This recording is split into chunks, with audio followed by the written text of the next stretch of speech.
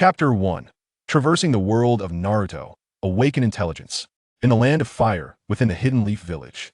Have I crossed over? Am I still Uzumaki Naruto? By a small stream, a golden-haired, blue-eyed boy sat in stunned silence, murmuring to himself.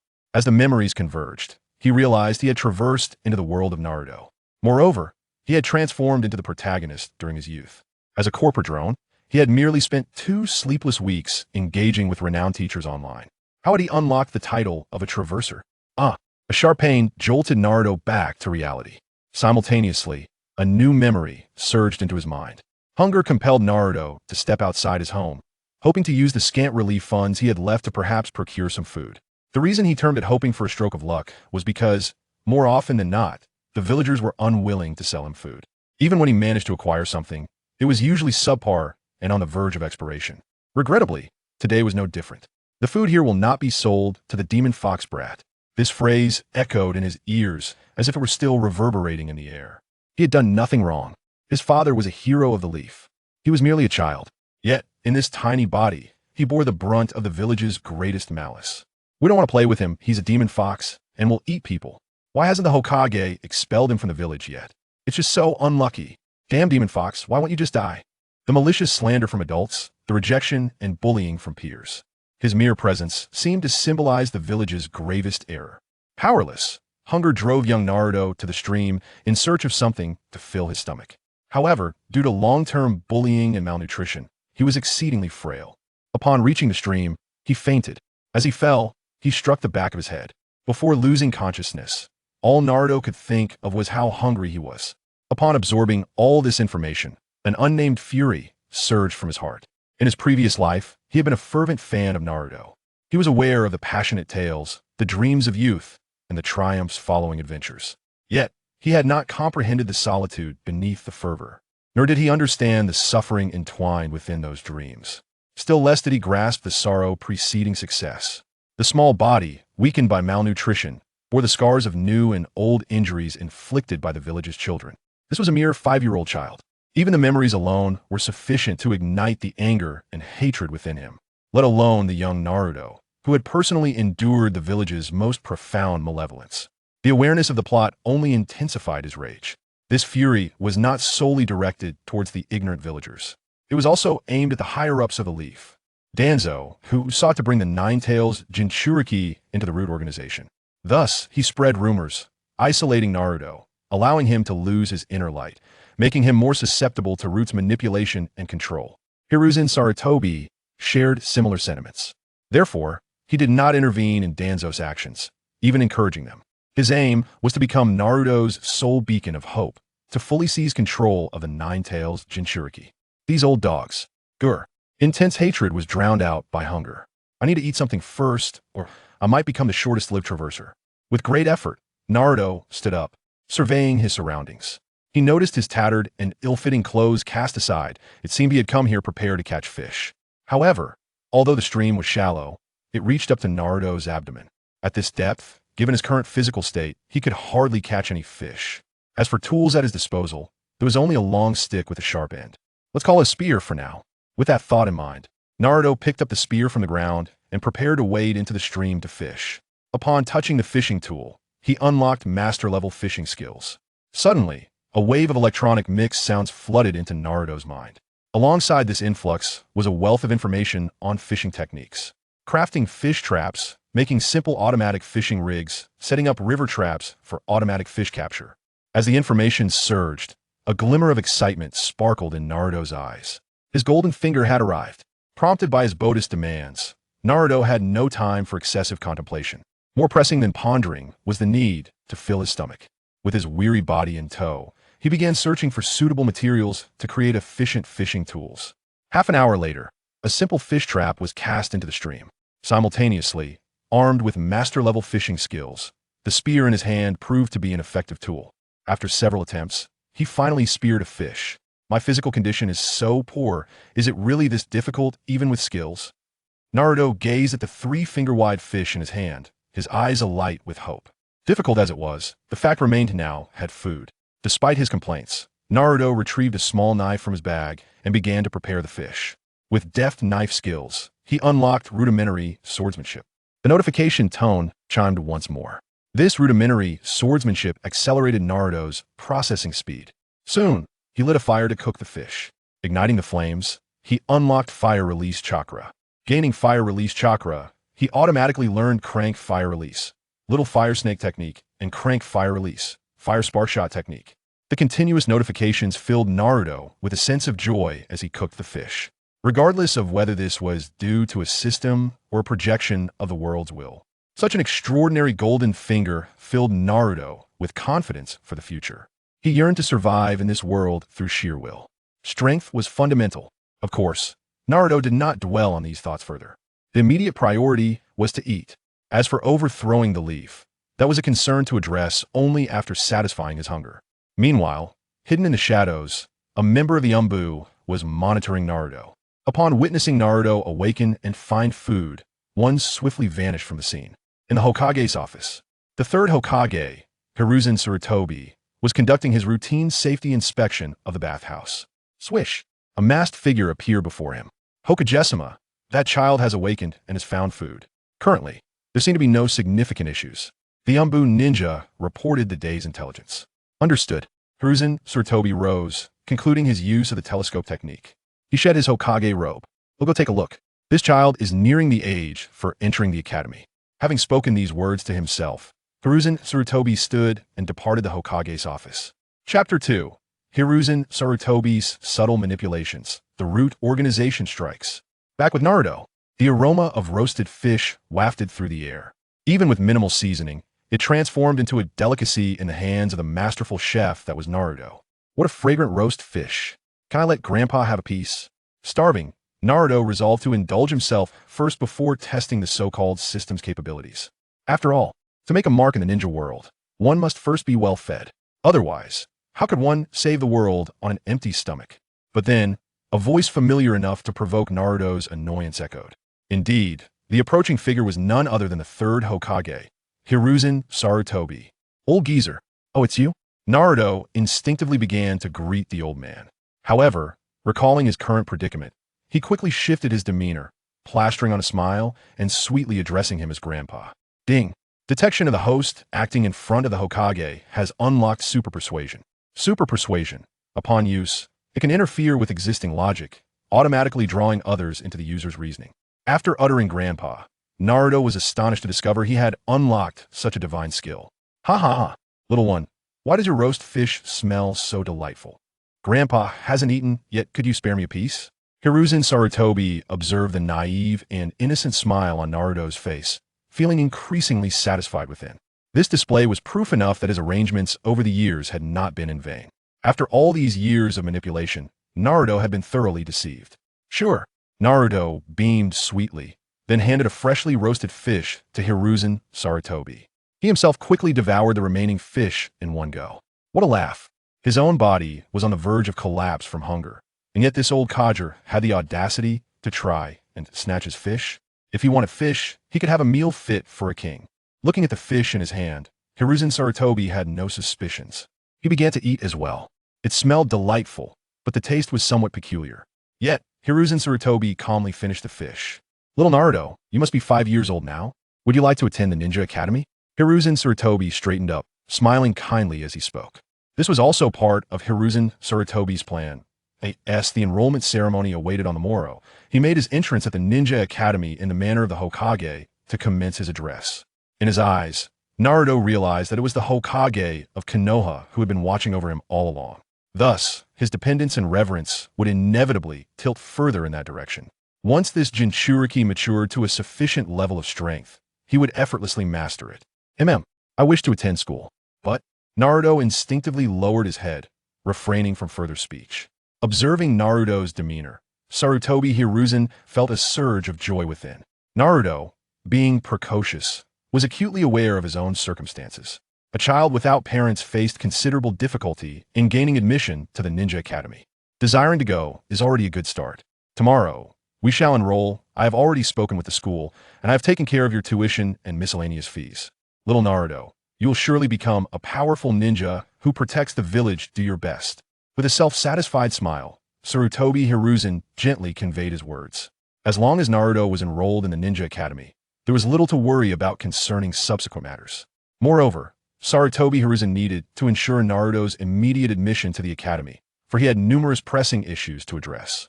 The affairs of the Uchiha clan, the threat posed by Danzo, the restless movements of other villages. Sarutobi Hiruzen's primary task was to manage the situation concerning this Nine-Tails Jinchuriki. Wow, is that true? Thank you, Grandpa. I can go to school now, and I will become a powerful ninja diligently guarding the village. I will make everyone aware that I am not the demon fox. I am a ninja of Konoha. In the future, I aspire to be the Hokage of the village. Naruto's eyes sparkled with enthusiasm. As he uttered these words, his remarkable verbal prowess came into play. This alignment of thoughts resonated perfectly with Sarutobi Hiruzen's intentions, leaving no room for doubt. Cheerfully, he began to share information regarding the Ninja Academy with Naruto. Upon his departure, he even gifted Naruto 10,000 ryo to prepare for new clothes and training tools. After Sarutobi Hiruzen left, Naruto slowly made his way back to his dwelling. As the host traversed through the night, he grasped the superlative body techniques that significantly accelerated his physical prowess.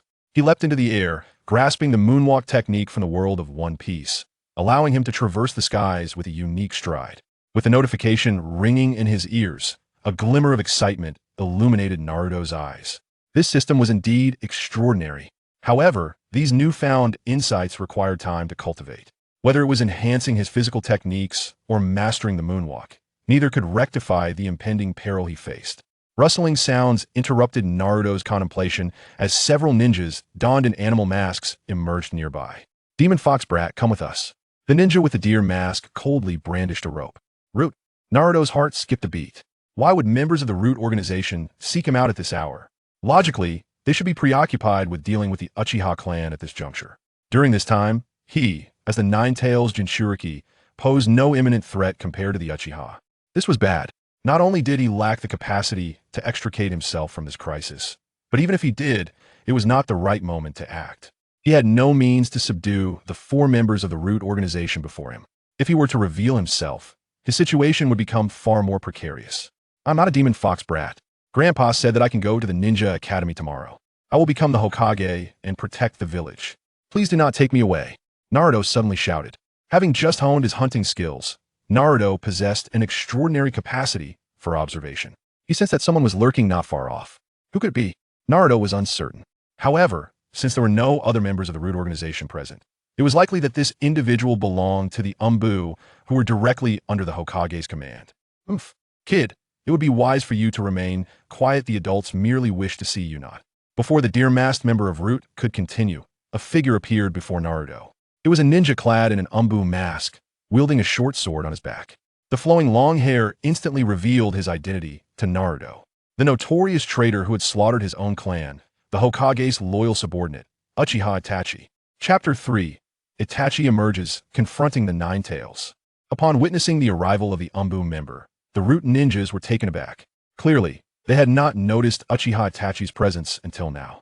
Leave at once. If you seek Uzumaki Naruto, I advise you to consult with the Hokage. Uchiha Itachi spoke coldly, simultaneously drawing the short sword from his back, emanating a chilling aura. One would jest Sarutobi Hiruzen had sent him to eliminate his own parents. Uchiha Itachi would not hesitate, let alone dealing with these mere lackeys of the Root organization. Indeed, they were mere lackeys. Naruto was but a child, and the 4 who approached him were merely the low-ranking members of Root. This is Danzo-sama's order. We cannot defy it. Please step aside. Danzo-sama is not someone you can offend. Evidently, these individuals had not recognized Uchiha Itachi's true identity. Upon hearing such words, the coldness of Itachi's aura intensified. The Hokage had already cautioned him to be vigilant regarding Danzo's current maneuvers. He never anticipated that even members of the Root organization would dare to challenge the Hokage's authority. If you do not depart now, then you need not leave at all. Itachi's eyes, concealed beneath his mask, transformed into the Three-Tomo Sharingan. With his short sword poised before him, he assumed a battle stance. Just one of you? The leader of the Root organization swiftly lunged forward. In their eyes, the mission assigned by Danzo was paramount. They would not relent even against the Umbu. With an indifferent gaze, Uchiha Itachi unleashed a flurry of shuriken, expertly blocking their approach. As the members of Root struggled to advance, Itachi swiftly countered. Ding! Observed shuriken technique, gained proficiency in throwing. Ding. Observed Uchiha sword technique, gained advancement in blade skills. As Naruto witnessed the unfolding battle, his eyes sparkled with intrigue. Remarkable. Watching a fight could yield skills. Come on, root members, give it your all. It would be splendid if you could force Uchiha Itachi to utilize jutsu or even his Manjikyu Sharingan. In that case, he might just glean something extraordinary. Hurry home. The outside is perilous. While Naruto reveled in the prospect of acquiring the eternal Manjikyu Sharingan, Itachi's voice resonated. Truly, he was a prodigy of the Uchiha clan. Faced with these ineffectual members of the root organization, he swiftly emerged victorious. Good. Naruto nodded and hurriedly fled from the scene. This was the expected behavior of a child. As he watched Naruto depart, Itachi Uchiha vanished once more. 3 hours later, it was evident that the Umbu had taken action. The adults had instructed us to refrain from intervening. Let us depart. A member of the root organization glanced at the lifeless bodies on the ground and tossed a flame talisman, igniting the remains. If they could capture the Nine-Tails Jinchuriki, they would. If not, it would be of no consequence. They had numerous other matters to attend to. Within a dilapidated apartment in a rundown complex in the village, Naruto sat within the confines of his dwelling. Little did he anticipate that Itachi Uchiha had followed him back to this place. What was this fellow doing here instead of attending to matters concerning the Uchiha clan? In order to avoid arousing suspicion, Naruto promptly washed up and retired for the night. Just as he closed his eyes, the surrounding environment underwent a sudden transformation. It felt as though he had entered a dank and shadowy sewer. Fixing his gaze ahead, a colossal cage materialized in his line of sight. Naruto was taken aback. How did he end up here? This was the very place within his body where the Nine-Tails was sealed. Heh, you little brat, how dare you come here? A deep voice echoed. Within the confines of the cage, a pair of crimson, slitted eyes appeared. The Nine-Tails, Kurama. Ding. Upon making contact with the Nine-Tails chakra, the technique of chakra control was comprehended. Ding. Upon making contact with the Nine-Tails chakra, the method of chakra fusion was grasped. Ding. Upon making contact with the Nine-Tails chakra, the adaptation to the Nine-Tails chakra was understood. Before Naruto could utter a word, the system's notifications rang out in succession. The chaos of chakra within his body suddenly dissipated. A vast reservoir of chakra began to flow through his meridians. With each surge, Naruto could feel his mastery over it strengthening incrementally. Seeing Naruto remain silent, the Nine-Tails grew bored and closed its eyes, returning to slumber. A mere child, the Nine-Tails had no interest in him. By the time Naruto opened his eyes again, morning had arrived. Gazing at the brightening sky, he rolled out of bed. After washing up and changing his clothes, he dashed out of his room. Outside the ninja academy, a throng of people congregated. Among them were members of ninja clans as well as civilians, all accompanied by their parents. In the midst of the crowd, Naruto swiftly spotted another protagonist of this world, Uchiha Sasuke. At that moment, Sasuke stood beside Makoto Uchiha, smiling and chatting with his mother. At this stage, Sasuke was still an adorably naive little boy, basking in the love of his parents and older brother, untouched by the darkness of the world. Sasuke seemed to sense something. Glancing in Naruto's direction, as their eyes met, a ripple of emotion stirred within Sasuke. He looked up and said something to Makoto. She too turned her gaze towards Naruto, her beautiful eyes shimmering. Subsequently, she took Sasuke's hand and walked towards Naruto. Hello, I am Uchiha Sasuke. Did you come here by yourself? Sasuke asked, his eyes wide with curiosity as he regarded Naruto. Since the Uchiha clan had relocated away from the village center, and Sasuke had not formed the habit of playing with other children, he was unaware of Naruto's infamous reputation as the Demon Fox. In the original narrative, it was only after entering school that he learned about this attention-seeking weakling known as the Demon Fox brat. Of course, this was of no concern to Sasuke at that time. His sole focus was on avenging his clan by eliminating Itachi Uchiha. Hello, I am Uzumaki Naruto. I don't have a mom or dad. I came here to enroll by myself. Naruto spoke, revealing a bright and sunny smile. Upon hearing Naruto's words and witnessing his smile, Sasuke felt a jolt in his heart. How could this guy utter such words with a smile? Was he concealing his true emotions behind that grin? Sasuke, I hope you can get along well with Naruto and become friends. Makoto Uchiha managed to maintain a smile as she gently spoke. Looking at Naruto, she was reminded of her dear friend from the past, and a wave of sorrow washed over her. Yet, there was little she could do. Chapter 4. The bond with Sasuke is forged. Listening to Makoto Uchiha's words, Naruto felt a sense of warmth in his heart. He understood the connection between Makoto Uchiha and his mother, Kushina. The Uchiha clan now faced tumultuous times. For Makoto to still extend kindness in such moments was more than enough. Uzumaki Naruto. Naruto beamed at Sasuke, extending his small hand eagerly. Uchiha Sasuke, no longer the aloof figure who sought to flaunt his bravado regardless of the weather, had transformed into an adorable young boy. Naturally, he exhibited no signs of coldness and reciprocated by reaching out his own hand. Thus, they had forged a friendship. Little Naruto, who would have thought that upon your arrival to register, you would already make a good friend? Are you happy? Suddenly, a familiar voice echoed. A flicker of irritation crossed Naruto's eyes, but he quickly regained the cheerful demeanor of a spirited young boy. Turning to face the newcomer, he exclaimed, "Is that you, Grandpa? What brings you here? Are you accompanying your own child to school?" Naruto blinked his large, innocent eyes and spoke with a whimsical charm, his face radiant with joy. "No, Grandpa has come today for other matters. Little Naruto, refrain from wandering about. I shall take care of your tuition fees. See you shortly." Sarutobi Hiruzen was quite pleased with Naruto's current demeanor, gently stroking his beard as he chuckled warmly. "Yes, see you soon, Grandpa." Naruto vigorously waved his small hand, responding with a cheerful demeanor. Uchiha Mikoto, however, appeared somewhat apprehensive. The third Hokage, why has he suddenly appeared here? And why does he have such a close relationship with Naruto? As for Naruto's identity, Mikoto was well aware. She was not a fool. After the tragic incident involving the fourth Hokage and his wife, a baby had emerged. The timeline aligned perfectly, compounded by the name Uzumaki. Naruto is undoubtedly the child of her close friend, Kushina Uzumaki. As the Hokage, Hiruzen Sarutobi is certainly aware of Naruto's true identity. Therefore, the challenges Naruto faces within the village may very well stem from the actions of the third Hokage. Now, witnessing such behavior from Naruto, a thought crossed Mikoto Uchiha's mind, causing her brow to furrow even more deeply. "Mother, are you unhappy?" Sasuke asked, perplexed by his mother's strange expression. "Oh, it's nothing, just some thoughts on my mind." "Naruto, come, I shall take you to register." Mikoto Uchiha took Sasuke's hand and extended her other hand toward Naruto Uzumaki. Although possessing the soul of an adult, the sincerity and fervent kindness exuded from her were utterly irresistible. "Thank you, Aunt." After Naruto flashed a foolish smile, he allowed Uchiha Mikoto to take his hand and lead him to the registration office. In the shadows, a figure swiftly passed by. Inside the principal's office, the current honorary principal was Sarutobi Hiruzen, the Hokage. At this moment, Uchiha Mikoto was registering the young Ninetales. "Should we intervene?" An AMBU member voiced his discontent. The Uchiha clan had been responsible for the Ninetales incident, which resulted in his brother's death during that battle. Even the esteemed fourth Hokage had perished. Now, the young Ninetales was entangled with the Uchiha, igniting a smoldering fury within this AMBU member. Thus, he reported the situation and expressed his opinion. "No need. The current Jinchuriki remains within manageable limits. As for the Uchiha, your involvement is unwarranted. You may go," Sarutobi Hiruzen replied indifferently, picking up a speech draft from his desk to peruse. The ANBU member tightened his grip and acknowledged with a nod before vanishing in an instant. Once the ANBU member departed, a figure emerged from the shadows on the left. "Itachi, you need not concern yourself with these matters. The internal conflicts within the village have escalated to a troubling degree. After the opening ceremony, I shall begin addressing these issues. However, your efforts are still greatly needed." Sarutobi Hiruzen remarked with a hint of implication. "Understood, Hokage-sama," came the reply from Uchiha Itachi, who refrained from elaborating further, aware of the necessary course of action. On Naruto's side, he stood on the playground alongside Sasuke.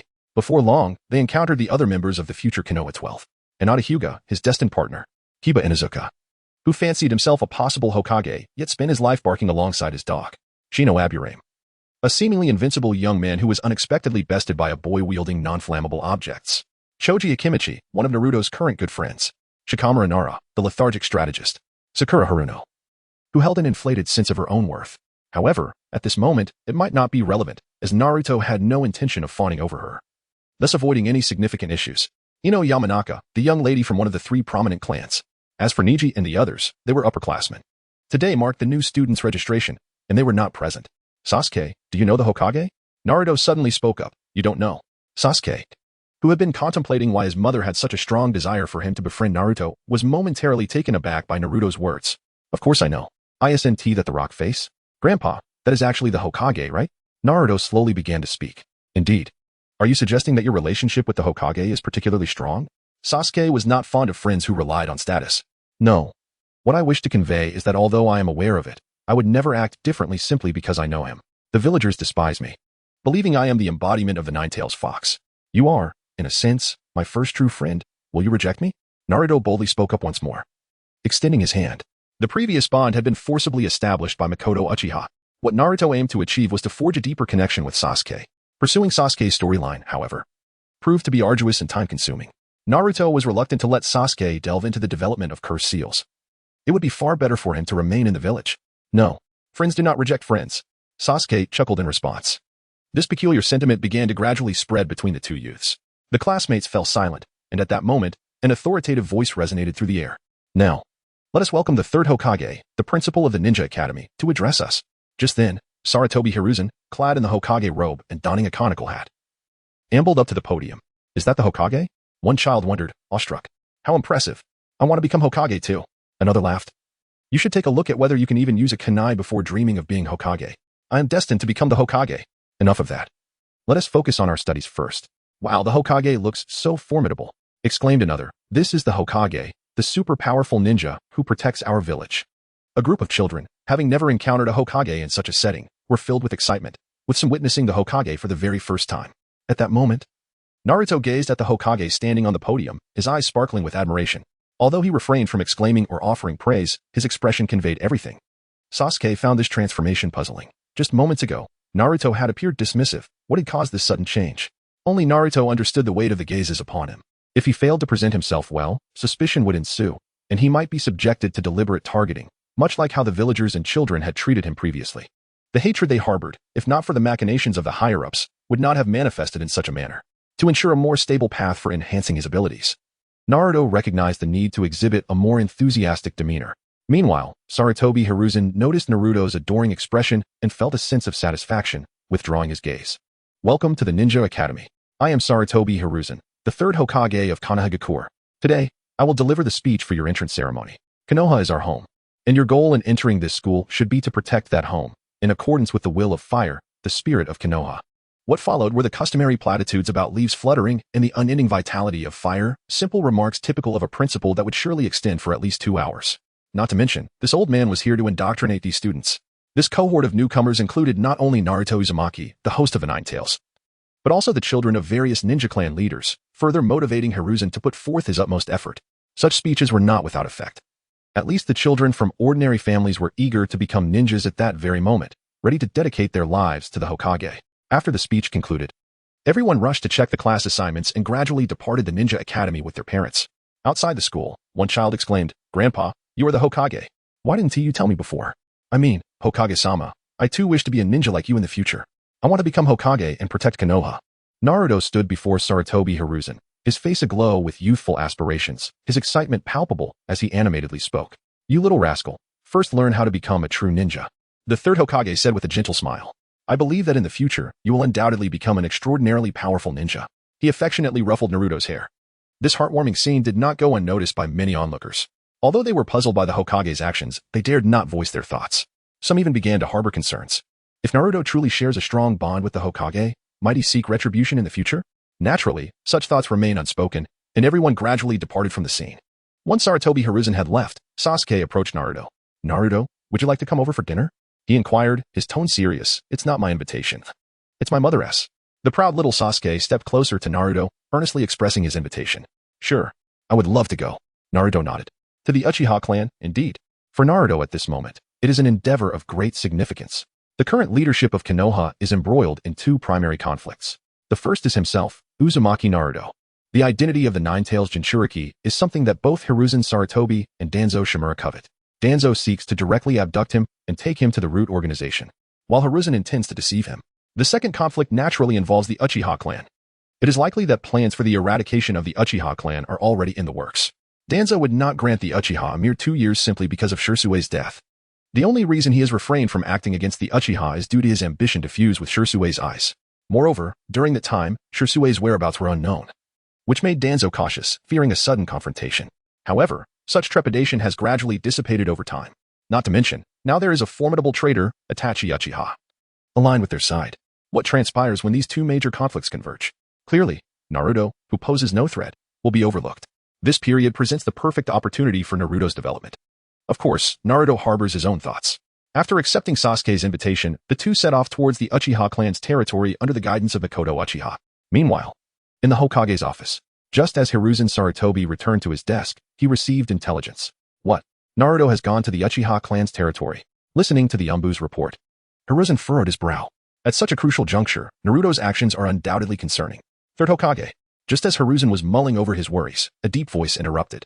Danzo Shimura entered, and the Umbu members saluted him. "You may leave now. I have matters to discuss with the Hokage," Danzo stated flatly, his tone exuding an undeniable authority. The Umbu exchanged glances with Hiruzen before vanishing in an instant. "What do you want?" Hiruzen's voice was icy.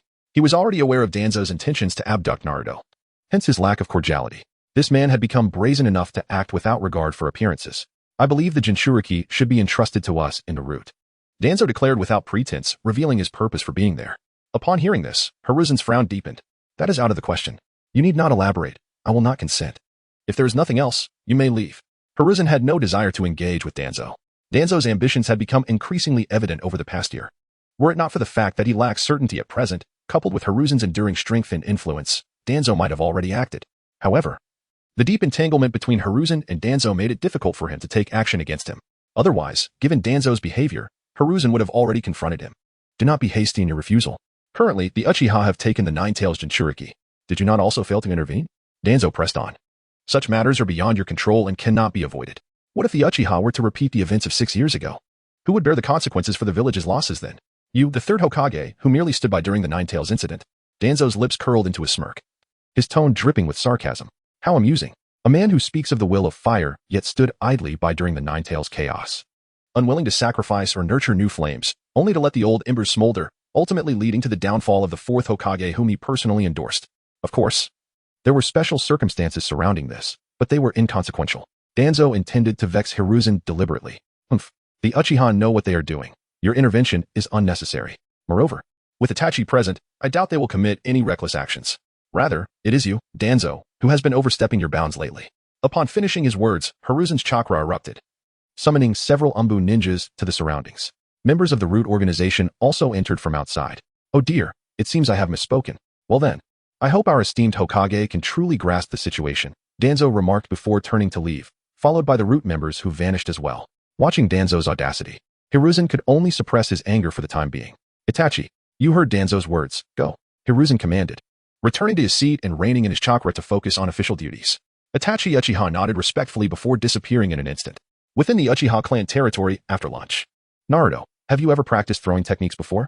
Sasuke inquired earnestly as he led Naruto to his exclusive training ground. No, Naruto replied simply. Naruto shook his head. Allow me to teach you, Sasuke stated, producing 2 training shurikens. With a swift motion, the shurikens flew from Sasuke's hand, landing precisely on a distant target. Ding. The system notification echoed, indicating that Naruto had observed Uchiha Sasuke's shuriken throwing technique and had gained insight into the art of shuriken throwing. However, Naruto felt a twinge of disappointment. He had already mastered this technique while watching Uchiha Itachi in battle. Now, let me give it a try. Naruto dashed excitedly towards the target, retrieving the shuriken from his training gear, and gave it a try. Do, he exclaimed. This is excellent. The throwing technique gracefully landed on the ground. Not like that, Sasuke replied, a hint of joy in his voice. This was all knowledge imparted by his elder brother. Now, he could bestow this skill upon his dear friend, which filled him with a profound sense of achievement. Throughout the afternoon, Naruto accompanied Sasuke in practicing shuriken throwing. Unbeknownst to them, Sasuke's proficiency improved significantly. From barely hitting the target at the start, by the end of the day, he had achieved a perfect score, landing every throw in the bullseye. This remarkable progress brought Sasuke immense joy. Soon, he would be able to showcase his skills in front of his brother and then request him to teach him new techniques. Sasuke, could you teach me ninjutsu? Naruto gazed at Sasuke, who was retrieving a shuriken, and inquired with a smile, However, I currently possess only one ninjutsu, and I am not very proficient at it. My father also mentioned that my technique pales in comparison to my brother's. Sasuke replied somewhat discontentedly. Wow, Sasuke, it seems you have indeed mastered ninjutsu. Please teach me, I would love to see it in action. Naruto exclaimed dramatically, causing a flicker of unusual brilliance to illuminate Sasuke's previously somber black eyes. Sasuke nodded earnestly, and then led Naruto to the edge of a tranquil lake. Fire release, great fireball technique.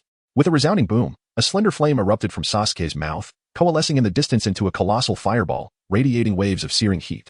Ding. Observing Uchiha Sasuke utilizing the fire release, great fireball technique has allowed you to grasp the B-rank fire release, fireball technique, the system notification chimed, causing Naruto's eyes to sparkle with excitement. Indeed, this system is quite impressive. Sasuke, should I give it a try? Naruto inquired as Sasuke gazed at him with anticipation. Sasuke had entirely forgotten whether Naruto possessed fire affinity chakra, for his attention was wholly captivated by his friend, who provided an abundance of emotional value. He could even envision himself teaching Naruto the fire release, guiding him through the process. It was a wonderful thought. All right, I shall give it a try. Naruto approached the lakeside and began to form hand seals. Fire style, great fireball technique. Fire style, little fire snake technique. Although he had initiated the great fireball technique, Naruto instead unleashed the little fire snake technique. This particular skill was one that did not require hand seals. With a puff, a small flame erupted from Naruto's mouth, resembling a tiny serpent dancing in the air. Sasuke burst into laughter. Indeed, the fire he produced was anything but minimal. That's not how it works, Naruto. You need to learn to control your chakra properly. Sasuke stepped closer to Naruto, suppressing his amusement. and began explaining the intricacies of chakra control and the techniques of forming hand seals. Ding. With Sasuke's guidance on chakra control, Naruto grasped the concept of boundless void. Boundless void, aiding the host in better managing their chakra. Besides the system's notification sound, there was another presence observing the two. It was the Nine Tails residing within Naruto. Kurama could hear their conversation and was somewhat vexed. This brat, who could already control his chakra, still needed to learn such rudimentary skills? Is this what humanity is like? As a tailed beast, he found such behavior utterly incomprehensible. Chapter 7. The Astonishment of Uchiha Fugaku. From a distance, atop a large tree, Uchiha Itachi observed the scene with a serious expression. Though his brother wore a smile and seemed to bond well with Naruto, Itachi understood that their friendship was far from a prudent choice. The family's existing issues had yet to be resolved, and now they were entangled with the Jinchuriki of the Nine Tails. Consequently, the higher-ups would grow even more wary of them. Suppressing these thoughts, Itachi swiftly descended to the lakeside where the two boys were playing. Sasuke, and you too, Naruto, Itachi said gently, his demeanor betraying nothing of the ruthless decisions he had made concerning his clan. What is this? Naruto suppressed his emotions and curiously gazed at Sasuke. Naruto, this is my brother, Itachi Uchiha. We are friends, and you can also call him brother from now on, Sasuke said with a hint of excitement. Under normal circumstances, he would have eagerly clung to Itachi, begging him to teach new ninjutsu and taijutsu. However, having derived sufficient emotional value from Naruto, he seemed less urgent about it now and instead took the opportunity to introduce Itachi. Brother Itachi, Naruto greeted politely. Let us go. Mother has prepared the meal. After we eat, make sure to take a good bath. School starts the day after tomorrow, so you must be well prepared. After Itachi softly spoke these words, he turned and walked towards his home. Sasuke, on the other hand, took Naruto's hand and followed behind. Along the way, he regaled Naruto with tales of his brother's remarkable genius and how dearly their father cherished him. He also mentioned that his brother is now the captain of a secret squad in the Umbu. Engaged in this light-hearted conversation, the trio returned to the Uchiha residence. At that moment, the current head of the Uchiha clan, Fugaku Uchiha, was already seated in the living room. Upon seeing his father present, Sasuke's smile faded somewhat, and he obediently took his seat. The place beside Sasuke was clearly a makeshift addition for Naruto. Sasuke's friend? Fugaku Uchiha inquired coldly. Upon hearing this, Naruto immediately stood up straight. Good evening, sir. My name is Naruto Uzumaki, and I am in the same class as Sasuke. Today, we became friends, and Sasuke has helped me immensely. I truly admire Sasuke. With a radiant smile, Naruto introduced himself, exuding an aura of sunshine. After his introduction, he beamed widely, demonstrating an impressive ability to seamlessly adapt to his current role. Acknowledging this, Uchiha Fugaku responded with a nod, speaking in a measured tone, very well. Let us wash our hands with Sasuke and then proceed to dine. Upon hearing this, Sasuke took Naruto by the hand and led him towards the sink. Once the two young ones had departed, Fugaku's gaze shifted to his other son, Itachi. Itachi, you have missed the family meeting thrice. Is your return prompted by that child? His expression remained inscrutable, yet his words carried an undertone of reproach. This was his most esteemed eldest son, revered for his numerous accolades, which had brought both honor and confidence to Fugaku. However, ever since the disappearance of Shursui, Itachi's recent conduct had become increasingly perplexing to him. It is indeed a task assigned by the Third Hokage, and I wish to ascertain whether the Jinchuriki's interactions with our Uchiha clan are deliberate, Itachi stated, offering no concealment of his intentions. It was not my doing, Fugaku affirmed with certainty. It was my initiative. So, the Third Hokage has concerns about my visiting Mikoto? Before Mikoto could finish her thought, Fugaku cut her off sharply. A fleeting glance at her husband and son revealed her discomfort, prompting her to turn away and resume serving the dishes. The current situation was not one she felt appropriate to address. Itachi stood in silence, his demeanor cold and withdrawn. Father, brother, what is transpiring? Why do I sense discontent from both of you? Sasuke's voice pierced the tension. Upon hearing Sasuke, Itachi's lips curled into a slight smile. Nothing of consequence. Brother has done something to displease father and is currently receiving a lecture. Sasuke, you must be obedient, Itachi replied with a gentle smile. His gaze drifted to Naruto, his dark eyes harboring a multitude of thoughts. Will father also admonish you, brother? By the way, I can now practice eating without speaking and sleeping without chatter. Sasuke eagerly sought to share his training achievements with Itachi, only to be interrupted by Fugaku. In an instant, Sasuke's expression dimmed, as all his previous excitement and joy dissipated into the air.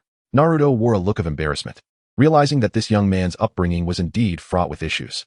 Uncle, I learned today that the old man is the Hokage. Sasuke also mentioned that you were the leader of the Uchiha clan during our last meal of grilled fish. The old man spoke of needing to take action regarding the roots and his desire to intervene. Uncle, are you involved in some grand undertaking? Naruto approached from behind, laughing heartily. Uchiha Fugaku suddenly sprang to his feet. The elder mentioned by Naruto was naturally known to be Sarutobi Hiruzen. However, to take action, is the Hokage going to intervene? Such matters led Uchiha Fugaku to shift his gaze toward Uchiha Itachi. As the captain of the Umbu, Itachi should possess some knowledge. The root organization, led by Danzo Shimura, was eager to see the Uchiha clan vanish entirely, so how could there be any joint operations? In the absence of such cooperation, only one conclusion remained. Itachi shook his head without uttering a word. At that moment, Fugaku recognized his own lapse in composure and gradually seated himself. Let us eat. Sasuke. After a while, prepare for your friend Naruto to stay here tonight, right? He shall sleep with you. A smile crept across Uchiha Fugaku's lips. All right, thank you, father. Uchiha Sasuke appeared quite pleased. To receive his father's acknowledgement upon making a friend for the first time filled Sasuke with joy. Naruto also responded to Sasuke with a smile. Chapter 8. A Treacherous Wolf. After dinner, Uchiha Sasuke escorted Naruto to his room. He had many things he wished to discuss with his newfound friend. Itachi. Come to my study, Fugaku instructed as he made his way to the study. Itachi did not object and followed closely behind. Inside the study, Fugaku began. You heard what that little Naruto said, right, Itachi? His expression was somewhat complex. There were matters he was not unwilling to pursue, but from the very beginning. The Uchiha clan had been excluded. The rationale for their exclusion was absurd, simply because they were deemed too powerful. No one could presume to fully control the Uchiha clan. This was indeed a fact. Such overwhelming power within the village, which could not be managed by those in power, the higher-ups of Konoha, naturally bred conflict. This resulted in the oppression and marginalization of the Uchiha, leading to internal discord within the clan and a strained relationship with the village. Fugaku's prodigious son had finally garnered the current Hokage's recognition, allowing him to join the Umbu as a captain. This offered Fugaku a glimmer of hope. Even during the family meetings, in the face of the radicals within the clan, he had presented Itachi's position as a bargaining chip.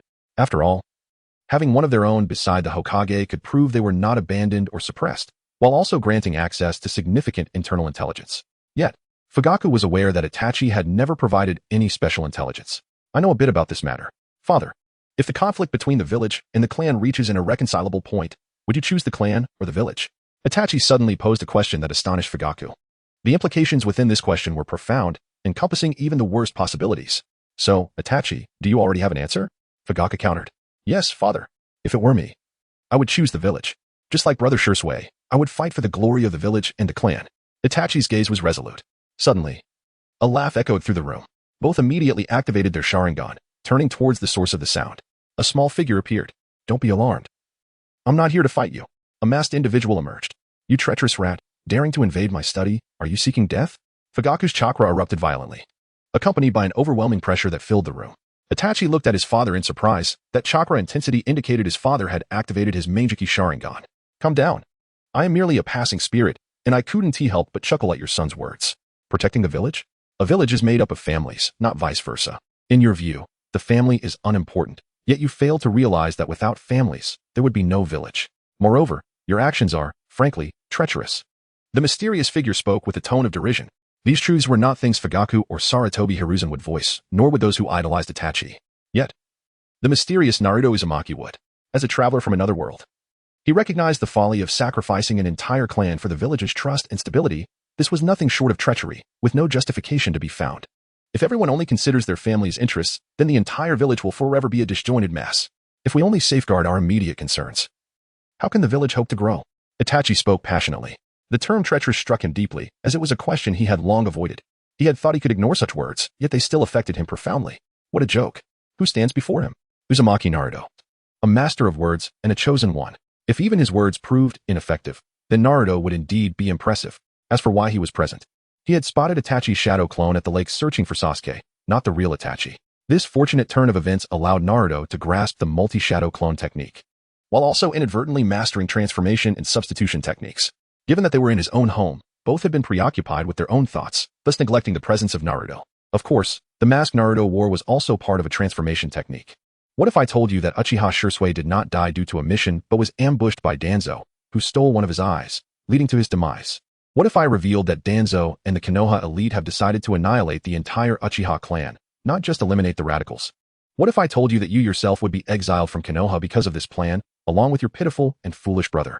Bang! Itachi acted swiftly. A skeletal hand shot out, obliterating Naruto's shadow clone into mist. Why prevent him from speaking further? At this moment, Uchiha Fugaku had largely come to believe Naruto's words. Apart from the current extreme behavior of Uchiha Itachi, he was also influenced by some external provocations. This individual was inciting discord between our Uchiha clan and the village.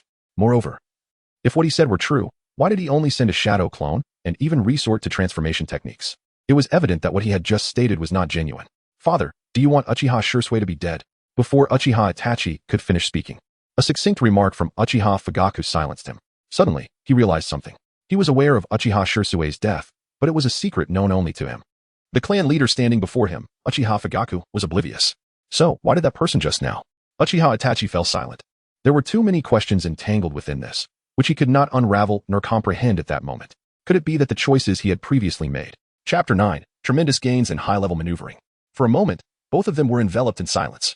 Father, I need, I understand. Go. Return tomorrow evening and share your answer with me. Uchiha Fugaku interrupted Uchiha Itachi's words and turned to leave the study. Today, they had received an overwhelming amount of information, and it seemed that their cognitive faculties were somewhat overwhelmed. Or perhaps they had indeed processed this information, yet needed to discern the gains and losses within it.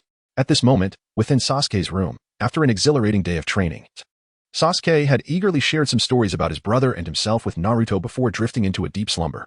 Conversely, Naruto found himself unable to sleep. Ding. Observing Uchiha Fugaku's Sharingan, comprehending in-release chakra. Ding. Observing Uchiha Itachi's Sharingan, grasping the Sharingan. Ding. Observing Uchiha Itachi's Susanoo, understanding the Mangekyou Sharingan. Ding. Possessing the Mangekyou Sharingan. Automatically optimizing any side effects. The incessant chimes of notifications made it nearly impossible to sleep. In-release chakra? Mangekyou. Naruto even contemplated that if his physique were to become even more robust, with an ample mastery over chakra, he would no longer require Sasuke Uchiha and could directly ascend to the status of a sage of 6 paths. However, such thoughts could only momentarily linger in his mind. At present, he was not yet capable of pursuing such endeavors. Buzz. Naruto made an attempt, channeling his chakra into his eyes.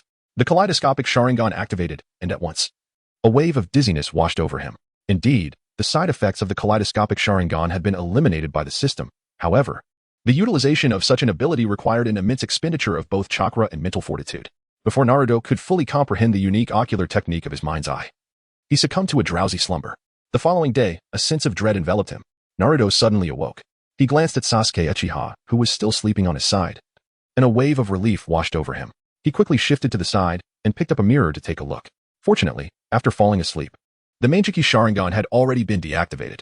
Naruto subconsciously opened his system panel, and upon seeing the information regarding the Mangekyou Sharingan, he realized that the events of the previous night were not merely a figment of his imagination. Initially, he had intended to create some chaos to cultivate a more favorable training environment, but unexpectedly, he had reaped significant benefits. Moreover, with the possession of the Mangekyou Sharingan, Naruto could now undertake another endeavor. Contemplating this, he suppressed his excitement, deciding that the time for that particular action would come later. Naruto, are you awake? Let us go have some breakfast, and then I'll show you around, came Sasuke's still youthful voice. All right. The two young ones got out of bed, dressed, and washed up. After preparing themselves and having breakfast, they left the courtyard and headed towards the clan grounds. In the Hokage's office, the third Hokage was confronted. Sandame, you are being utterly reckless. You are aware that the Jinchuriki of the Nine Tails spent the night at the Uchiha clan, correct? You are gambling the safety of the entire village on this matter. If the Nine Tails were to erupt again, what would you do? Would you, like the fourth Hokage, face death to fend off the Nine Tails invasion? Or do you believe you can simply watch from the sidelines? Or perhaps you can assure me that you have complete trust in the Uchiha now. Shimura Danzo's voice was aggressive, but Danzo was not alone. Two other esteemed elders of Konoha were present, Tsunade and Mito. Sandame, while Danzo's manner of speaking may be inappropriate, his words are rooted in sincerity.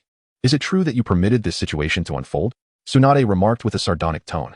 She was not shouting or scolding. She merely required a definitive answer from Sarutobi Hiruzen, the third Hokage. In truth, both she and Mito had distanced themselves from such matters for quite some time. Their families had established their own prosperous enterprises, rendering them indifferent to these issues. However, when it came to the Uchiha, their interest was piqued. Should the Uchiha return to the center of power in Konoha, certain matters would no longer be easily manageable, and it would undoubtedly affect the interests of their families. Even if you, Sandame, have permitted this, we have the right to be informed. Have you decided to take full control of the village now? Mito's words were few but pierced deeply into Hiruzen's throat. Hiruzen had remained silent since the three began speaking until he finally uttered, "Are you all truly prepared?"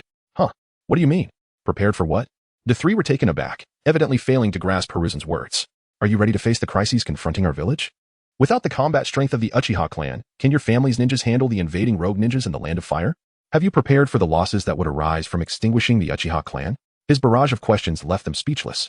Tsunade and Mito had been incited by Danzo to seek trouble, and their initial intention was merely to demand benefits without necessarily seeking explanations. However, confronted with such inquiries, their expressions grew grave. Fending off rogue ninjas? pursuing those who invade the land of fire? Facing the Uchiha as retaliation? Who, at this early hour, would contemplate such matters? Thus, it was clear that Hiruzen possessed a certain acumen that justified his position as Hokage, even rendering Danzo momentarily speechless. Humph. Is all this talk merely a diversion from the fact that you've placed the village in jeopardy? Danzo remained obstinate. For the root of the issue lay in the fact that the Jinchuriki of the Nine Tails had gone to the Uchiha clan's grounds. Clearly, Danzo would not tolerate this situation. I am not diverting the topic. Itachi Uchiha accompanied him. Itachi, whom you, Danzo, recommended to me. Do you have any further grievances? Hiruzen's tone grew colder, indicating his resolve. He did not wish to confront Danzo, but that did not signify fear of confrontation. If Danzo persisted, they would have to face the unpleasantness head-on. Chapter 10. A Call from Kurama. Sensing Hiruzen's ire, Danzo recognized that if he continued to press, he might incite Hiruzen's ire further. Humph. You better handle this matter well. Should any unforeseen incidents arise, even you, Sandame, would not be able to bear the consequences. Danzo huffed and turned to exit the Hokage's office. Tsunade and Mito exchanged awkward glances and, after a brief exchange with Hiruzen, departed as well. Once they left, Hiruzen let out a heavy sigh, feeling as though his earlier decision had been erroneous. Suppressing the Uchiha and pushing them completely into opposition with the village, or rather, against him, was indeed a foolish choice. Even if the blade was no longer in his grasp, it should not have been discarded, lest it become a weapon wielded against him by others. Hokage-sama, after investigation, the captain has remained close to the mission target, and the Uchiha clan has shown no intention of contacting the target. After all, the target's identity is quite unpopular among the Uchiha clan. An Umbu member reported swiftly. Indeed, if not for the influence of Uchiha Makoto, Naruto's standing within the Uchiha clan would be quite precarious. For he is the very catalyst that brought immense humiliation upon the Uchiha clan. Naturally, this would lead to animosity towards Naruto, after all. He is the vessel of the Nine Tails. Understood. You may leave. Sarutobi Hiruzen waved his hand. He maintained an unwavering trust in Uchiha Itachi. This prodigy from the Uchiha clan possessed a profound embodiment of the will of fire. In fact, Sarutobi Hiruzen believed that this fervent spirit had surpassed even that of Minato Namikaze. Had he known that such a talent would emerge from the Uchiha in the future, he would have refrained from obstructing Minato and disregarding Danzo's counsel. Contemplating that youthful figure, a look of helplessness crossed Sarutobi Hiruzen's face. Some things, alas, cannot be reclaimed. Soon, it was midday. Sasuke, see you at school tomorrow. Naruto waved goodbye to Sasuke and then strode out with purpose. If he did not hasten his departure, Sasuke might very well escort him once more. Upon leaving the Uchiha compound, Naruto walked along the bustling streets.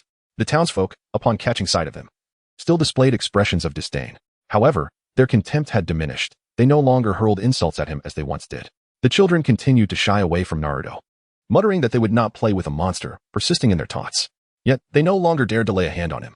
His recent interaction with Sarutobi Hiruzen had instilled a sense of caution and trepidation among many. He returned to his room. Naruto collapsed onto his grand bed, utterly exhausted. However, what lay ahead was truly the main event. Soon, he raised his finger. Shadow Clone Jutsu. As chakra surged, a shadow clone manifested beside him. I entrust you with a task. Go forth. A month's rest for 8 days is already quite a generous arrangement. With a smile, Naruto began to speak. He was not jesting. In his previous life as a corporate worker, he had not enjoyed such ample leisure time. Acknowledging this, the shadow clone departed the room to engage in physical training. With his entry into the Ninja Academy imminent, it was indeed essential to prepare in advance. After dispatching the shadow clone, Naruto settled cross-legged on his bed. Ding! The host has activated the Manjiki Sharingan and comprehended the spiritual training method, infinite meditation. As the system's notification echoed in his mind, a stream of information flooded Naruto's consciousness. Soon, the chakra within his body began to flow, gradually converging in his brain and entering his dual eyes. With the infusion of this energy, the previous sensation of dizziness dissipated, replaced by a refreshing clarity. Remarkably, this infinite meditation could directly transmute chakra into mental energy. This newfound advantage was akin to granting Naruto another extraordinary ability. Abundant chakra was something he possessed in excess. Setting aside his innate physique, he also housed a plethora of reserves within. Contemplating this, Naruto closed his eyes. In an instant, the surrounding environment transformed. Once again, Naruto found himself before the seal. Listen here, little brat, he warned. If you dare to disturb my rest again, I shall devour you. The immense head of the Nine Tails materialized, accompanied by its ferocious, crimson chakra. Although the seal had managed to contain most of the Nine Tails chakra over the years, some had gradually seeped out, affecting Naruto's own chakra. Moreover, this chakra, which Naruto could not control, was within the Nine Tails' dominion. A colossal hand formed from chakra surged toward Naruto in an instant. Naruto lifted his head. A pair of crimson eyes met the gaze of the Nine Tails. The hand that was swung towards him abruptly halted, trembling as if on the verge of fading away. Nine Tails, do you still remember these eyes? Can we not have a conversation? Naruto took a deep breath and spoke directly. Due to the system's interference. The Ninetales was unaware of the relationship between Naruto and the system. However, at that moment, Naruto's Sharingan evoked the deepest fears within the Ninetales. Memories of being manipulated as a mere pet resurfaced. What do you wish to convey? The Ninetales, though hesitant to act rashly, was unwilling to submit to Naruto's intimidation and spoke with a defiant tone. Kai-bai. Naruto's lips curled into a subtle smile as he closed his Sharingan and settled onto the ground. He tilted his head back and called out the name of the Ninetales joyfully. Suddenly, with a thud, the Ninetales' forelimbs slammed against the ceiling gate. Even as chains emerged to envelop him, binding him tightly, the Ninetales widened his eyes, gazing at the young boy before him. How do you know my name? The Ninetales was taken aback. Kurama. This name had not been uttered in many years. How could this child possibly know it? In the depths of his memory, he recalled Uchiha Madara, who had forcefully used the Sharingan to control him, and Uzumaki Naruto, whose sealing technique was so formidable that it could extract his chakra at any moment, leaving him unable to resist. Uzumaki Kushina, too, had never truly communicated with him. She simply siphoned his chakra when she desired it. None of these individuals recognized him as Kurama, rather they referred to him as the Ninetales Fox. Chapter 11. The Fierce Push of Minato Namikaze. At this moment, Naruto's gaze fell upon the seals on the gate. With a chime, he comprehended the four-symbol seal. 5-star seal, adamant and chains, 9-part seal, and heaven's absolute seal. Finally, after a few seconds, the system's prompt echoed in his mind. The Uzumaki clan was renowned for their mastery of sealing techniques, which had instilled fear in the ninja world. Despite the Uzumaki clan's seclusion in the land of whirlpools and their non-involvement in the conflicts of the ninja world, they could not escape the fate of their annihilation. Kurama, what if I told you that I have known you for quite some time? This realization should have dawned upon you the moment I first appeared here. Naruto rose to his feet and resolutely approached the Ninetales step by step.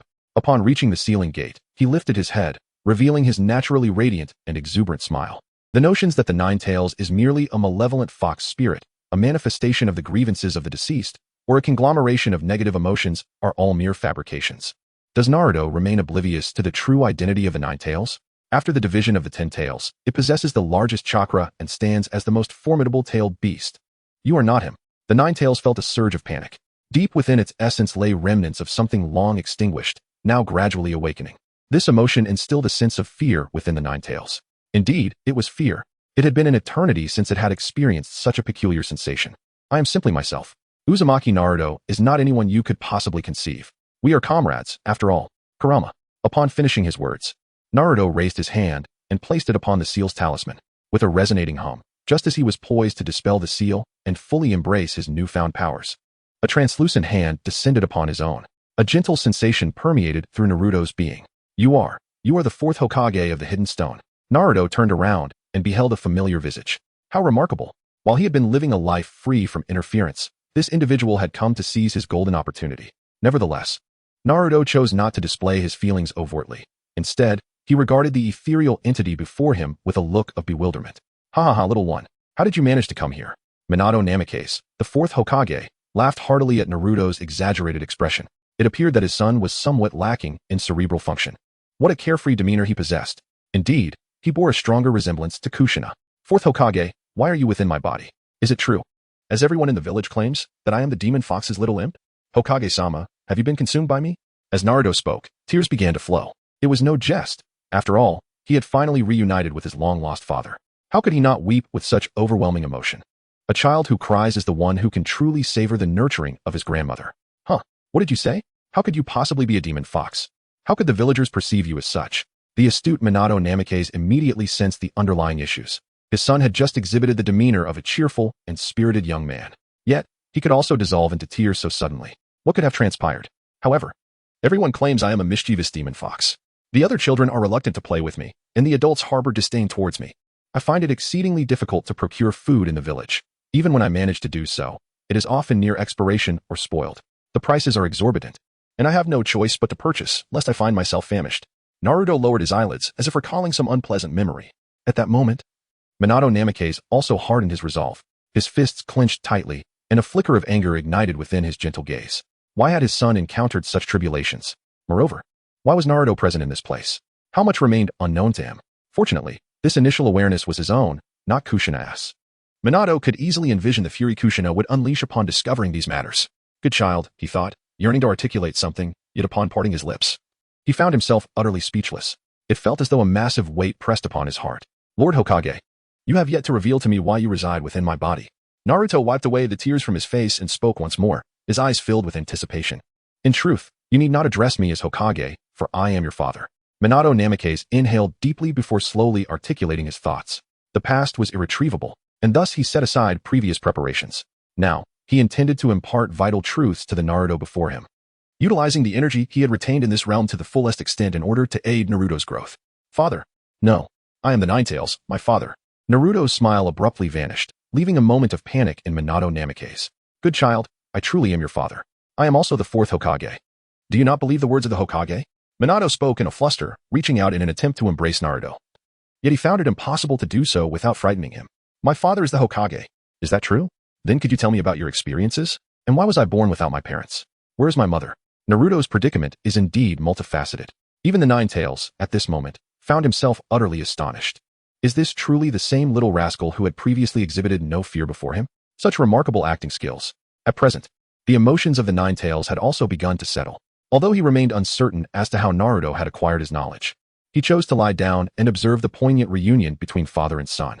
As for everything else, that could be addressed once Minato Namikaze departed. Naruto, your mother is named Kushina Uzumaki. She was a remarkably beautiful and gentle soul. We met during our time at the Ninja Academy. Well then, this seemingly unremarkable father has chosen to regale tales from the age of dinosaurs. Time seemed to stretch interminably, and Naruto's mental fortitude began to wane. Minato. This seemingly unassuming father had yet to broach the subject of the Ninetales rampage. Father, I seem to. Naruto found himself somewhat speechless. He had come in search of the Ninetales, initially believing that the fourth Hokage, Minato Namikaze, would differ from the third Hokage, Hiruzen Sarutobi. However, it became evident that such oratorical prowess was indeed an essential quality for a leader. After a moment of bewilderment, Naruto vanished from the scene. Minato observed the situation and shifted his gaze toward the sealed Ninetales. Don't look at me. I didn't summon him here. This seal was established by your own accord, so you should be well aware of that. The Ninetales shot a glance at Minato, uttering a few words before lying down and closing its eyes. Suddenly, it felt as if this little fellow possessed a certain intriguing quality. Chapter 12, A Brief Respite. The gentle rays of the morning sun filtered into the room. Naruto furrowed his brows slightly before opening his eyes. This cheap old man. Naruto, feeling somewhat fatigued, sat up, his head still slightly dizzy. Although there were no after effects from utilizing the Sharingan, the repercussions of excessive chakra and mental energy usage remained unmitigated by the system. However, it was not without its advantages. Notably, his mental acuity had experienced a significant enhancement. It was time to head to school. Uzumaki Naruto rose, washed up, donned his attire, and stepped out of his dilapidated apartment. With a radiant smile illuminating his face, he proceeded toward the Ninja Academy. As he walked, a sudden tremor caught his attention. He turned to see two large, green figures dashing past him, swiftly disappearing from view and leaving only a cloud of dust in their wake. Ding. Observe Rock Lee's morning training at the Konoha Ninja Academy and comprehend the Konoha fluid technique. Ding. Witness Might Guy's morning training and grasp the 8 gates technique. With these notifications echoing in his mind, a wealth of information began to flood his consciousness. Details regarding various meridians and chakra points inundated Naruto's thoughts, seamlessly merging with the knowledge of the Konoha fluid technique. This sensation was truly delightful. Naruto exhaled a sigh of relief, then proceeded to stretch his limbs. He began to sprint with great speed. The Uzumaki clan was renowned for their formidable physique, and previously, Naruto's mastery over chakra had been influenced not only by the Ninetales chakra, but also by his own physical training. His mind, too, had felt the effects. With this extraordinary insight, Naruto was confident that he would soon acquire the ability to protect himself. Although he had grasped the basics of the Manjiki Sharingan and some fundamental ninjutsu, he remained cautious. Upon arriving at the entrance of the Ninja Academy, Naruto stood there alone. Gradually, parents began to escort their children to school. Upon noticing Naruto, some began to whisper and point. Of course, this was a school, and they dared not confront him at that moment. Suddenly, a snack wrapper was thrust before Naruto, accompanied by a deep voice. Choji. Naruto gazed at the chubby boy before him, one of the few children in the village who had never bullied him. The offspring of the ninja clans were well-mannered, perhaps because their parents possessed some awareness of the world around them and imparted certain lessons to their offspring. Despite Naruto's mischievous nature, his antics did not seem to pose any significant issue in the eyes of the other children. Thank you. Naruto took a chip from the bag and crunched it between his teeth. Are you waiting for someone?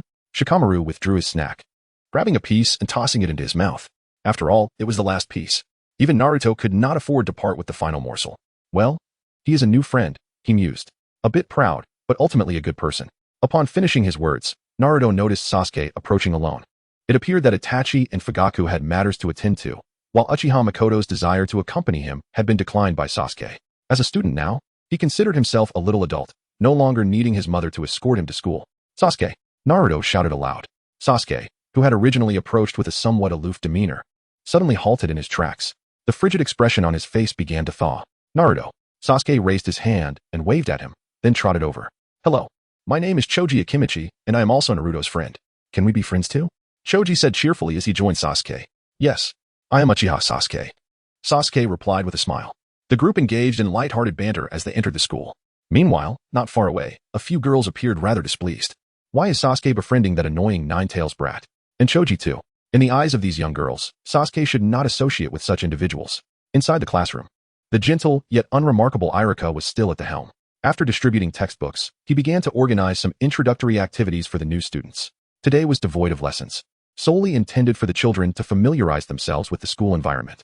Irika felt a tinge of nervousness. As the homeroom teacher, the weight of responsibility lay heavily upon him. At that moment, his gaze fell upon Naruto. For Irika, Naruto represents an indelible pain, a poignant reminder of his family and loved ones lost during the Nine-Tails rampage. How could I possibly hold a child accountable for such tragedies? The burdens he bears may surpass my own. Irika's mind is a tumult of contradictions, yet ultimately, in his role as a teacher, he conquers his animosity. Furthermore, given his character, it would be inconceivable for him to intentionally make things difficult for a child. Of course, he harbors no intention of actively caring for Naruto. It isn't until the afternoon, after school, that these thoughts linger. Naruto exited the classroom. By the end of the day, he had comprehended all the knowledge contained within his textbooks. Possessing an extraordinary intellect, he not only memorized all the information, but was also able to extrapolate it within his mind. This included analyses of certain specialized battles, as well as foundational concepts of the ninja world. On his first day of school, was Naruto accustomed to it? Just as he pondered this, Sasuke spoke up slowly. I suppose I'm getting used to it. It's somewhat dull. The atmosphere of learning here isn't particularly conducive. Naruto remarked. Goodness, I hadn't anticipated that I would have to attend school again after being reborn. Moreover, the knowledge being imparted now seems rather unnecessary. It appears that I must devise a plan for the time ahead. Naruto suddenly recalled something, and his mood brightened accordingly. It seemed that tomorrow would mark the commencement of school. The subjects he had already mastered. He could not fathom why he had to study them once more. Sasuke also wore a discontented expression. As children do, their emotions were plainly etched upon their faces. After walking for a while, the two parted ways. This routine persisted for a month. During this time, Naruto had adeptly mastered the technique of using shadow clones to attend school, while he himself indulged in leisure and, training methods. Throughout this period, Naruto refrained from employing the Sharingan to access the location of the Nine-Tails. On a weekend, in the Uchiha training grounds, two small figures were engaged in practice. Father, Sasuke's taijutsu has significantly improved.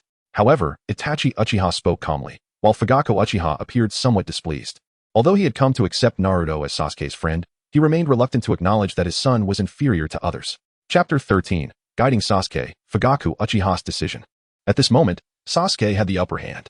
His strength and speed exhibited commendable performance. Meanwhile, Naruto appeared to be under pressure. Yet, Sasuke's every strike did not inflict any substantial harm on Naruto. On the contrary, amidst the battle, Naruto continuously guided Sasuke to rectify his shortcomings in combat. In such encounters, Sasuke found himself fighting with increasing fluidity, an evident enhancement that he had not experienced when sparring with his father or brother. Fire release, great fireball technique. At the instant Naruto blocked Sasuke's attack, Sasuke leaped, leveraging the moment. Swiftly forming hand seals in midair, he directed the fire release, great fireball toward Naruto. The fire serpent expelled from his mouth instantly transformed into a colossal fireball, engulfing Naruto. Boom. As the fireball descended, it detonated instantaneously. A terrifying shockwave radiated outward. Sasuke, your fire release is becoming increasingly formidable. Moreover, you can even unleash it mid-air. Naruto's voice resonated from the opposite side of the training field. Simultaneously, the sound of slicing air accompanied his movements. With a resounding thud, Sasuke drew a shuriken, poised to counter Naruto's kunai, when suddenly, Naruto's fist emerged from behind him. Meanwhile, a figure in the distance dissipated into nothingness. A shadow clone technique? I never anticipated you would master it so swiftly. With a swift pivot, Sasuke intercepted Naruto's incoming punch. Sasuke, I believe we need to make some adjustments here. If I had been armed just now, your life would have been forfeit. Although this is merely training, it is imperative to cultivate a mindset for combat. Only then can we better confront our adversaries in the future. Naruto succinctly began, indeed. I instinctively believed we were in training, which contradicts the very purpose of practical combat training. Nevertheless, you still cannot defeat me. Sasuke retorted with a hint of arrogance. Naruto nodded, then fervently bestowed emotional value upon Sasuke. In truth, Sasuke was quite easy to coax. He merely required ample attention and acknowledgement. and thus this promising seedling would not veer off course. In the distance, Itachi Uchiha's expression grew increasingly grim. After a period of observation, he had come to a definitive conclusion. Naruto was not as sunshiny and cheerful as he outwardly appeared. Furthermore, Naruto's displayed prowess left Itachi deeply unsettled. Sasuke possessed considerable talent, and his recent training and advancements had been commendable, yet he remained guided by Naruto in battle. Under such circumstances, what of Naruto's strength? At the very least, the recent bout was sufficient to vanquish several ordinary genin. Father, I have matters to attend to. Please deliver this to Lord Hokage, Itachi's father, Fugaku Uchiha, stated, producing a scroll and placing it in Itachi's hands. Understood, Itachi nodded and then vanished in an instant. Fugaku also departed, for he had other matters to address. The information Naruto had disclosed to the two of them was nearly fully investigated by Fugaku. Given the decision to pursue this path, there were indeed many preparations to be made. Naruto naturally noticed the disappearance of the two, and it seemed that his actions were beginning to bear fruit. Naruto, I find it rather peculiar, not only regarding our recent battle, but also the previous encounters we had. Despite my ability to suppress you, I have yet to defeat you. Do you not feel the same? Uchiha Sasuke appeared deep in thought. Not at all. I simply possess a stroke of luck. Furthermore, you are not fully committed, which is why I evaded your defeat. Sasuke, you are now capable of exploring other fire and lightning techniques. Additionally, refining your chakra requires greater diligence. Naruto remarked with a smile. I must admit, this special technique proves to be quite effective. There is no doubt about deceiving Sasuke. Naruto, are you not returning tonight? Let us refine our chakra together. Uchiha Sasuke gazed at Naruto Uzumaki with anticipation. All right. Naruto nodded and then accompanied Sasuke to take a bath. After their training, they were both drenched in sweat. In the Hokage's office, Sarutobi Hiruzen expressed his astonishment. Are you saying that Naruto's strength surpasses that of your brother? Naruto has always been under his watchful surveillance. Regardless of his actions, whether it be what he dined on at night or how many times he visited the restroom, he is well aware of it all. Sasuke, as the youngest son of the Uchiha clan leader, undoubtedly possesses ample training, resources, and ninjutsu skills. Naruto, this lad, is surprisingly stronger than Sasuke Uchiha. Such news evidently left Sarutobi Hiruzen in a state of astonishment. Well, it can be confirmed. However, his behavior was not overly peculiar. Aside from concealing his true power, the Hokage ought to investigate whether anyone has been in contact with him. By the way, this is something my father asked me to give you. After Itachi Uchiha finished speaking, he retrieved a scroll and handed it to Sarutobi Hiruzen. A wave of confusion washed over Hiruzen. Uchiha Fugaku.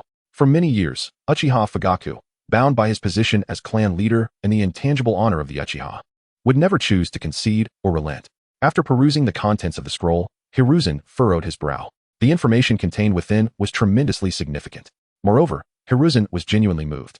Over the years, the Akatsuki had developed both overtly and covertly, growing to a point that instilled a measure of apprehension within him. Despite Danzo's brazen demeanor, openly displaying his ambitions, he still exercised restraint. For once Danzo Shimura took action, the consequences would be beyond Hiruzen's capacity to endure. But now, with the scroll brought forth by Itachi, perhaps those concerns could finally undergo a transformation. Itachi, you have performed admirably this time. Tonight, your family has a meeting. You should attend. I shall provide you with something. After speaking, Hiruzen produced a new scroll and swiftly inscribed several notes upon it. Once completed, he handed the scroll to Itachi. Understood. Itachi's expression remained unchanged as he accepted the scroll and turned to depart.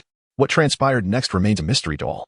It seemed as though nothing significant had occurred, as Naruto and Sasuke continued their studies and daily lives without disruption. Time slowly passed, and the weather began to grow colder. Before long, the end of the term approached. Indeed, even the Ninja Academy had its own examinations. However, this time of year was the one Naruto despised most. The cold weather meant new demands for clothing and food. He had always managed to endure through the harshness of cold and hunger. It is difficult to imagine how a child of such tender years survived. Chapter 14. The Changes of the New Year. Within the dilapidated apartment, Naruto opened the door and beheld Sasuke, adorned in new attire, standing at the threshold. Accompanying him was Mikoto Uchiha, who was carrying a plethora of items.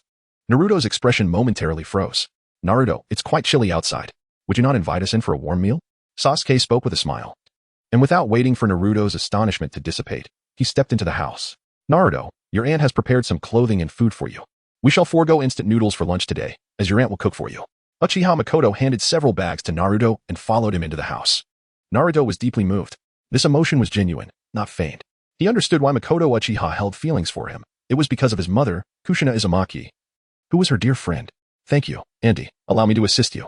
Naruto set aside the bag containing his new clothes and prepared to enter the kitchen. No. You should have a conversation with Sasuke first. I can manage on my own, Mikoto Uchiha said with a gentle smile. Gazing at her expression, Naruto's conviction only grew stronger. Indeed, the events of the past were as he had suspected. It was unequivocally the death of his unremarkable father. Although Minato Namikaze had ascended to the position of the fourth Hokage, the real power largely resided with the third Hokage, Hiruzen Sarutobi. This was why. Even during the chaos of the Ninetales incident, many ninjas chose to assist Minato, yet the A and B remained conspicuously absent. At that time, the A and B were closely guarding Hiruzen Sarutobi. This connection partly explains why Sarutobi refrained from intervening during the Ninetales turmoil. He harbored suspicions that Minato had conspired with the Uchiha clan, using the tumult to undermine him. Power had clouded Sarutobi's judgment, leading him to forget that Minato would never stake his wife's life in such a deceitful scheme. Thus unfolded a grand spectacle in Konoha. The fourth Hokage sacrificed himself to protect the village while the third Hokage merely observed, smoking in detached amusement. The closeness between Minato and the Uchiha clan only fueled Sarutobi's suspicions, which, like a seed planted in his paranoid mind, had grown into a towering tree by the time the Ninetales appeared. In the room, Naruto and Sasuke were discussing their upcoming training plans. The two young boys were decidedly unlike their peers, showing little interest in play. To them, enhancing their strength was of utmost importance. They had made a pact to become the foremost ninjas in the shinobi world. All right, let us wash our hands and sit down for dinner, Mikoto Uchiha said with a smile as she brought the dishes to the table. Sasuke, you can stay here tonight and sleep over at Naruto's. Tomorrow, remember to bring him home for dinner. Understood, mother. Yes, thank you, auntie. The two boys hurried to wash up, while outside the worn apartment. The Umbu operatives exhibited a palpable tension, constantly attuned to the changes occurring within. Mikoto's arrival had unsettled them. Meanwhile, in the underground headquarters of the Root organization, a member knelt before Danzo, reporting, Lord Danzo, we have been intercepted by the Umbu. The Umbu? We merely intended to deal with the Uchiha and had no intention of troubling that brat. What is the third Hokage up to? Danzo's face was etched with confusion. Realizing this was no ordinary report, as Danzo's expression darkened, he began to grasp the implications. Recall all Root members and conclude their missions. The previously arranged task can now be executed. He spoke decisively, retrieving a box and departing the premises. In the Hokage's office, a low voice broke the silence. Third Hokage. Sarutobi Hiruzen scrutinized Shimura Danzo, pondering his unexpected visit. At this juncture, Danzo should be fully aware of the situation at hand. What was he here for? Surrender? Before Hiruzen could articulate his thoughts, Danzo placed the box before him. Hiruzen, momentarily speechless, reached out to open it. Inside lay a pair of eyes, crimson orbs adorned with 3 swirling tomo. The Sharingan, Hiruzen's expression grew grave. I trust you haven't forgotten, have you? Are we to prepare to violate our initial promise? Danzo smiled cryptically. Do you wish to sever all ties completely? A tree cannot survive if it is uprooted. The Uchiha's plans are to be discarded. Additionally, reduce the number of Root members by half. That is impossible. You cannot extricate yourself from this. Danzo interrupted Hiruzen, leaving the box behind as he turned and vanished, leaving the negotiation in ruins. Hokage-sama, should we? No need. Contact Asuma and inform him that his training is complete. Hiruzen resumed his duties, with the Umbu departing the office. Unbeknownst to Naruto, the turmoil among Konoha's higher-ups was brewing. He felt the weight of their watchful eyes upon him, aware that at least a dozen individuals were observing his residence. Naru, I've discovered something. Sasuke suddenly leaned in, a mysterious expression on his face. I might be a genius. Yes, indeed, you are a genius, Naruto replied, affirming his friend's proclamation. At this moment, Naruto found himself contemplating how to confront the higher-ups of Konoha. If he were to adhere strictly to the original narrative, the pace would be excruciatingly slow. He would have to wait until Orochimaru executed his plan to obliterate Konoha before he could truly attain his freedom. Clearly, such an extended wait was beyond his endurance. Not to mention, the issues plaguing Konoha were merely the foundation. There were far greater crises that demanded his attention. Look, ZZZZ. Sasuke raised his hand, and a sphere of lightning materialized in his grasp. Wow, how impressive. A technique without hand signs. Naruto was poised to casually dismiss Sasuke, but in the next moment, he found himself momentarily stunned. Ding. Observing Uchiha Sasuke's lightning release, he comprehended the nature of lightning chakra and grasped the technique. Lightning release. Thunderclap. Naruto was taken aback as the system's notification chime resonated. Chapter 15. The practice of lightning release? A mere spark will suffice. In Naruto's recollection, Sasuke had only grasped the lightning release after graduating as a genin, which was 6 years later, under the tutelage of Kakashi Hatake, mastering the lightning release, Chidori. At this moment, the crackling lightning in Sasuke's hand clearly demonstrated his mastery over the elemental transformation of lightning release. Sasuke, how old is he? Not even 6. It seems that his training, alongside Sasuke, has led to some extraordinary transformations. A formless lightning release. I have yet to decide on a name for this technique. However, I cannot infuse too much chakra, or I risk injuring myself. Naruto, do you have any suggestions? Though you are merely a big fool, I still believe you can provide me with some excellent advice. Sasuke spoke with a hint of pride. It must be said. The current Sasuke has indeed begun to evolve into a more proud character. Suggestions, you say? Naruto truly delved into contemplation this time. Ding. The host earnestly pondered over the information regarding lightning release and comprehended the lightning release, Chidori flow. Ding. The host seriously reflected on the development of lightning release.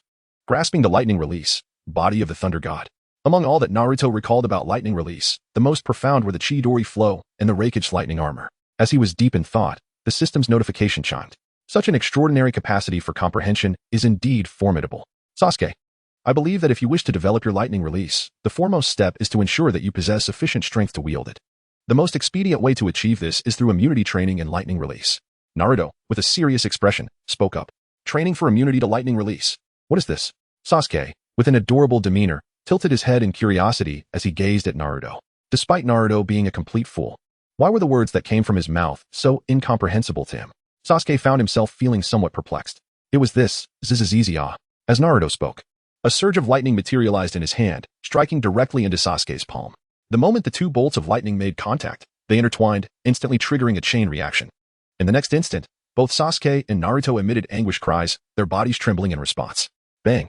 Mikoto Uchiha swiftly pushed the door open, witnessing the two boys finally separated. However, at that moment, both were enveloped in swirling black smoke, their hair standing on end, with residual currents still flickering around them. Sasuke, Naruto, Mikoto rushed to their side, lifting them in her arms and hastening toward the hospital. Fortunately, both boys possessed robust constitutions. Such a degree of lightning release could only leave them momentarily dazed. Indeed, after a brief period of unconsciousness, Naruto regained his senses. Naturally, he could not simply awaken. A visit to the hospital was still imperative. In the hospital ward, after a brief treatment from the medical ninjas, Sasuke regained consciousness. He instinctively glanced toward the adjacent bed and, upon seeing Naruto still with his eyes closed, broke into a smile. The innocence of childhood is always so pure and uncomplicated. Are you laughing at me? Upon sensing that Sasuke had awakened, Naruto also opened his eyes and spoke earnestly. No, I merely feel as though I have been infected by your foolishness. However, what you said seems to hold some truth. As Sasuke spoke, he raised his hand, and a surge of lightning manifested once more. Yet, following a single electric attack, the current he now wielded had grown considerably in strength. You dare call me a fool? Sasuke, if it weren't for me, would you have discovered such a training method? By the way, there is still much to learn about lightning release. Recently, you could ask your brother or father to teach you, and then you can impart that knowledge to me. Naruto spoke cheerfully. However, if we persist with this training method, will we find ourselves perpetually visiting the hospital? Yet, if this continuous enhancement is achievable, perhaps it is not so troubling. Sasuke chuckled innocently. Indeed, this is merely an initial improvement. If we maintain this rigorous training, I am certain I could graduate ahead of schedule. Although it is not a time of war, and early graduation is generally improbable, an exceptionally talented student may still apply for it. Let us delve into medical ninjutsu. I shall take the responsibility of mastering that while you focus on studying lightning release. Then, we can collaborate effectively. Naruto spoke with a smile. Sasuke was taken aback upon hearing him. He felt that there was something amiss with Naruto's words, yet they also seemed to possess an undeniable logic. Well, why not try it now? Sasuke said, as he directed the bolt of lightning from his hand to his own chest, with a crackling sound. He succumbed once more to unconsciousness, nourished by the electric surge. Naruto gazed at Sasuke, rendered momentarily speechless. What a remarkable fellow, so unrelenting even towards himself. Naruto slowly rose to his feet and approached Sasuke's bedside. Indeed, he had already mastered the intricacies of medical ninjutsu without the need for further study. During the recent treatment administered by the medical ninja, as well as in Sasuke's healing process, Naruto had comprehended the comprehensive essence of medical ninjutsu. With his current mastery over chakra manipulation and its abundant reserves, he was capable of executing several fundamental medical techniques. Extending his hand, a vibrant green light emanated from his palm. Sasuke's breathing gradually stabilized. After a span of several minutes, Sasuke's eyelids fluttered, and he slowly opened his eyes. Naruto, I was unconscious for approximately 20 minutes. Indeed, it seems my proposed method is effective. Through this stimulation, Sasuke, you will inevitably master the transformation of lightning release. At that point, you will be able to devise the most suitable combat techniques based on your understanding of lightning. It appears I am witnessing the emergence of a genius destined to become an extraordinary powerhouse. Naruto raised his thumb, his words flowing forth with an exuberance that seemed utterly boundless. Sasuke, already somewhat pleased with himself, found his pride swelling even further. That triumphant expression of his was likely so exuberant that even the mighty Shinra Tensei could not contain it. Well, I'm not as formidable as you claim, he replied. By the way, Naruto, since we have now recovered, shall we make our way back? Sasuke inquired with a hint of curiosity. He was not fond of the hospital's sterile surroundings. Moreover, should the medical ninjas catch wind of their experiment, they would undoubtedly inform his mother. And the ensuing reprimand would be far from pleasant. Let us take a moment to rest before we return, he concluded. Naruto nodded and then returned to his bed. Chapter 16. 2 days? 2 days. Over an hour later, the two of them got out of bed and found Uchiha Makoto waiting outside. After repeatedly assuring her that he was truly fine, he was finally led away from the hospital by Uchiha Makoto. Due to their recent discharge, Uchiha Makoto forbade Naruto from returning to that dilapidated apartment alone. She insistently took him back to the Uchiha clan compound. In Sasuke's room, he complained. Mother is being overly dramatic. We're perfectly fine, yet she still won't let us go to the training grounds. Naruto remained silent, seemingly sensing that Sasuke's maturity had accelerated alongside his increasing strength. Sasuke, focus on refining your chakra. With a sufficiently developed physique, ample chakra is essential for support. Moreover, even within these walls, we can still hone our skills, Naruto declared as he settled down cross-legged, embarking on the refinement of his chakra. Upon witnessing Naruto's endeavor, Sasuke likewise took a seat beside him. The two were engaged in a spirited pursuit of one another. Despite Sasuke's frequent taunts labeling Naruto as a fool, his acknowledgement of Naruto's abilities was unequivocal. Time seemed to pass swiftly during their training. The following morning dawned. Crack, crack. Naruto and Sasuke stretched their bodies, exchanging a knowing smile. Clearly, their evening of training had yielded commendable results. Fortunately, since Sasuke had taken to presenting himself as a young adult upon entering school, Naruto felt no obligation to indulge in Sasuke's playful antics. After exiting the room and preparing for their morning routine, they made their way to the training grounds for physical training. Brother, Itachi? As they stepped outside, they spotted Itachi Uchiha perched on the railing. After you wash up and have breakfast, come to the training field, Itachi instructed with a smile. His gentle demeanor made it momentarily difficult for Naruto to reconcile this Itachi with the one who had threatened their clan. At that moment, Itachi's transformation mirrored Sarutobi Hiruzen's evolving attitude. It appeared that the seeds sown previously had begun to sprout. All right, brother.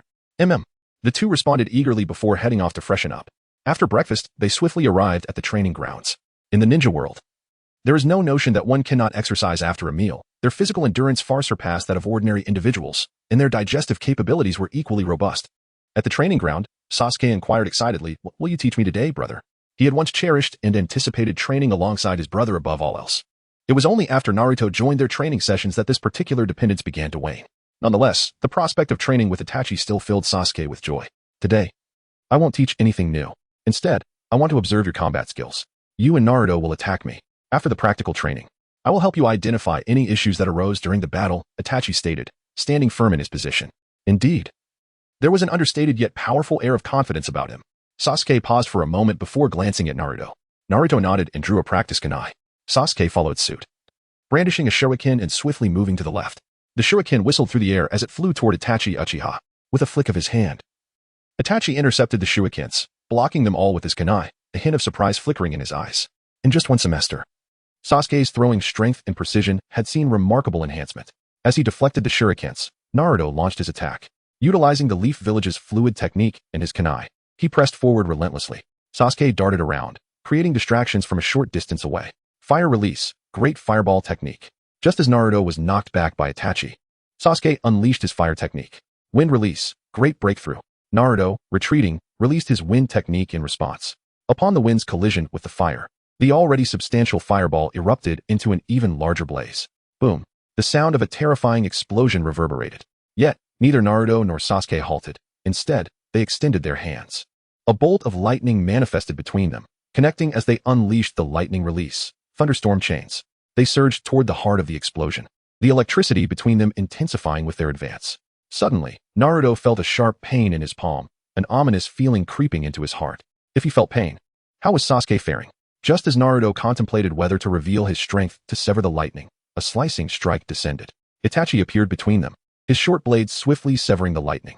The blade acted as a conduit, drawing the lightning toward it and embedding itself into the ground, directing the current away. Even Itachi, at that moment, rose with an appreciative gaze directed at the duo. Yet, his expression quickly shifted to one of seriousness. Sasuke, Naruto, how long have you been mastering this lightning technique? Itachi asked solemnly. Such coordination must have required several months of practice. Why have I not witnessed you utilizing or training in lightning release before? 2 days, Sasuke replied, shaking his hand, a look of trepidation on his face. Had Itachi been any later in intervening, he would have suffered significant backlash. 2 days. Itachi was taken aback, doubting his own hearing. In just 2 days, one cannot possibly master lightning release. 2 days ago, while at Naruto's house, I mentioned that I had grasped lightning release, Sasuke explained succinctly, recounting the events that transpired. Upon hearing Sasuke's account, Itachi struggled to accept the reality. This revelation was somewhat of a paradigm shift for him. His younger brother and Naruto had seemingly transformed into prodigies overnight. Talent and practical ability. Could they truly possess both in abundance?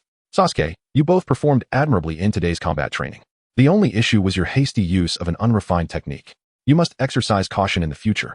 Go take a shower, then engage in your daily training. Father has requested my presence. With that, Itachi vanished in an instant. Naruto approached Sasuke and took his hand. A surge of green chakra illuminated as Sasuke's injuries quickly healed.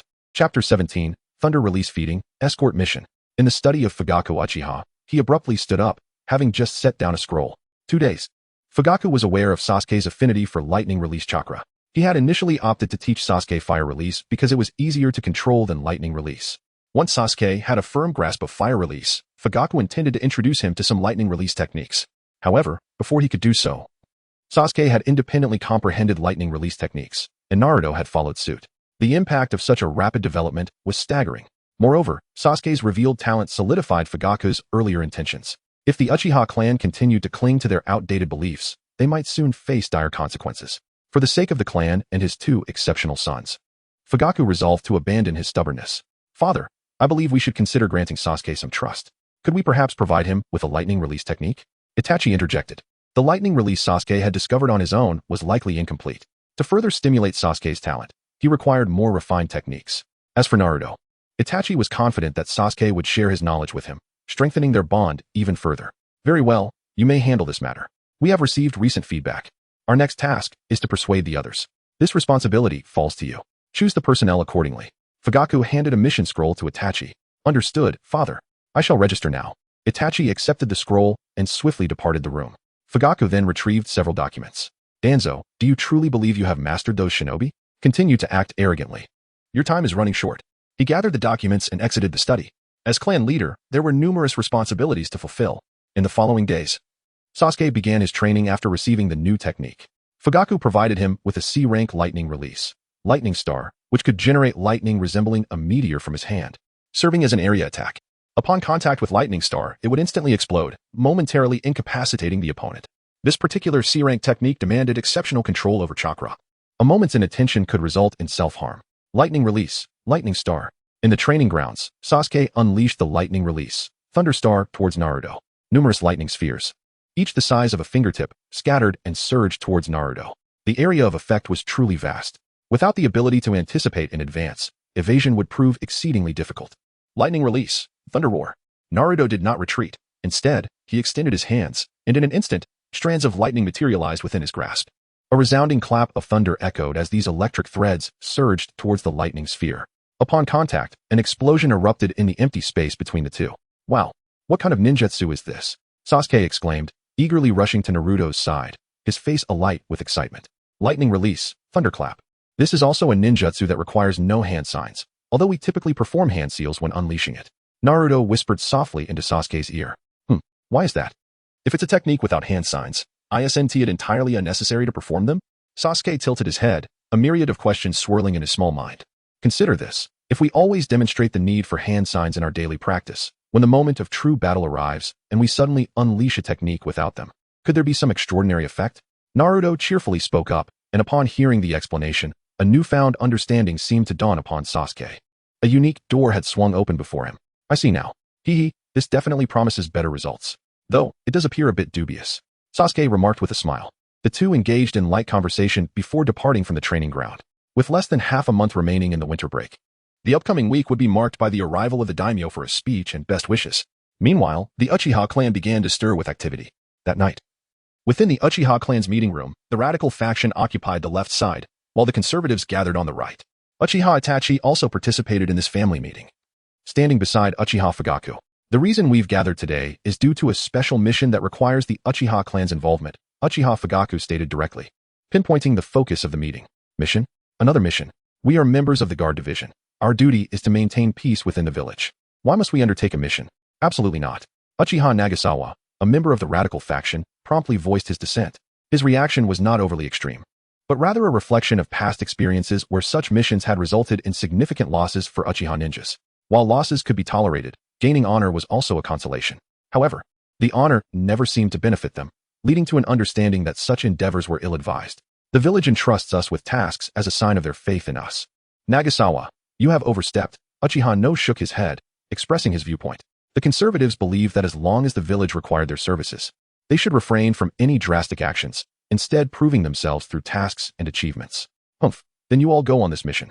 We'll remain here to safeguard the village's tranquility. Uchiha Shikumiai from the radical faction scoffed.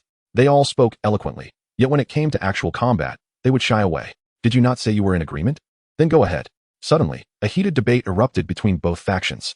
In most meetings, they would wait until both sides grew weary from arguing before Uchiha Fugaku would interject with what he deemed as sound judgment. This dynamic often led to the Uchiha clan finding themselves in such an awkward predicament, as the clan leader struggled to take a definitive stance. The task involves escorting the daimyo. Uchiha Fugaku's voice suddenly resonated, though softly, it swiftly silenced both radicals and conservatives present. Chapter 18, A Perilous Escort Mission. With just a single sentence, all eyes turned to Uchiha Fugaku. Leader you. Uchiha Nagasawa stammered, unable to articulate further. Bang. After contemplating, Uchiha Nagasawa leaped up and landed a punch on Uchiha No from the conservative faction. What are you doing, Nagasawa?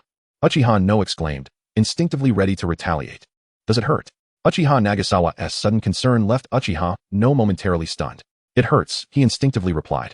Ha ha ha, this isn't a dream. Shikumiai, did you hear that? It's the daimyo escort mission. Uchiha Nagasawa laughed maniacally. Damn it, if you want to prove yourself, stab yourself a few times. Are you out of your mind? Why hit me? Uchiha No retorted, his face filled with displeasure. Yet after his outburst, his gaze returned to Uchiha Fugaku, as he genuinely wished to ascertain the veracity of the news. Others shared the same sentiments. Well, regarding this matter, I have already accepted the mission. Uchiha Fugaku raised his hand to reveal the mission scroll. Upon its presentation, the crowd settled down. Leader, I am willing to accept the mission. Traditionally, these external tasks have fallen to us. We will ensure the mission is completed, just as before. Uchiha Nagasawa promptly stood and stepped forward to volunteer for the task. After all, escorting the daimyo was a prestigious responsibility. A substantial portion of the village's annual expenses came from the Land of Fire. Escorting the daimyo typically posed little danger. An attack on a daimyo would invariably incite war. Even the higher-ups within Konoha would refrain from causing trouble during such missions. Thus, this was essentially an opportunity to gain accolades without risk. In previous years, such missions had always been assigned to Konoha's elite. It was rare for the Uchiha to have a chance. You've undertaken too many missions previously. Let us handle this one. It will lighten your burden. Uchiha No spoke with a smile. Such tasks were a significant honor, regardless of who undertook them. Even as a representative of the conservative faction, Uchiha No felt a twinge of excitement. You've made me laugh. You usually refuse to lead patrols, so what else with this mission? Leader, indeed. The Uchiha clan's family meetings often devolved into mutual exchanges of barbs between the radicals and conservatives. All right, this time, Itachi will lead the team, and he will also select the members. Finally, Uchiha Fugaku interjected, bringing an end to the verbal clash. At that moment, all eyes turned to Uchiha Itachi, a member of the Uchiha clan and the captain of a Konoha Umbu squad. Previously, when Uchiha Fugaku appointed Itachi as the squad leader, a family meeting was held to ease the tensions with the radicals. Given the Uchiha's traditional emphasis on strength, many held high hopes for Uchiha Itachi due to his formidable abilities. For this mission, I require the strongest teammates. Therefore, Nagasawa, Shikumiai, Roy, and Limu. Uchiha Itachi began to call out names. Unsurprisingly, all those named were members of the radical faction, which displeased the conservatives. Itachi, do you look down on us? Uchiha spoke up. He is the younger brother of Uchiha No and one of the elders of the clan. At over 40 years of age, he represents the conservative faction, which is the most powerful among them. They command half of the clan's ninja forces, all of whom desire to maintain their current comfortable and stable lives. Uchiha Itachi's actions have dealt a significant blow to their pride. Elder N, if you can defeat any of the individuals I just mentioned, then I shall entrust this mission to you, Uchiha Itachi stated, his expression unperturbed by the elder's words. You. Uchiha N raised his hand, intending to say more. But could he truly match Itachi? At that very moment, the radical faction members had already fixed their predatory gazes upon him. This is the honor of our Uchiha clan. It matters not who steps forward. We shall abide by the clan leader's decision, Uchiha No quickly interjected. With the support of his elder brother, Uchiha N snorted softly, dismissing the matter and taking his seat. The final roster was established. The leader of the escort team, Uchiha Itachi. Members of the escort team, Uchiha Nagasawa, Uchiha Limu, Uchiha Roy, Uchiha Nakamura, Uchiha Kuda, Uchiha Kaichi, Uchiha Hachi, Uchiha Gu. A total of 10 individuals. After the meeting concluded, 9 remained. Everyone, I hope you will remember what I am about to say. Uchiha Itachi began slowly. Itachi, or rather, he should be referred to as the captain now, continued. The escort mission is fraught with peril. Before Uchiha Nagasawa could finish his thoughts, Uchiha Itachi interrupted him with 3 words, peril? In an instant, not only Uchiha Nagasawa, but the others wore expressions of confusion. The second meeting lasted merely half an hour. As the 8 departed, their faces bore a grave demeanor. Father, after this, the relationship between our clan and the higher-ups will significantly improve. At the very least, we will stand united with Lord Hokage. Therefore, in the coming days, there is much for you to do, Uchiha Itachi remarked, casting a glance at Uchiha Fugaku. At that moment, Fugaku's expression softened slightly. You need not worry about matters within the village. Go prepare, he replied confidently. Uchiha Itachi nodded and took his leave. In stark contrast to the tranquility within the Uchiha clan, the root organization was in disarray. Danzo was in a frenzy. How dare Sarutobi Hiruzen? He is no longer Hokage. Yet he shamelessly continues in that role, now colluding with the Uchiha. This is utterly intolerable. Danzo bellowed. His outburst was driven not only by his frustration towards Sarutobi, but also by the agony coursing through his arm. The transplantation of Hashirama cells along with the Sharingan placed a considerable strain on his body.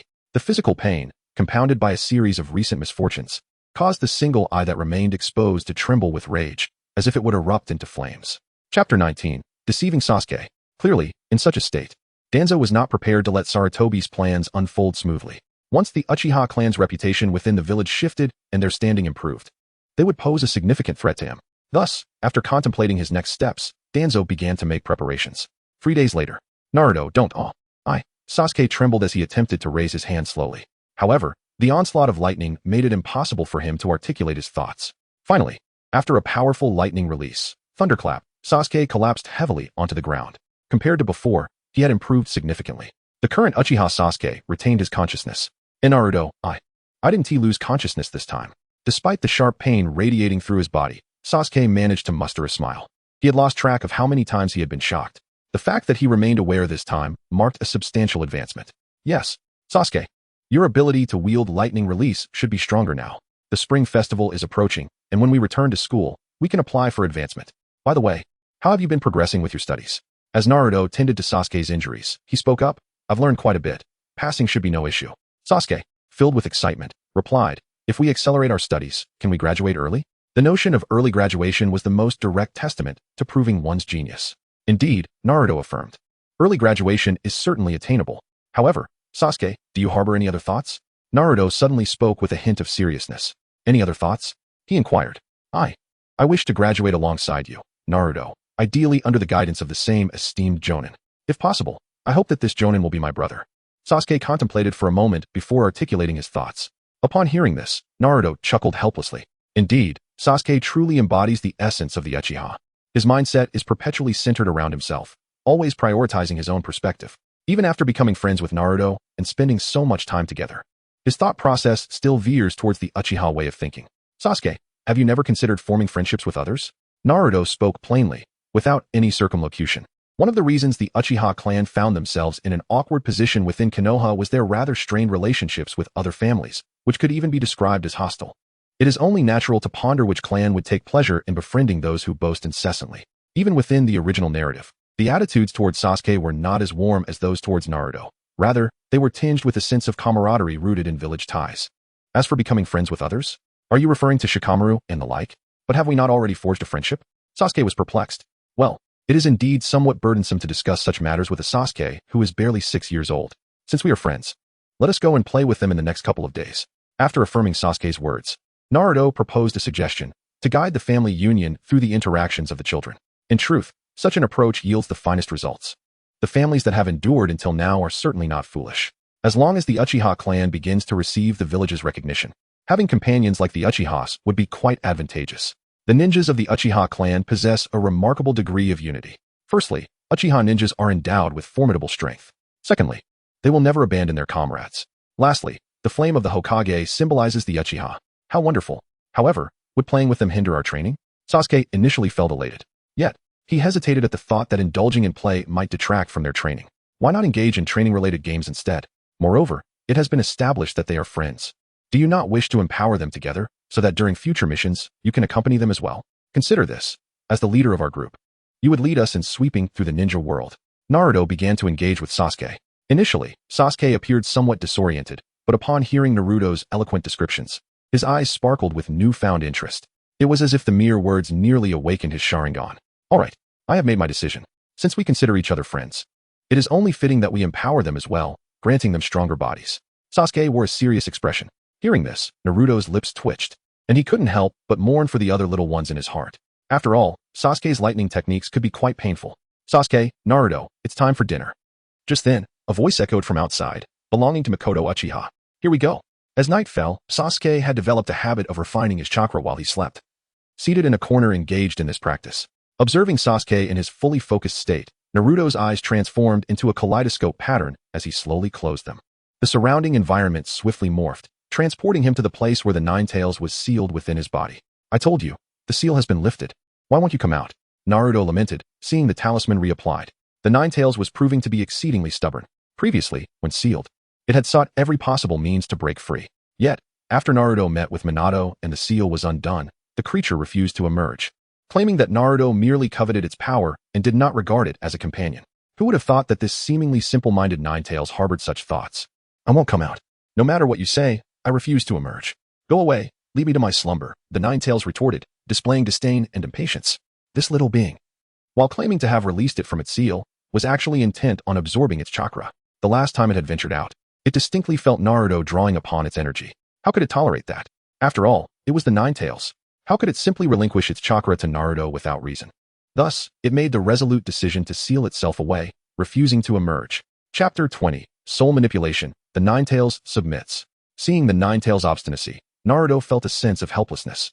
Suddenly, a notification from the system chimed. Ding. Observing Nine Tails chakra has led to the insight of Chakra Source Gathering Technique. Chakra Source Gathering Technique automatically gathers and absorbs the essence of chakra. The description was straightforward, yet Naruto understood what the essence of chakra truly meant. It is important to note that this world originally lacked the concept of chakra. Chakra was introduced following the arrival of Kaguya Otsutsuki. The divine tree extracted energy from the world, and after evolving into the Ten Tails, the notion of chakra came into being. The so-called essence of chakra is, in fact, the primal force of this world. Much like the tailed beasts, even if they were slain, they would eventually resurrect in some corner of the world due to their intrinsic nature. They were, after all, a part of the world's very essence. Thus, with such a technique, Naruto now possessed a unique form of sage art that allowed him not only to eliminate the chakra originally within his body, but also to acquire an additional source of energy. Indeed, with his exceptional insight and the identity of the Chosen One, the path he was destined to tread would undoubtedly be longer and more prosperous. Never mind. Do as you wish. Father. Naruto waved his hand, choosing not to look at the Nine Tails any longer. He turned around and called out. As his voice echoed, Minato Namikaze reappeared. However, this time, Minato's form appeared even more ethereal. It seemed that each appearance consumed a significant amount of energy. Once the energy he had left within Naruto was depleted, it was likely that he would not be able to return again. Naruto held a deep appreciation for this father figure. Ding, the host begins to contemplate matters of the soul, comprehending the art of soul manipulation. Upon hearing this prompt, Naruto was momentarily taken aback. Soul manipulation? A fleeting glance filled him with delight, and a smile began to grace his lips. Naruto, this may be my last visit. Minato said. Thus, there are many things I wish to convey to you. You must. Minato had intended to impart certain messages, especially the words from Kushina, urging him to stay away from Jiraiya. Yet, suddenly, a surge of energy flooded into his being. The soul that was on the verge of dissipating began to coalesce once more. Minato's perception was acutely sharp. He immediately recognized that the source of this energy was his son, Naruto Uzumaki. But when had Naruto acquired such abilities? Or was it that he was absorbing Naruto's soul? With this thought, Minato felt a pang of panic. He attempted to halt the influx of energy, only to find it utterly impossible. A few minutes later, Naruto's body began to sway. Dad, what were you about to say?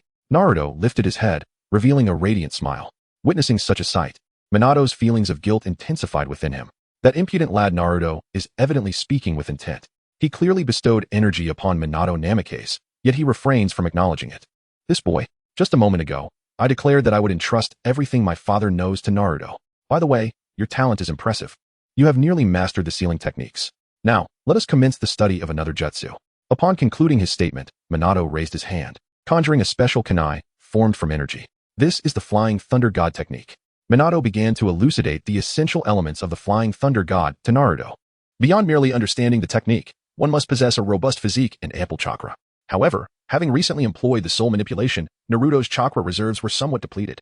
After several unsuccessful attempts, Minato advised, Naruto, you have essentially grasped the fundamentals, but practice is imperative. Your chakra is currently insufficient. Rest for a while before resuming your training. Once you achieve your first spatial teleportation, you may request chakra from Kaibai. As Minato urged Naruto to take a moment's respite. It was evident that continuing training under such conditions of chakra deficiency was unwise. Yet, Naruto abruptly turned to the Nine Tails and exclaimed, "Huh?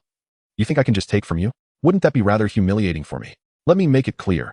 Even if I remain eternally confined within this cage, even if I wither away in this seal, I shall not bestow upon you even a modicum of chakra." Amidst the Nine Tails' bluster, Naruto tore down the sealing talisman. Instantly, a multitude of golden chains emerged, targeting the Nine Tails. In the blink of an eye, these golden chains ensnared the Nine Tails. Meanwhile, a figure darted past Minato and Naruto, charging towards the Nine Tails with a raised fist, delivering a powerful blow that elicited a muffled grunt from the creature. "What did you just say?" inquired a woman standing atop the Nine Tails, her hair billowing like the tentacles of an octopus. The previously defiant Nine Tails now appeared somewhat intimidated. This presence was all too familiar. Even after the passage of several years, the sight of her flowing hair sent a shiver down its spine. "Is it mother?" At that moment, a timid voice resonated. The once furious woman's hair fell gently as she turned, her face adorned with a tender smile, almost radiating light. She swiftly approached Naruto and enveloped him in her embrace. Naruto is no longer the naive fool who believed his mother was the embodiment of the Nine Tails. Indeed, the figure before him is none other than his mother, Kushina Uzumaki. Upon being embraced, Naruto sensed an additional surge of chakra within his body. His once withered form was instantly revitalized. Through her flowing red hair, he glimpsed the Nine Tails not far away. At that moment, the beast was no longer boastful. Though confined, it felt no fear. However, upon being confronted by Kushina, it was thrown into disarray. "Child, how old are you now? Have you been eating well? Also, let me tell you, if a man named Jiraiya comes looking for you, you must not follow him for training." Moreover, she inquired, "How did you arrive here? How did you find your mother just now?" The multitude of questions posed by Kushina could fill a tome of 100,000 whys. A mother's love for her son cannot merely be encapsulated within these inquiries. Chapter 21, The Public Training Ground. Naruto did not interrupt Kushina's words. In this moment, a mother seeks to make amends for years of absence and to express her affection. Alternatively, she simply wishes to ascertain whether her son leads a happy life. Naruto's role is to respond to Kushina's queries, offering her comfort and explanations. After a significant duration, Kushina raised her hand, gazing at the almost tangible essence of her soul, and inquired with surprise, "Naruto, did you do this?" "Yes," he replied. "Through my interactions with Dad, I realized that his soul's energy was gradually dissipating. Therefore, I began to explore the nature of souls. Once, I dreamed of a technique for soul manipulation." Naruto naturally refrained from mentioning the system and instead provided a relatively suitable explanation. "Minato, did you hear that? Our son. We can always be by his side. In the future, when he marries and has children, we will be able to witness it. Minato, Naruto, will this technique affect your soul?" After expressing her joy, Kushina also realized a significant concern. The essence of the soul has always been the most enigmatic. The fact that Minato could seal their consciousness within Naruto's body was indeed a remarkable feat, yet Naruto's methods transcended even that of Minato. What is most astonishing is Naruto's age. "Rest assured, Mom, my body and soul will remain unaffected. The use of this technique is based on the consciousness of both Dad and Mom, enhanced through chakra. In other words, it stimulates the self-repair and growth of the soul." Naruto succinctly articulated the essence of soul manipulation. In truth, the concept he proposed is theoretically plausible. Chakra, after all, is a fusion of spiritual willpower and the energy residing within the body. With the presence of the formidable chakra entity known as the Nine Tails, Naruto would not expend an excessive amount of his own chakra. Upon noticing Kushina Uzumaki's gaze, Minato Namikaze also expressed his thoughts. "I see. That's wonderful. By the way, Naruto, your father has taught you some ninjutsu, hasn't he? Next, I will guide you in the art of sealing," Kushina said earnestly. Kushina Uzumaki is a remarkably powerful ninja, having fully inherited the talents of the Uzumaki clan. Even in a purely spiritual form, her mastery of sealing techniques allows her to suppress the Nine Tails, revealing the extent of her prowess. Despite Naruto mastering various sealing techniques, his understanding of them still pales in comparison to that of his mother, Kushina Uzumaki. Naturally, he felt immense joy from her teachings. The following morning, Naruto and Sasuke rose early, completed their morning routines, and prepared for a day of leisure. Their first destination was the home of Choji Akimichi, where they roused him before heading to Shikamaru's residence. Soon, among the original 12, only 5 were absent: Tintin, Neji, and Rock Lee. Since Neji had not trained with Hinata that day, they were unable to locate him when they sought her out. As for Sakura, Ino had already gone to find her and should return shortly. At that moment, the remaining individuals gazed at Naruto and Sasuke with a mixture of astonishment and curiosity. After gathering here, they had realized that these two were the focal point of their assembly. Although they had spent a semester together, the bond between them had not yet reached such a level of intimacy. "Naruto, didn't you say you were going to eat? Why are you at the training ground?" Choji inquired, perplexed, as he produced a bag of snacks from seemingly nowhere, munching away. This was the public training area of Konoha, a place seemingly ill-suited for dining. Everyone, Naruto began, Sasuke and I have conceived a notion during the winter break. You are all ninjas from esteemed clans, blessed with inherited skills and early education. Therefore, we must strive harder and graduate ahead of schedule to become formidable ninjas. Sasuke added, I believe you can all be great friends. And I do not wish for us to part ways after sharing such aspirations. I envision a future where we all walk our paths together, accompanied by dear friends. Naruto spoke directly, revealing the purpose of his visit. In that instant, even the most laid-back Shikamaru widened his eyes in surprise. Naruto's words were simple, yet direct. Such expressions were the most effective in conveying his message. They even resonated deeply within the hearts of the young boys. Under these circumstances, the five of them positioned themselves before Naruto and Sasuke. Naruto, are you implying that you, too, could graduate early? Do you truly believe that merely enrolling in the Ninja Academy guarantees you an early graduation? This is merely the beginning. To put it plainly, do you genuinely think you can pass the physical and ninjutsu assessments? Inuzuka Kiba remarked with a look of disdain. As a member of the Inuzuka clan, he naturally possessed a sense of confidence and assurance. Moreover, with his companion Akamaru already demonstrating noteworthy combat prowess, his spirits soared even higher. Then let us see. Naruto spoke, revealing a radiant smile. With a swift formation of hand seals, he unleashed a flurry of shadow clones. In an instant, 4 identical Narutos appeared beside him, and the quintet vanished from their original position, only to re-emerge and encircle Inuzuka Kiba. Mere clones cannot inflict any real harm, Kiba declared, swiftly adopting a combat stance. Without hesitation, he charged toward Naruto. The outcome was predictable. Kiba found himself sprawled on the ground, his companion Akamaru rendered unconscious. Sasuke and I have been engaged in practical training all along. Now, I am far from weak. So, are you truly prepared to squander your prime years? Naruto cast his gaze upon the remaining few individuals. The outcome was truly astonishing. In an instant, he had defeated Kiba. At that moment, Sakura and Ino had returned. Witnessing the scene before them, hey, this guy looks rather impressive, doesn't he? Ino and Sakura thought, momentarily taken aback. However, upon noticing the cool Sasuke standing beside Naruto, such thoughts were swiftly cast aside. Are you all engaged in practical training? May I join you? Suddenly, a voice shattered the tranquility of the gathering. Chapter 22, The Battle Against Lee. The crowd turned to the source of the voice, where a green-clad figure, Rock Lee, appeared, still maintaining his running posture. It must be acknowledged that Lee's relentless training regimen and unwavering spirit epitomized the standard for ordinary ninjas. In his second year, he had become a disciple of Might Guy. As if he finally discerned the path he was meant to tread. To keep pace with his peers, his efforts were unparalleled, surpassing even the frenzied training of Sasuke and Naruto during this period. All right, I am Uzumaki Naruto, and I hope to become friends with you. Naruto stepped forward, extending his hand. Gazing at Naruto's radiant smile and fervent words, Rock Lee was momentarily taken aback. Had he finally received recognition? No longer would anyone label him as a worthless ninja incapable of ninjutsu. Did he truly have friends? Hello, my name is Rock Lee. Little Lee also reached out his hand. As their hands met, their gazes intertwined. Subsequently, they made their way to the center of the training ground. Taijutsu. Naruto also wishes to test whether he can defeat Rock Lee from this era. There is no need for ninjutsu or any other tactics. After taking a deep breath, Naruto assumed the stance of the leaf's fluid technique. Little Lee was momentarily taken aback, but quickly adjusted his mindset and adopted a combat posture. The two vanished simultaneously from their original positions, charging toward each other. They raised their feet high, colliding with a tremendous force that produced a sound reverberating with awe. Their speed intensified further, with punches landing with ferocity. Their velocity and technique surpassed what one would expect from individuals of their age. Meanwhile, Kiba Inuzuka, who had managed to rise to his feet, lowered his gaze upon witnessing the unfolding scene.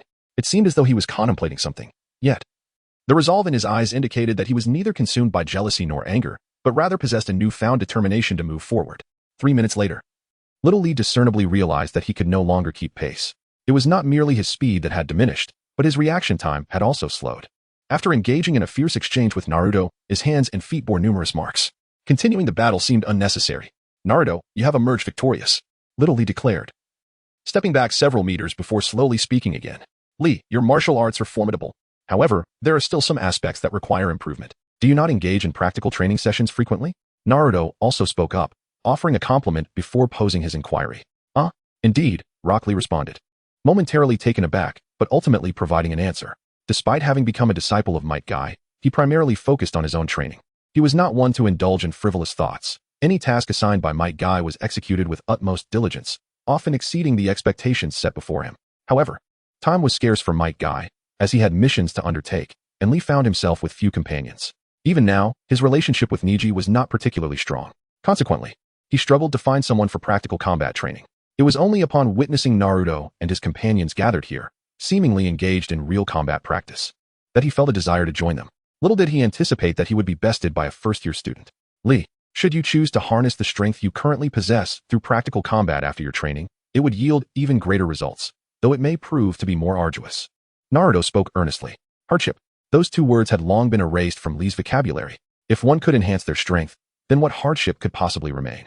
Indeed, however, while Rock Lee wholeheartedly recognized Naruto's sentiment, he genuinely struggled to find a suitable partner for practical training. Aren't we already friends? You can come to me anytime. Sasuke can too. Right, Sasuke? Naruto spoke as he turned to face Sasuke Uchiha. Indeed, Sasuke, though merely nodding with indifference, signified his acknowledgement of Rock Lee. He had observed the recent battle between Lee and Naruto with keen interest. Sasuke could even ascertain that, had he relied solely on taijutsu without employing ninjutsu, he might not have been able to match Lee's prowess. With such thoughts in mind, Sasuke felt a surge of joy. If others could achieve such feats, then he too could certainly attain the same. Sasuke, may we train alongside you? Ino and Sakura chimed in unison at that moment.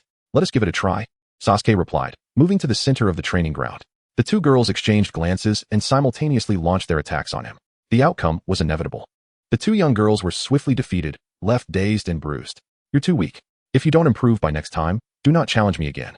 Everyone, this is the strength I've gained from training with Naruto, Sasuke declared, directing his gaze towards Naruto. This was indeed part of their plan, to inspire their peers to aspire to greatness through their combat. Fire style, Fireball Jutsu. Wind style, Gale Palm. Lightning style, Lightning Snake. Lightning style, Eruption. The battle between Naruto and Sasuke erupted instantaneously. Aside from their rapid exchanges of taijutsu, there were numerous clashes of ninjutsu. The onlookers instinctively retreated to the periphery of the training ground. Yet, at that moment, their expressions grew increasingly complex. They were all first-year students at the Konoha Ninja Academy. Yet in just one semester, it felt as though they had been left far behind. It was important to remember that they hailed from ninja clans, which meant their training began earlier than that of ordinary individuals. They were also privy to resources unavailable to most ninjas. They should have been among the most exceptional students in the academy, yet now young minds inherently possess a competitive spirit. Upon witnessing the excellence of their peers, their immediate inclination was to strive to surpass them. Boom. Following yet another explosive clash of fire techniques, Naruto and Sasuke ceased their combat. This was the essence of their routine training. However, there remained one final special phase that had yet to be executed. This time, the two had no intention of merely showcasing their abilities before the audience. At that moment, Naruto turned, a warm smile gracing his face as he addressed the gathered crowd. What do you think? Would you like to join us?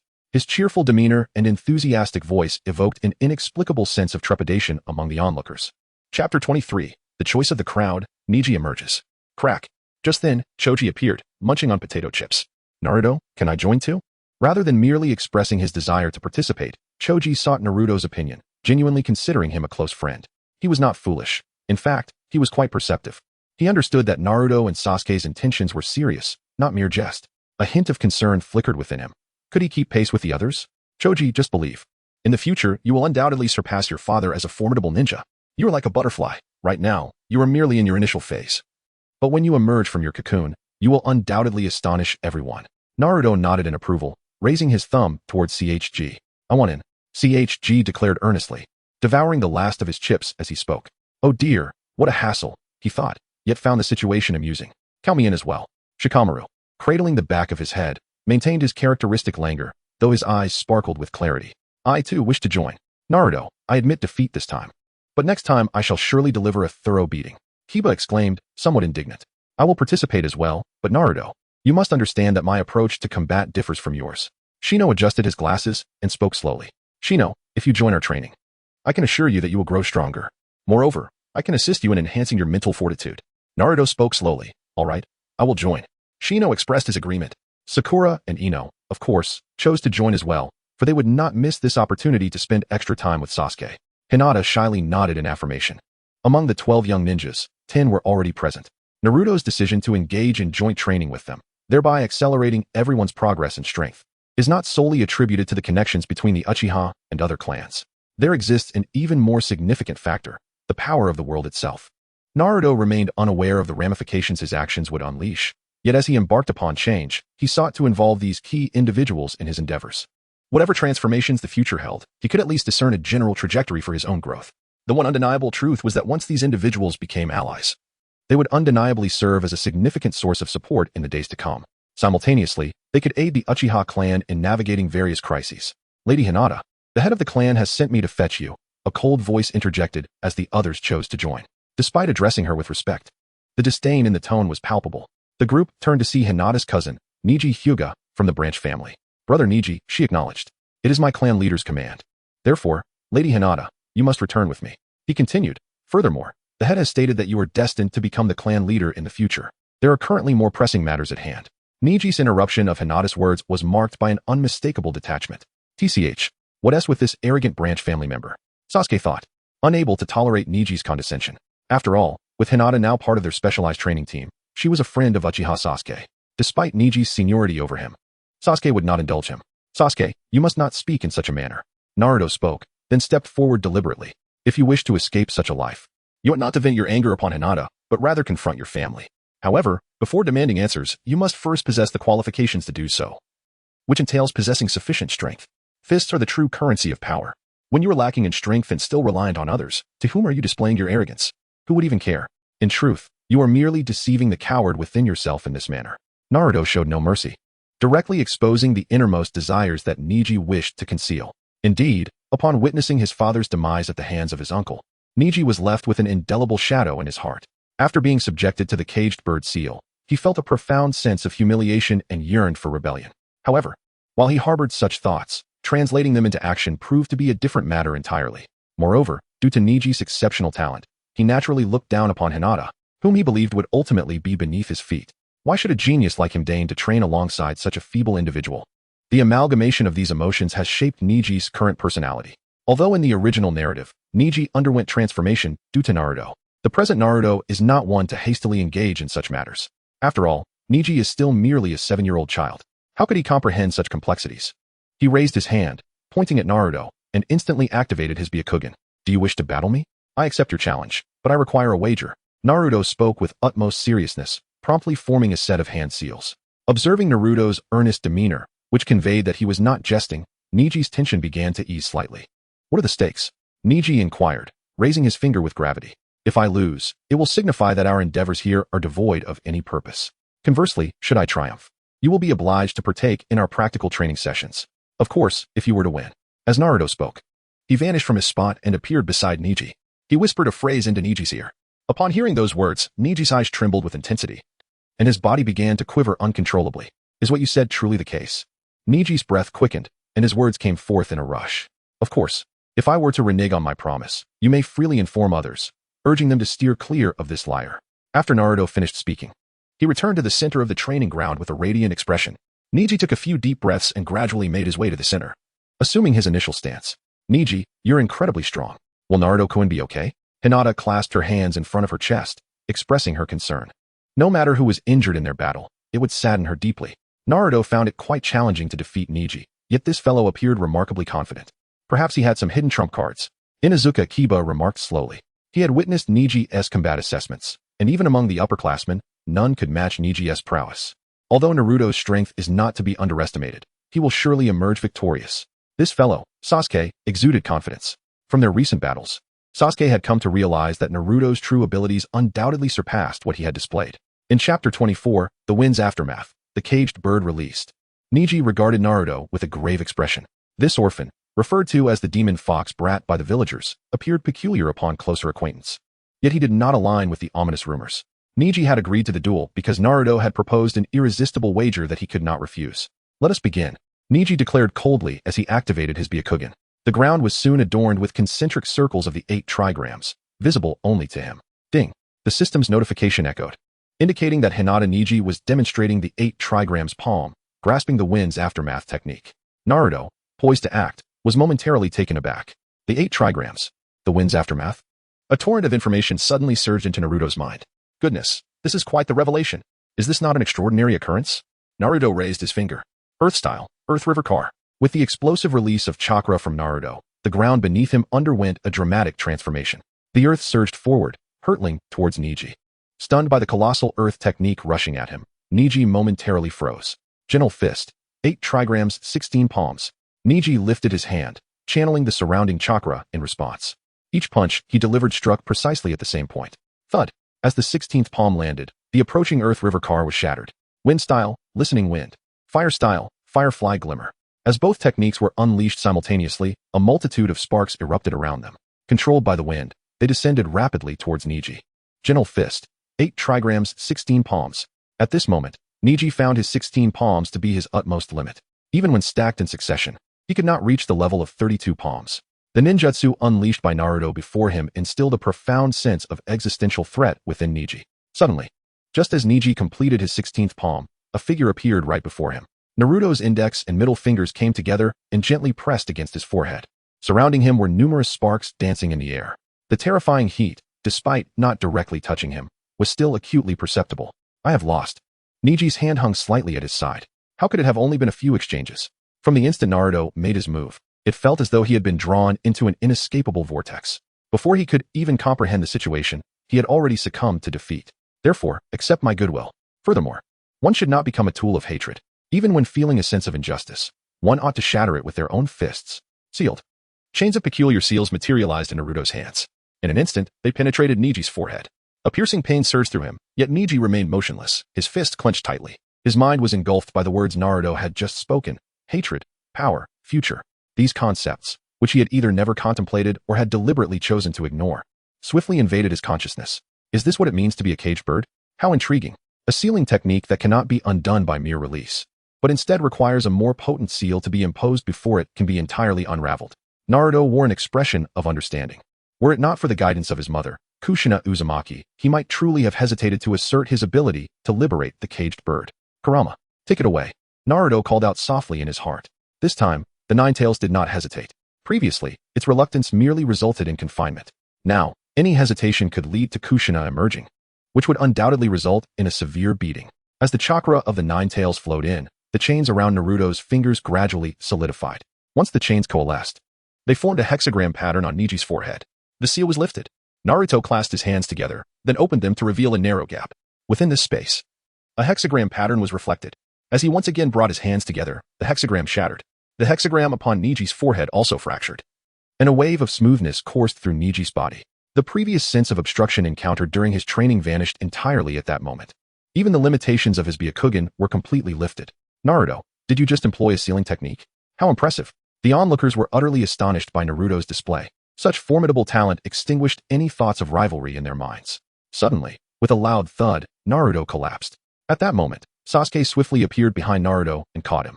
Are you all right? Sasuke inquired with concern. I'm fine, just a bit fatigued. Help me over there to rest. Indeed, I was too arrogant. Engaging in such endeavors now nearly drained my chakra. Naruto smiled faintly. Although it bore the essence of self-mockery, there was still a glimmer of joy in his eyes. For he had indeed just liberated Niji from his cage. In the Hokage's office, Sarutobi Hiruzen listened intently to the report from the Umbu. His gaze fixed upon the images reflected in the crystal ball, a look of perplexity crossing his features. The prowess that Naruto has recently demonstrated is simply unattainable through conventional schooling. Even the Uchiha clan would find it impossible to elevate Naruto's abilities to such heights in such a brief span of time. Lord Hokage. It is evident that Naruto Uzumaki's combat capabilities have surpassed those of an ordinary genin. We have been closely monitoring him, and within the Uchiha clan, Itachi is also keeping watch. There has been no one to mentor Naruto Uzumaki. The only plausible explanation lies with the fourth Hokage. The Umbu operative hesitated to continue. Reflecting on past events, a sense of unease began to creep into their hearts. If the fourth Hokage indeed left behind any hidden techniques, then, very well. You may leave for now. Sarutobi Hiruzen felt a headache coming on. He was still grappling with the issues surrounding Danzo, while also needing to allocate a significant portion of his focus to the Uchiha situation. To Sarutobi Hiruzen, Naruto's newfound strength was not particularly concerning. With his considerable talent, it was indeed a positive development. As the host of the Ninetales, and with Hiruzen's unwavering trust in him, he did not perceive this as a detrimental situation. However, there were others who might not remain so composed. The furrowed brow of Sarutobi was not a reflection of Naruto's sudden surge in power, for this was advantageous to him. Yet, the rapid enhancement of Naruto's abilities could pose challenges for others. Chapter 25. Encountering the Root Organization, United in Battle. Within the training grounds, Naruto, endowed with formidable sensory perception, was acutely aware of the few Umbu members observing him from a distance, some of whom had departed. Although 4 presences remained, it was likely that the departing Umbu had gone to report their findings to Sarutobi. Contemplating these matters, a smile graced Naruto's lips. Hiruzen, that old fellow, had absolute faith in him. Furthermore, Naruto's consistent performance had undoubtedly lulled Hiruzen into a false sense of security. It was reasonable to assume that action would soon follow. After half an hour of recovery, Naruto gradually rose to his feet. I am ready to resume my activities. However, I may not be able to participate in the upcoming practical training. Sasuke, please lead the others in the practical exercises for now. After individual training, we will engage in team drills. Following that, we must prepare for our upcoming tasks. Naruto, while speaking, retrieved several books from his backpack. Upon seeing the books, the expressions of the crowd shifted dramatically. As for practical training, they could endure that, even if it meant injury. However, the thought of academic studies weighed heavily on their minds. Despite their maturity, they still retained the essence of childhood. Playing was the rightful pursuit of their vacation. Let us commence with practical training. First up, Shikamaru. It's you and me. Sasuke turned his gaze towards Shikamaru. Reluctantly summoned, Shikamaru stepped forward, and thus, the training began. For hours later, everyone lay sprawled on the ground. Such high-intensity training was somewhat overwhelming for them. Naturally, there was no time to initiate a preview of their academic lessons today. By the time they recuperated, evening had already descended. As hunger gnawed at them, Sasuke declared, "Let us conclude today's training here. In the next 2 days, everyone should practice at home and avoid any interruptions. We shall resume after the spring festival." As the leader of the team, Uchiha Sasuke outlined the forthcoming arrangements. With just 2 days remaining until the festival, the group nodded in agreement, acknowledging the necessity of such training. Moreover, the motivation derived from mutual comparison would inspire them to strive even harder. At the very least, Kiba had resolved not to be the last among the boys again. After everyone departed, Sasuke and Naruto made their way toward the Uchiha clan's territory. Soon, they left the bustling central area and found themselves on a quieter path. "Naruto, I suddenly feel that you might be stronger than me. Did you hold back during our practical training?" Sasuke inquired unexpectedly. With so many around before, he had harbored doubts but refrained from voicing them. Now, with only the two of them present, he decided to ask directly. "If I didn't risk my life to fight you, you would likely lose. But I might end up dead. You have no idea. It feels as though there truly is a monster within me." Naruto spoke with a serious expression. "A monster? What kind of monster?" Sasuke suddenly became intrigued. At this moment, Sasuke had yet to grasp the full concept of tailed beasts. After all, as a being of immense power within the village, such matters were not typically encountered by children. They were referring to the nine tails, weren't they? If I were to exhaust my chakra to the point where my body could no longer withstand it, I could potentially be consumed by the nine tails. Therefore, Sasuke is indeed more formidable. Your fire style and lightning style surpass mine. Moreover, your physique is becoming increasingly powerful as well. Naruto, in a fervent display of verbal prowess, chattered incessantly, causing Sasuke to forget the question that had just lingered in his mind. He could only gaze at Naruto with a foolish grin. After walking several hundred meters, the two halted in their tracks, for before them stood several masked ninjas. Could they be from the Umbu? Sasuke pondered, recalling his brother who wore a similar mask. With a hint of confusion, he scrutinized the figures before him and slowly spoke. "They are not Umbu. They belong to the Root Organization." Naruto's expression was somewhat grave. Although he was aware that this would attract the attention of the Root Organization, he had not anticipated their swift response. However, it seemed that the affairs concerning Sarutobi Hiruzen and the Uchiha clan had likely trespassed upon Danzo's delicate sensibilities. "Uchiha brat, be gone. We have no interest in you.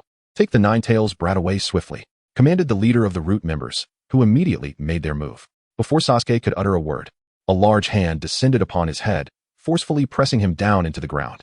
"You're just an Uchiha brat, so what are you being so arrogant for?" scoffed another Root ninja, who had taken action.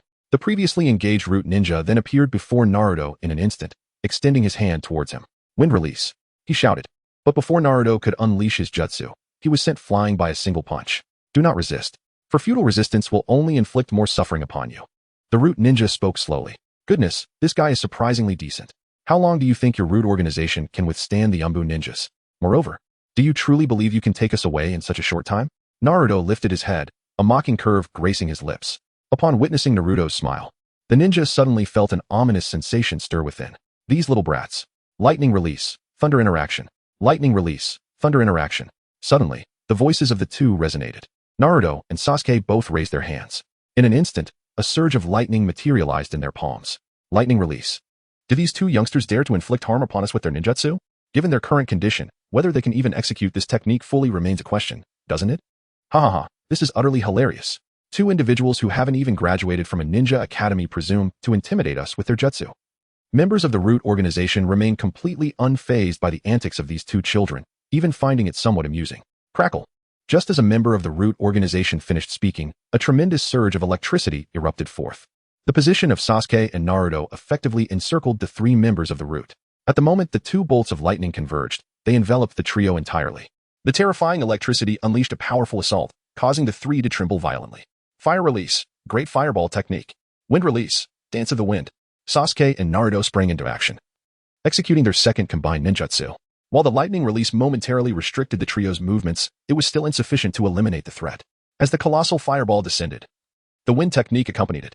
With the enhancement of the wind release, the fireball expanded severfold.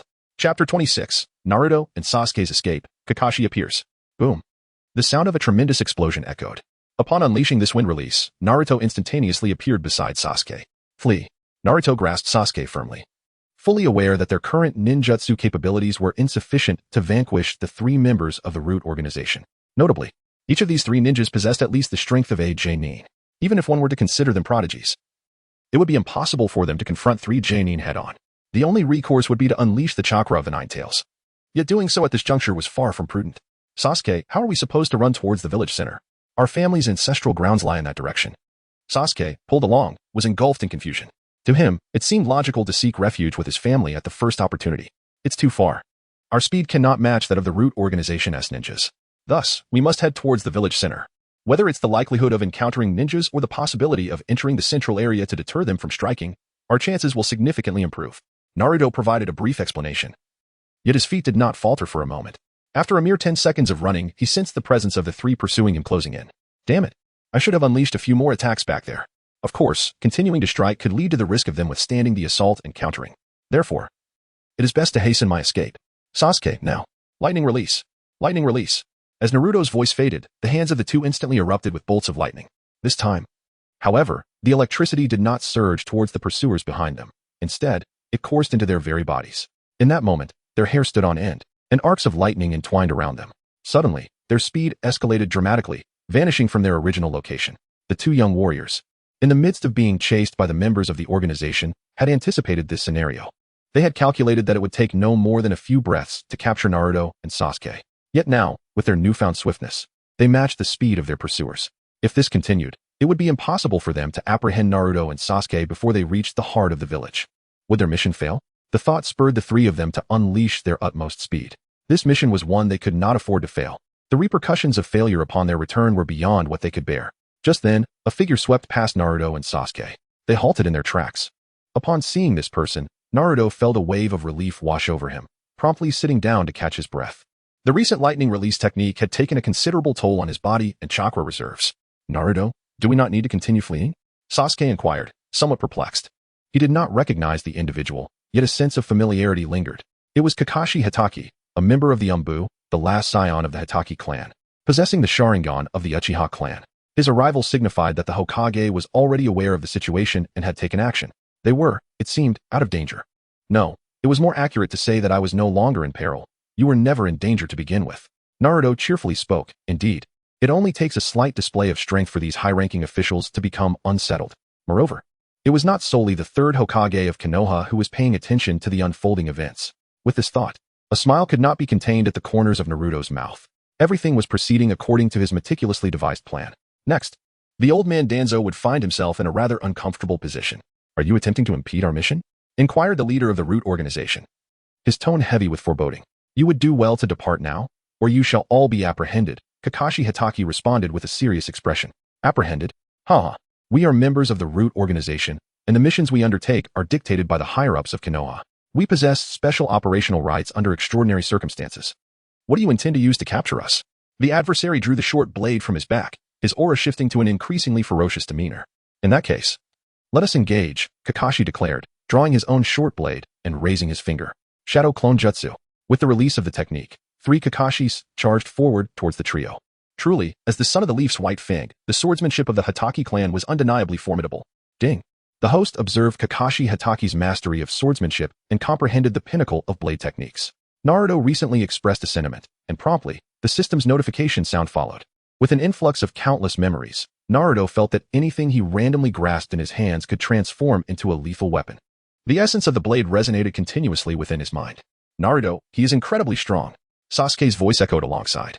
Kakashi, in the presence of three members of the Root organization, managed to maintain his dominance. Indeed, he is the prodigy of yesteryears. Yes, remarkably formidable, and his lightning release is exceptionally powerful. If possible, You might consider consulting him regarding the intricacies of lightning release. Naruto spoke with a smile. Chidori. Undoubtedly, even in the absence of Kakashi's guidance, Naruto was confident that he could enable Sasuke to independently grasp the Chidori technique, and perhaps even more advanced lightning-based jutsu, before their graduation as Genin. Sasuke fixed his gaze on the battle before him, his aura gradually returning to a state of calm. After a brief skirmish with Kakashi lasting a few minutes, the three exchanged glances and decided to retreat. With Kakashi present, their hopes of capturing Naruto had become an unattainable endeavor. As the root organization's shinobi withdrew, Kakashi sheathed his short blade and approached Naruto and Sasuke. Are you both all right? Kakashi inquired, his tone cool and detached. His demeanor was shaped by his past experiences. Had it not been for his subsequent awareness of Naruto's true identity, coupled with the influence of Jiraiya, Kakashi might have remained ensnared in a world where he was the only one wounded. Thank you. We are fine. You seem to resemble someone my father spoke of, Sasuke remarked. He said that individual was one of his most esteemed disciples. After expressing his gratitude, Naruto suddenly spoke up, revealing a radiant smile. In that fleeting moment, Kakashi was momentarily taken aback, for within that smile, he perceived the shadow of his mentor. However, Hatake Kakashi quickly regained his composure. Well, if there's nothing else, I shall take my leave. Kakashi nodded and then vanished in an instant. Chapter 27, the eve of the spring festival. Once Kakashi departed, Naruto pulled Sasuke up.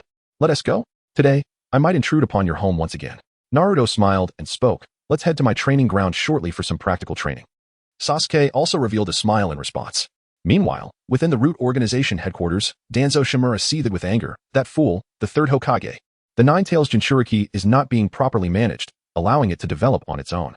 Now he wishes to intervene and send someone to thwart my plans. Damn it. We must continue our efforts. What are we to continue? Another questioned. Do you think the third is foolish enough to send more Umbu to protect the Nine-Tails Jinchuriki? Forget about the Jinchuriki for now, Danzo replied grimly. We must focus on securing the position of Hokage first. The Jinchuriki will eventually be in my grasp. In the Hokage's office, Hiruzen Sarutobi turned the conversation away from the root organization, asking Kakashi, what are your thoughts on those two children? You mean Sasuke Uchiha and Naruto Uzumaki? They are exceptionally talented, Kakashi responded after a moment's pause. To have escaped from 3 members of the root organization without being captured is already an impressive feat worthy of boasting. Kakashi reflected on his own experiences at the age of 6, realizing he would have never escaped from their grasp. Just look at what these children accomplished today, Hiruzen remarked. Producing a scroll and handing it to Kakashi. Kakashi examined the contents of the scroll. They wish to advance their training. Naruto and Sasuke are leading this group. I believe they may very well take that step forward. I have also selected some ninjas who can guide them, if you're interested. These two could greatly benefit from your mentorship, Hiruzen spoke slowly. Kakashi was momentarily taken aback by the third's words. Mentorship for Jonin? This is a promising opportunity. With a little guidance, these two could become powerful ninjas of the future. Moreover, one of them belonged to the clan of his late friend. This is something I need to consider, Kakashi thought, not immediately agreeing due to the unexpected nature of this development. You can observe their progress for now.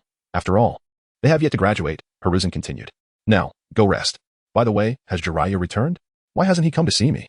Lord Jiraiya mentioned he had important matters to attend to, Kakashi replied, bewildered. Jiraiya, one of the legendary Sannin, was not someone Kakashi could easily restrict. Go on back. Hiruzen said with a deep sigh, feeling somewhat helpless. He activated a crystal ball to employ a telescopic technique, preparing to locate Jiraiya. Soon, he found Jiraiya, who was stealthily observing something. Hiruzen's expression darkened. That man is up to something again. I suppose I'll watch for now. Jiraiya has a keen eye. The next day unfolded. Naruto returned home alone. Tomorrow marks the spring festival. Although he considers himself solitary, he still yearns to spend the festival at home. Moreover, certain events may transpire on the morrow. In the Uchiha clan, one tends to create complications. At that moment, 2 figures suddenly appeared on the rooftop of a dilapidated apartment in the distance. Jiraiya-sama, do you know something? Kakashi inquired earnestly, observing Jiraiya who was scribbling away. Kakashi, I didn't expect to see you here. Had I known you were coming, I would have stayed away, Jiraiya replied nonchalantly. Yet, beneath his carefree demeanor, a profound sorrow lingered in his eyes. Then it is true. But why does the Hokage insist on protecting him? Beyond that, I am unaware. Nor do I wish to know. You are also aware that I have 2 S-rank missions to undertake, alongside the compilation of Ica Paradise, by the way. This is a rare edition I have not distributed. Here, take it. Jiraiya handed Kakashi a copy of Ica Paradise before vanishing from sight. Kakashi stood there, momentarily taken aback by Jiraiya's abrupt departure. He glanced at the book in his hands. Is this the work of the legendary Sannin? Curiosity piqued, he opened the book, unlocking a new realm of experience. It wasn't until deep into the night that Kakashi finally closed the book. I seem to have forgotten something. He paused, gazing at Naruto's room, where a light still flickered in the distance. However, it was far too late to seek out Naruto. Moreover, Kakashi was still uncertain how to confront his teacher's son. He had thoroughly investigated the events that transpired in the village concerning Naruto. Consequently, he felt a sense of trepidation about facing the child of his mentor. With this thought, Kakashi vanished from the spot. Inside the room, the question lingered. Has he finally departed? Naruto let out a sigh of relief. He had naturally sensed the presence of Kakashi and Jiraiya. Initially, he thought at least one of these two would come to find him. That way, when he utilized certain unique techniques in the future, he could attribute them to these two individuals. However, to his dismay, neither of them approached him. Oh well, he decided to seek out his parents first. Moreover, this time, he aimed to negotiate with the obstinately proud Ninetales. Naruto closed his eyes after speaking. On the roads of the Land of Fire, the carriage advanced slowly. Uchiha Itachi walked alongside, his expression solemn. Surrounding them were Uchiha Nagasawa and others, providing protection. Indeed, this was the Uchiha clan escorting the daimyo of the Land of Fire. As it was night, the daimyo needed to rest, hence the slow pace of the carriage. The night appeared to be a colossal beast, consuming everything in its path. Suddenly, faint sounds emerged from a distance. Chapter 28. The Escort of the Daimyo. As the subtle sounds arose, Uchiha Itachi raised his hand, gently resting it upon the horse's head. The carriage came to a halt. Should we make our move now? They were almost at the village, and it was the right moment. At this juncture, Uchiha Shumi approached Itachi, speaking calmly. Brother Shumi, our mission is to escort the daimyo. Our focus should be solely on this task. Other matters are beyond our consideration. Itachi's voice was cool and resolute. The previously anxious Shumi felt as if something had shattered within him upon hearing Itachi's words. The pride of the Uchiha clan was not merely about boastful proclamations or distinguishing oneself from others. It was about embodying the spirit of Uchiha Itachi, who possessed his own path of ninjutsu and could forge ahead with unwavering determination. Understood, Captain. For the first time during this mission, Uchiha Shumi addressed Itachi as Captain, having previously referred to him simply as Itachi. Nagasawa, Shumi, Itachi continued. The rest of you go handle the situation. I will remain here to guard. As he spoke, he took the reins and resumed his slow advance. Yes, Captain. Yes, Captain. Both Uchiha Nagasawa and Uchiha Shumi nodded before swiftly vanishing with a few others.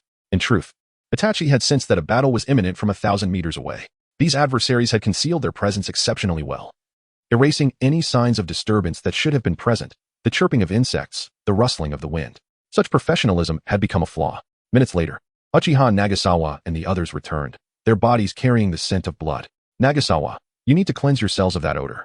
We cannot afford any mistakes on this mission, Itachi said slowly. Upon hearing this, the group vanished once more. Upon their return, they bore no trace of their earlier skirmish, their attire freshly changed. By dawn, they would reach the village. Tonight, however, they would not face only this one ambush. Crossing the plains, they entered the forest. Not far ahead stood a group of individuals, their faces masked in black and white, brandishing short blades. 39 of them? The organization is indeed generous. Nagasawa smiled wryly, calmly unsheathing a short blade from his back. The others followed suit, drawing their own weapons, short blades and shuriken. Without uttering a word, they instantly vanished from sight. Their singular objective was clear, to eliminate those before them. The fangs of the Uchiha clan had not been displayed in quite some time. These individuals would serve as offerings for the clan's resurgence. Half an hour later, flames billowed, filling the air with thick smoke as the 8 Uchiha stood amidst the carnage, their bodies drenched in blood, with their crimson Sharingan glowing under the moonlight. They resembled demons emerging from an abyss. The rhythmic clatter of the carriage wheels continued, providing a melodic undertone to the night. As the first light of dawn spilled onto the carriage, the daimyo's voice emerged from within. Itachi, are we nearing our destination? In half an hour, we shall arrive at Konohagakure, Itachi replied calmly. I trust you rested well, my lord? Indeed, I slept soundly. The progress of Konoha this past year has been commendable. Your strength and the quality of your mission execution are impressive. The troubles of last night did not even disturb my slumber, the daimyo responded. It is an honor. My lord, Itachi replied, maintaining his composed demeanor. However, I must clarify that while I appreciate your concern, the protection of a daimyo should be arranged through the Hokage. The daimyo fell silent as the carriage sped onward. Half an hour later, at the gates of Konoha, after verifying their identities, the group entered the village. Shortly after their arrival, a contingent of Umbu shinobi appeared before them. You have worked hard. The Hokage has sent us to escort the daimyo, said the leading Umbu, presenting a scroll detailing their mission. At last, we have returned to the village. Captain, can we consider this mission complete? Uchiha Nagasawa relaxed. We encountered 13 ambushes along the way, especially as we neared the village. The frequency of attacks increased significantly. I can't help but wonder if the fourth great ninja war is upon us. The number of battles we faced is alarming. Now that they had returned to the village, the tension in their hearts began to ease. Captain, I would like to grab a bite before returning to the clan, Uchiha Shumi added, his tone light. That won't do. Our assignment is to escort the daimyo, and we must personally accompany him to meet the Hokage. Please step aside and do not obstruct our path, Itachi interjected. Hearing this, Uchiha Nagasawa and the others were taken aback. In their minds, the Umbu represented the Hokage. Why would Itachi make such a choice? Itachi. Although you have been assigned an escort mission, does that mean you will disregard the Hokage's orders? Disobeying the Hokage's commands is tantamount to betraying the village. The leading Umbu ninja replied, irritation evident in his tone. Without hesitation, several Umbu shinobi dashed towards the carriage, intent on seizing the escort task. Humph. Engage them.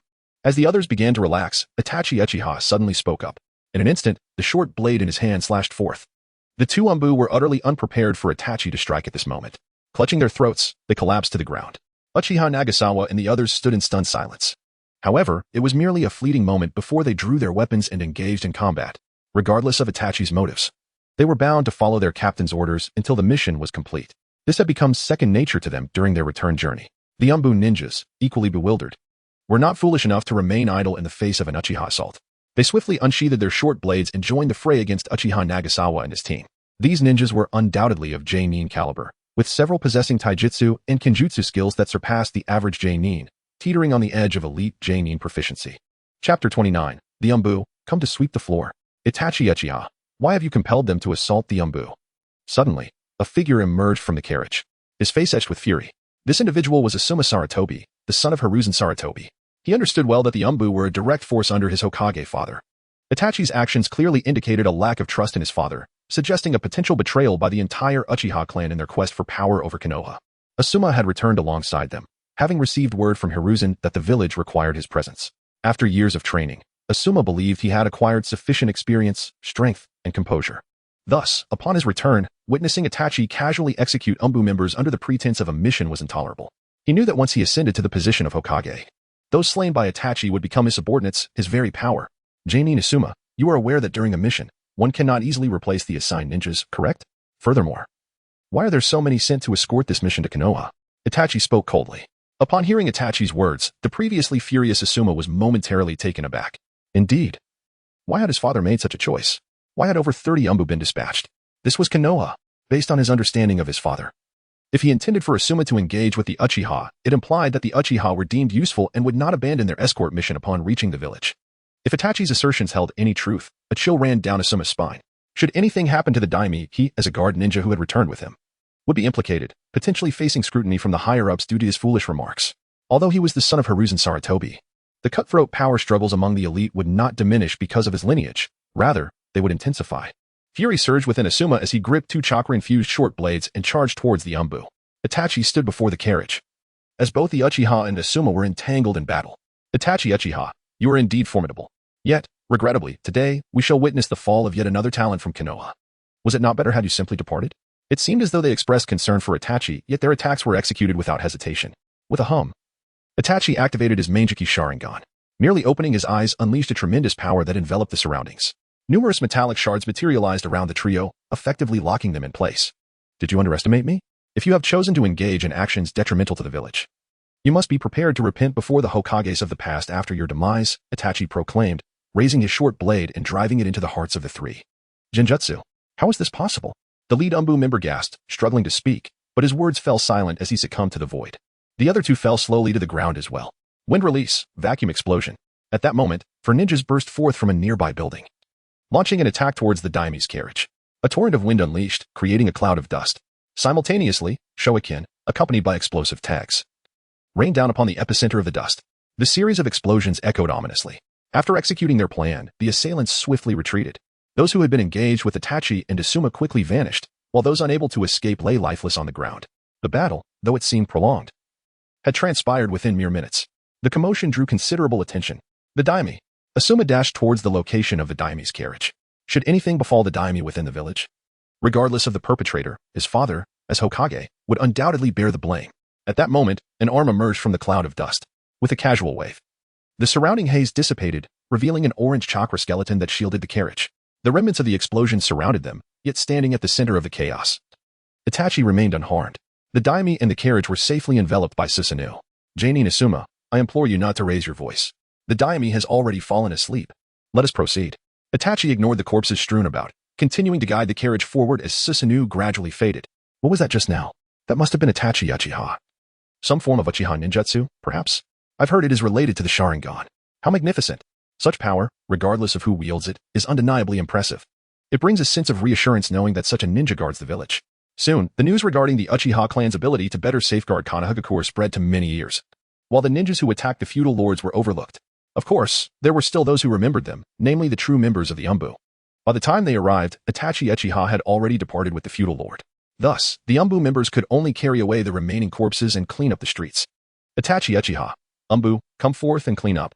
Within the feudal lord's residence, the third Hokage, Sarutobi Hiruzen, along with Tsunade, Mitokage, and Shimura Danzo, were present, as were the heads of various ninja clans.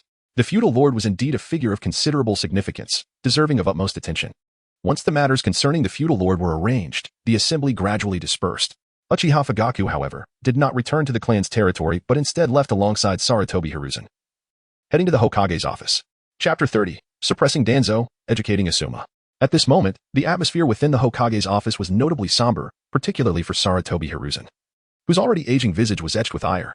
I wish to know what exactly transpired this time. Sarutobi Hiruzen exhaled a puff of smoke, his voice heavy with concern. I am unsure, Tsunade interjected. After the incident occurred, we conducted an investigation but received no information. Lord Hokage, do you suspect us? Mitokage added. Who in the village would dare to strike at a feudal lord? He and Tsunade understood their presence was merely to fill the numbers. Otherwise, calling upon Shimura Danzo would have been far too obvious. The heads of other clans were not fools. Yet, despite this, their hearts were clear as day. All gazes turned towards Shimura Danzo. What is it? Are you intending to pin this attack on me? Danzo spoke with a calm demeanor, clearly unperturbed by such accusations. Then these ninjas are not members of your root organization? Sarutobi Hiruzen responded, producing a list and slamming it upon the table. The document contained information gathered by the Umbu regarding the so-called Umbu members who had been slain upon entering the village. Without exception, they were all members of the root organization, missing for several days. Surely, you are aware of this, Lord Hokage? I have submitted the list of the missing individuals to you. A simple comparison should suffice for you to understand. Are you now planning to summon the head of the security department to frame me using these missing root members? If you must cast this blame upon my root organization. I have nothing further to say, Danzo replied calmly. With just a few words, he deftly redirected all suspicion onto Sarutobi Hiruzen, even dragging Uchiha Fugaku into the whirlpool of accusations. Missing? Members of the root organization can simply go missing? They bear your root organization's curse mark. Even if they wish to leave, it is only you, Danzo, who can permit that. Suddenly, Itachi Uchiha appeared, his demeanor no longer the silent calm of before. He confronted Danzo head-on. Danzo's expression darkened at Itachi's words. At this moment, Itachi's expression mirrored his ire. Our root organization is not a dictatorial entity. Should a ninja desire to depart from the root, I would allow their freedom. As for the curse mark, it merely regulates their conduct, preventing them from disclosing the village's confidential matters. It does not impede their autonomy. Danzo spoke again, but his redundant explanation had already cast him in a negative light. In previous times, he would have needed no justification. If he had acted, then it was done. Others could know, yet they could do nothing against him. However, the situation had grown peculiar. Danzo, cleanse your hands of this matter. You are responsible for the actions of the root organization. Depart now. You need not partake in the upcoming spring festival meeting. Sarutobi Hiruzen finally declared. Humph. Danzo's countenance darkened, but he found himself devoid of any leverage. Should the situation escalate, all blame would inevitably fall upon him. With a disgruntled huff, he turned and exited. Now, Fugaku, prepare adequately. I do not wish for any issues to arise within the village during the spring festival. Furthermore, the security of Konohagakure will be entirely in your hands. Should any outsiders or traitors emerge, you are to handle them without exception. Tsunade, Mito, you too. Sarutobi Hiruzen's words trailed off, his gaze pointedly directed at the two. Understood, the three nodded and departed. Itachi was also taken away by Fugaku. After all had left the Hokage's office, Asuma Sarutobi emerged from a nearby lounge. Lord Hokage, Asuma stood before Sarutobi Hiruzen, his head bowed. Your performance in this matter has been lacking. I had clearly stated in my correspondence that we must cultivate a good relationship with the Uchiha. Yet, what did you do? You sought to act against them at the very first opportunity. Sarutobi Hiruzen gazed at Asuma with disappointment. In his youth, Sarutobi Shinjiro had far surpassed Asuma in every regard. But alas, Lord Hokage, must I rely on the Uchiha to secure my position? Asuma's rebellious spirit flared anew, his face twisted with dissatisfaction. Why must these Uchiha, be they the former Shursui or the current clan, always stand in my way? He was the son of the Hokage, a protector of the land of fire. Asuma held confidence in both his status and prowess. Yet, despite all this, why did he find himself unable to earn his father's recognition? Humph, are you truly so confident? Do you believe that my ability to firmly occupy this position stems from my own strength? Or do you think it is merely the backing of the Sarutobi clan that provides me with my confidence? Sarutobi Izashi initially viewed Sarutobi Asuma as youthful and arrogant. However, he now must concede that his younger son is somewhat foolish. Yet, this is not the case. It is due to the support of other ninja clans within the village that I possess this assurance. At this moment, uniting with the Uchiha is not feasible. Danzo would never permit it, nor would he allow me to pursue such an endeavor. You, however, are different. Asuma, if you aspire to ascend to this position, the first step is to earn the support of the Uchiha. In other words, until you secure their backing, I shall not grant you this position. Now, go and visit your mother.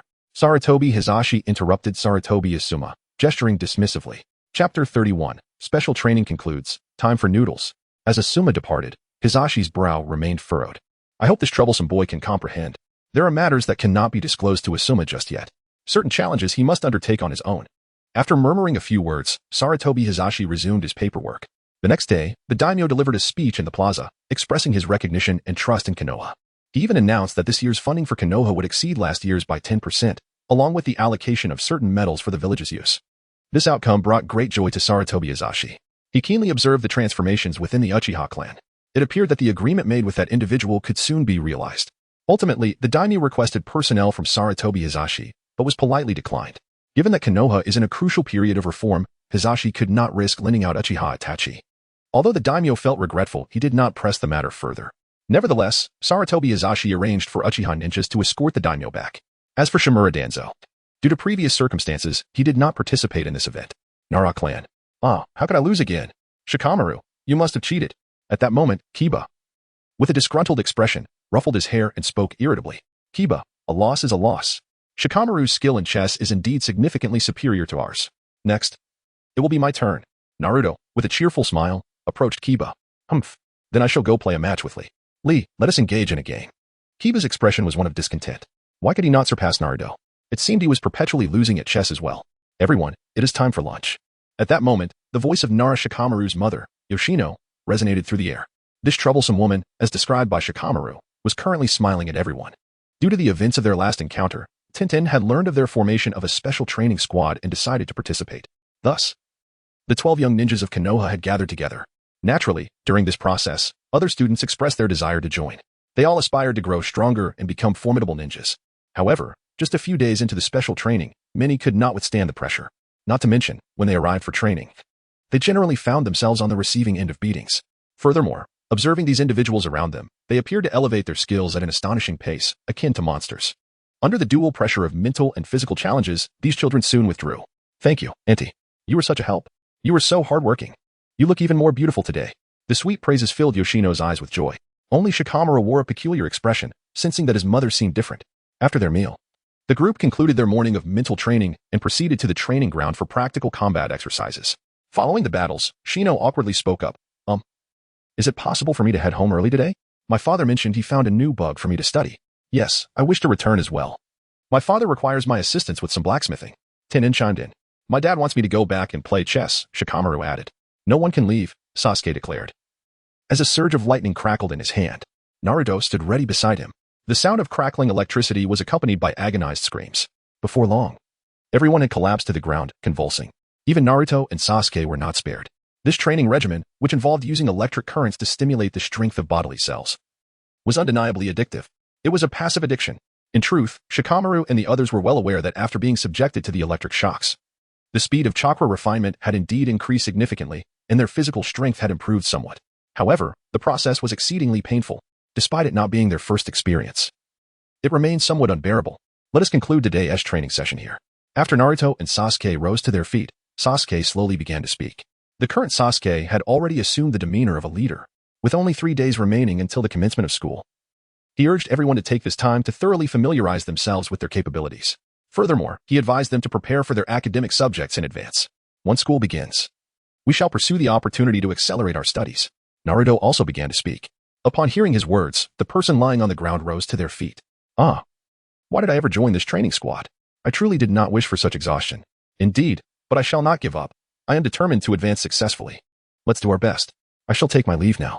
After exchanging a few words, everyone departed from the scene. Soon, only Neji, Hinata, Naruto, and Sasuke remained. Come on. Hinata, I promised you that as long as you persevere, I would treat you. Naruto smiled as he spoke. Hinata nodded shyly, poking her fingers. The 4 of them arrived at the Ichiraka ramen shop. What would you little ones like to eat today? The chef smiled warmly at the group. 2 large bowls of signature ramen, 1 bowl of fish fillet and fishball ramen, and 10 bowls of tonkatsu fishball ramen, please. Naruto simply began to place his order. 10 bowls, exclaimed the attendant, momentarily taken aback. Are you certain, little Naruto?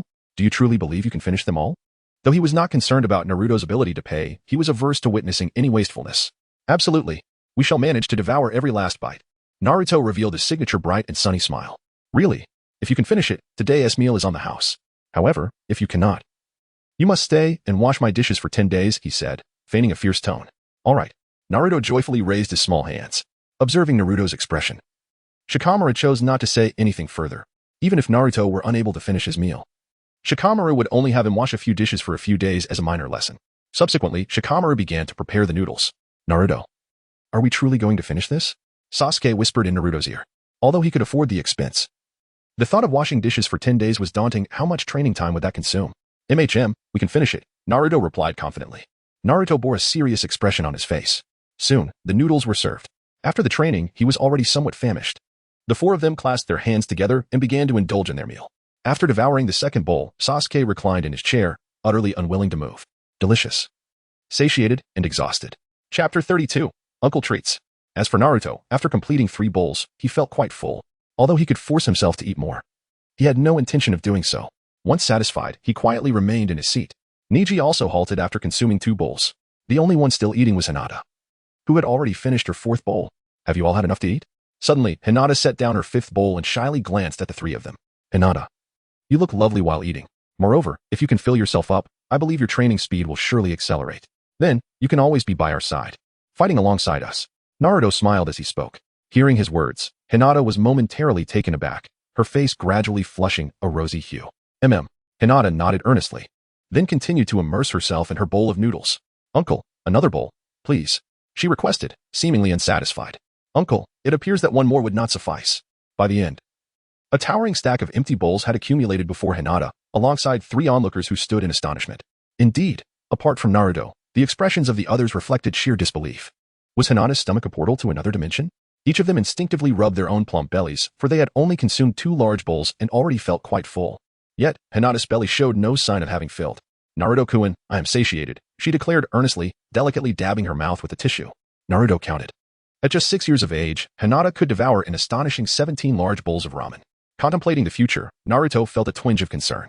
Surely, he could not allow such an adorable little sister to endure a life of scarcity alongside him. Indeed, Naruto nodded at Hinata, then turned to face the stunned uncle, saying, We have finished our meal. Thank you for your hospitality. Naruto bowed deeply to Shikamaru, expressing his heartfelt gratitude for the hospitality. The other 3 also formed a line and offered their thanks in a similar manner. After uttering their appreciation, the quartet departed from the scene, leaving Shikamaru in a state of disarray amidst the gentle breeze. Following their exit, Neji and Hinata made their way home together, while Sasuke and Naruto headed towards the Uchiha clan's residence. Naruto had come to regard Sasuke's home as his second abode, and Mikoto Uchiha treated him as if he were her own son. This was particularly significant given the recent unsettling tranquility surrounding the Root organization. Naruto was apprehensive about potential mishaps. Therefore, he decided it would be safer to head to the Uchiha clan's grounds. Hinata's clan was another matter.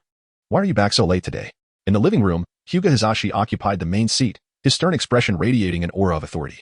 As the head of the Hyuga clan, he typically maintained a serious demeanor. He was particularly strict with his eldest daughter, Hinata. Observing Neji behind Hinata, Hisashi's expression remained unchanged. He was aware of the peculiar training squad the younger generation had formed. However, seeing the progress both Hinata and Neji had made, he decided to let it be for the moment. But the 2, who usually returned home on time, had been delayed significantly today. Naruto and Sasuke took us out for ramen, Hinata spoke softly. Neji nodded in affirmation of her words. Ramen, Hisashi exclaimed, I have matters to discuss with you. Clan head. Before Hisashi could continue, Neji interjected, standing up to interrupt. Looking at his older nephew, Hisashi merely nodded slightly. Hinata, you should head home and rest, Neji urged. Turning to her, Hinata hesitated but ultimately chose not to argue, exiting the living room to wash up and rest. Once she left, Neji stood before Hisashi. Neji, do you have something to say? Hisashi inquired, still maintaining his authoritative air. Clan head, I believe Hinata's training direction is misguided. It's not a matter of lack of talent, but rather your failure to provide her with adequate training support, Neji stated directly. He harbored resentment towards his uncle, for if it weren't for him, perhaps his father would still be alive. Yet, after undergoing specialized training with Naruto and the others, Neji came to realize a profound truth. The true culprit behind his father's demise was not his uncle but the entire Hyuga clan. He had shed his previous obstinacy and embraced Naruto's philosophy. To effect change, one must first possess the strength to alter the world, rather than merely lamenting its injustices. for the world is inherently unfair. Training resources? Niji, do you know how many resources Hinata possesses? Even you, I have never been harsh with, Hizashi responded in surprise. These resources are among the most abundant for her peers. Hizashi's tone softened slightly, yet he continued, no, that's not the issue. Hinata may not have been adequately nourished. Niji candidly recounted the events of the day without evasion, detailing the excessive ramen consumption. Upon hearing this, Hizashi's lips twitched. If Niji was truthful and he knew Niji would never lie, then they had inadvertently subjected Hinata to a form of neglect. Suddenly, Hizashi recalled Hinata mentioning her hunger in the past, only to be admonished for eating too much, which was deemed unsuitable for training. In hindsight, her comments were not about gluttony but a genuine need for sustenance. Cough. Niji. What about you? You haven't been properly nourished either, have you? Hizashi inquired suddenly. Clan head, I maintain a normal appetite. However, Hinata undoubtedly possesses greater potential. I hope you can show her more concern, Niji replied, bowing slightly before leaving. This unexpected display of concern felt peculiar to Niji. He was not yet ready to accept such kindness. Watching Niji depart, Hizashi rose to seek out Hinata. A simple verification of the situation would suffice. Chapter 33. A reflection on history within the Uchiha clan grounds. Having finished their ramen, Naruto and Sasuke promptly proceeded to clean up and prepare for rest. Naruto, Sasuke, could you step outside for a moment? At that moment, Itachi Uchiha's voice echoed. The two, freshly washed and ready to begin chakra refinement, exchanged glances before stepping out of their room. Father awaits us in the study. Let us go, Itachi said with a hint of a smile. It seemed that Itachi had come to some realizations. His perspectives on the village and the will of fire had shifted. The trio quickly arrived at Uchiha Fugaku's study. Itachi. You should stay, Fugaku said. Naruto, although you are not a member of our clan, your bond with Sasuke is akin to that of brothers. Therefore, there are matters you should also hear. Fugaku produced a scroll. I presume you studied the origins of Konoha during your first year. Today, I will speak of the great ninja wars and some renowned ninjas from our village. I shall refrain from delving too far back and will begin with the Third Hokage. He recounted how the Third Hokage, a trusted bodyguard of the Second Hokage, faced the Cloud Village alone during negotiations to save his people. Fugaku then narrated tales of legendary ninjas such as the Sannin, Orochimaru, Tsunade, and Jiraiya, as well as the Leaf's White Fang and the Yellow Flash, Minato Namikaze. He also discussed the heads of various clans and their unique secret techniques. Upon concluding his tale, even Itachi found himself momentarily speechless, for the accounts differed from what he had previously understood. Sasuke, how do you feel after hearing all this? Fugaku's gaze fell upon Sasuke. Father, are you suggesting that the history taught in the Ninja Academy overly glorifies the Hokage? Sasuke, ever straightforward, voiced his thoughts candidly. And you, Naruto? Fugaku shifted his attention to Naruto. Me. I think the fourth Hokage is incredible. Why was he the only one fighting the Nine Tails during the chaos? Why? Amidst this calamity capable of obliterating the entire village, have only a few ordinary lives perished, while the renowned ninja clans seem untouched. Furthermore, what of the esteemed Hokage? Why did he not extend his assistance to the fourth Hokage? Is he not regarded as the mightiest of all Hokages? Naruto tilted his head, curiosity evident in his voice. Upon hearing his words, Uchiha Fugaku's lips twitched slightly. It seemed he was at a loss on how to respond to such inquiries. Back then, when the Uchiha clan was the prime suspect, they were unable to intervene and were promptly assigned to evacuate the civilians. In contrast, other ninja clans such as the Akimichi, Nara, and Yamanaka families took action. This was due to Minato Namikaze's efforts to minimize the impact on the village by relocating the Nine Tails. Consequently, aside from the initial chaos, the turmoil caused by the Nine Tails was not as devastating as it could have been. This also explained why Naruto faced disdain from ordinary citizens while the children from ninja clans treated him with relatively more kindness. Such truths remained unspoken, at least for now. These perplexities would eventually be unraveled by Naruto in due course. Well, now that you know this, it's time to rest, Uchiha Fugaku chuckled, prompting the two to take their leave.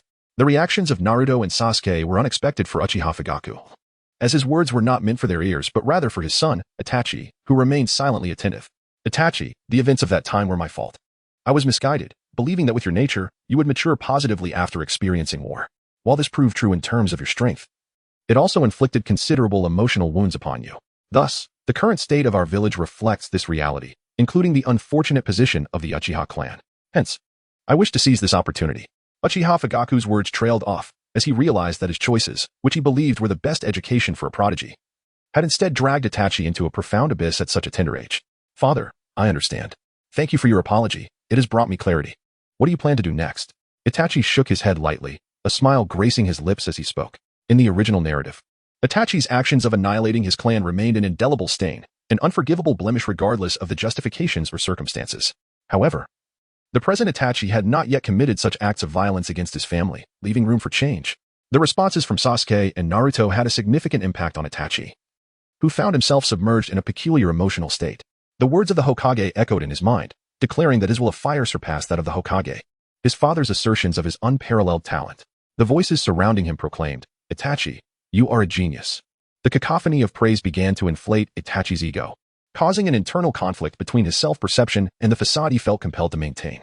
He had once believed his choices were righteous, but after hearing Naruto and Sasuke's responses, Itachi recognized that superficial appearances do not always reflect the truth. Sometimes, they are mere fabrications. Itachi had not spent much time at the Ninja Academy, so he was somewhat oblivious to the exaggerated praise of the Third Hokage in the curriculum. "Very well," Uchiha Fugaka remarked, pleased to witness such a transformation in his son. The triple affirmation of good sufficed to express his elation. Chapter 34, Conversing with the Ninetales, Requesting a Promotion. Naruto observed Itachi's metamorphosis with keen interest. The likelihood of Itachi committing an act of genocide against their clan had diminished to nearly zero. Simply put, Itachi emerged as a zealous individual shaped by a unique environment. With some special guidance, it was not overly difficult to reshape his original perceptions.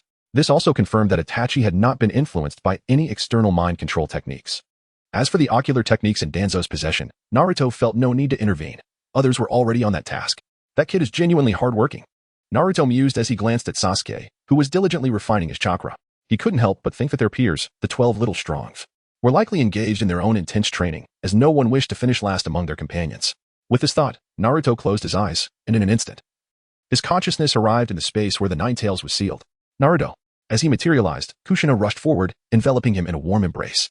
Clearly, her absence over the past few days had left her yearning for her son. "Mom, please let me go." Naruto was nearly overwhelmed by the warmth of the embrace. "Naruto, have you diligently practiced what I taught you?" Kushina inquired, her concern evident. "Moreover, from now on, Minato and I will take turns guiding you.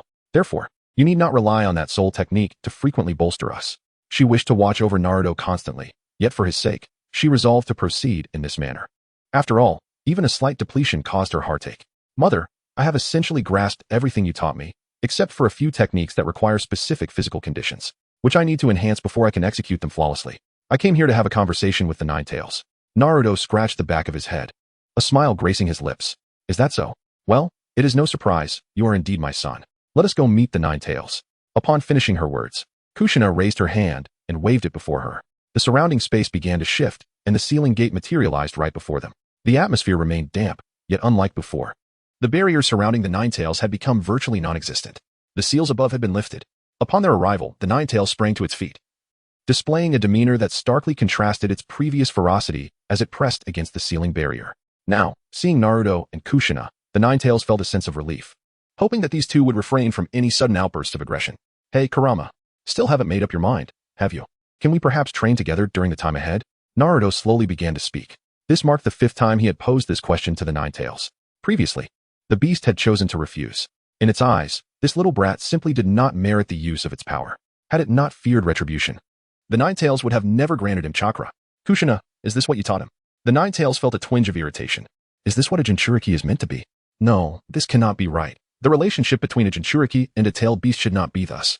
One is not meant to resist while the other suppresses. How did it suddenly transform into this? The Ninetales contemplated that it would be preferable to be subdued as before, continuously battering against its seal, rather than enduring this peculiar sensation. No. I merely came to observe. My son has something to convey to you. What he intends to do is entirely his own volition." Kushina waved her hand dismissively. That rascal Naruto has developed his own thoughts. Although merely 6 years of age, Kushina considers this a positive development. Naturally, she chooses not to intervene. "Kurama, let us be friends." Naruto raised his hand, revealing his signature smile. The chakra within him began to extend towards the Ninetales. As the chakra made contact with the Ninetales, that peculiar sensation re-emerged. Buzz. The chakra from the Ninetales erupted, forcefully pushing Naruto's chakra back. Subsequently, it lay on the ground, falling silent. Observing the subdued Ninetales, Naruto remained unperturbed. "Mother, allow me to spend some time alone with Kurama." Naruto approached the sealing gate and seated himself directly before it. Although Kushina wished to spend a bit more time with him, Naruto discreetly indicated his desire to part ways, leaving her with no choice but to depart. "Kurama, I am aware that your trust in humanity is scant. I can perceive your emotions. You fear being betrayed once more, merely being utilized as a tool. Am I correct? Fear not, for I genuinely wish to be your friend. Of course, I also require your chakra to grow stronger. The tailed beast should not stand in opposition to humanity. As you well know." Naruto spoke slowly, but the Ninetales offered no response, as if it were genuinely asleep. However, deep within the icy confines of its heart, A gradual thaw began to take place. The following morning, Naruto and Sasuke departed from the Uchiha clan's grounds. Today was the day for enrollment. Upon arriving at the Ninja Academy, they found several others waiting for them. Sasuke, Naruto, CHG waved at the two. They quickened their pace and approached the group. You two have mastered the shadow clone technique and the academic subjects, right? We need to demonstrate the results of our recent training, aiming for advancement. Ideally, we will graduate after just one more year and become Genin, allowing us to engage in further training. Sasuke reiterated the day's agenda to the others. We are ready. This time, there will be no practical assessments, so the focus will be primarily on our foundational knowledge. Therefore, everyone should pay attention to the questions in these assessments. With that, the 9 of them entered the Ninja Academy. Inside Irika's office, he exclaimed, "What? You wish to advance a grade?" His expression darkened as he regarded the 9 youngsters before him. This is not a time of war. There are no prodigies necessitating such advancement. In this era of peace, we need to provide children with ample opportunities for learning and a stable life. Observing the prominent figures of Uchiha Sasuke and Naruto Uzumaki, Irika instinctively spoke, "Yes, teacher. The knowledge we currently possess and the skills we have acquired through our own study render it inappropriate for us to remain in the first grade. Thus, we are applying for a grade advancement assessment. We kindly request that you facilitate our examination, Irika-sensei," Sasuke stated earnestly. Chapter 35, Approval Granted, the 12 young warriors assemble. Upon hearing Sasuke's words, Irika fell silent. Uchiha Sasuke, the son of the influential Uchiha clan leader and the younger brother of the prodigious Itachi, made such a statement, and Irika could comprehend the reasoning behind it. Furthermore, most of those present were children of ninja families. Yet, what brought Naruto and Sakura here as well? Naruto's usual demeanor, while not disruptive, is hardly remarkable. As for their practical training outside, Irika is completely unaware. After all, he is merely a teacher and does not delve into such matters. All right, you all wait at the training grounds for now. I shall report the application to Lord Hokage. Despite his confusion, Irika felt compelled to take action. The 9 nodded in agreement and swiftly made their way to the training area. Half an hour later, Irika arrived, holding an assessment paper in his hand. The cultural examination would take place in the afternoon. Now, each of you, please demonstrate the clone technique. Irika spoke directly, revealing the content of the assessment. The clone technique is a fundamental ninjutsu taught in the first grade. Though the difficulty of this technique is quite low, it serves as the simplest and clearest test of chakra control. I'll go first. Clone. Sakura stepped forward, quickly forming hand seals. Instantly, 2 vibrant clones appeared beside her. After a few minutes, the clones dissipated. Indeed, they were dismissed. Sakura's chakra supply is not particularly abundant among the 9, yet her control over it is unmatched. Even by Uchiha Sasuke at this moment. This is noteworthy considering Sasuke had undergone extensive training with Naruto and had even mastered lightning and fire release. Yet he still pales in comparison. Next came Shikamaru, Choji, Ino, Hinata, Shino, and Kiba. Each of them effortlessly completed the clone technique assessment. Sasuke then stepped forward. Shadow Clone Jutsu. As Uchiha Sasuke formed the seals, a cloud of white mist erupted around him. Moments later, a multitude of Sasuke clones appeared before Irika. Shadow clones. And so many. Irika was taken aback. Even as a teacher, he would never dare to unleash such a number of shadow clones. It's not that he couldn't do it, but rather that he wouldn't. The consumption brought on by releasing shadow clones is beyond what he could endure, even among Chunin. Those who can engage in battle with 3 or more shadow clones simultaneously are considered quite exceptional. Boom, boom, boom. Seconds later, all the shadow clones dissolved into white mist. The final one to demonstrate was Naruto. Naruto merely summoned 2 shadow clones with utmost simplicity. After effortlessly passing the examination, he returned to his designated position with poise. Sasuke, however, found himself in a state of perplexity. Having witnessed Naruto's shadow clones firsthand, he recognized that both their quantity and quality surpassed his own. Why then? Was Naruto so nonchalant? Our objective is merely to pass the assessment. As for displaying extraordinary talent, it holds no immediate significance for me. Naruto spoke softly. Although Sasuke did not comprehend, he refrained from further inquiries. Congratulations. You are to undertake a cultural examination. Upon successful completion, you shall enjoy a year of flexible learning time. You may choose to forego school and seek out your own preferred methods of study and training. After 1 year, you will undergo practical combat assessments, ninjutsu tests, and cultural evaluations. Upon completion, you may graduate directly. Irika revealed the details of the acceleration program. Indeed, this so-called advancement does not imply a mere transition from first to second grade to join Niji and his peers. Rather, it is the selection of an alternative path to graduation. Given their demonstrated prowess, continued attendance at school would only squander their training time. In this world, prodigies are afforded certain privileges, especially in a ninja society that reveres strength. As for Choji and his companions, they have been guided by their family ninjas from a young age, utilizing potions to enhance their physical abilities. Sakura, on the other hand, is a testament to innate talent. While watching the anime, Naruto initially regarded Sakura as a liability, unworthy of being one of the trio of protagonists. However, his perspective has since transformed. Much of the narrative surrounding Sakura often focuses on her duplicitous nature, presenting one face to the world and another in private.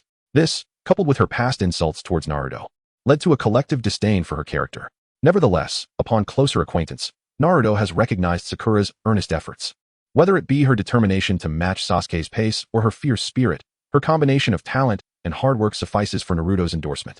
As for Naruto's previous affection for Sakura, it has dissipated. After all, how could one overlook the charm of the adorable Hinata? He harbors no masochistic tendencies to entangle himself in the complexities among the trio. Teacher, is the examination based on textbook content? At that moment, Shikamaru raised his hand and spoke. The content of this examination was not devised by our teachers, but is provided directly by Lord Hokage. Therefore, we hope you will respond with utmost seriousness. Although I have only accompanied and guided you for a year, as your teacher, I earnestly wish for your brighter futures. Irika concluded, instructing them to proceed to classroom 7. After delivering his remarks while clutching the grade sheet, he vanished from sight. The 9 students exchanged glances before making their way to classroom 7. Upon arriving, they discovered that Niji, Tenten, and Lee were also present, confirming that they had likewise passed the assessment. Niji's talent surpasses even Hinata's, while Hinata and Tenten, despite their average abilities, aspired to participate in the acceleration program. Tenten even generously donated 1,000 sets of training equipment to the school, thereby securing her place in this elite group. As for Lee, he earned his spot through sheer determination and his formidable fists. At this moment, the 12 young powers convened. The classroom was spacious, with ample distance between each student. Each desk bore the name of its assigned occupant, indicating that the teachers had anticipated their success in the preliminary evaluation. Finding their designated seats, a sudden rustling heralded the appearance of 6 masked ninjas at the podium, each clutching an examination paper. Chapter 36, The Ninetales Breakthrough. With the arrival of the Umbu ninjas, the atmosphere grew palpably tense, infused with an aura of lethal intent. It seemed these shadowy figures aimed to unsettle their spirits. Naruto instinctively glanced at the others. Indeed, it was not just him. Everyone present sensed the same unsettling aura. This was rather challenging for them. All those in attendance were merely 6 years old. How could they have ever encountered such an atmosphere? Even though their training resembled real combat, they were aware that death was not a possibility. It appeared that this assessment was rather extraordinary. We, a select few, were appointed as invigilators. During the examination, any utterance would be deemed as cheating. Any minor movements would also be considered as misconduct. We kindly ask that you remain quiet and complete the examination paper. The duration is 2 hours, and early submissions are prohibited. Upon completion, you must remain seated. Let us begin. After the central Umbu member concluded his instructions, the examination papers were distributed to each individual. Umbu members also positioned themselves in the corners of the classroom to oversee the proceedings. Oh no, if their mental state was such, their performance on the exam would undoubtedly be compromised. Should they fail to advance together, the subsequent training regimen would certainly be affected. To wait for the next opportunity would mean a year's delay. Such a year could be seen as a monumental waste. Within Naruto's mind, thoughts whirled rapidly. Even with the maturity of an adult, he found himself feeling a twinge of panic in this moment. This pressure stemmed from an innate survival instinct. Unless one's strength reached a certain level, it was difficult to suppress such feelings. Strength? Naruto suddenly had a realization. However, if he were to proceed in this manner, he would undoubtedly need to harness the chakra of the Nine Tails. Yet, under the current circumstances, unleashing the chakra of the Nine Tails would necessitate preparation for confronting even greater crises. With this thought, Naruto smiled. This examination had been devised by the Third Hokage, Hiruzen Sarutobi. The stronger his abilities and the purer his spirit, the more joy it would bring to Hiruzen Sarutobi. Coupled with the solid groundwork he had laid previously, he felt a sense of assurance. With his thoughts settling, Naruto closed his eyes. Around him, the gazes of several Umbu operatives fell upon him simultaneously, a sensation akin to a blade poised at his throat intensifying. Kurama, I require your assistance. You have resided within my body for 6 years now. Isn't it time to contribute a bit of rent? Naruto opened his arms wide, dismantling the cage that confined the Nine Tails. Do you truly understand what you are doing, little one?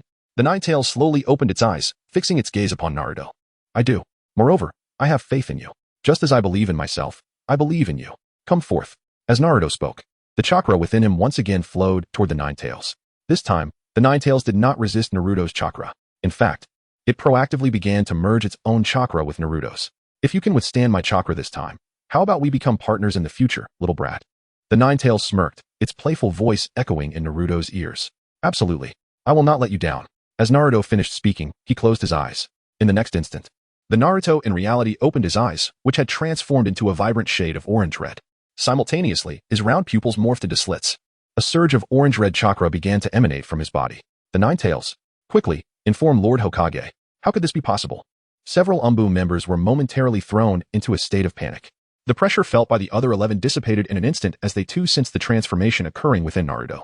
However, at that moment, none of them shifted their gaze toward him. For Naruto had stated prior to the examination that regardless of what transpired during the test, their sole obligation was to complete the examination paper. With the oppressive aura of the Umbu lifted, everyone swiftly entered a state of focused concentration on their tasks. Most of the material presented was already familiar to them. Even if there were aspects not covered in their textbooks, they could rapidly supplement their knowledge with similar concepts. It is essential to note that they were no longer the same as before. The very first requirement of training alongside Naruto and Sasuke was to thoroughly study those textbooks. Moreover, the history of the ninja world was compact, especially that of Konoha. Decades of history could easily be encompassed within a single textbook. The reason they had previously disregarded this in the original narrative was due to their backgrounds as ninja clans. They often looked down upon textbook content, perceiving it as mere fabrication. However, this time was different. Before long, they reached the final significant question. Please express your views on the village. Indeed, it was an essay. This was precisely the focus for which Naruto had prepared in advance. Upon seeing this prompt, the eyes of the 11 participants sparkled with enthusiasm. Each individual scarcely paused their writing. Within less than an hour, they had all completed their essays, setting down their pens and sitting back in their seats. Meanwhile, the Ninetales chakra that had been radiating from Naruto began to retract into his body. His once crimson eyes gradually regained clarity, with a soft blue hue beginning to dominate his pupils. Kurama, I am well aware of all these matters. Furthermore, I understand the underlying reasons. Although negative emotions can influence many, such effects only serve to empower me further. It is time for me to commence. After taking a deep breath, Naruto began to answer the questions directly. At that moment, Hiruzen Sarutobi had arrived outside the classroom. Sensing the chakra of the Ninetales emanating from Naruto, he began to feel a sense of calm wash over him. The look on Hiruzen's face shifted from confusion to delight. A Jinchuriki. The Jinchuriki of Konoha is undoubtedly one of the most exceptional among all the previous hosts. Even the so-called perfect Jinchuriki of the Cloud Village, Killer Bee, could not tame the Eight Tails at the tender age of 6. Not to mention, Naruto harbored the most ferocious of them all, the Ninetales. This implies that Konoha's Jinchuriki is destined to become an immensely powerful asset. Moreover, this formidable strength is under his direct control. Contemplating this, all the negative emotions that Hiruzen had accumulated dissipated entirely. Chapter 37, A Surge of PUA. In less than an hour, Naruto completed all the content. However, the time was not yet up. Everyone remained quietly seated at their desks. A few minutes later, members of the Umbu approached each desk to collect the examination papers. Outside, Hiruzen observed the situation with a beaming smile. This group was precisely to his liking. Throughout the examination, no one chose to resist. Everyone complied with the rules. Such adherence was exactly what Hiruzen needed. He detested unforeseen complications. For the finest generation to possess such qualities was indeed the best outcome. Talent and obedience combined formed the ideal foundation he envisioned for Asuma. The 12 students were taken to the resting area, where lunch was prepared. Next, they merely awaited the grading of their papers. In the principal's office, the top paper belonged to Choji Akimichi. Is he the son of Choza? This little fellow often appears dull-witted. Let us take a look at his paper. Hiruzen picked up Choji's examination, and soon his eyes sparkled. The foundational knowledge was firmly grasped, and the application questions analyzing battles and tasks were impressively illuminated. It showcased a profound manifestation of the will of fire. Especially striking was the line stating that under the wise guidance of the Third Hokage, Konoha has transformed into the stable and peaceful village it is today. Such a statement elevated the entire content of the paper. Technical knowledge and accuracy seemed trivial in comparison. Choji Akimichi represents the Akimichi clan. The Ino Shikacho trio has long been a prestigious representation in the village. Now, with Choji's awakening, Hiruzen felt immense joy. Upon turning the page, Hiruzen was astounded. This was the realization of a 6-year-old child. He even felt that Choji's will of fire was more resolute than that of the former Itachi Uchiha. Moreover, the content was not mere fantasy, but rather grounded analysis and reasoning. Conclusively, Choji wrote, "My dream is to become the strongest pillar of Konoha." Such words moved Hiruzen deeply. With Choji's brilliance preceding, he eagerly anticipated the next paper. Next was Niji's. As a member of the Hyuga clan, 2 individuals sought to skip a grade this time, which Hiruzen regarded with utmost seriousness. The academic content was flawless. Niji's foundation was excellent. The subsequent content once again raised the hair on Hiruzen's neck. Here was another individual with profound recognition of the Third Hokage, alongside a deep will of fire. Niji Hyuga declared, as a practitioner of the gentle fist, "I shall repel external threats with unwavering resolve and protect Konoha." Hiruzen trembled slightly. He sensed that his years of effort were finally approaching the light of fruition. Kiba Inuzuka, my teeth and claws are the mightiest weapons of Konoha. In the future, I aspire to become Hokage and uphold the ideals of the Third. Ino Yamanaka, my heart will forever beat for the sake of Konoha. Shikamaru Nara, as a piece on the board, I shall protect the throne. Shino Aburame, I hope to become the village's strongest scout, the eyes of the village. Hinata Hyuga, I am a woman who wishes to become Hokage. Sasuke Uchiha, shall undoubtedly become Konoha's mightiest sword, executing the Hokage's will against all enemies. Naruto Uzumaki, the Hokage is the best grandpa, Hokage, ABA. Having read through the examination content of the 12 students, Hiruzen sat in shock, as if something had stolen his thoughts. Hokage-sama, it has been 2 hours. Are these papers satisfactory? Should we go speak with the students? At that moment, an Umbu member entered from outside. Observing Hiruzen lost in contemplation, though somewhat puzzled, he inquired. I understand. Let us proceed. Hiruzen collected the 12 papers. These were invaluable materials. They could even serve as exemplary writings for other students at the Ninja Academy. Once organized, Hiruzen swiftly departed. Upon arriving in the resting area, upon seeing the Hokage himself, the 12 students promptly stood, their eyes gleaming with fervor. Naruto, if you all could exhibit a bit more enthusiasm, then this afternoon you wouldn't have to endure the punishment. Goodness, this is truly the greatest temptation for them. Observing Sarutobi Hiruzen now, he resembles a golden ticket to immortality. The fervor in his eyes radiates unabashedly. Enveloped by such a gaze, Sarutobi Hiruzen feels almost euphoric. Ahem. Your assessment results are now available. All 12 of you have passed. In the coming year, I will arrange for a dedicated guiding ninja to mentor you. Simultaneously, you will be rewarded with corresponding ninjutsu. The necessary materials for training and resources will be provided by the village. If, after 1 year, you successfully complete the assessment, you will become a genin. You may choose to engage in mission training or join the Umbu. Sarutobi Hiruzen spoke with unbridled joy. By the end, even Naruto was taken aback. Join the Umbu. It is well known that the Umbu occupies a pivotal position beside the Hokage. Most significantly, when Uchiha Itachi became the captain of the Umbu, Uchiha Fugaku persuaded the more radical members of the clan with this very fact. It is evident that this position is not one that just any ninja can attain. In contrast, one can understand the caliber of geniuses like Kakashi Hatake. To join the Umbu immediately upon graduation is the highest recognition bestowed by Konoha upon an individual. Yes, Hokage-sama. The 12 responded in unison. Ha ha ha, you are all good children. Thus, for the next year, you may undertake various missions under the special genin designation. These missions will accumulate. Moreover, if you can complete 10 C-rank missions within the year, you will be exempt from further assessments. Now, go back and surprise your families. Naruto, stay behind. I will take you to meet someone shortly. After Sarutobi Hiruzen finished speaking, he waved his hand. An Umbu member entered carrying a box. Upon opening it, it revealed a collection of forehead protectors. Chapter 38, Special Genin, Naruto's Arrangements. Gazing at the forehead protectors, the 12 were momentarily stunned. They had initially believed they would receive these only after a year. Furthermore, Sarutobi Hiruzen had just declared that they now held the special genin status. This designation was previously unheard of. Had this been a time of war, the 12 of them might have been directly promoted to genin, becoming combat-ready ninjas. However, as there is no war at present, there is no direct pathway to becoming genin. This special genin status seems to be a spontaneous creation by Sarutobi Hiruzen. One by one, the 12 stepped forward to receive their forehead protectors, adorning them in their most fitting positions. The excitement in each of their eyes was unmistakable. After all, even though the expectations of ninja clans are high, such an achievement would undoubtedly earn them accolades. Subsequently, they all departed from the venue. Naruto, will you come to my house tonight? Uchiha Sasuke approached Uzumaki Naruto, looking at him with anticipation. If I come tonight, then I will surely be there. Naruto wore a serious expression. All right. Sasuke seemed to have heard some nonsensical remark. Yet he momentarily failed to respond. With a cheerful smile, he departed from the scene. Old man Hokage, are you inviting me to a meal? Naruto stepped forward, wearing a naive smile, exaggeratedly wiping away drool. Hadn't he just eaten? Let us go. I will take you to a place, Sarutobi Hiruzen declared, leading Naruto away from the Ninja Academy. Shortly thereafter, the duo arrived at the memorial park. Upon gazing at the names etched on the gravestone before him, Naruto's body trembled. During this period of time spent with Minato Namikaze and Kushina Uzumaki, Naruto had grown accustomed to the realization that these two were his parents. Was this the final resting place of the fourth Hokage and his beloved wife?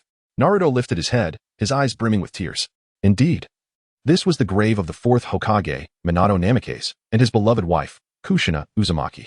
Naruto, having learned the name of the fourth's wife, should also have come to realize his own identity, shouldn't he? Hiruzen Sarutobi cautiously ventured to speak. Although Naruto had previously unleashed the chakra of the Nine Tails and demonstrated an impressive ability to control it, Hiruzen remained apprehensive. This moment represented his final test. If Naruto truly could master the chakra of the Nine Tails, then Hiruzen would begin to allocate resources in Naruto's direction. No, everyone in the village says I'm the demon fox. I can't be. Hokage Grandpa, I can't be. Naruto protested vehemently. The fourth Hokage was a hero who saved the village, yet I, a mere demon fox, have only brought them harm. It's impossible. Naruto's tears fell like they were free, cascading down without restraint. Subsequently, disregarding Sarutobi Hiruzen's expression, Naruto hastily fled the scene. As he watched Naruto disappear into the distance, a sense of helplessness washed over Sarutobi Hiruzen's face. Initially, he had wished to use Naruto as a vessel to absorb the village's negative emotions following the chaos of the Nine Tails. At the same time, he aimed to conceal Naruto's identity, shielding him from potential threats lurking in the village from rival clans. Moreover, he sought better control over the Jinchuriki. However, the impact of these actions on Naruto was undeniably profound. Come forth, Sarutobi Hiruzen spoke with a hint of resignation. Lord Hokage, Kakashi Hatake appeared before him. Kakashi, you have heard about the recent events. Furthermore, I had previously discussed these matters with you. Can I entrust this to you? Sarutobi Hiruzen asked slowly. Are you referring to my role as a guiding jonin? Kakashi replied, somewhat puzzled. Act according to your judgment. At this moment, you are the most suitable person for the task, Sarutobi Hiruzen stated, pulling out his pipe and taking a long drag. Understood, Lord Hokage. Kakashi Hatake responded before vanishing from sight. By the riverbank, Naruto sat there, his face etched with discomfort and sorrow. Observing such a forlorn figure, Kakashi Hatake felt a pang of anguish in his heart. How often had he, too, experienced this profound solitude? Until that warm smile emerged, that splash of yellow, akin to the sun of spring, which provided him solace. Kakashi approached Naruto and took a seat beside him. You are Kakashi Hatake. You may henceforth refer to me as Teacher Kakashi, he interjected before Naruto could finish his thought. Teacher Kakashi. Naruto wiped the tears from his face. You are the disciple of my father, the fourth Hokage? Naruto took a deep breath and, with a quivering voice, spoke. Yes. Are you aware of my circumstances? Kakashi, slightly taken aback, pondered how this mere 6-year-old could possibly grasp the weight of his experiences. Memories, long buried and untouched, began to resurface slowly within him. I don't know. Could you possibly share it with me? My father, Naruto found himself at a loss for words. His once bright eyes were now filled with desolation and sorrow. Naruto, you should actually take pride in this. Your father is a truly remarkable man, an extraordinarily exceptional Hokage. My father, too, passed away when I was very young, he continued, as Kakashi began to recount his own experiences. Naruto's eyes grew increasingly radiant. They have all departed. Kakashi-sensei, will you remember them? Naruto slowly began to speak. Yes. However, the clearer my memories become, the more determined I am to live fully. Only in this way can I honor them. Therefore, Naruto, you must also be strong. In the future, you will undoubtedly become as powerful a ninja as your father. After Kakashi finished speaking, he reached out and ruffled Naruto's hair. Looking into those blue eyes, he seemed to see the image of Minato Namikaze from long ago. At that moment, Naruto nodded earnestly, the sorrow on his face gradually fading away. Meanwhile, the members of the Umbu, who had been surveilling from a distance, vanished from sight. This was their last monitoring mission. If Naruto showed no signs of abnormality, there would be no need for further surveillance. From then on, it would be up to Kakashi Hatake to look after Naruto. At that moment, a figure stealthily descended into the ground, disappearing from the scene. Chapter 39, The Deal Between Orochimaru and Danzo. At the border of the Land of Fire, a ninja knelt before a pale-faced man, presenting a scroll. Sir, this is the message from Konoha. Indeed, it was Orochimaru, the rogue ninja who had defected from Konoha. At that moment, he still wore the red cloud cloak of the Akatsuki. Konoha. Orochimaru took the scroll from his subordinate. After reading its contents, he was taken aback. Oh, I did not expect that during my absence, Konoha experienced some changes. The little ones. Orochimaru licked his lips as he surveyed the information. Sir, there is another piece of intelligence. The subordinate handed over another scroll. A playful expression crossed Orochimaru's face. Why is it that when it rains, it pours? As he accepted the second scroll, a wider smile crept onto his lips. You may leave. He waved his hand dismissively and turned to face a wall. Stepping directly into it, the surrounding scenery shifted, revealing a series of large transparent nutrient tanks. Inside, various grotesque forms resided. They were not human, they were monsters. After navigating this passage, Orochimaru arrived at the innermost laboratory. He picked up a small, specialized nutrient tank, about the size of an arm. Within it, a mass of white substance writhed. Since you desire it, let us see how you fare. If all goes well, perhaps. Orochimaru spoke before swallowing the substance. He then began to form hand seals. Summoning jutsu. As the summoning was unleashed, a dark blue snake emerged, swallowing Orochimaru whole before vanishing in a cloud of white mist. Meanwhile, at the headquarters of the Root organization, Danzo covered his face and arm. He produced a syringe and injected it into his arm. As the energy coursed through him, Danzo's expression relaxed. Suddenly, a snake appeared before him, opening its jaws wide. An arm slowly emerged from the snake's mouth. Shortly thereafter, Orochimaru crawled out. His body slick with mucus, making for an eerie entrance that even Danzo found unsettling. Orochimaru, could you not choose a different way to make an entrance? Danzo frowned, expressing his discontent. Lord Danzo, are you in such a hurry? Can you not contain the Hashirama cells? Orochimaru cut straight to the point. Hearing this, Danzo removed the bandages from his arm, revealing white flesh writhing as if something within sought to escape. The eyes embedded in his arm added to the eerie spectacle. Enough with the sarcasm. This time, you should be able to help me fully suppress it, right? Do not forget who has been providing you with resources all these years. Danzo spoke with a hint of dissatisfaction. Having participated in the forbidden experiments, Danzo had left no trace, his position among Konoha's elite shielding him from scrutiny. Despite Orochimaru's fugitive status, he maintained connections within Konoha. Orochimaru opened his mouth and expelled a nutrient tank. Upon opening it, he extracted a mass of writhing white flesh. This is my latest research, a highly active specimen. However, its energy remains stable, easily suppressed by the chakra of an average ninja. After speaking, Orochimaru approached Danzo, retrieving a small knife to begin the implantation procedure. As time passed, Danzo's expression shifted to one of delight. Once the replacement was complete, he flexed his arm, testing his grip. Well done, Orochimaru. You are aware of Konoha's situation, are you not? If the Uchiha clan still exists, that old man Sarutobi will surely place his son Asuma in the role of Hokage. In that case, you may never see the light of day again. As Danzo wrapped his arm, he continued, Oh, Lord Danzo, you truly have my best interests at heart. However, is it not you who wishes to bask in the sunlight? Orochimaru teased. So, Lord Danzo, do you intend for me to take action against the Uchiha? Might you underestimate them? Orochimaru's sarcasm was evident. The Uchiha? Now, we already know of 2 pairs of Manjiki Sharingan. Below, there are at least dozens of elite Genin. Given that Sandaime is clearly inclined to reinstate the Uchiha, you expect me to act? 1 Itachi Uchiha and 1 Fugaku Uchiha could easily end my life. I require your cooperation. You have incomplete specimens in your research, do you not? Provide them to me. Danzo asserted. Those defective products? If that is the case, I can indeed provide them. However, despite being failures, they consumed a significant amount of my resources to produce. They were initially intended for my experiments, 10 million ryo. Before Orochimaru could finish, Danzo raised a finger. No, I do not seek money. Lord Danzo, I require 1,000 portions of medicinal materials. Once again, the items previously requested. Orochimaru smiled faintly. He possessed wealth, yet found himself unable to procure those items due to the sensitivity of his current identity. Thus, he could only gather them gradually, which proved to be quite cumbersome. Conversely, Danzo, as a high-ranking official in Konoha, could effortlessly acquire such medicinal herbs. However, the value of these items far exceeded 10 million ryo. It would require several times that amount. Very well. Nevertheless, it would be prudent for your items to be worth such a price, Danzo stated with a stern expression. Upon hearing Danzo's words, Orochimaru licked his lips. Then, I shall take my leave. Orochimaru clasped his hands in respect, and a serpent emerged, swallowing him whole, transforming into white mist before vanishing from sight. As Orochimaru departed, a cold glint flickered in Danzo's eyes. A sinister smile crept across his face as he contemplated Uchiha and Sarutobi. Chapter 40. An unexpected change. Within the dilapidated apartment, Naruto sensed the chakra surrounding him.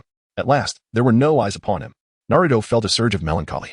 The absence of surveillance also signified a lack of the previous numerous Umbu guardians by his side. That old dog Danzo, if cornered, could become even more perilous. However, as long as Danzo did not bring along the ninjas from the root organization, Naruto believed escaping would pose no challenge. After all, he was not like Uchiha Shisui, who was prone to reckless confrontations. With this thought in mind, Naruto unleashed the chakra of the Nine Tails coursing through him. The vibrant orange chakra began to envelop his body. Ding! The system's prompt resonated. Host his refined Nine Tails chakra, comprehending the Sage Body. Sage Body automatically absorbs natural energy and transforms it into any chakra attribute. A broader smile graced Naruto's lips. With his current physical prowess, he was already able to accommodate a portion of the Nine Tails chakra. Yet, should he take in more? Even if the Nine Tails remained dormant, his body would likely suffer damage under the immense chakra strain. In the following 3 days, little transpired. Within the Uchiha training grounds, 12 individuals gathered. Hey Naruto, Sasuke. For the next electric shock, could it be a tad weaker? I felt like I was on the brink of death just now. Inuzuka Kiba lamented, a look of distress upon his face. Akamaru echoed, whimpering in agreement. Despite Kiba and Akamaru's formidable physical resilience, they still struggled to endure the duo's lightning. The pursuit of greater strength was imperative, thus, they needed to persevere further. Naruto gradually sat up, feeling a touch of embarrassment as he spoke. Each time he harnessed lightning for himself, it was twice the intensity of that experienced by others. The tingling sensation was almost unbearable for him. Well, today's training has concluded. By the way, Hokage-sama, have you arranged for a guiding jonin? Uchiha Sasuke interjected. My father informed me that my guiding jonin should be Jonin Asuma Sarutobi. Choji and Ino should be in the same situation as I am, right? Shikamaru slowly added. As descendants of the Inuzuka, Nara, and Akimichi clans, they would undoubtedly be grouped together. Choji and Ino, positioned nearby, nodded in agreement. Lee, Tenten, and I are under the tutelage of Master Guy. We have already begun our training, Niji stated earnestly, his gaze fixated on Naruto. To him, Naruto was like a radiant sun, illuminating the path ahead. Kiba, Shino, and I are in the class of Kurenai-sensei, Hinata quietly chimed in. During this period, Hinata had shown the most remarkable progress. Her physical strength and skill in the gentle fist technique had significantly improved. She could now hold her own against Niji, who, even in higher grades, was a prodigy. Naruto nodded, indicating that there was little deviation from the original narrative. The arrangement by Hiruzen Sarutobi was evidently deliberate. The Inuzuka, Nara, and Akimichi clans, as representatives of the shinobi, were entrusted to his son. Hinata, Shino, and Kiba symbolized the Hyuga, Yamanaka, and Inuzuka clans respectively. They were assigned to the rather ordinary Yuhi Kurenai, who also bore the identity of Asuma Sarutobi's beloved. Tenten, Niji, and Lee comprised a mix of those benefiting from connections, those from branch families, and an ordinary ninja. Entrusting them to Might Guy was a reasonable choice, given his singular focus as a ninja. As for Naruto, Sasuke, and Sakura, their assignment to Kakashi Hatake, a former Umbu, suggested a desire to cultivate them in a manner befitting the Umbu. Indeed, Hiruzen Sarutobi's arrangements were exceptionally astute. Moving forward, everyone was encouraged to complete any assigned missions. Should there be no missions or training, they would convene for practical training exercises. Choosing this path would undoubtedly be arduous, however. Our future holds the promise of becoming the most resplendent existence in the shinobi world. Naruto extended his hand, and one by one, the others approached him. The thoughts of youth are often so simple. Sometimes, no material gain is necessary, merely sharing a common dream can forge the strongest of bonds. Suddenly, a deafening explosion resonated from afar. What? Is that a surge of chakra? Fire style. This is the Uchiha clan's territory. How could such a chakra disturbance arise so unexpectedly? No, this is combat, not training. Sasuke Uchiha exclaimed and surged toward the source of the explosion. The others swiftly followed suit, and within moments, the 12 of them arrived at the epicenter of the conflict. At that moment, a group of Uchiha genin was engaged in battle with some peculiar creatures. What are those? Sakura instinctively took a step back upon seeing the monsters. These. Naruto opened his mouth but refrained from speaking. He recognized these abominable creations. They were the failed experiments of Orochimaru. Yet, why were these monstrosities present here? According to the timeline, the night of the massacre was indeed approaching. However, at this moment, Itachi Uchiha had returned to the clan, leading the life of a regular ninja. Danzo should not engage in such actions at this time. Obito. No, it was implausible that Obito would be collaborating with Orochimaru to orchestrate chaos at this juncture. At that moment, Naruto felt a sudden chill. Just then, two hands unexpectedly reached up from below, grasping his ankles and pulling him underground, causing him to vanish. Naruto! Sasuke shouted, drawing the short blade given to him by Itachi Uchiha from his back. A surge of ferocious lightning chakra coursed through the blade as he plunged it into the ground. The violent lightning spread along the earth, yet there was no reaction. Sasuke expanded his sensory perception, but found nothing beneath him, an empty void. How could this be? He had clearly seen Naruto being pulled into the depths. A wave of intense emotion surged into Sasuke's mind, followed by a rush of energy that flooded his eyes. His originally dark irises transformed into a crimson hue. And two Tomo appeared within his gaze. Sharingan, activate. In an instant, he unlocked his double Tomo Sharingan. With renewed perception, Sasuke swiftly surveyed his surroundings, locking his gaze onto the failed experiments. Lightning release. Lightning bolt. With the eruption of lightning, Sasuke vanished from his position. When he reappeared, he wielded the blade infused with lightning, striking down upon a failed experiment, severing it instantly. In that same moment, the others unleashed their chakra. Niji and Hinata charged into battle, their movements appearing gentle yet deliberate, each strike landing precisely on their targets. These experiments had been discarded by Orochimaru due to their inability to control wood release and chakra. Under the Byakugan scrutiny, the monster's weaknesses were laid bare. A single palm struck a chakra node, abruptly clogging the chakra within the failed experiment's body. With a second strike, the stability of the creature was shattered, resulting in a violent explosion of chakra that spread outward. Fortunately, Hinata and Niji had anticipated this disruption, avoiding the ensuing chaos. Hinata. Let Ino take control of your body and share the information with us. Sakura, you look after Ino. You chose that technique, right? Now is the time to use it. Shikamaru suddenly interjected. Upon hearing his words, Ino raised her hand. Mind-body switch technique. Mind transfer technique.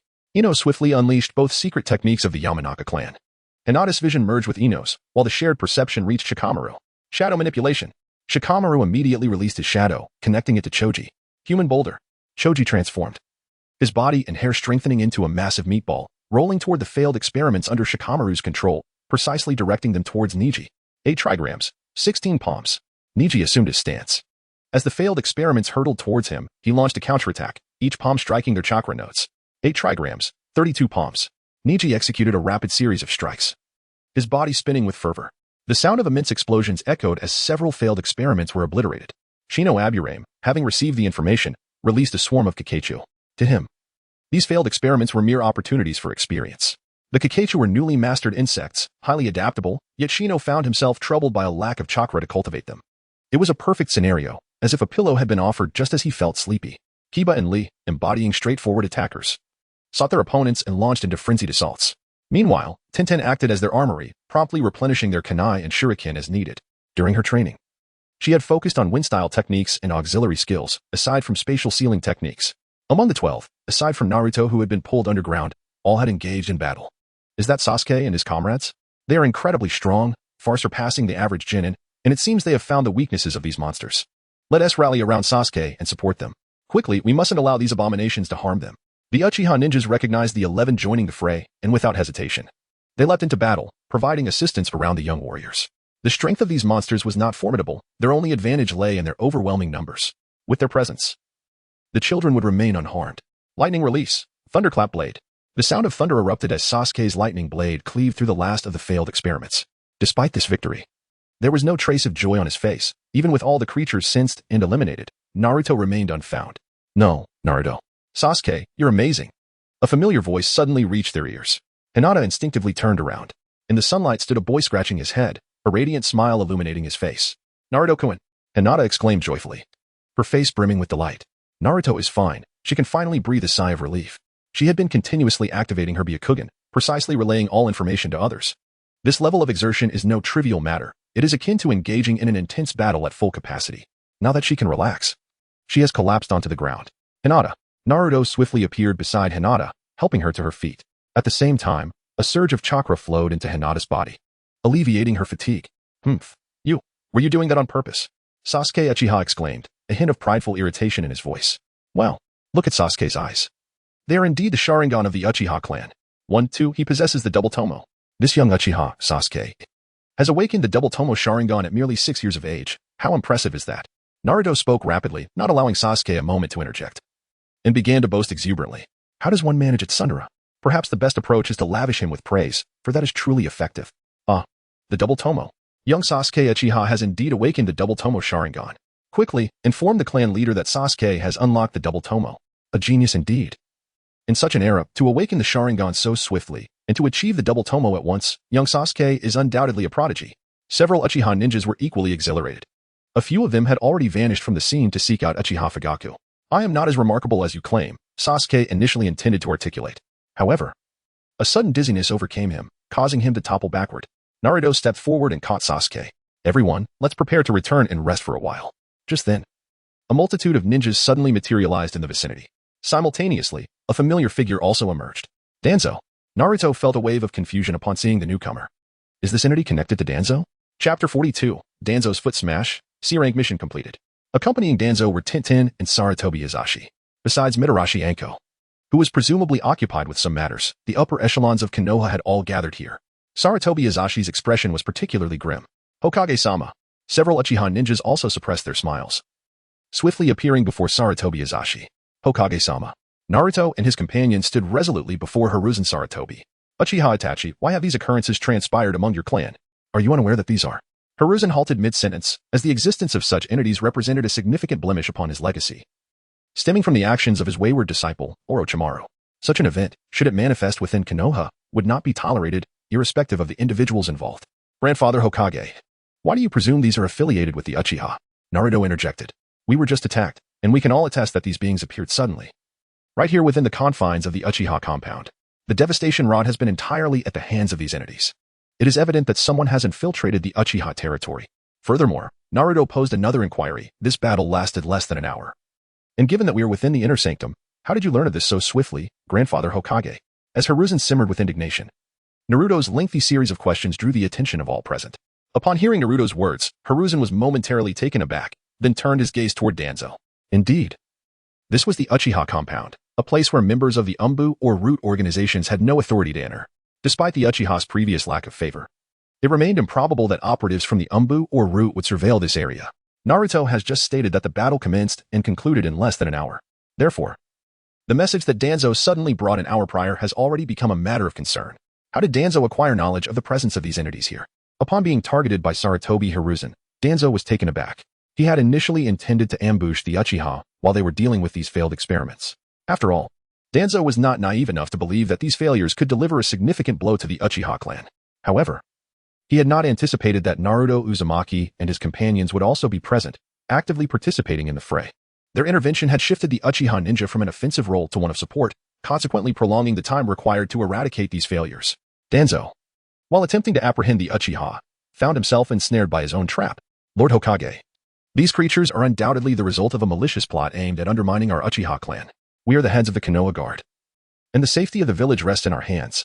We are steadfastly fulfilling the directive bestowed upon us by you, Lord Hokage. I hereby request a thorough investigation of the village. If these entities were to rampage within the village, they would surely pose a grave threat. Such an incident could even tarnish your esteemed reputation, Lord Hokage. At that moment, Uchiha Fugaku arrived, accompanied by Uchiha Itachi, Uchiha Nagasawa, and others. With their arrival, Danzo realized that the situation had spiraled beyond his control. The children present were not mere offspring of ordinary families. What they witnessed could easily be conveyed to their parents, who would undoubtedly side with the Uchiha. It was no jest, when their interests were not at stake and their safety was not compromised. They were more than willing to stir the pot. Minister Fugaku, I entrust this matter to your investigation. Even within the territory of the Sarutobi clan, you are permitted to conduct your inquiries. I wish to see no more of these entities in our village. With a huff, Sarutobi Hiruzen directed a cold snort towards Danzo before approaching Naruto. Young Naruto, are you now able to vanquish these monsters? Sarutobi Hiruzen concealed his earlier emotions, adopting a warm smile as he spoke. Indeed, we have just managed to slay these creatures, Naruto responded enthusiastically. Grandpa Hokage, does this mean we are due for a reward for our mission? After all, we have safeguarded the village's safety. Naruto spoke with an air of pride, while Shikamaru and the others standing behind him wore expressions of bewilderment. The Naruto before them seemed entirely different from the one they usually encountered. They couldn't quite comprehend why Naruto transformed into such a simpleton whenever he interacted with the higher-ups of Konoha, particularly the Hokage. Haha, you truly despise being at a disadvantage. Don't you, kid? Sarutobi Hiruzen remarked affectionately. Observing Naruto, he felt an increasing sense of satisfaction. Not only had Naruto demonstrated remarkable talent, but his attitude towards Hiruzen was also commendable. That kind of admiration was precisely what Sarutobi yearned for. What could be better than having a Jinchuriki who, without any need for control, naturally became a spear in his hand? Yay. Thank you, Grandpa Hokage. Niji, let us quickly tally how many we just took down. Although I didn't partake in the battle, you all could effortlessly accomplish several C-ranked missions.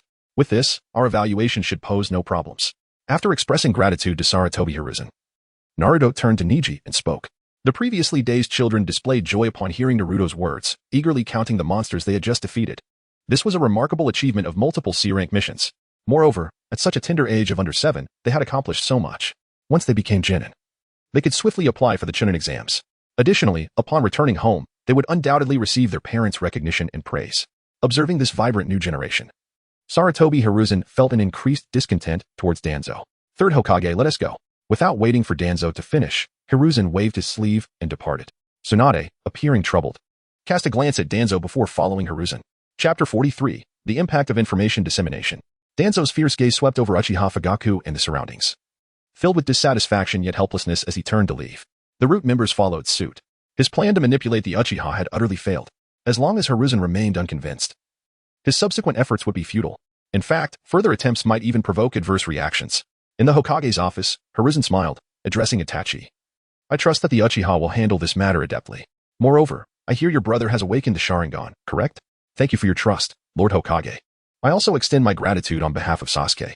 He indeed has awakened his Sharingan Tsutomu, to be precise. In the future, he will undoubtedly become a formidable ninja. We will strive to be the village's strongest guardians. Itachi's lips curled into a smile. The thought of his brother awakening the Sharingan filled him with joy, especially since the process had not been painful, likely due to Naruto's profound bond of friendship assisting Sasuke's awakening. Thus, Itachi felt immense satisfaction and pride. Haha. You Haven-T changed a bit. However, Itachi, let me show you something. Your brother may soon surpass you, Hiruzen remarked, producing Sasuke's test paper and handing it to Itachi. As Itachi perused the evaluations and the thought processes reflected in Sasuke's responses, his eyes sparkled with excitement. The Uchiha have been fortunate to have both of you. Now, regarding the position of Deputy Chief of the Anbu, do you wish to consider it? The current chief is primarily occupied with external affairs and pursuing spies, which leaves much of the internal responsibilities for you, Hiruzen stated, retrieving a short blade from his drawer. Itachi appeared taken aback. The suddenness of such an offer was unexpected. I believe in your capabilities. Are you intending to refuse my goodwill? Hiruzen inquired with a smile. Not at all. Thank you for your trust, Lord Hokage. However, matters like this, you may discuss it with my family. Itachi began. But Hiruzen's satisfaction grew as he recognized Itachi was aware of the internal issues within the Uchiha clan. The existence of radical and conservative factions suited his plans to control the Uchiha. However, the time had changed. If he could wield this blade effectively, unification would be optimal. Assuming the role of Umbu deputy chief would grant him complete control over the Uchiha, this was a transaction of immense profit. Very well. Itachi extended his hands, and Hiruzen solemnly placed the short blade into Itachi's grasp. A fixed contingent of Umbu members was tasked with the protection of the Hokage, so the news of Itachi's promotion would soon circulate among all Umbu. Itachi promptly returned to the Uchiha clan grounds, aware that he had much work ahead of him in resolving family matters. Simultaneously, within various clans, excitement blossomed. Haha. You've yet to become a Genin and already completed 8 C-rank missions. You little rascal, you'll surely become a Chunin in no time. Keep it up. Inuzuka Hana exclaimed with exhilaration, while even Kiba felt a bit bashful from the praise he had never received before. Others at home shared similar sentiments, with Sakura's parents joyously taking her out for a celebratory feast. This extraordinary news swiftly spread throughout the village. Coupled with the Hokage's issuance of C-rank missions, the ninjas sprang into action. A C-rank mission that even children under 7 could accomplish surely stirred their aspirations. Once the news disseminated, the only one left displeased was Danzo. Now, the experimental subjects he had acquired at great cost from Orochimaru had become utterly ineffective. Any appearance would result in being besieged by Konoha's ninjas. Damn it. Why did those brats suddenly appear there? Shimura Danzo fumed. Sir, someone has arrived. Do you wish to? At that moment, a root member approached Danzo and spoke cautiously. I understand. Danzo inhaled deeply, rising to depart. He entered a ground-level chamber of root, where a figure awaited him. Lord Danzo, do the matters you mentioned earlier still hold? The visitor was Asuma Saratobi, Hiruzen's son. Have you come to this realization? Danzo smirked slightly. I wasn't exaggerating when I warned you. The Uchiha are increasingly being prioritized. Not only has Itachi emerged, but Sasuke has also awakened his Tutomo Sharingan. Once they mature, you can fathom the consequences. I've heard that Itachi is now the deputy chief of the Umbu, correct? If memory serves me right. Didn't he the third agree to this? Danzo's lips curled in a subtle smirk. Asuma, being somewhat naive, lacked the meticulous mindset of Hiruzen, making it rather simple to influence him without expending much effort, especially in light of the current opportunity. Since you are aware, what must I do next to reclaim what rightfully belongs to me? Asuma Saratobi felt a sense of urgency. After all, upon his return, he had boasted to Kurenai Yui that he would soon ascend to the position of vice minister of the Umbu. Yet now, that very position had been claimed by a member of the Uchiha clan. How could he possibly accept such a fate? Danzo had previously extended an invitation for collaboration, but Asuma, who prided himself as the son of the Hokage, was utterly unwilling to ally with him. This matter, however, was of little consequence compared to the significance of the Hokage's position. What was imperative now was to solidify his image in the eyes of the Third Hokage, ensuring that he did not err. Subsequently, I shall prepare certain special missions to assist you in enhancing your reputation within the village. Moreover, the Nine-Tails Jinchuriki. Danzo's voice gradually diminished as Asuma nodded incessantly. Chapter 44. 2 Hounds, Annihilate. Meanwhile, within the Uchiha clan, Fugaku Uchiha and Itachi Uchiha had convened for a meeting. Sasuke and Naruto had just concluded their practical training and returned to their quarters. Naruto, I have awakened my Sharingan, Sasuke declared. I have also acquired new ninjutsu and genjutsu. However, I cannot shake the feeling that I still cannot defeat you. A look of frustration crossed Sasuke's face. After being rendered unconscious due to excessive mental strain, he awoke in the evening to find Naruto present, prompting both to engage in practical combat training. With the Sharingan awakened, Sasuke found himself capable of seamlessly utilizing the 2 genjutsu he had previously encountered. Furthermore, possessing the dynamic vision of the Sharingan allowed him to better anticipate and discern Naruto's attack patterns during their skirmishes. Nevertheless, despite these enhancements, Sasuke remained plagued by the sensation of inadequacy in overcoming Naruto. Though he exhibited a proud demeanor, his relationship with Naruto was undeniably strong, compelling him to voice his lingering doubts. Sasuke, you are improving, and I am progressing as well. If I wish to stand by your side and be a comrade in battle, I cannot afford to lag behind. Also, Sasuke, I have something to share with you. After Naruto's words, waves of the Nine-Tails chakra began to emanate. Upon activating his Sharingan, Sasuke developed a newfound understanding of the terror associated with this chakra. This is the monster residing within you. No, it is the Nine-Tails, is it not? This chakra is indeed quite formidable. With a slight frown, Sasuke could not help but attune himself to the aura radiating from Naruto. Naruto nodded thoughtfully. With your Sharingan, would you care to meet him? In truth, you both share certain similarities. Naruto smiled and spoke. What? How could I possibly be akin to a monster? How could I share similarities with a tailed beast? In the Sharingan. Before Sasuke could continue, Naruto activated his ocular powers, instantly drawing Sasuke into his mental realm. There lay the Nine-Tails, emanating an overwhelming chakra. This chakra was so potent that it could influence Sasuke's emotions, causing the double tomo to manifest as well. Is this truly the Nine-Tails? Sasuke was taken aback. As he surveyed his domain, 2 figures emerged. The Nine-Tails gradually opened its eyes. Kid, I've told you before, I dislike interacting with brats like you. Just one of you is already bothersome enough. Look, this is Kurama. I've already become his friend. Kurama has promised to fight alongside me from now on. So, it seems Kurama will also stand by Sasuke in future battles. Before the Ninetales could boast further, Naruto appeared beside it, reaching out to grasp one of its enormous claws. Beaming brightly. Huh. Sasuke, initially apprehensive, stepped forward upon seeing Naruto's smile. Are you Kurama? Naruto is my dear friend. I am Uchiha Sasuke. I look forward to your guidance. Sasuke extended his hand as well. Uchiha. You are an Uchiha. The Ninetales glanced at Sasuke and then at Naruto, still bewildered as to why Naruto possessed Uchiha eyes. Now, another Uchiha brat had arrived. The Ninetales felt somewhat weary. After all, it was the Ninetales, the most formidable, volatile, and fierce entity among the tailed beasts. Yet now, it found itself playing the role of a caretaker, entertaining two children. Hey, Naruto, I can use Kurama's chakra too. It's so powerful. While the Ninetales was still in a daze, Sasuke had already absorbed a portion of its chakra. Indeed, Kurama's chakra is extraordinarily strong. The strongest. From now on, our training will undoubtedly progress more swiftly. Just as the Ninetales was about to utter a curse, Naruto interrupted. The two youngsters then began to excitedly discuss their thoughts in front of the Ninetales. In that moment, the Ninetales appeared as a stoic and imposing figure, watching two playful pups frolic before it. Destruction. This was the most genuine reflection of the Ninetales' feelings at that moment. After directly acknowledging the existence of the Ninetales with Sasuke, the two quickly returned to reality. Naruto, do you wish to become Hokage? Sasuke suddenly inquired. Absolutely. I am determined to become Hokage, and with my strength, I shall transform the ninja world. I will eradicate all enemies. Naruto wore a serious expression, dedicated to safeguarding his village. In truth, he did not harbor many thoughts of this nature. The reason he sought strength was that he understood the formidable adversaries that lay ahead were far from ordinary. Whether it was the initial foes of the Akatsuki or the looming threat of the Otsutsuki clan, as well as the other villages. With newfound confidence, Naruto, having acquired sufficient strength, was able to rally them all into a single alliance. Very well, if you aspire to become Hokage, then I shall be the most formidable head of the Anbu by your side. Sasuke Uchiha proclaimed, extending his fist. Agreed. Naruto wore a beaming smile. While Sasuke's potential was undoubtedly poised to ascend even further. At the same time, the presence of two formidable figures, Uchiha Fugaku and Uchiha Itachi, bolstered his confidence. In the later stages, through unique methods, they could elevate their shadow-level prowess to new heights, thereby fortifying their resolve against the Otsutsuki clan. Sasuke, are you all asleep? At that moment, the voice of Uchiha Itachi resonated from outside. Brother? Sasuke rose and opened the door to the room. Sasuke, Naruto, I have something to discuss with you.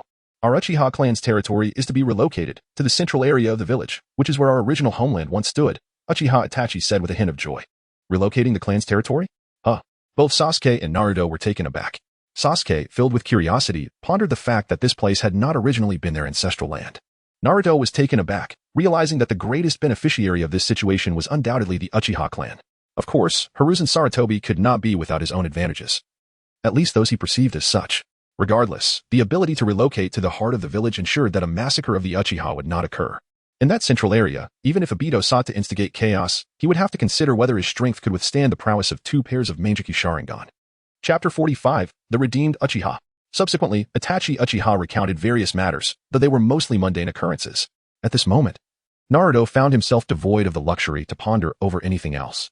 The migration of the Uchiha clan signifies a profoundly emblematic signal. This seemingly trivial action represents the Uchiha's resurgence to the epicenter of power within Konohagakure. The fact that Sarutobi Hiruzen has made such a decision unequivocally indicates his dissatisfaction with Danzo has reached a critical threshold. In the original narrative, Sarutobi's discontent was not at all negligible. However, at that time, he lacked the influence necessary to counterbalance Danzo's rude organization.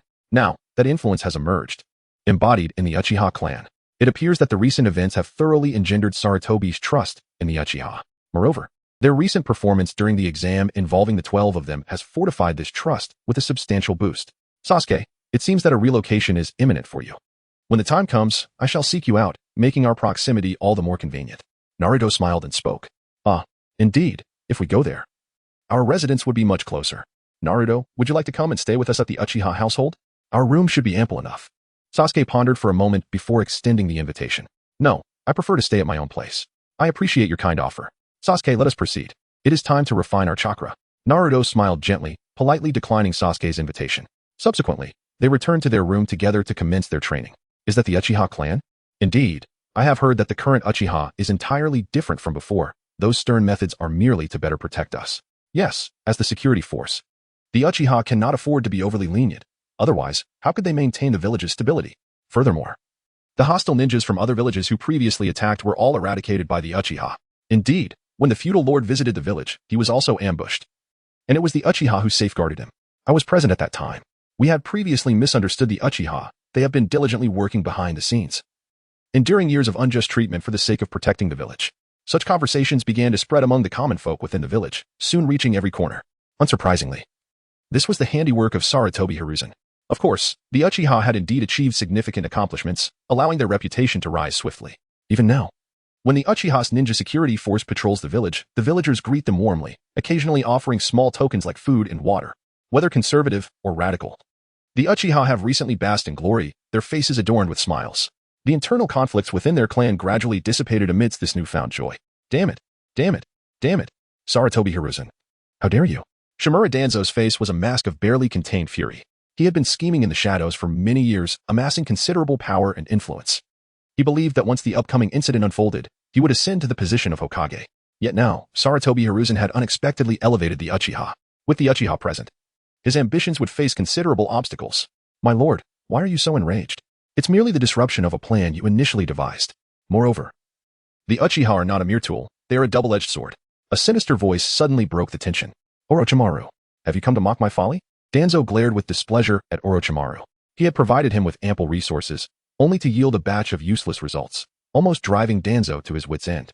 It was the goodwill of the ninja clans towards the Uchiha that facilitated Sarutobi Hiruzen's decision to relocate the Uchiha's territory back to the village. Now that relations between the Uchiha and other ninja clans had improved, Danzo's long-term plans suffered a grievous blow. He was seething with anger, nearly reaching a boiling point.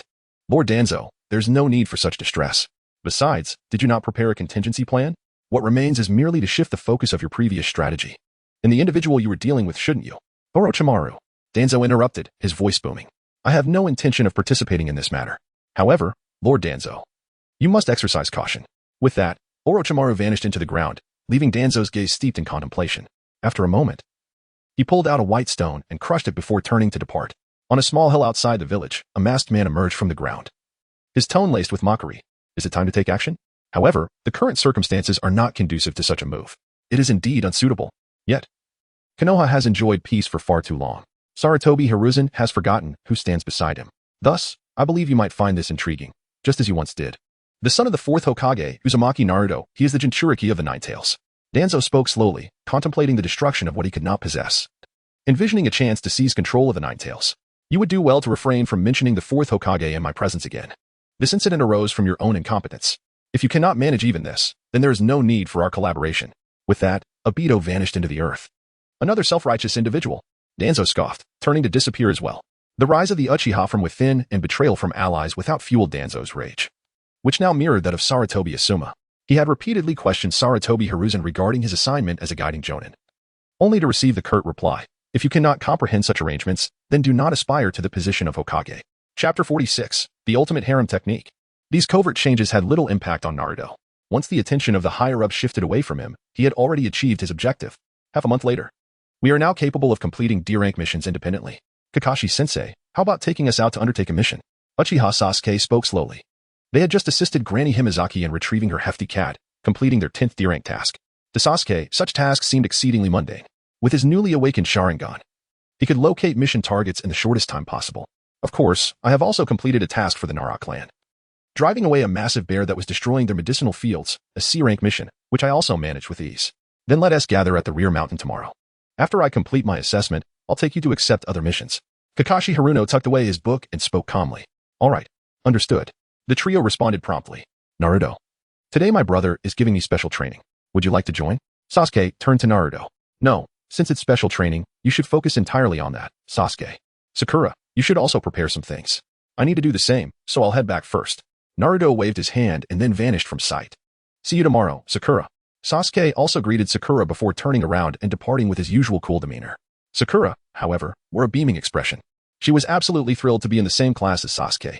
Moreover, Naruto's feelings towards her had shifted from their previous state. This was a positive change, allowing her to focus on her training and draw closer to Sasuke. The only downside was that Sasuke seemed to prefer training alongside Naruto. Nevertheless, Sakura could understand this. After all, Naruto's prowess was indeed superior to hers, making him a more suitable sparring partner for Uchiha Sasuke. With a heart full of joy, she left the place, heading towards the mountainside. Naruto and Kakashi stood here. Naruto, give it a try. I'm quite curious about the jutsu you requested last time. That technique may not be suitable for you now, nor for most ninjas, Kakashi said. gazing seriously at Naruto before him. Indeed, the technique Naruto had chosen was the shadow clone jutsu. This technique could be considered a unique asset for Naruto. In fact, he had already grasped the essence of the shadow clone jutsu during his training. However, one requires a specific opportunity to truly showcase such a forbidden technique, as sudden displays would undoubtedly raise suspicions. Therefore, he sought the jutsu from Hiruzen Sarutobi. At that time, Sarutobi had been taken aback, but nonetheless provided Naruto with the technique without further inquiry. Now, he likely wished for Kakashi to come and assess it. Alright, shadow clone jutsu. Naruto raised his finger, and an immense surge of chakra began to emanate from him. Suddenly, a thick mist enveloped the surroundings, and hundreds of shadow clones materialized in every direction. Kakashi Hatake was taken aback. The sheer volume of chakra that had just erupted exceeded his understanding of a child barely 7 years old. Moreover, after summoning such a multitude of clones, Naruto's expression was one of, well, it was now impossible to discern which was the real Naruto. This overwhelming chakra, this remarkable control over it. Kakashi felt not only astonishment, but also joy and pride. After all, this was the son of his mentor. Such talent was to be expected. Furthermore, Kakashi had confirmed that Naruto had indeed begun to harness a portion of the Nine-Tails chakra. Otherwise, it would be impossible for Naruto's own chakra alone to achieve such a feat. Simultaneously, Kakashi gained a new appreciation for Naruto's physical resilience. Enduring such a vast amount of chakra was no ordinary feat, Naruto. Now I want you to attempt to battle me using your shadow clones, Kakashi instructed, eager to witness Naruto's mastery. Sensei, may I use my full strength?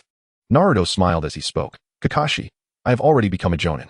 Kakashi, exuding confidence despite being able to show only one eye, reassured him, although your talent is commendable, you need not worry about your teacher's safety.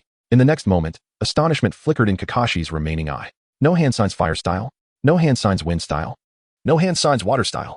No hand signs earth style. No hand signs lightning style. As Naruto's shadow clone summoned an array of elemental jutsu, Kakashi found himself momentarily dumbfounded. Just how much has this kid hidden before? Boom, boom, boom. The jutsu surged forth in an instant. Kakashi immediately adopted a serious demeanor. His shock quickly morphed into panic. He soon realized that all the assailants were shadow clones, despite his relentless efforts to disperse them into clouds of white mist. These clones appeared to be limitless, continuing to swarm towards him. Lightning style. At that moment, Kakashi unleashed a torrent of lightning that spread outward. With a series of explosive sounds, countless clones dissipated into mist.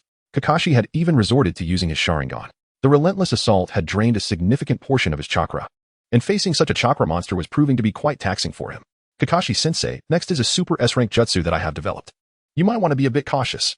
Dozens of Narutos raised their fingers, speaking with utmost seriousness. Super S-rank jutsu. Kakashi furrowed his brow. Although he had come to acknowledge Naruto's strength, he remained curious about this so-called super S-rank technique. Super harem technique. Naruto shouted loudly. Kakashi's Sharingan and eyes remained fixed on Naruto, eager to discern the nature of his jutsu. In the next instant, a procession of graceful beauties appeared before Kakashi. Thanks to his Sharingan, he absorbed this breathtaking spectacle into his vision. Suddenly, after 3 seconds, Kakashi's masculine energy erupted, and a stream of crimson flowed from his nose. He then toppled backward. Having just watched Paradise of Affection in the afternoon, he was now confronted with such an explosive scene. Indeed, Kakashi proved to be a man of concealed passions. How could he possibly withstand it? Chapter 47. The Emergence of White Zetsu. Minutes later, Kakashi slowly rose to his feet, his complexion grim. He had already expended considerable chakra, and now, with Naruto's jutsu causing a significant loss of blood, he felt utterly drained. Naruto, perhaps you should refrain from using this technique so often. Also, make sure to rest well tonight and avoid experimenting with such peculiar jutsu, he advised. I shall take my leave now. Kakashi took a deep breath, unwilling to glance at Naruto again, and likely would not be watching Paradise of Affection upon returning home this evening. With that, he vanished from the scene. Naruto departed with a smile, finding the technique quite effective. Remarkably, even for a ninja like Kakashi, it could achieve several minutes of firm control. It was likely beneficial for others as well. Pondering these thoughts, Naruto felt a sense of satisfaction. The following day, the trio arrived at the back mountain, eagerly awaiting Kakashi's arrival.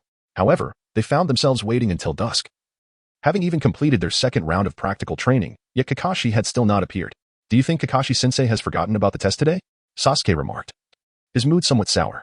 It was important to note that this test was crucial for determining whether they could undertake other meaningful missions. Perhaps Kakashi-sensei has been delayed by some pressing matters. Regardless, we must remain here and wait. If he doesn't arrive, let us camp out tonight. It is our teacher's directive, and we must fulfill it diligently. Naruto spoke in a calm tone. All right.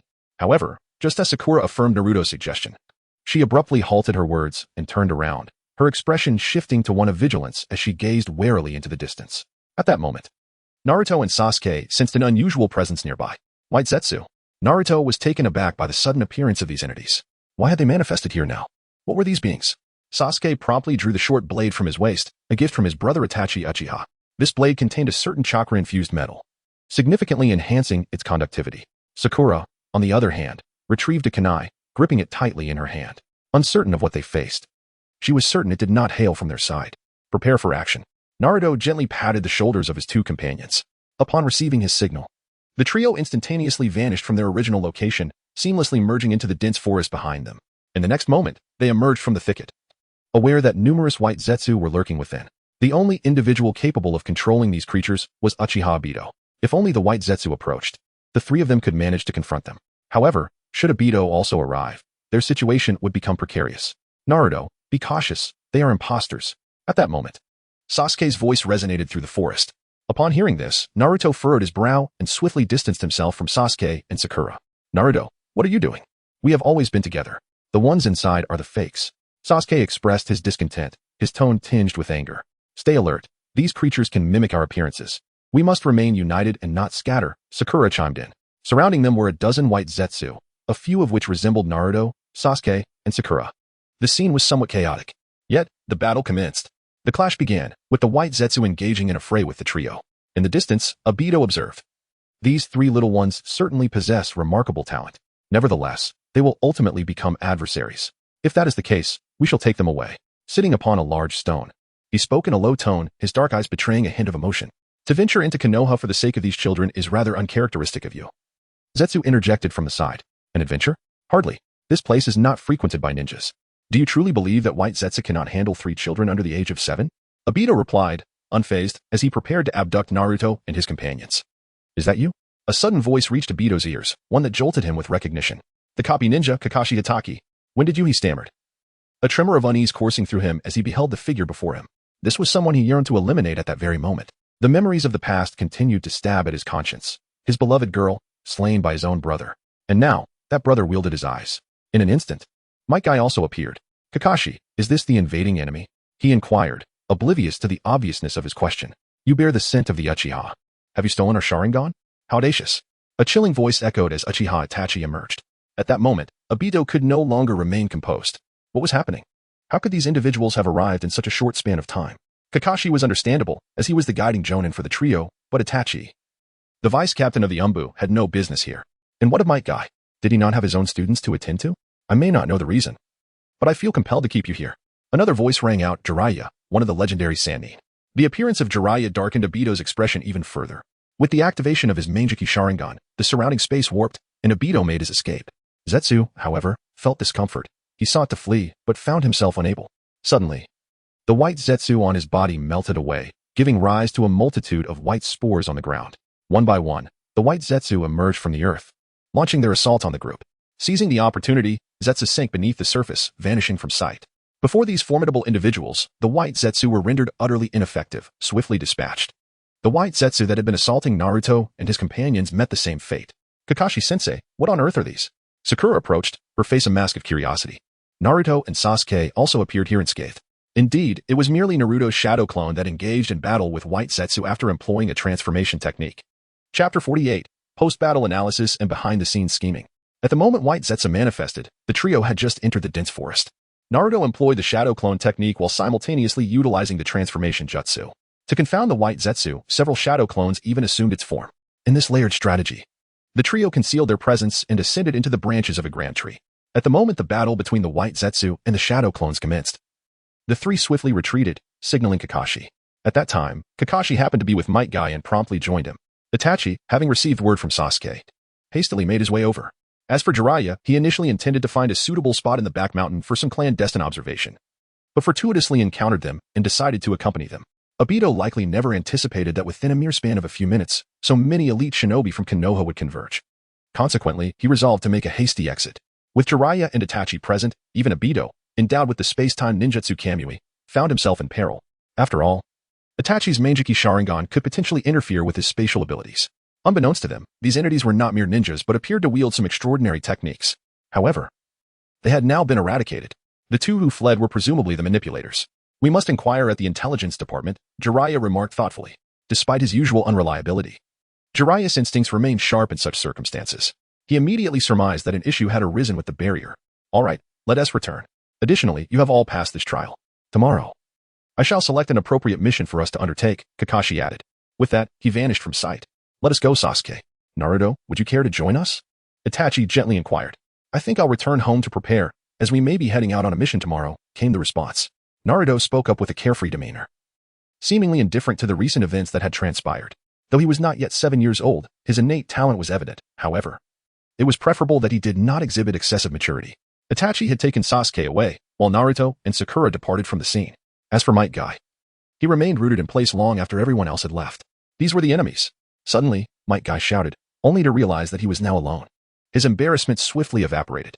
In the intelligence department, Jiraiya addressed Kaiba, stating, we have conducted an investigation. The barrier was not triggered. Furthermore, with such a number of adversaries infiltrating Konoha, it is inconceivable that not a single trace would be detected, even if there were a lapse in vigilance. Kaiba, feeling somewhat awkward, replied, neither the barrier nor our sensory measures detected their presence. This implies that the defenses of Konoha are utterly ineffective against these individuals. Although they had identified the problem, it was hardly a favorable development, as it indicated a grave dereliction of duty on the part of the barrier division within the intelligence department. Is it possible that this is reminiscent of 6 years ago? The one who unleashed the Nine Tails and murdered the fourth Hokage also appeared in Konoha so suddenly, didn't he? Jiraiya spoke slowly. Upon hearing his words, Kaiba's expression grew increasingly solemn. The previous incident was aimed at Konoha and the fourth Hokage. Now, it seemed to target the fourth son, Naruto Uzumaki. Why was this individual able to infiltrate Konoha? Contemplating these matters, Kaiba was struck by a horrifying thought. There might be someone within Konoha aiding this intruder.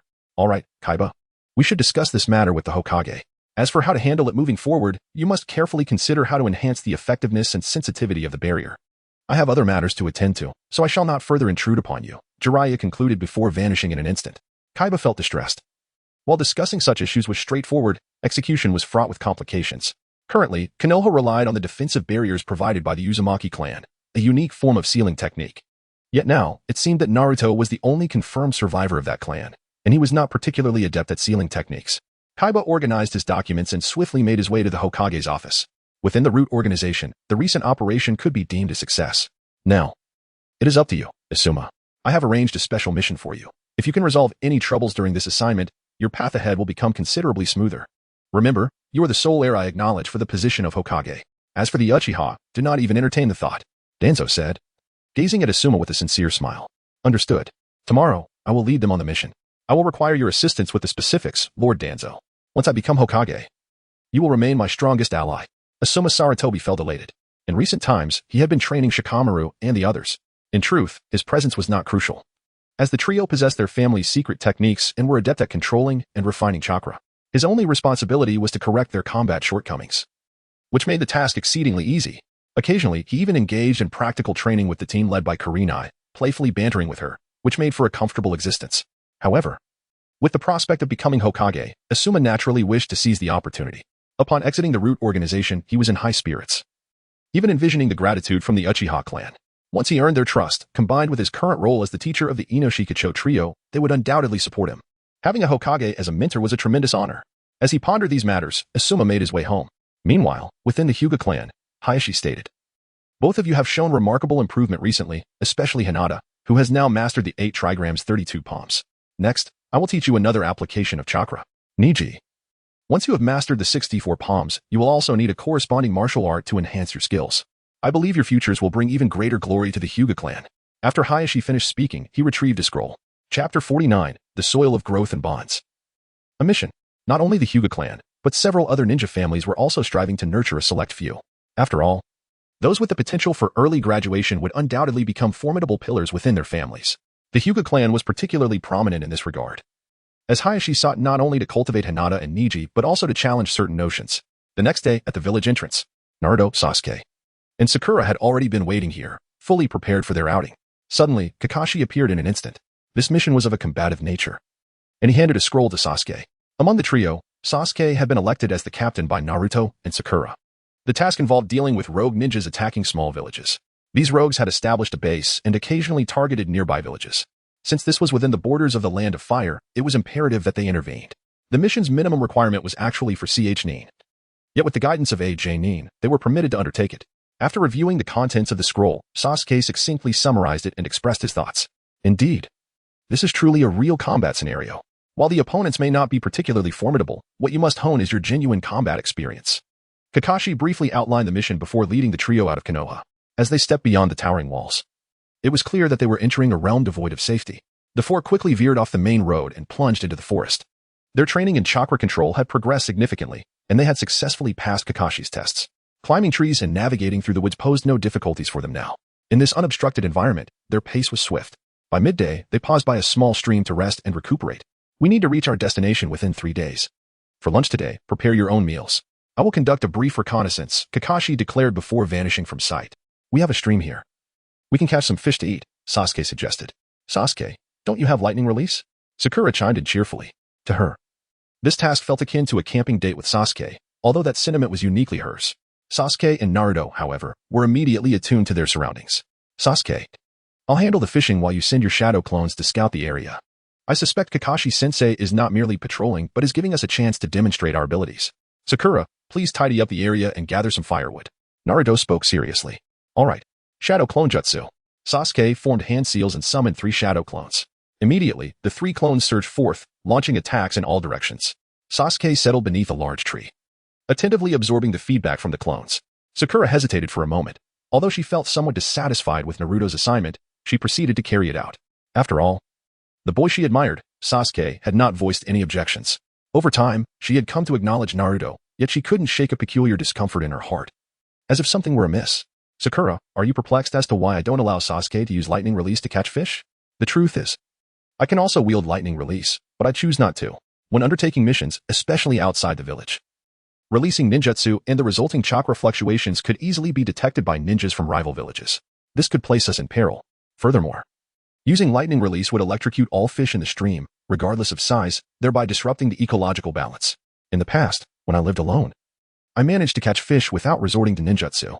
After Naruto finished explaining, he revealed a radiant smile, rolled up his pant legs, and directly waded into the stream to catch fish. Sakura was momentarily taken aback, for Naruto's earlier words had been a thorough explanation of their arrangements. She was astonished. After all, she had not vocalized her thoughts, yet he seemed to know them instinctively and even took the time to clarify. Was this the sensation of being acknowledged and observed? Sakura instinctively glanced at Sasuke. Although she harbored feelings for him, there existed an indescribable sense of distance between them. Her heart felt tumultuous. Nevertheless, despite these emotions, Sakura proceeded to gather firewood, not wishing to be the least useful among them. Soon, Naruto returned with 8 clean fish in hand. He started a fire and began roasting the fish, striving to maintain a steady flame to minimize smoke and thereby slightly conceal their location. When the fish were ready, Kakashi returned, observing that they had adapted well to executing tasks outdoors. Sasuke, dispel your shadow clone. I have dispatched my own to patrol the perimeter. Eat something and rest for half an hour before we set out again. Kakashi, without hesitation, picked up a fish and began to eat. This must be Naruto's doing. It's quite delicious, Kakashi remarked. I never anticipated your culinary skills to be this remarkable, Naruto. Sakura added, it's even tastier than the fish we had before. Time passed swiftly as they enjoyed their roasted fish. After tending to the fire and resting for half an hour, the 4 of them set off once more. Kakashi could already ascertain that the bond among the trio had intensified during this brief moment of shared sustenance. Indeed, undertaking missions together was the most effective means of fostering their connections. Kakashi had once understood this well, yet he had failed to cherish those moments. Now left only with fragmented memories as consolation. In the trio, he even saw reflections of his younger self, though they seemed to surpass him in merit. In the distance, a figure emerged. Was it a ninja from Konoha? The rough handling marks suggested a lower-ranking shinobi. What a fortuitous encounter, right after they had embarked on their mission. Let us go. A ninja's head bobbed above the stream, uttering peculiar words before submerging once more. As night fell, the 4 found a suitable spot within the dense forest to rest. The night watch was to be taken in turns, with Sakura being the first to patrol. Naruto possesses the finest constitution, thus he is the last to embark on the patrol. When dawn breaks, he shall set forth without delay, amidst the rustling of insects. Sakura expanded her perception. Chapter 50, A Resounding Victory in the First Battle. The tranquil night unfolded without any disturbances. The following morning, Naruto appeared with dark circles under his eyes, as if the previous night had been exceptionally taxing. Naruto, Sakura observed him with a hint of peculiarity. Being the first to stand watch, she had retired early and showed little signs of fatigue. No worries, it won't affect today's operations. Naruto extended his hand and waved. Let us embark on our journey. This mission serves as a testament to our strength, thus our objective is to accomplish it as swiftly as possible. Sasuke followed suit, voicing his agreement, and they set off together. Naruto and Sakura proceeded with their mission, while Kakashi was left behind. Since Kakashi embarked on his solo endeavor yesterday, Sasuke had already anticipated this and prepared for their individual tasks. Kakashi smiled, fully aware of the child's intentions and pleased by it. In an instant, he vanished from sight. Within the dense forest, 3 figures darted swiftly through the underbrush. Besides these 3, other silhouettes could be seen scattered nearby, moving with urgency. Indeed, these were Naruto's shadow clones. Created to provide cover for the trio, the foremost 3 clones transformed into a mist. Naruto halted immediately, and Sasuke and Sakura followed suit. The foremost shadow clone had already been vanquished. Those lurking in the shadows could hardly contain themselves. Such impatience, coupled with such poor perception, could only belong to a Chunin at most. They hailed from the Hidden Mist Village. Naruto conveyed all the information he had gathered through his shadow clones. Chunin from the Hidden Mist Village. Perhaps even a genin. If it were merely this, Sasuke did not continue his thoughts. Yet the expression on his face revealed his sentiments. Sasuke had gleaned extensive knowledge regarding the relationships within the ninja world from his father, Fugaku Uchiha, particularly concerning the Hidden Mist Village. This village harbors a profound animosity towards the Uchiha clan. During the Third Shinobi World War, the Uchiha clan valiantly resisted the forces of the Hidden Mist, suffering significant losses among their ranks. The Hidden Mist Village was equally ensnared by the Uchiha's relentless grip, resulting in a bitter vendetta. Hence, Sasuke harbors a rather unfavorable view of the Hidden Mist Village. While Sasuke's sentiments are understandable, we must ascertain whether there are any additional adversaries. Therefore, Sasuke, would you be willing to proceed alone? Naruto spoke directly. All right. You all proceed ahead. I will catch up. After Sasuke finished speaking, he swiftly launched into action. Sakura, you and 10 of my shadow clones continue onward. Should you encounter any battles, my shadow clones will assist you in combat. After Naruto finished speaking, he vanished from the scene. Sakura, undeterred, continued her journey toward their destination. Meanwhile, deep within the dense forest, the ambush we had just executed was merely a shadow clone. Now that we have been exposed, should we retreat?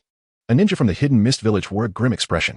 Although they had infiltrated the Land of Fire with the intention of ambushing the Leaf Village ninjas, their exposure now posed a significant threat. No need to withdraw. That shadow clone's strength is merely that of a Leaf Village genin. Besides, it appears to be just a child. The Leaf Village is truly pathetic, devoid of capable fighters. Eliminating these future Leaf ninjas will not only render them powerless but also sever their roots. Another ninja from the Hidden Mist exclaimed with a frenzied look. Most of the Hidden Mist ninjas had emerged from bloodshed, and such madness had become their hallmark. Shueibai was right. Those who undertake missions at such a young age must be geniuses from the Leaf Village. Their arrogance is their weakness, and we must exploit it. Before the ninja could finish his sentence, a kunai pierced through his chest, and a bolt of lightning struck. The Mist ninja uttered not a word before he breathed his last. Are you searching for us? A chilling voice echoed. The remaining 2 ninjas immediately retreated, drawing their kunai and warily eyeing the source of the voice. Soon, a figure emerged from the forest, revealing a pair of blood-red Sharingans staring back at them. Uchiha. No, you're just a child. Shueibai gazed in shock at the young Uchiha Sasuke before him. The fear and hatred left by the Uchiha clan ran deep within them. Even the appearance of a mere child ignited their blood. Is this what the so-called blood mist has come to? How is it that you consider children to be insignificant in your ninja way? Hey. I'm not interested in fighting weaklings. Show me your true strength so I can have some fun. Sasuke taunted as he slowly unsheathed the short sword from his back. Damn Uchiha brat. If you seek death, then die. Shueibai shouted, abruptly unleashing a water release technique. Columns of water erupted from the ground, surging towards Sasuke. Water release, 1,000 water trees. Another Mist ninja joined in, executing a combined jutsu. Water projectiles shot forth from the columns, aimed directly at Sasuke. Crackling lightning burst forth, radiating from Sasuke as short sword and cascading outward. The conductivity of the lightning transformed the water jutsu into an optimal conduit. The 2 ninjas quickly dodged, believing that a mere Genin-S lightning technique posed no threat. If this is all you can muster, then perish. Before Shueibai could finish his taunt, the previously dodged lightning unleashed a sudden explosion. The area was engulfed by the lightning's range. As the 2 ninjas were momentarily paralyzed by the lightning, 2 figures swiftly struck. The short sword and kunai pierced the throats of the Mist ninjas with decisive precision. The assailants were none other than Sasuke and Naruto. Earth release, earth fall. Naruto swiftly formed hand seals without any signs, yet he feigned an action as he pressed his palms against the ground. The 3 lifeless bodies were instantly engulfed by the earth. The battle transpired in a mere 5 minutes, from inception to conclusion. Breathing heavily, Sasuke stood still, gasping for air. Despite his decisive and agile actions, the impact of his first kill weighed heavily upon him. Sasuke, we must depart from this place, he urged. In the Land of Fire, there are undoubtedly more hidden ninjas from the Mist Village lurking about. We must proceed with utmost caution henceforth. As Naruto spoke, he pulled Sasuke along and vanished from the scene. Chapter 51 Kakashi, huh? Am I a clown? Soon, the 2 caught up with Sakura's pace. Sasuke, Naruto.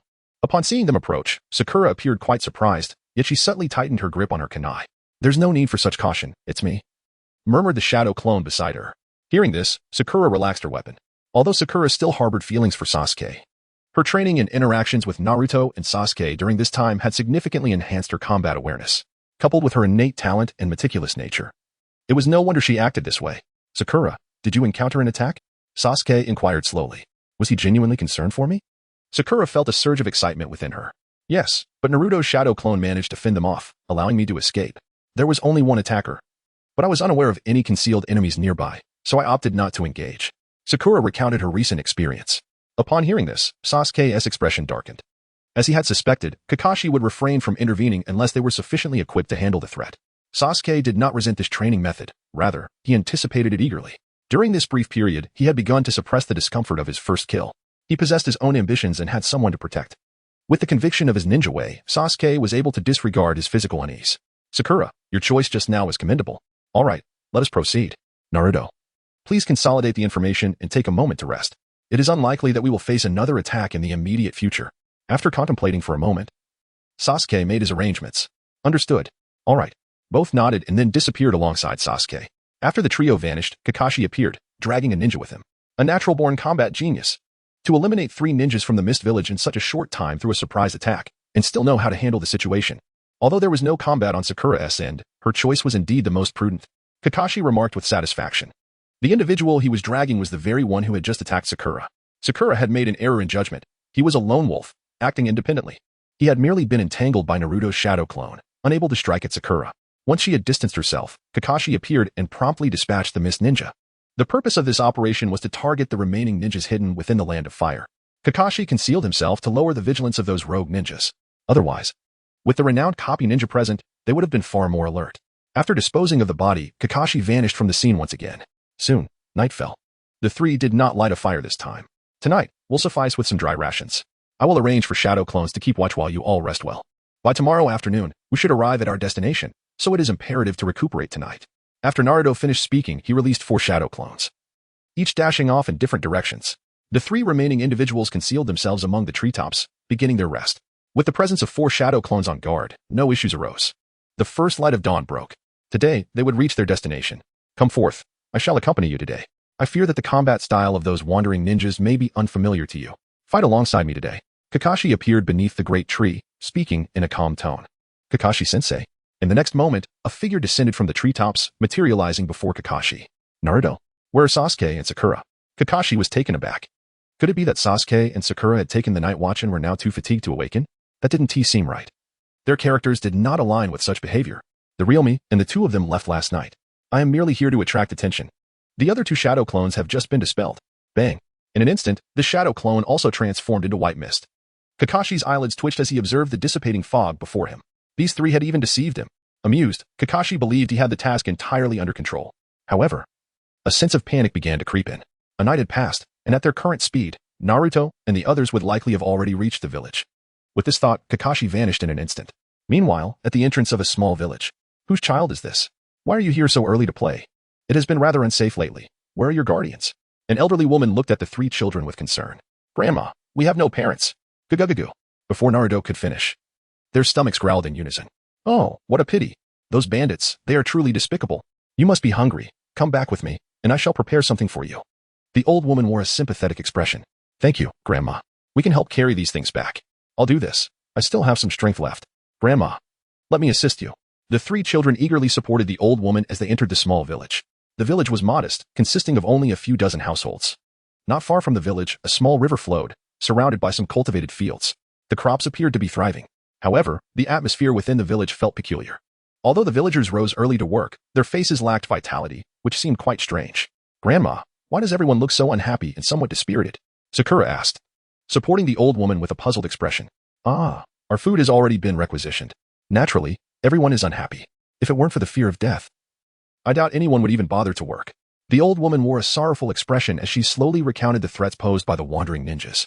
This had become somewhat of an open secret in the village. Given that Sakura and her companions were children, there was no need to conceal anything. From the old woman's words, the trio learned the basic information about the village. Each day, 3 wandering ninjas would oversee their labor, and anyone found slacking would be executed on the spot. Indeed, they not only plundered the village's wealth and food, but also forced the villagers to work the fields. Chapter 52. Entering the village, annihilating the wandering ninjas. After gathering the information, the 3 children helped the old woman prepare food. Observing the cold stove, It was evident that the old woman had not eaten anything that morning. The food they could provide was merely enough to stave off starvation, leaving no surplus for additional consumption. The fact that the old woman was willing to share a portion of her meager food demonstrated her kindness. Good children. Once you've eaten your fill, you should leave this village quickly. Seek refuge in a safer village and live a good life. There is no future for you here. The old woman looked at the trio as they tidied up the dishes, her gaze tinged with melancholy. A glimmer of hope flickered in her eyes. For while she had grown too old to leave, these 3 children possessed infinite potential. Bang! At that moment, the gate of the courtyard was kicked open. A loud noise echoing inside. Honorable ninja, I saw with my own eyes that 3 children entered here. Did you not say earlier that if suitable children arrived, I would not need to offer the crops? A fawning voice came from outside. The old woman's expression turned to one of alarm. You, Grandma. Thank you for your breakfast. Do not worry. Before the old woman could speak, Naruto interrupted her and promptly donned his forehead protector. Sakura and Sasuke followed suit, mirroring his actions. Once they adorned their forehead protectors, the aura emanating from the trio underwent a remarkable transformation. You are ninjas. Ninjas from Konoha. The old woman gasped, her words stumbling over one another. Indeed. Leave the rest to us. Konoha has never abandoned its people. Sasuke, having secured his forehead protector, smiled and stepped out the door, with Sakura and Naruto trailing behind him. As the 3 stepped outside, the morning sun illuminated the old woman, casting a warm glow around her. A smile naturally graced her lips.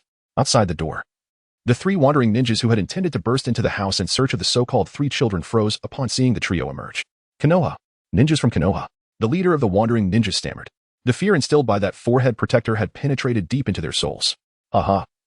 Has Konoha become so weak that they send out 3 children to complete a mission? Just as those people said, Konoha has indeed fallen.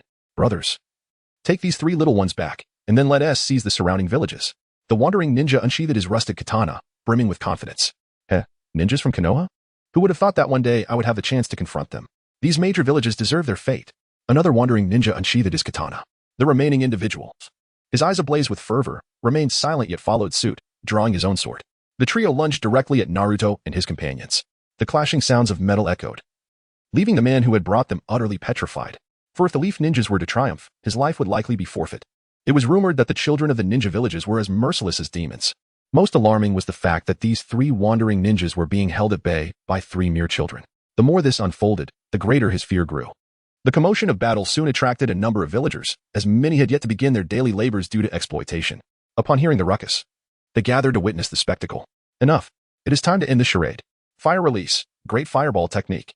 Wind release, great breakthrough. As Sasuke unleashed the fire release, Naruto simultaneously invoked the wind release. Empowered by the wind, the fire engulfed the 3 attackers in an instant. A terrifying explosion reverberated through the air, and a searing wave of heat surged forth, leaving the 3 children standing resolutely in place. When the flames subsided, the 3 assailants lay lifeless on the ground. It was laughable. The notion that fire release techniques could spare lives was absurd. This great fireball, let alone ordinary ninjas, would render anyone unable to resist or even retreat. Especially with the enhancement of wind release. The speed and area of the fireball had significantly increased. Dear villagers, I implore you to remain undisturbed. We shall eliminate all the wandering ninjas here. Continue with your daily tasks without any disruption. Transformation jutsu. With that, Sasuke transformed into the guise of a wandering ninja. Naruto and Sasuke also unleashed their transformation techniques. Observing the prowess of Naruto and his companions, the villagers nodded in approval with great speed. Even the man who had just delivered the message was seen nodding along. After Naruto dealt with the corpse, the 3 of them vanished from the village. From the recent battle, it had become abundantly clear that these wandering ninjas possessed merely the strength of low-ranking ninjas, and rather ordinary ones at that. In fact, due to their dislocation, their physical prowess was even inferior to that of the 3. Moreover, Naruto boasted a unique advantage in his physique. Once the trio had disappeared, the man let out a sigh of relief. At least these 3 leaf ninjas had refrained from attacking him. Aku, you were the one who led those ruffians to seek out the esteemed ninjas of the leaf, weren't you? Suddenly, a middle-aged man stepped forward. Village chief, I merely killed them and disposed of them into the abyss. Before Aku could respond, the village chief made a decisive judgment. In the next moment, several burly men approached and unhesitatingly ended Aku's life. The leaf ninjas said nothing, yet they could not overlook Aku's actions. Should they provoke the displeasure of the leaf ninjas, their village might suffer grave consequences in the future, potentially leading to abandonment by the leaf in times of need. Naruto and his companions had just observed the expressions of the villagers, which is why they refrained from taking any action. The ninjas of the village adhere to a strict code. They must not engage with ordinary citizens. Witnessing Aku being brutally slain and subsequently removed, Naruto's shadow clone lingered nearby, dissipating into a wisp of white mist to relay the information to him. If the villagers remained passive, he would not hesitate to intervene. Such latent threats must be eradicated. With memories from his past life, Naruto had no intention of adopting a saintly demeanor. These missions could indeed lead to fatalities. By the time Kakashi arrived at the village, the area had been thoroughly cleansed. Finding no trace of the individuals he sought left him with a throbbing headache. He promptly made his way to the hideout of the rogue ninjas. Chapter 53, Strategic Maneuver. At this moment, not far from the village, atop a small hill, stood some rudimentary structures that bore a resemblance to a bandit stronghold. "Eh? Kazama, why are you back? Weren't you supposed to oversee those commoners today?"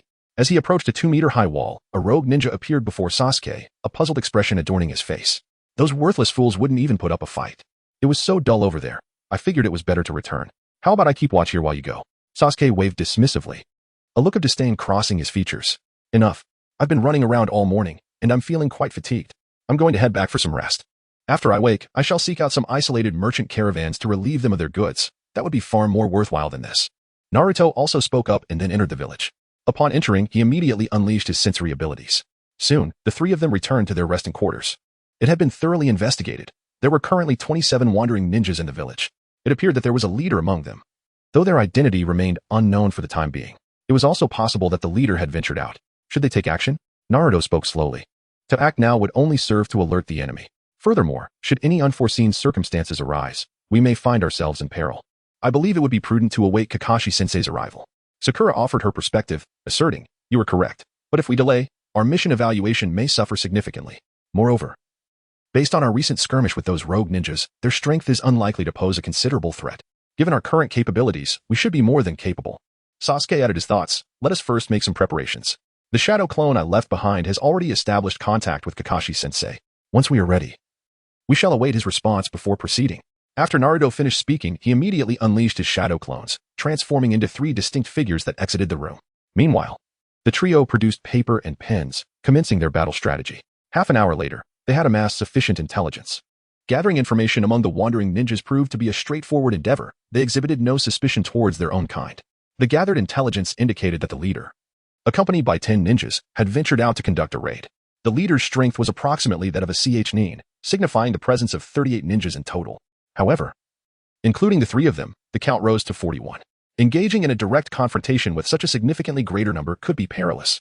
Thus, the trio swiftly departed from the village, leaving behind their shadow clones to enact certain arrangements. At the guard post atop the wall, a portly ninja sauntered in, lazily proclaiming, "Nakata, you may rest now.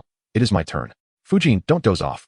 We must remain vigilant," Nakata retorted, bemused by this typically lethargic individual arriving promptly. Nevertheless, he offered a cautionary remark. "Very well, Nakata. I certainly do not wish to incur the leader's wrath. Besides, now that I am here, just take a proper nap. Relax. It may feel a bit dizzy at first, but a deep breath will suffice." A kunai pierced Nakata's neck, and one hand firmly pressed against his mouth. Soon, Nakata's breath faded into silence. Sealed. Naruto extracted a scroll and unleashed a spatial sealing ninjutsu, confining Nakata within. After retracting the scroll, Naruto assumed the identity of Fuji and remained there. As for Nakata, he transformed into a shadow clone and departed. Noon arrived. A scarred ninja wielding a large blade appeared. Indeed, these mountain bandit-like individuals always donned similar attire, a sight devoid of novelty. The ninja returned with a group. "Boss," Fuji called out, opening the village gate and eagerly waiting. "Today's luck is poor. We didn't encounter any merchant caravans. Everyone, rest up. Tonight, we shall raid another village for women and wine, and let loose. Tomorrow, we will occupy another small village."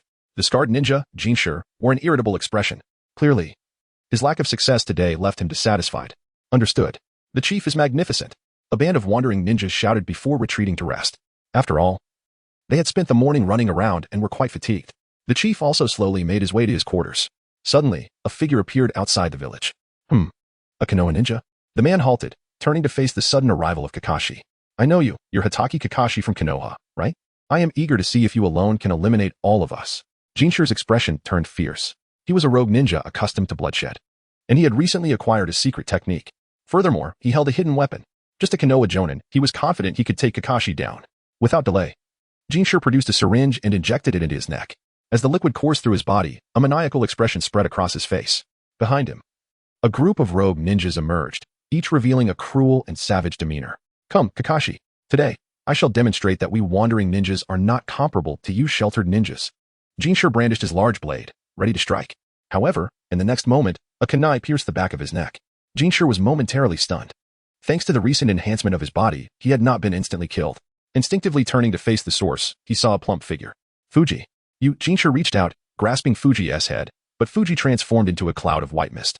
In that instant of confusion, more ninja tools rained down upon him, accompanied by various ninjutsu: fire release, lightning release, wind release.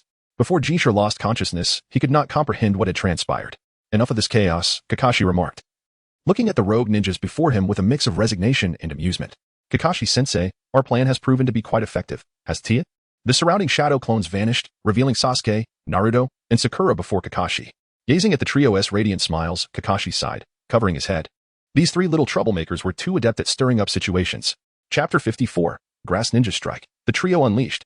The three infiltrated the rogue ninjas' village, employing shadow clones and transformation techniques. Within half a day, they subdued the entire band of rogue ninjas. Moreover, with Naruto's sealing techniques, not a single soul realized the village had been taken. The rogue ninjas who returned with Jinshi met a swift demise. Naturally, Jinshi would never discover this outcome. This mission had been accomplished splendidly. I have just compared the records of the rogue ninjas, and there are even a few extra, Kakashi stated. Let us head back. The task had indeed been executed flawlessly, yet Kakashi felt a sense of detachment from the experience. It was an odd feeling. Kakashi-sensei, I recall we were assigned a C-rank mission, correct? However, with the recent developments, shouldn't it be elevated to a B-rank mission? Or perhaps even an A-rank? At that moment, Sasuke spoke up. An elevation of the mission? Sasuke, have you discovered something? Kakashi paused, turning to Sasuke. Seeing Kakashi's expression, Naruto understood that Kakashi must have noticed something significant. Otherwise, he wouldn't exhibit such surprise, but rather confusion. We investigated the village and uncovered that they not only plundered its wealth and food but also abducted children. In this gathering of rogue ninjas, we also heard rumors of these children being sent to a designated location. Thus, the recent surge in activity among these rogue ninjas must be orchestrated by someone behind the scenes. This is the root of the issue. Sasuke articulated the information they had gathered. Excellent. If we can uncover the truth, it could indeed elevate the mission S rank. However, this task is beyond our capacity to complete.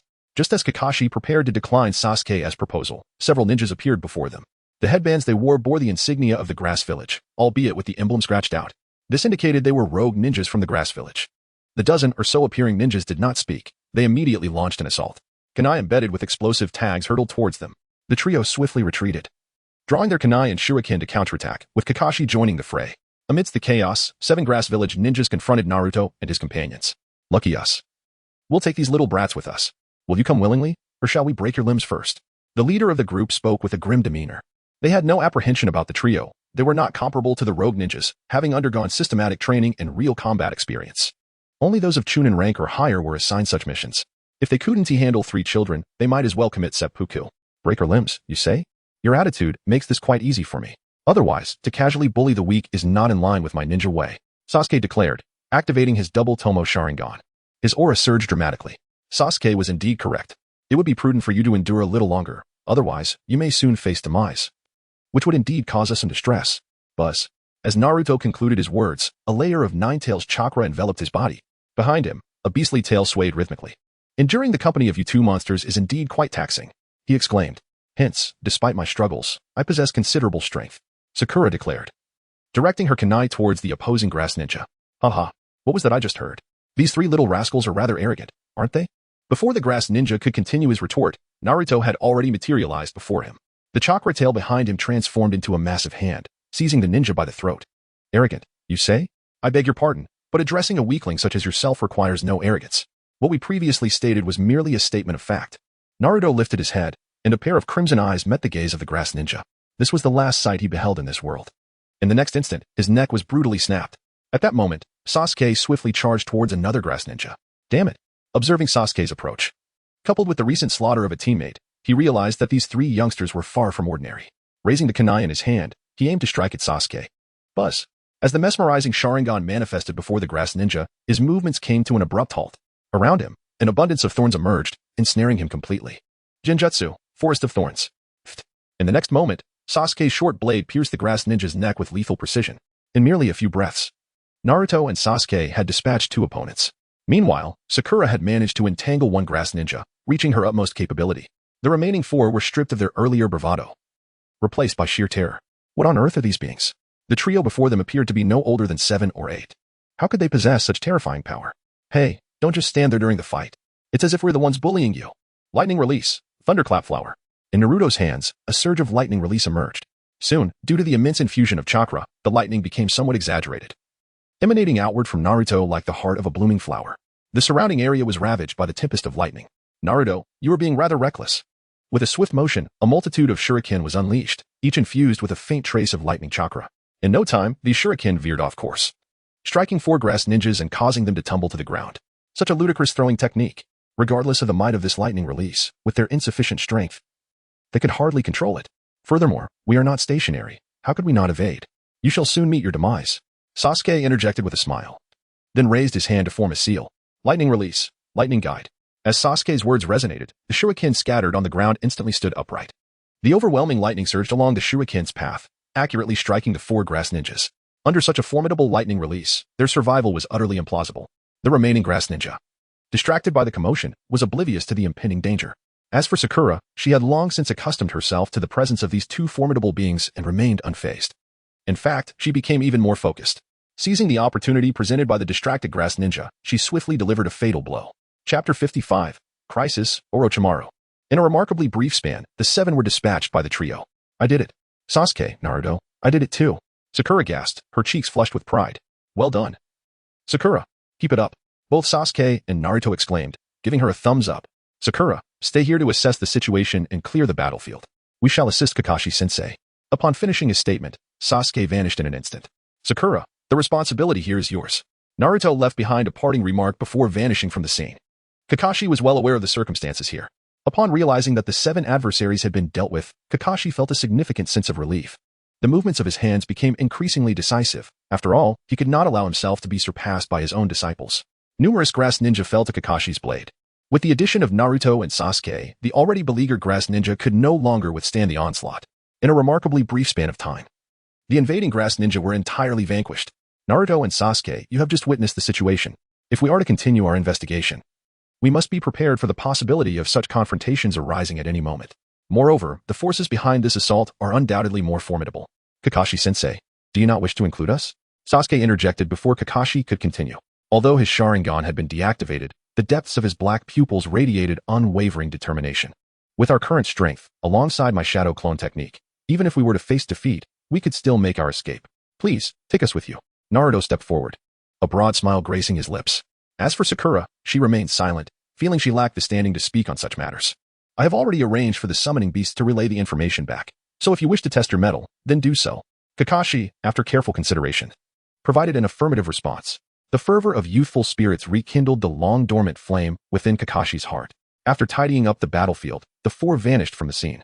Within the base, Orochimaru slowly rose upon receiving the information. Kakashi, is it? That little brat who once stood before me, paralyzed by fear, has now blossomed into a formidable ninja capable of leading genin on missions. And those three young ones.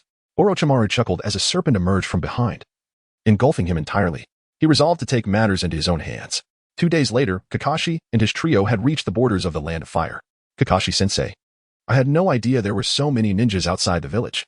Sasuke's face bore the marks of fatigue. They had endured 2 battles in the span of 2 days, each opponent proving increasingly formidable. Were it not for Kakashi and Naruto serving as his sources of rejuvenation, he would likely have been unable to continue. Even so, the weariness on his face was undeniable. Indeed, this is the reason why genin are sent out on missions. The mortality rate for such undertakings is quite high, much like those ninjas we have slain, serving as stark examples. Are we returning now? Kakashi inquired with a smile. Based on the information gathered, they could largely ascertain the identity of their adversary. Kakashi was already contemplating returning with Sasuke and the others, if his suspicions proved correct. This was beyond the capabilities of their genin team. No, I wish to. Kakashi-sensei, let us go back. Sasuke was determined to persist, as was his nature. However, before he could finish, Naruto clamped a hand over his mouth and interjected, all right. Kakashi nodded in agreement and led the trio back towards Konoha, their pace quickening. They encountered no further battles, and Kakashi felt an unsettling sense of foreboding, prompting them to hasten their return. As darkness fell, the four found respite within a dense thicket. Naruto, why must we return? We have yet to uncover the identity of the mastermind behind this.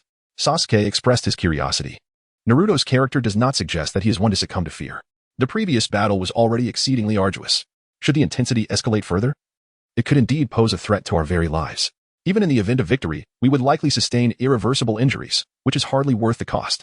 Moreover, the mastermind behind this could very well be Orochimaru. Naruto slowly articulated his conjecture. Orochimaru? Is he the S-rank rogue ninja from Konoha? Sasuke was momentarily taken aback. Pursuing an S-rank rogue ninja, initially perceived as merely a routine task, revealed an unexpected depth to the situation. Indeed. Thus, Sasuke, opting to retreat now is the wisest decision. Bravado is never the optimal course of action. Naruto nodded. The following day, the four set off once more. When fatigued, they rested. When hunger struck, they consumed their provisions. As they approached Konoha, their pace quickened. Half an hour later, they halted upon a vast plain, for several figures had emerged not far ahead. The aura emanating from these individuals was unmistakable. They awaited their arrival. The leader instilled a profound sense of foreboding in Kakashi. Orochimaru, the Uchiha brat, and the Ninetales brat. Come with me. Orochimaru licked his lips, his expression grotesque. Sasuke, Naruto, Sakura, you three must proceed ahead. We are less than 3 hours from Konoha. It is imperative that you return, Kakashi declared, retrieving a scroll from his ninja tool pouch. Upon unsealing it, a short blade materialized in his grasp. His demeanor was graver than ever before. He adjusted his forehead protector, revealing his Sharingan. The dread he felt when confronting Orochimaru lingered in his memory, even now. This time, it seemed he might struggle to return to the village. However, Naruto and the others must make it back. Kakashi-sensei, since Orochimaru dares to appear here. Escaping may not be so simple, Sasuke asserted, stepping forward and activating his Sharingan. Sakura, look for an opportunity to return to Lord Hokage. Naruto stepped forward, and simultaneously, the chakra of the Ninetales surged forth. As the chakra manifested, an overwhelming energy erupted from within him. The chakra that had been stored up until that moment now burst forth, instantly restoring Naruto to his optimal state. Chapter 56, The Battle Against Orochimaru. The chaos of the Golden Bell. Observing Naruto's transformation, Sasuke extended his hand towards him. It was time to test their strength. After all, such a worthy opponent was a rare find. Naruto's lips curled into a subtle smile as he reached out, grasping Sasuke's hand. In an instant, the chakra of the Ninetales flowed into Sasuke's body, aiding him in entering a pseudo-Ninetale state. The shift in their auras left Kakashi somewhat perplexed. Even Orochimaru gazed at the two with an expression of avarice. As for Sakura, her departure was inconsequential. She was never part of Orochimaru's agenda. Furthermore, Orochimaru was confident he could neutralize the three before Sakura could summon any assistance. Let us begin, Orochimaru gestured, and the masked ninjas behind him surged towards Kakashi. As they charged forward, they underwent a transformation into Curse Mark Level 1. With the enhancement of the Curse Mark, it was virtually impossible for Kakashi to deal with these foes swiftly. He found himself increasingly fatigued. Meanwhile, Orochimaru swiftly advanced towards Naruto and Sasuke, unleashing his first assault accompanied by a multitude of venomous serpents. It was as if the ground beneath them had transformed into a vast serpent's nest, with countless snakes surging forth. Lightning release, thunderclap. A massive bolt of lightning manifested in the hands of Sasuke and Naruto, enveloping them in an electrifying armor. The arcs of electricity obliterated the encroaching serpents, while the protective lightning allowed them to disregard the toxins lingering in the air. Fascinating. Such a caliber of ninjutsu, when executed by two individuals in unison, can indeed mitigate bodily harm. Orochimaru licked his lips, opening his mouth to produce a gleaming blade, one of the Kusanagi swords he wielded. Clang. As his long sword descended, Sasuke raised his short blade in defense. The metallic clash drew Orochimaru's gaze towards Naruto, and instinctively, he extended his tongue, intent on subduing Naruto first. Given his understanding of the Ninetales Jinchuriki, he believed Naruto was incapable of controlling the beast within him. With the ceiling in place, capturing such a worthless Jinchuriki would pose little challenge. However, in the next moment, he noticed Naruto raising a finger. It seemed as though something extraordinary was in motion around them. Chaos Gold Strike. With a sharp exclamation from Naruto, Orochimaru instantaneously felt as though he had been cast out by the entire world. It was as if some divine hand had plucked him from this realm, rendering his body devoid of control. Time and space around him seemed to dissolve into nothingness. This sensation lasted but a fleeting moment, and the next instant, Orochimaru regained consciousness. A sharp pain surged through his awareness, as a dagger was embedded deep within his chest. Before he could fully comprehend the situation, the lightning chakra from Naruto and Sasuke surged into the dagger lodged in him. A terrifying energy erupted within Orochimaru's being. Sasuke swiftly scooped up Naruto and retreated several dozen meters away. The convergence of Naruto's chakra, Sasuke's chakra, and a portion of the Ninetales chakra resulted in a release of terrifying intensity. In an instant, Orochimaru was reduced to nothing more than charred remnants, enveloped in dark smoke. Sasuke, however, was entirely unfazed by the current situation. Naruto, are you all right? Sasuke inquired with a hint of concern. Although he was unfamiliar with the peculiar technique just employed, he could sense the overwhelming power it contained, leading him to deduce that Naruto was undoubtedly suffering. I'm fine. Just a bit drained. A brief rest will suffice. Naruto was drenched in cold sweat. He indeed acknowledged the formidable strength of this chaotic golden bell. However, the consumption it entailed was not something that an ordinary individual could endure. Fortunately, Naruto possessed a robust physique and had consistently worked to enhance his body. Otherwise, after just that single instance, he would likely have lost consciousness. The toll on both his physical and mental faculties was immense, at least for now. Naruto dared not employ that technique again. The natural energy within him gradually transformed into stamina, revitalizing his body while simultaneously nurturing his spirit. Sasuke, do not approach Orochimaru. This powerful being, once one of the legendary Sannin of Konoha, will not perish so easily. As Naruto approached Sasuke, eager to check on Orochimaru's condition, Sasuke raised his hand to restrain him. This is impossible, Naruto exclaimed. Even the mightiest body would be shattered by the explosion of lightning within. Before Sasuke could finish his sentence, a sudden transformation occurred in the distance. Orochimaru's once charred body split open. Gradually, resembling a serpent shedding its skin, a figure emerged from the rupture. It was none other than Orochimaru himself. Now upright and swaying unsteadily, Orochimaru stood before them, his form still coated in a repugnant viscous substance, eliciting a wave of disgust from Sasuke. Yet, within his eyes, a solemn intensity emerged. The commotion had distracted Orochimaru's subordinates, resulting in 2 of them being slain by Kakashi. At this juncture, Kakashi, significantly drained, retreated to join Naruto and Sasuke. What just transpired? Kakashi inquired, astonished as he regarded the 2. Moments earlier, Orochimaru had appeared to be standing idly, as if awaiting their assault. Given Orochimaru's current disheveled state, it was clear that this was not a manifestation of any sinister amusement on his part. The special sealing technique employed could temporarily incapacitate an opponent's senses, necessitating proximity and demanding considerable energy. I estimate that it will be unusable for at least 3 days. Naruto spoke with a sense of helplessness. He understood Kakashi's intention. If the 2 of them could still unleash the technique they had just employed, they would undoubtedly gain the upper hand in this battle, and perhaps even capture Orochimaru. Naruto refrains from intimidating Orochimaru in such a manner because he understands that Orochimaru's perverse nature extends to himself as well. As long as there is no inevitable verification revealing his helplessness or the emergence of a genuine threat to his life, Orochimaru will undoubtedly persist in his endeavors. Naruto harbors no desire for such cunning tricks to compel Kakashi into perilous ventures. In that eventuality, it could very well lead to the demise of all 3 of them in this place. Chapter 57. Orochimaru retreats and returns to the village. Orochimaru naturally heard Naruto's words.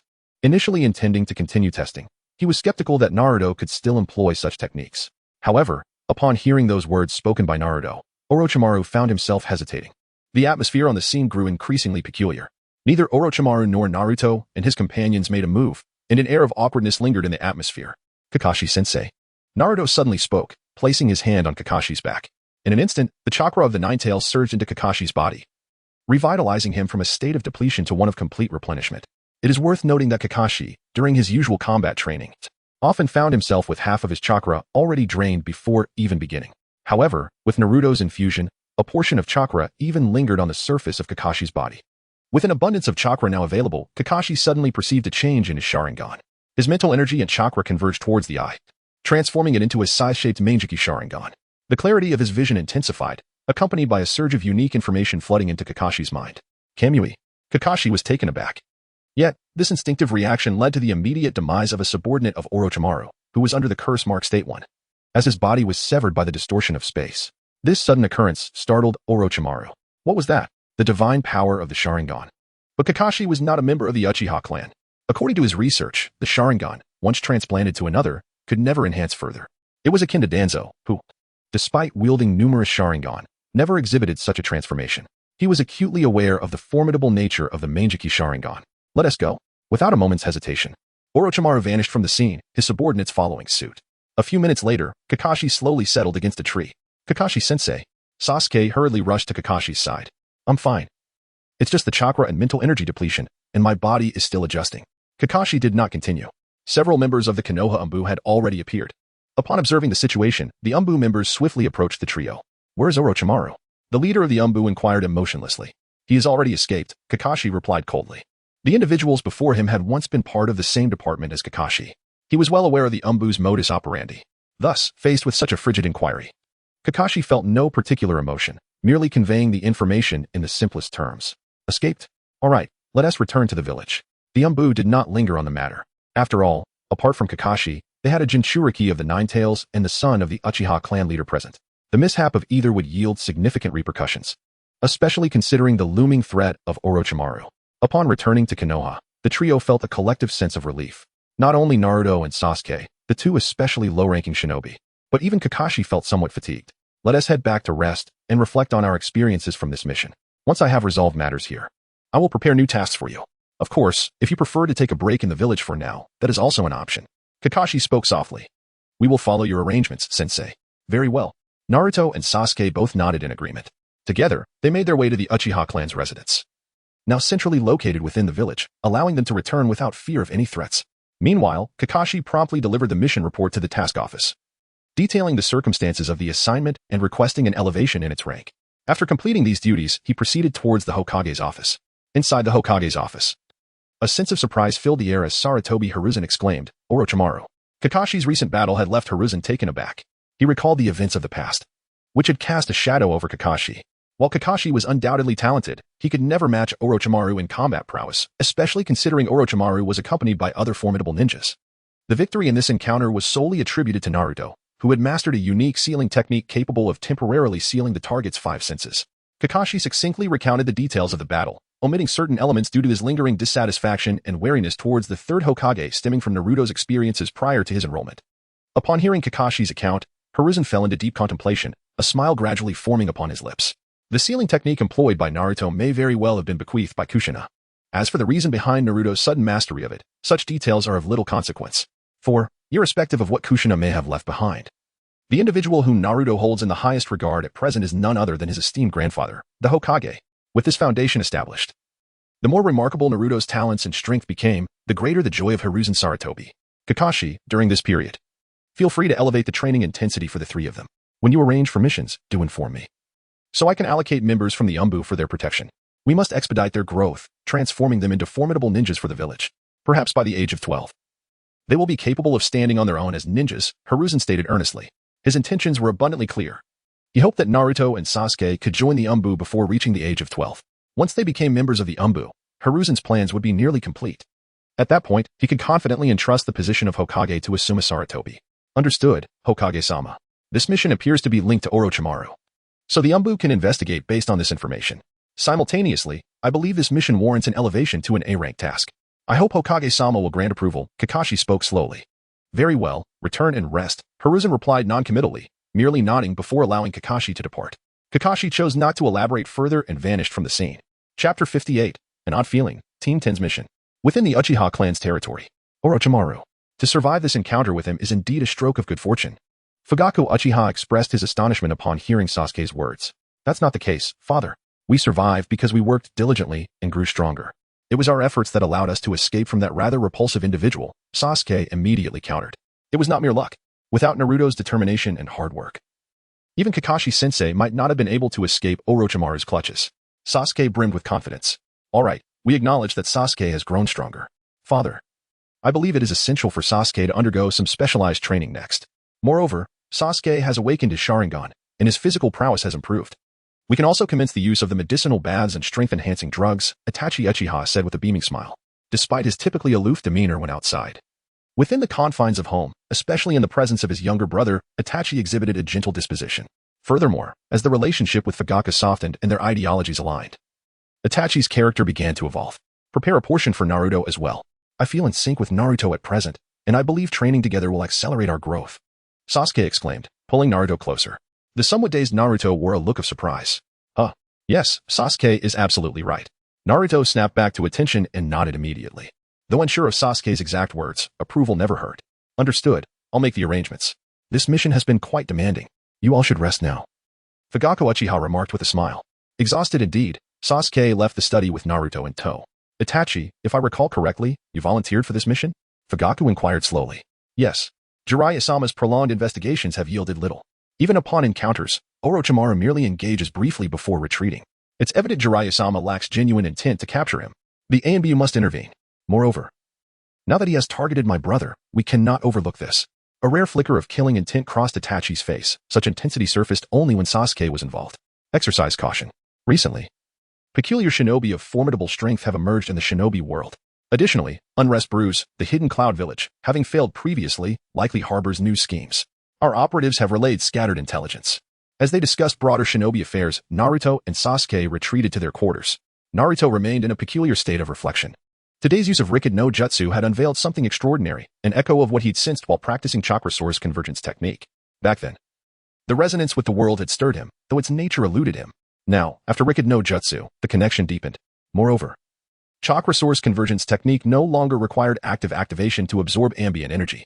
This chakra differed from what his body naturally produced, distinct even from the sage chakra in his memories. Instinct told him this was no coincidence, though its significance remained shrouded. Dismissing further speculation, Naruto resumed his chakra refinement training. Half a month later, the A&B returned empty-handed as usual. Jiraiya had briefly revisited, checking on Naruto before departing again. Then came unsettling news. Team 10 Shikamaru Nara, CHG Akimichi, and Ino Yamanaka had yet to return. In the Hokage's office, Sarutobi Hiruzen addressed the gathered teams with uncharacteristic gravity. You are comrades of Team 10. They've been on a mission for a month. Initial reports arrived, but for the past fortnight, silence. Thus, I propose this task. Locate your fellow villagers. Do you accept? It's Asuma-sensei's team, Sasuke analyzed swiftly. Shikamaru, Ino, and CHG aren't reckless. Asuma-sensei is formidable. Likely, complications delayed them, or they encountered danger. Hokage-sama, will all 3 squads deploy together? Or just one? Niji Higa interjected. Given the risks, a single Genin team seemed insufficient. The presence of all 3 squads hinted at the former. 3 squads. With 3 Genin and your combined strength, should suffice for this A-rank mission, Hiruzen confirmed. We depart immediately. Hokage-sama, can you provide precise intel? Previous reports from Asuma-sensei's team, do they still exist? Sasuke pressed. Without leads, locating Team 10 would prove impossible. Excellent. You've pinpointed the crux. Here is the mission dossier and our analysis. Review it en route. Move out now. Remember, A&B requires 10 A-rank missions. I trust you'll soon become the village's stalwart pillars. Hiruzen's approval, rare from the highest echelon, ignited their resolve. The 12 surged toward the village gates without delay. As they vanished, an A&B operative materialized, handing Hiruzen a scroll. Upon reading, his earlier optimism dissolved into grim severity. Chapter 59, Annihilation in Seconds. The 12 raced beyond the village's borders. Kakashi-sensei, Maikai-sensei, Kurenai-sensei, Sasuke began, his Sharingan having swiftly absorbed the scroll's contents. The last transmission originated near Grass Country. Their mission likely overlapped with ours. Perhaps Asuma-sensei investigated Grass Village. We should head there directly. Agreed, Kakashi affirmed. Focus reconnaissance around Grass Country's periphery. Fresh minds proved sharp. The plan garnered unanimous support. Maikai, following Kakashi's lead. No objections. Admirable confusion. Kurenai High. Asuma will be fine, right? Others. Same here. With Hinata and Shino at the center for reconnaissance, the formation advanced rapidly under the others' protection.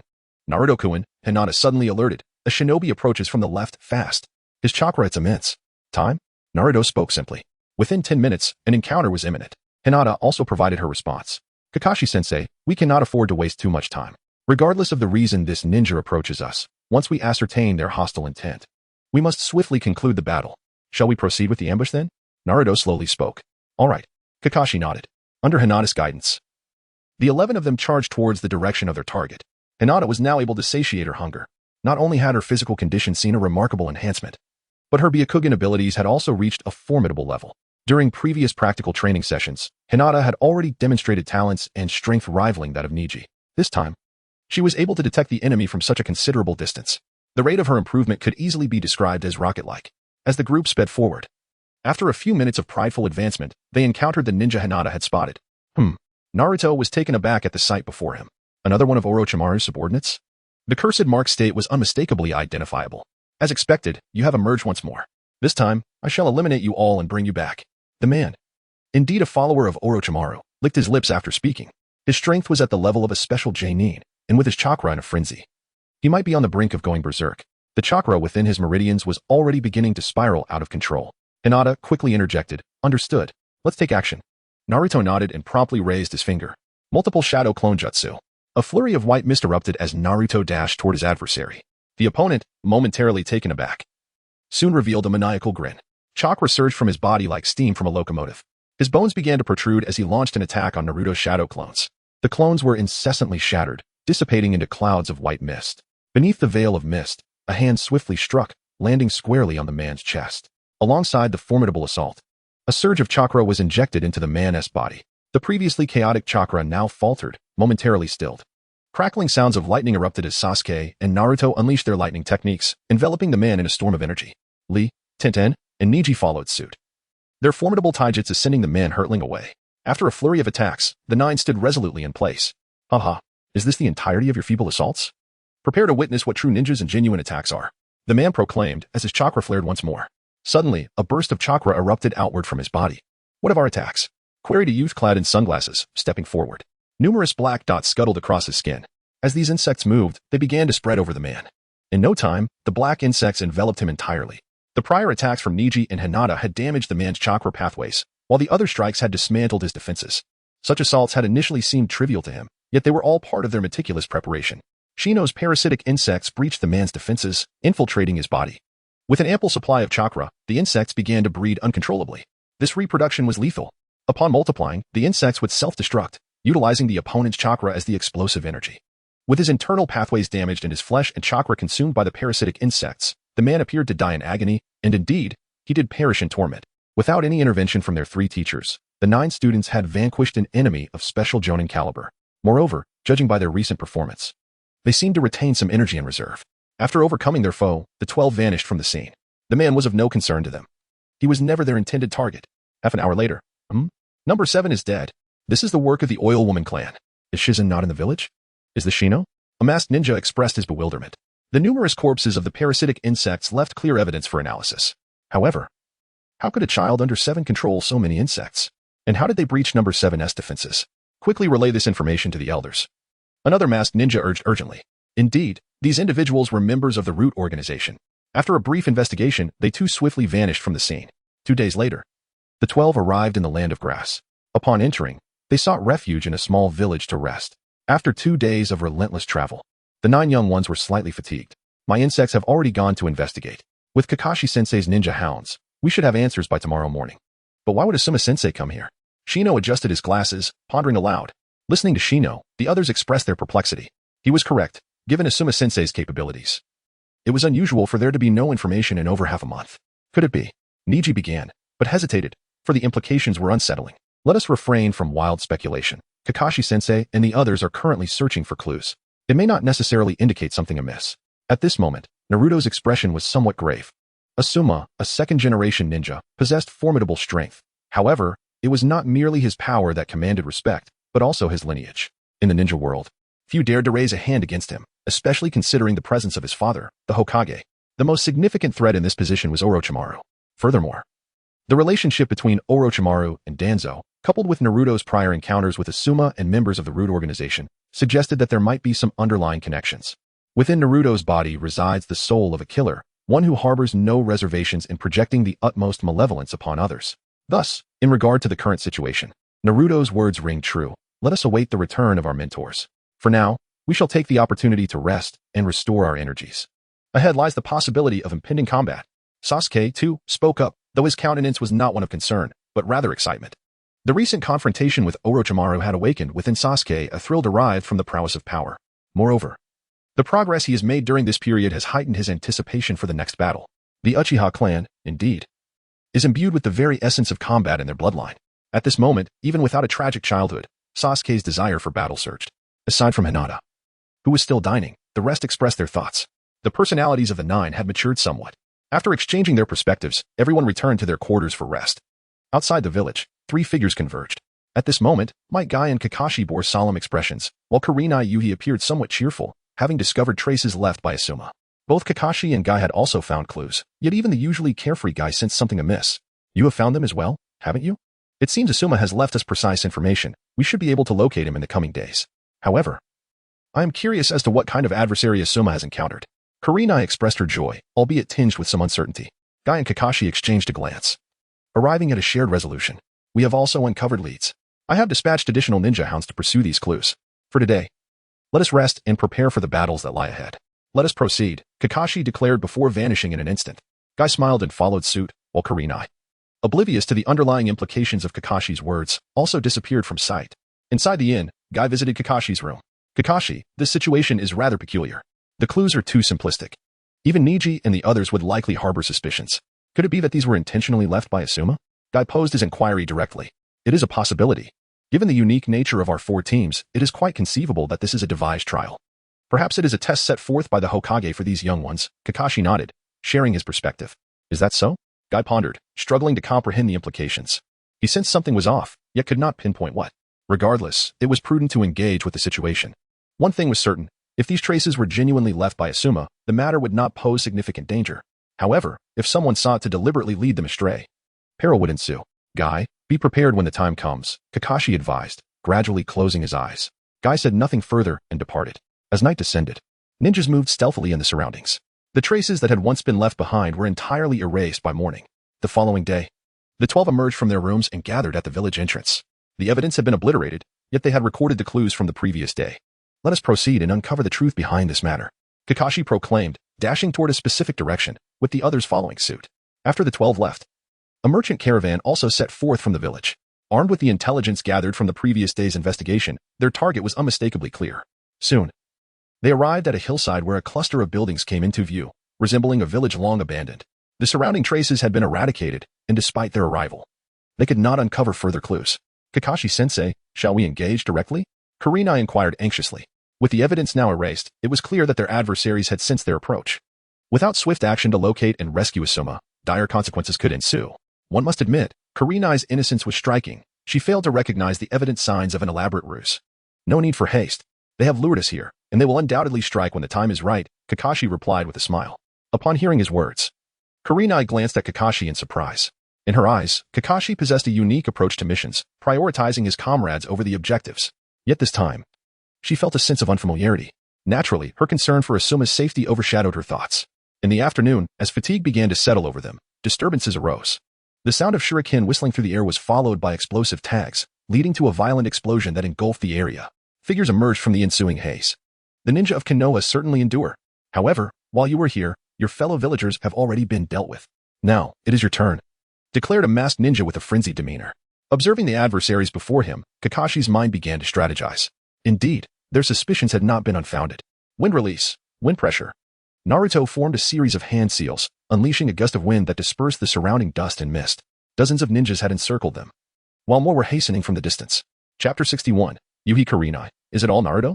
Observing the multitude of ninjas, Kurenai instinctively tightened her grip on the kunai in her hand, glancing at her students nearby. Until now, she had never served as a guiding Genin. It was only through taking on this role that she had ascended from the rank of Nin to that of guiding Genin. Faced with such a dire situation, her immediate instinct was to lead her students to safety, for she believed she could not adequately protect these young ones. They truly hold us in high regard.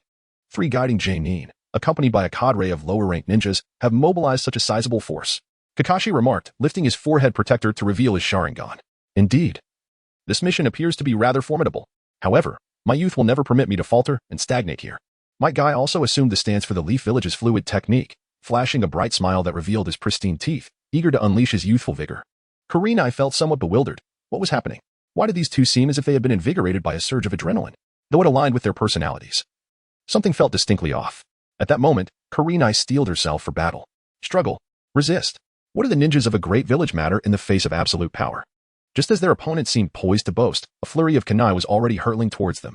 Several kunai were thrown simultaneously, colliding midair and altering their trajectories. They were aimed at the ninja from various cunning angles. Meanwhile, Might Guy dashed forward with remarkable speed, executing the Leaf Great Whirlwind. Kurenai began forming seals, preparing to unleash her ninjutsu. At this moment, Naruto and his companions joined the fray. They had all arrived, yet the disparity in strength was overwhelming. Even the most gifted could not hope to turn the tide from such encirclement. In the distance, from the depths of the dense forest, a ninja spoke slowly, questioning the situation. Isn't this rather troubling? Moreover, from where have these ninjas emerged? They do not appear weak at all. A ninja beside him responded, revealing himself to be the long-missing Asuma, who was not accompanied by Shikamaru and his friends. Lord Asuma, you need not worry about matters here. Those individuals are absolutely trustworthy. Our task is simply to confront and defeat those ninjas. There is no need to ponder further. The masked ninja respectfully addressed Asuma's concerns. Is that so? Very well. I understand. I shall go and bring Shikamaru and the others, Asuma declared before vanishing in an instant. What transpired here remained unknown to Kakashi and his team, who were currently besieged by the enigmatic ninjas. The techniques employed by these adversaries were unremarkable. Water, earth, wind, fire, and lightning jutsu were all present. However, their combat style offered no clue as to which faction they belonged. One thing was certain, these ninjas possessed strength at least on par with Nin.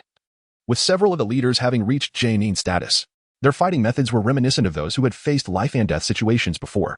These ninjas had undoubtedly seen battle. After the initial clash, both Kakashi and Might Guy found themselves somewhat beleaguered as they retreated to their previous position, sweat glistening on their brows. What a joke. The copy ninja Kakashi Hitaki and the Leaf's mighty beast Might Guy? Hilarious.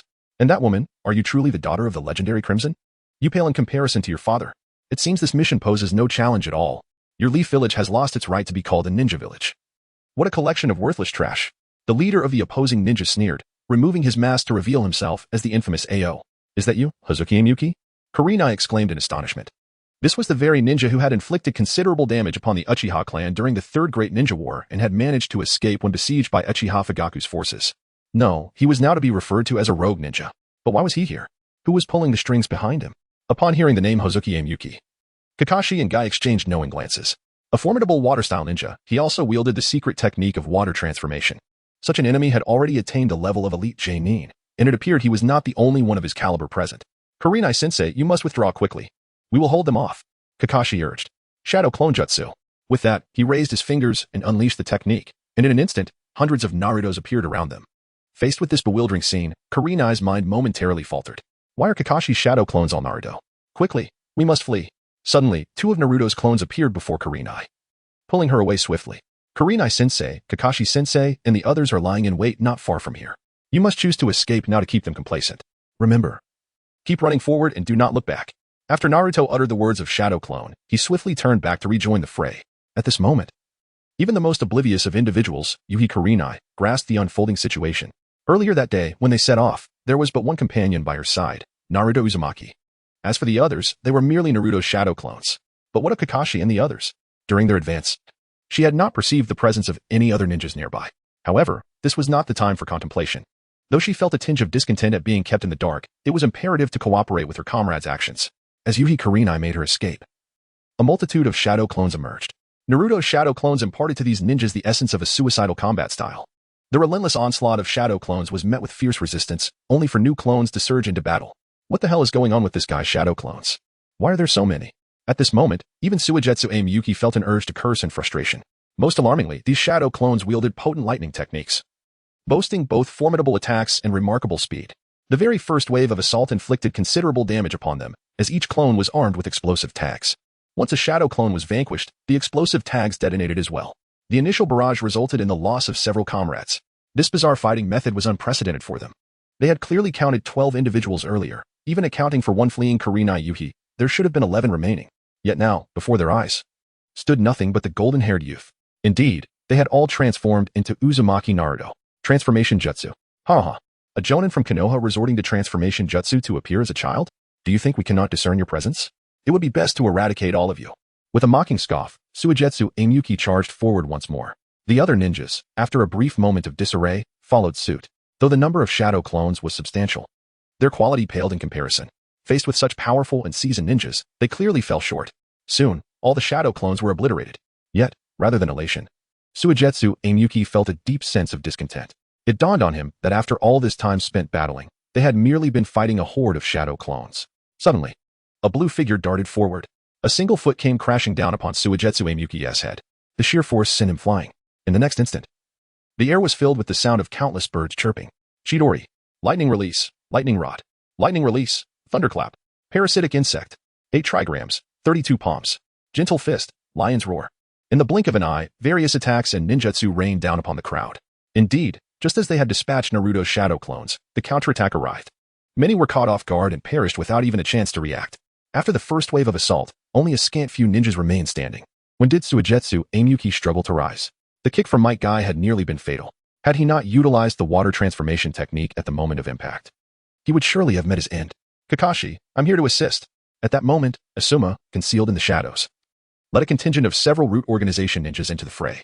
Sensing ninjas had detected that several combatants had vanished from the battlefield. Initially believing that Konoha's ninjas had encountered unforeseen circumstances, this information was relayed to Asuma, who resolved to make his move. However, upon emerging, he quickly realized that the situation deviated from his expectations. Except for Kurenai Yuhi, all Konoha ninjas were present. Even her students, Hinata Hyuga, Kiba Inuzuka, and Shino Aburame, were accounted for. Moreover, Kakashi and his group appeared to be in fine shape. In stark contrast, the other ninjas lay lifeless. It seemed calamity had befallen them. Engage. One of the root organization ninjas, observing the dire scene, wasted no time in attacking. The remaining root ninjas followed suit. The few surviving jonin, barely standing, soon succumbed to the onslaught of the root organization ninjas. The battle concluded in a matter of moments. The only one who managed to escape was Suigetsu Amyuki. Utilizing the water transformation technique to flee, the enemy has been entirely eradicated. Asuma, our task here is complete. We shall take our leave, declared one of the root ninjas before vanishing from sight.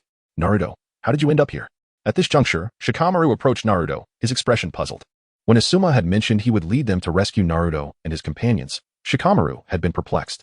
After all, they were still on a mission, which seemed far from finished. Why the sudden urgency to rescue Naruto? Upon seeing the 9 individuals, Shikamaru's confusion only deepened. "We came to find you," they replied. "We initially feared you had been captured by these foes, but it appears you are safe." Naruto spoke with a cheerful smile, his expression bright and sunny, infused with a touch of endearing innocence. Yet, Shikamaru was acutely aware of the underlying message within Naruto's words. Instinctively, he shifted his gaze towards Asuma, who was engaged in conversation with Kakashi and others, oblivious to the situation unfolding nearby.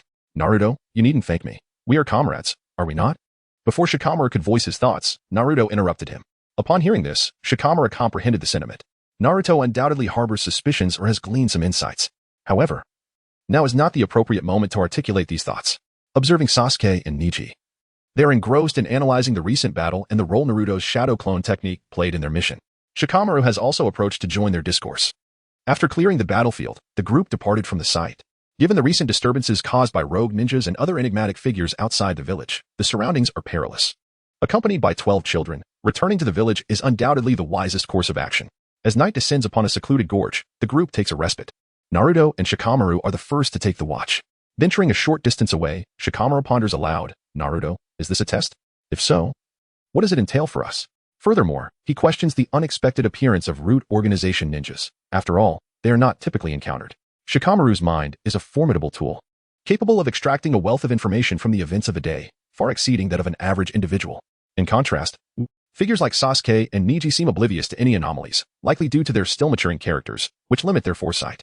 It is probable that their reflections concern the position of Hokage, the root organization, affiliated with the esteemed Danzo Shimura of Konoha's upper echelon, may be maneuvering to endorse Asuma-sensei as the next Hokage, seeking to consolidate their influence over the new generation in this manner. Naruto candidly expressed his thoughts. Shikamaru realized that his mind was insufficient. Asuma-sensei, he was indeed the son of the third Hokage, having executed numerous tasks and earned considerable prestige. Moreover, the third Hokage must have harbored similar thoughts. So, why did he become entangled with the root organization? Surely, the esteemed third Hokage did not intend to deny Asuma-sensei the position of fifth Hokage? These matters are beyond our current intervention. Thus, it is unnecessary to ponder them now. Even if we were to uncover the truth, it would serve no purpose. Just when Shikamaru was about to combust from frustration, Naruto patted his shoulder and spoke with a smile. Upon hearing Naruto's words, Shikamaru rubbed his head. "Right, Naruto, does that training method you mentioned truly yield results?" "I have a feeling zzzzz." Before Shikamaru could finish, a surge of electricity coursed through his body. Chapter 63, Asuma's Grievance, Naruto's Comprehension of the Void. The next morning, the group set out once more.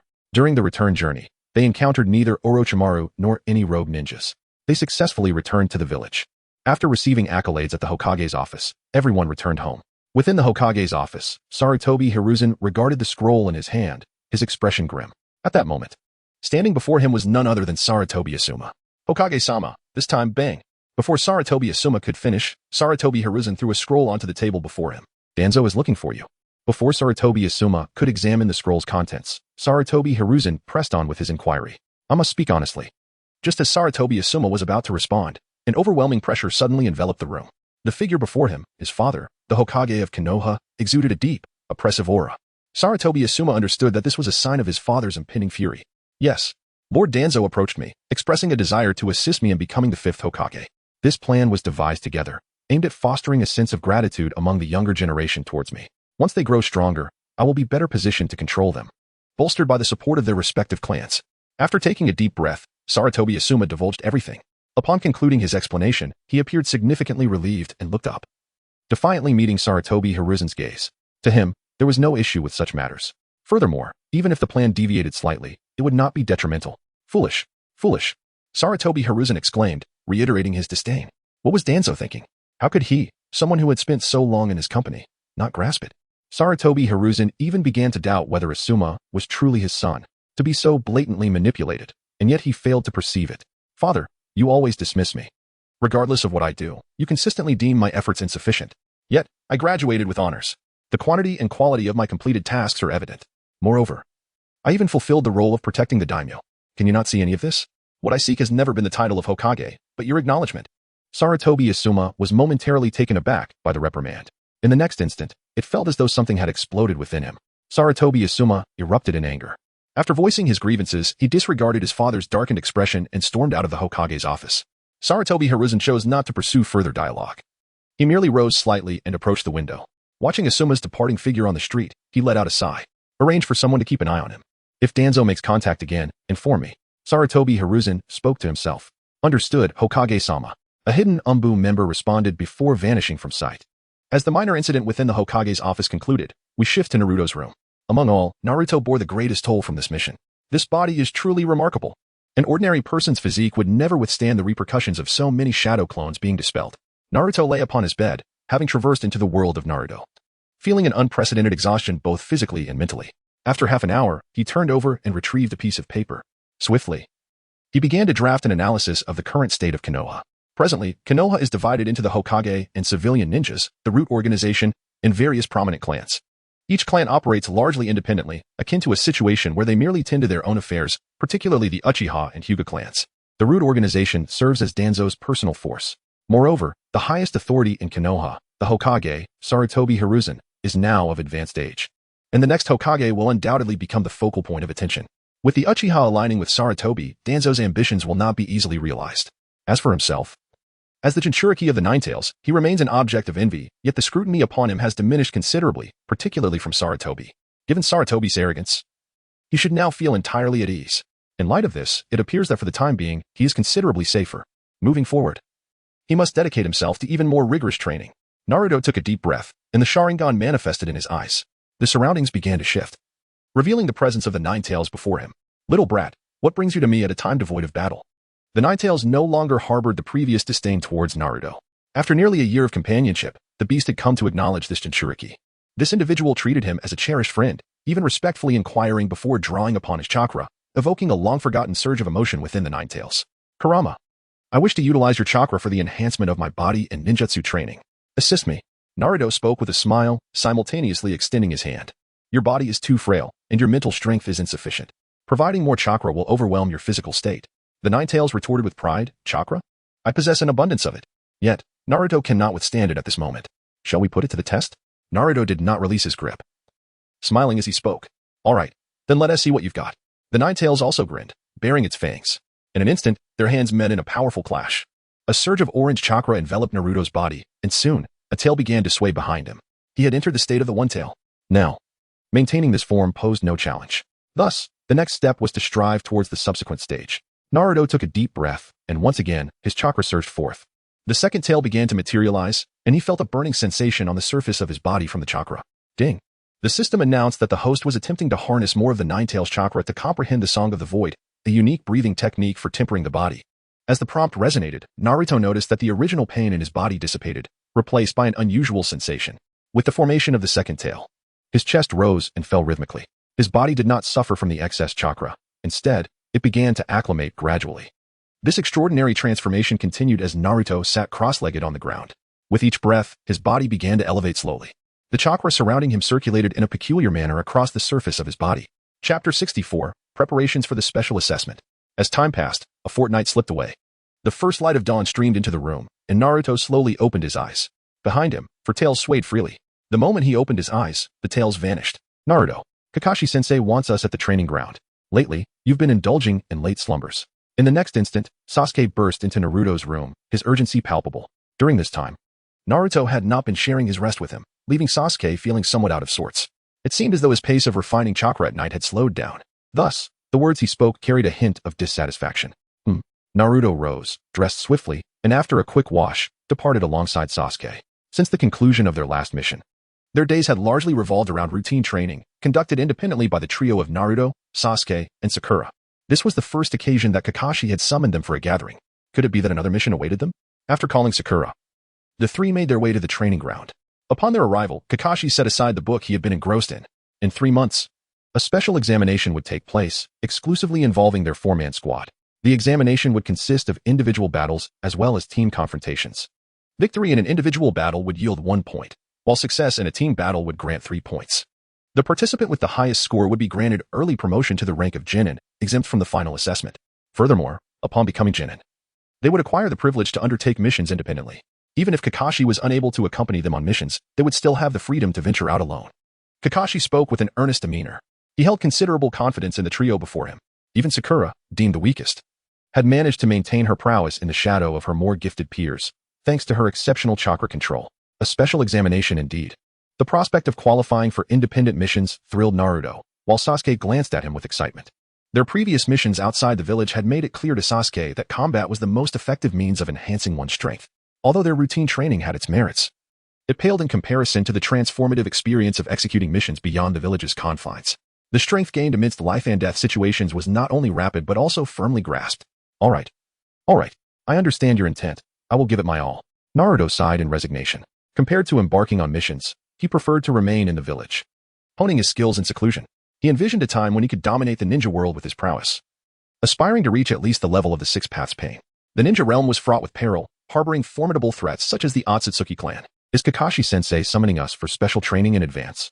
Sakura interjected, her eagerness palpable at the prospect of becoming a genin ahead of schedule. However, a wave of concern washed over her. Among the Elite 12, her abilities ranked on the lower end. She was determined not to be a hindrance. Her primary curiosity lay in the nature of the special training and the extent to which she could enhance her skills.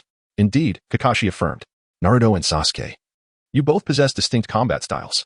Sakura, while your strength may be somewhat lacking, you excel at balancing between Naruto and Sasuke.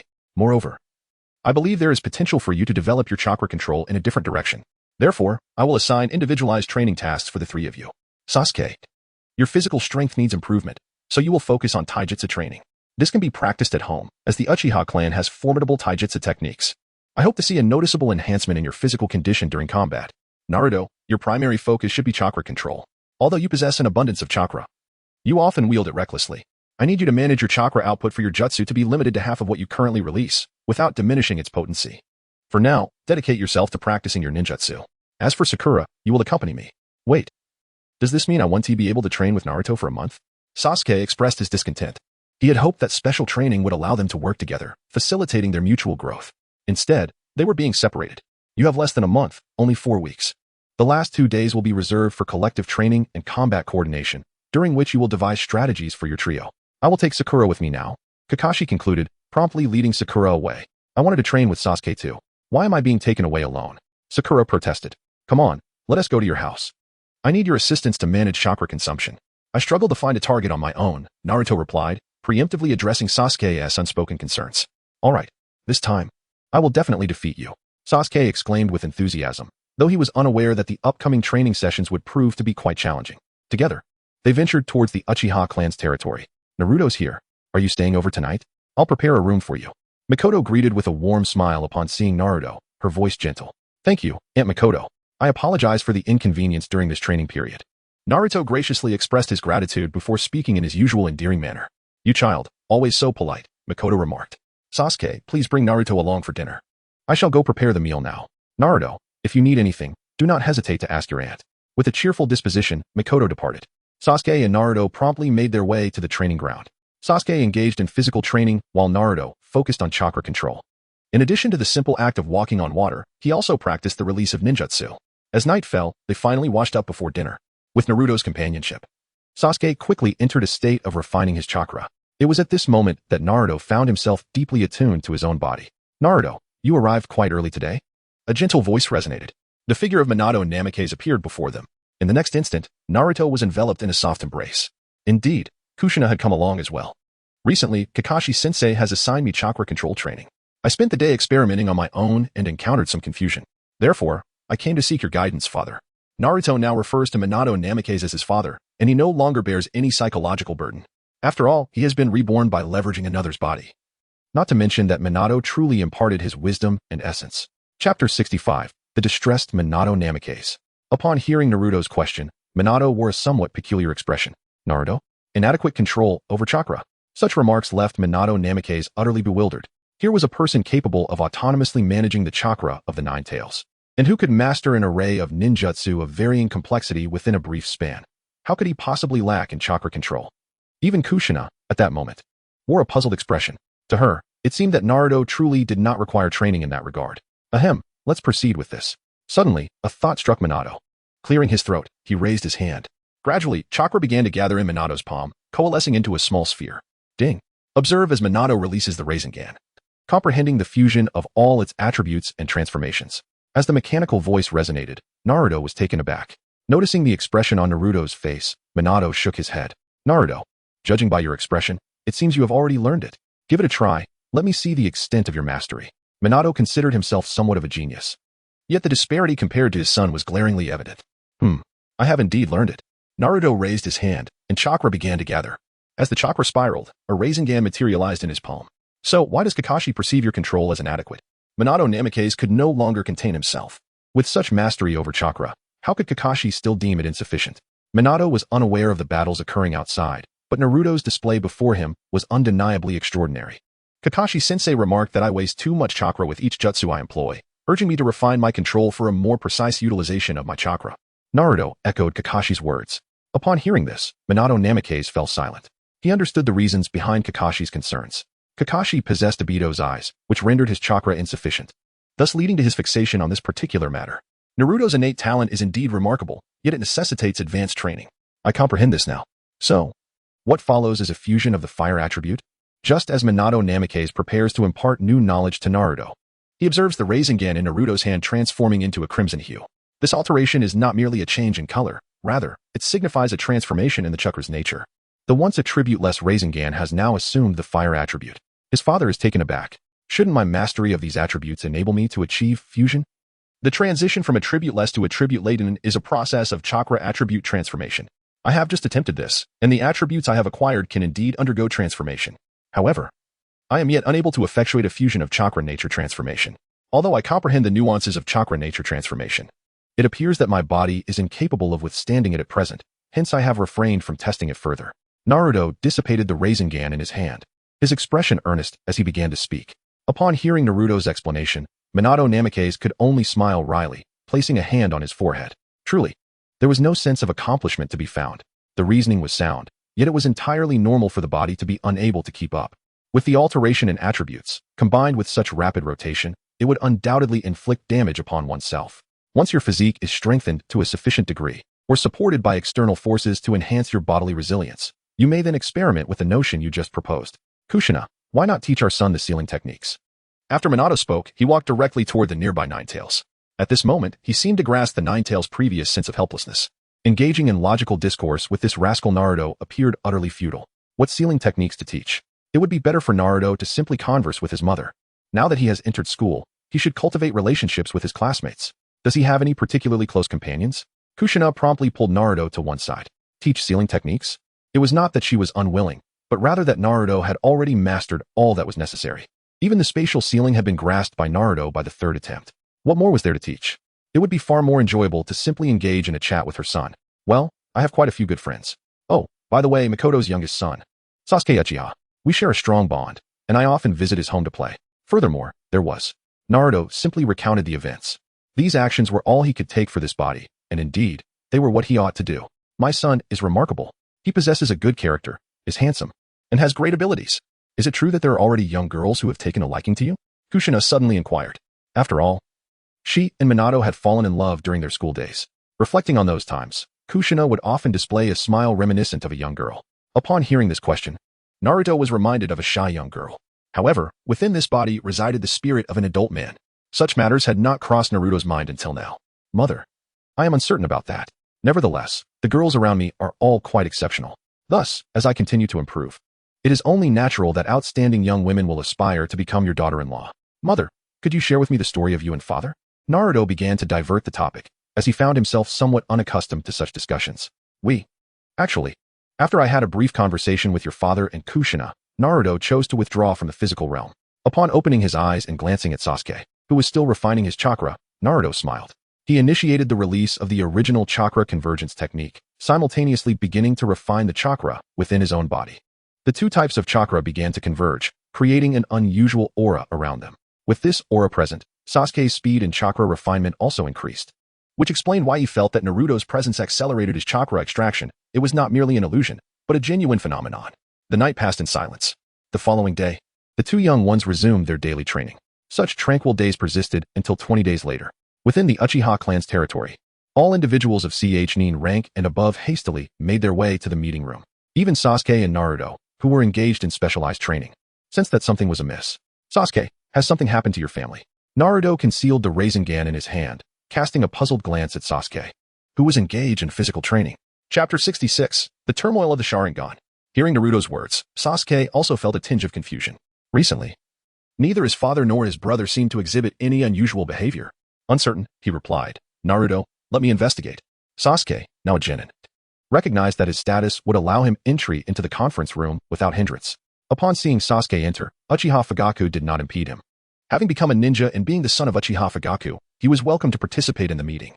"Clan leader, everyone is gathered," Uchiha Nagasawa announced. "The matter discovered by Itachi is something we cannot tolerate. Therefore, I implore the clan leader to request a pursuit mission from the Hokage." Nagasawa had tallied the attendees and, even upon noticing Sasuke, merely offered a smile without drawing attention to him. At present, both the radical and conservative factions within the clan regarded Sasuke, a prodigiously gifted junior, with great satisfaction. Calm and composed, his strength steadily advanced. In the future, he would undoubtedly become a pillar of the clan. Thus, there was a greater willingness to be tolerant. "Nagasawa speaks true, clan leader. If we cannot achieve zero tolerance in such matters, we will inevitably attract the covetous eyes of others in the future. This is not the character of our Uchiha clan." Uchiha Nakum interjected. As one who had once led the radicals, Nakum was known for his fiery temperament, especially concerning such issues. Even the conservatives would not endure this situation. Meanwhile, Sasuke was enveloped in perplexity. What on earth had transpired? What had his brother discovered?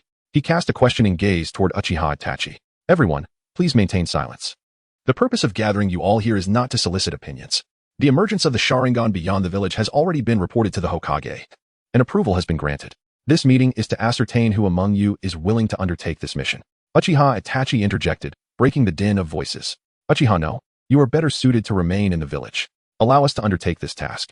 Without hesitation, Uchiha Nagasawa rose, drawing the short blade from his back and positioning it before him. As he activated his three-tomo Sharingan, a palpable aura of lethality emanated from him.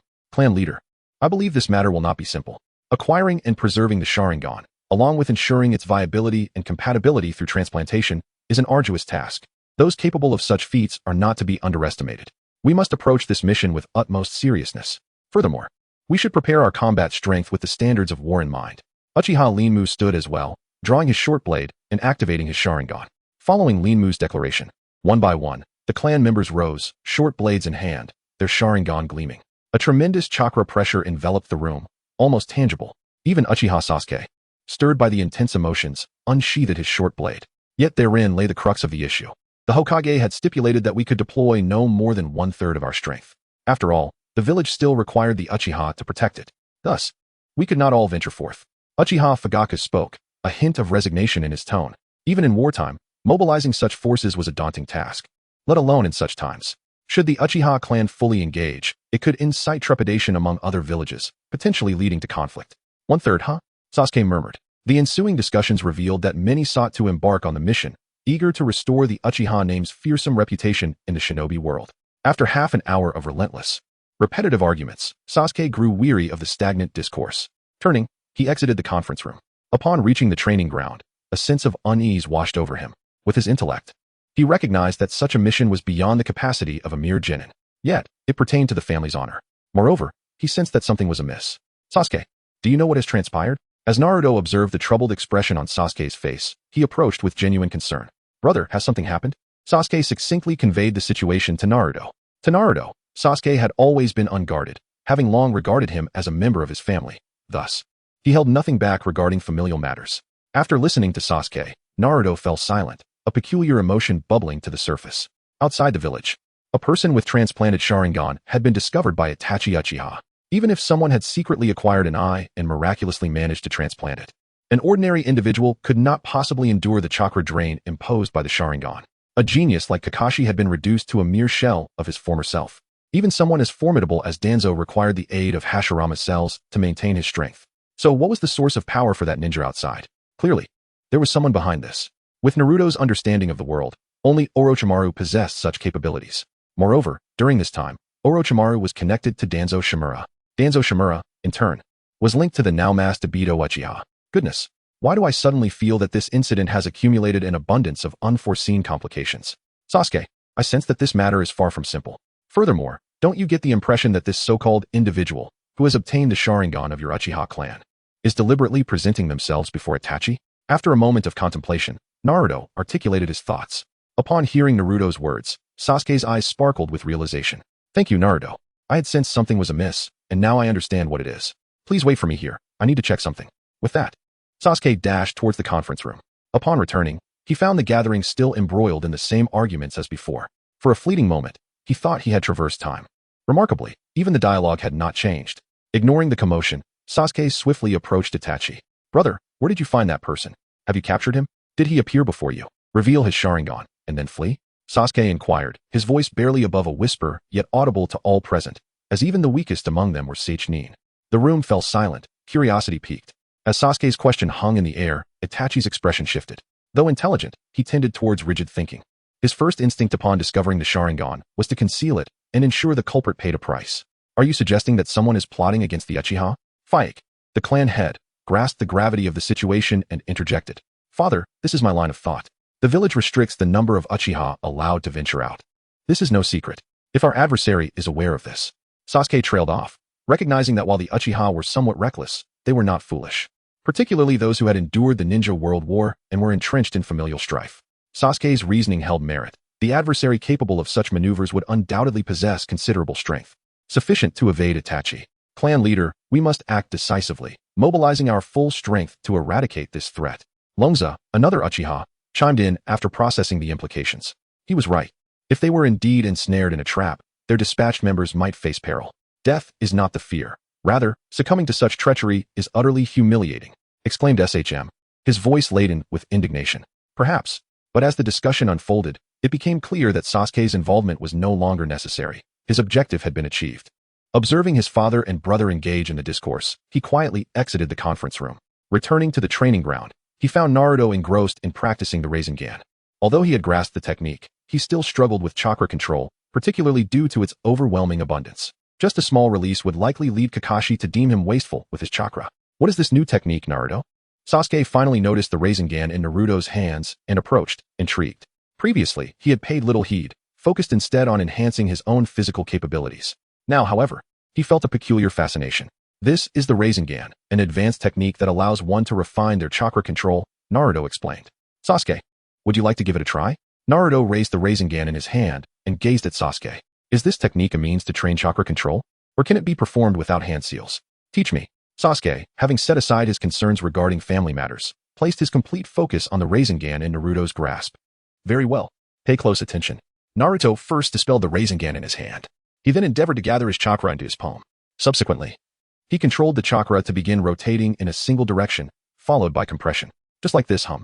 Upon concluding his words, Naruto's chakra began to whirl rapidly in his hand. The emanating chakra was skillfully compressed to the center of his palm, forming a Rasengan the size of a fist. With a resounding crash, Naruto placed his hand on the ground, unleashing a colossal surge of energy. The earth beneath him yielded to the force, creating a vast, spherical crater. Was this truly a mere training exercise in chakra control? It was evidently a formidable technique. Sasuke stood in astonishment. Indeed, it could also serve as an offensive maneuver.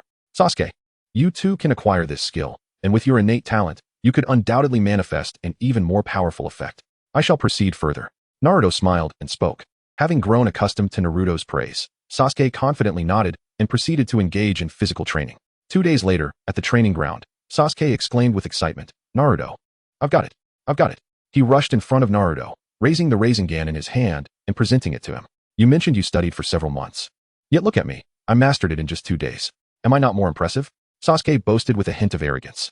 One cannot deny that this version of Sasuke is indeed quite endearing. Sasuke is truly remarkable. Naruto raised his thumb in approval. Indeed, mastering the Rasengan in just 2 days is a remarkable feat. Sasuke's innate talent is truly impressive. Sasuke, Naruto, it's time to eat. At that moment, the voice of Itachi Uchiha reached their ears.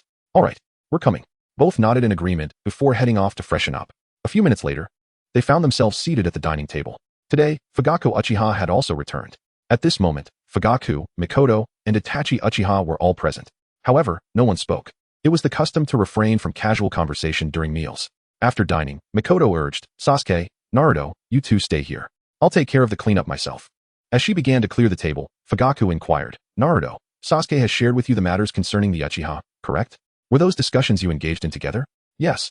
Naruto cast a glance at Sasuke and then nodded slightly. We have made our decision. Itachi and I shall undertake the mission. You all must remain vigilant in your training and consider your safety in the village, Uchiha Fugaku stated calmly. Upon hearing this, Naruto was taken aback. Uchiha Fugaku and Itachi were to venture out together? Even with the formidable Uchiha ninja, complications could easily arise. Moreover, should Obito be involved? Uncle, Itachi, if possible. I believe it would be unwise to proceed in this manner. Naruto took a deep breath and finally spoke. Regardless of the nature of his relationship with the Uchiha clan, the current predicament of the Uchiha posed a troubling situation for him. The equilibrium of the most significant conflict had vanished, placing Naruto once more at the vortex of turmoil. Indeed, those individuals had no intention of sparing the Uchiha. The Uchiha's power was formidable. If it remained unvanquished, all their schemes would surely collapse. Naruto, are you harboring concerns? Itachi began slowly. Sasuke has shared these matters with me over the past few days. Undoubtedly, this situation is a calculated maneuver against the Uchiha. The specifics elude me. But with overwhelmingly dominant strength, one could turn the tide and annihilate the adversary. Naruto spoke earnestly. Absolute, overwhelming power. Naruto, are you referring to the Sharingan? Uchiha Itachi had initially intended to inquire about something, but was taken aback when he saw Naruto raise his hand, pointing to his own eyes. Indeed, Sasuke had mentioned it to me. After hearing Naruto's words, both Uchiha Itachi and Uchiha Fugaku fell into silence. Sasuke, hey, look, this is the man I have chosen. Impressive, isn't it? Chapter 68, Give It All. A few days later, at the public training grounds of Konoha, when Sasuke and Naruto arrived, Kakashi was already there with Sakura waiting. Let's go check out the examination venue. For the next 3 days, we want to be returning home. Rooms near the exam site have also been prepared for you. Kakashi succinctly explained before leading the trio toward the examination site. Upon their arrival, Might Guy was already present with his 3 students. This time, we will certainly secure first place. Kakashi, let us wager our youth. Stop. Without waiting for Might Guy to leap forward, Kakashi interrupted him disdainfully. You all came early as well. Just as Might Guy was about to feel dejected, the voice of Yuhi Kurenai resonated. Accompanying her was Asuma. The 4 classes had coincidentally gathered here. The 4 teachers exchanged words before departing, leaving behind the 12 young ninjas. Naruto, come with me. Suddenly, Nara Shikamaru approached Naruto and tugged at him, preparing to leave. In the next moment, Naruto's hand was grasped by another person. Neji. I grabbed Naruto's hand first. Shikamaru looked up at Neji, his eyes tinged with impatience. I also have something I want Naruto to assist me with. Shikamaru, if you only wish to play with Naruto, then perhaps you should yield for now. Naruto, contact me. Neji spoke directly. It was amusing, after spending so much time with Naruto. Neji had learned that when one needs something, one should simply ask. After all, isn't a mouth meant for speaking? During this period of special training apart, Neji realized that both his physical strength and chakra levels had diminished. Now that he had the chance to reunite with Naruto, he certainly wouldn't let it slip away. Naruto-kun, I also want it. Hinata shyly approached Naruto, wanting to articulate something but failing to find the words. Actually, everyone could train together. Naruto felt a sense of helplessness. These individuals truly possess an admirable drive. By the time lunchtime arrived, the group concluded their electric shock training. Shikamaru spoke up. What have you 3, Naruto, Sasuke, and Sakura, been focusing on during your training? It seems that Naruto and Sasuke's lightning release techniques have grown considerably stronger. I have been practicing chakra control, Shikamaru continued. Sasuke is undergoing physical enhancement training. As for Sakura, I am uncertain. Naruto did not conceal anything. Such training is not particularly secretive. Even if it were to be disclosed, it would not be of consequence. Is that so? It seems I cannot surpass you this time. Sigh, the desire to graduate early is truly challenging. Shikamaru, cradling his head, spoke with a hint of despondency. Naruto has become remarkably strong. Indeed, he is the friend I chose. Here, Naruto, take this. It's my favorite chips if I face you during the assessment. Please go easy on me. Choji, with a naive smile, handed over a bag of chips, his anxious expression making it hard to believe he was speaking insincerely. We shall not give up, Naruto. Let us inscribe our youth together with your fists. Rock Lee beamed, revealing his bright white teeth, then turned his gaze toward Sakura. Sakura, if I defeat Naruto and Sasuke, will you be my girlfriend? Lee boldly professed his feelings. Bang. In the next moment, a fist landed on Rock Lee's head. Apologies. Lee might have dozed off. I'll take him away for now, Neji said awkwardly, dragging Lee aside. Goodness, being teammates with someone like him is quite the experience. The boys were joyfully noisy in the cafeteria. However, outside the hidden leaf village, the world was far less cheerful. Itachi, this marks the 6th group. Moreover, these individuals are not weak. It seems your words regarding the plan targeting us were indeed accurate. Uchiha Nagasawa stood upon a plane, blood still dripping from the short blade in his hand. Not far away lay 8 corpses on the ground. The others are likely in a similar predicament. Brother Nagasawa, let us continue our efforts. We must strive to uncover those behind this as swiftly as possible. Uchiha Itachi declared before vanishing in an instant. Fire style, fireball jutsu. Uchiha Nagasawa hurled a fireball at the corpses and vanished as well. They had been outside the village for less than 2 days, yet numerous ninjas had already ambushed them. These ninjas were not wielders of the Sharingan, but rather akin to assassins. Their combat style primarily relied on ambush tactics. Initially, this posed considerable challenges. However, with the Uchiha possessing the Sharingan, such ambushes proved insufficient. Within a day, they had acclimated to the situation, even managing to detect the presence of these ninjas in advance. At this moment, within a cave, I've lured them out for you. The resources and intelligence you required have been provided. But where is what I desire? Orochimaru leaned against a colossal stone pillar in the cave, speaking with a hint of mischief. Before him stood two figures. One was the masked Uchiha Obito, and the other leaned on a cane, Shimura Danzo. Orochimaru, will you not participate? If you join us, every corpse will belong to you. But if you withdraw now, no need to speak of that. I have no desire to confront those Uchiha lunatics. If you succeed, you will naturally come seeking my assistance. Moreover, what I seek is not merely corpses. Orochimaru interrupted Danzo, extending his hand. Danzo understood that binding Orochimaru would prove difficult. He was not one to be easily restrained. Thus, he refrained from further argument, producing a box and handing it to Orochimaru. Then I shall take my leave. I wish you success in your endeavors. Orochimaru said before vanishing without a trace. He truly left without a hint of reluctance. He was already aware of the external situation. Dozens of ninjas had attacked, all slain by the Uchiha. What had started as an ambush had now turned into a pursuit by the Uchiha. Furthermore, Orochimaru distinctly sensed that this group of Uchiha was somewhat different. He was quite confident in his judgment, believing it best not to interfere this time. Moreover, he had indeed obtained what he wanted, hence he chose not to intervene. After Orochimaru's departure, Danzo's expression soured. Where are the people you arranged? Danzo's gaze fell upon Uchiha Obito. Chapter 69. Run. They're all Manjiki. At this moment, Danzo was in a decidedly foul mood. The Uchiha were currently pursuing and slaughtering those forces he had stationed outside the village. These were his own resources cultivated from the village's assets over the years. Each loss was akin to a dagger to his heart. Yet now, merely in the effort to counter the Uchiha, he had already lost dozens. Should this plan also fail, Danzo would surely be beside himself with rage. Rest assured, my arrangements are en route. Moreover, by depleting the Uchiha's strength, we shall ultimately eradicate every last one of them. In the face of Danzo's fury, Uchiha Obito spoke calmly. Danzo's brow furrowed tightly. Rest assured, how laughable. Those dead are his people. Furthermore, the Uchiha's strength surpassed Danzo's intelligence, leading many ninjas to be caught off guard and swiftly eliminated. The information remaining in the reports sent back were woefully scant. Most importantly, Danzo now found himself at a loss for words. He felt utterly stifled. If not for the fact that action had already commenced, he might have chosen to abandon the endeavor altogether. Is anyone here? Suddenly, a voice echoed into the cave. Danzo's brow furrowed as he glanced at the masked man, Uchiha Obito, before turning to escape. Regardless of what was to occur next, he could not afford to be exposed. If any Uchiha were to return, Danzo would be the first to face their wrath. Coupled with the ambiguous stance of Sarutobi Hiruzen, Danzo dared not take risks. His nature did not allow for such gambles. Boom. In the next instant, terrifying flames burst into the cave. An explosion resounded. The adversary had not perished. In fact, there was only one remaining. It seemed the others had already fled. Uchiha Shumi gazed intently at the cavern before him. Speaking in a calm tone, the others remained silent, standing with an air of tranquility. If it weren't for the scarlet Sharingan in their eyes, they could easily be mistaken for mere bystanders. From within the flames, a figure emerged slowly. Uchiha Obito, unharmed, not even a fabric of his clothing singed, stepped forth before the gathering. The Uchiha clan was all too familiar to him.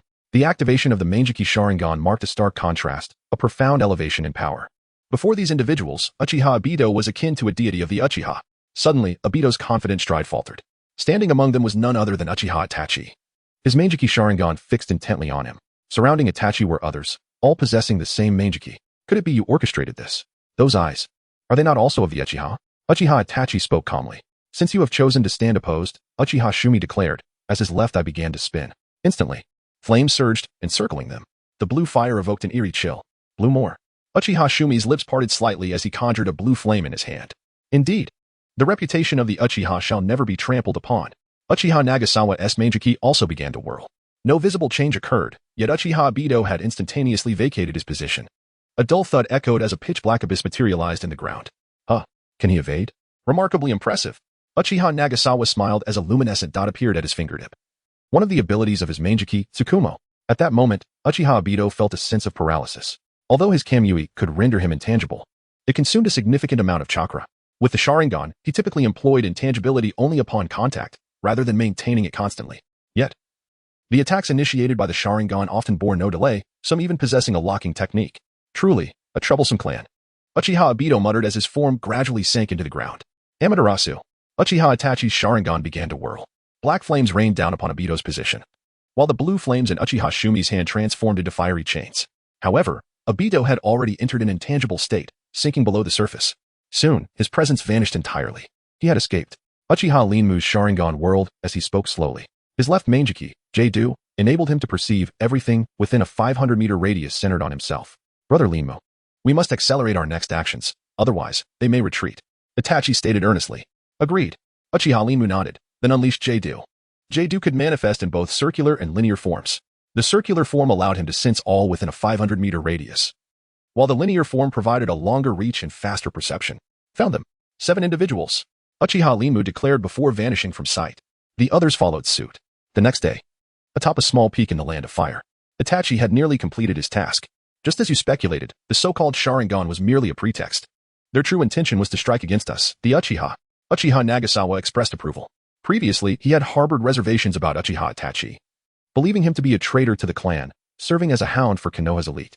Yet now, Uchiha Nagasawa was convinced. This new intellect surpasses their own. It seems there are issues within the village. Without the collusion of Konoha's internal ninjas, outsiders could not have accomplished this. Therefore, upon our return, an investigation must ensue. Uchiha Shumi remarked, furrowing his brow. Let us not rush. The power we have demonstrated should suffice to keep those individuals subdued for a time. Following Itachi's prior suggestions, we must first strengthen ourselves. As the conversation concluded, all eyes turned to Uchiha Itachi.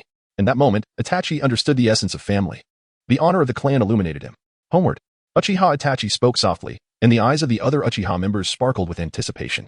For Itachi had uttered the words, home, not village. Chapter 70, Assessment 1. Bang. Within the root organization, objects repeatedly crashed to the ground. The barrage concluded. Danzo even pried bricks from the walls to hurl them down. Several root members stood trembling, watching the furious shimmer at Danzo. They could not comprehend why he had erupted in anger.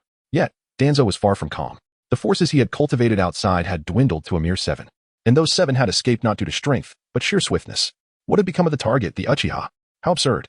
They had merely squandered a few days and perhaps restored their chakra. As for his so-called collaborators, Orochimaru had taken resources without incurring losses, even reaping significant rewards.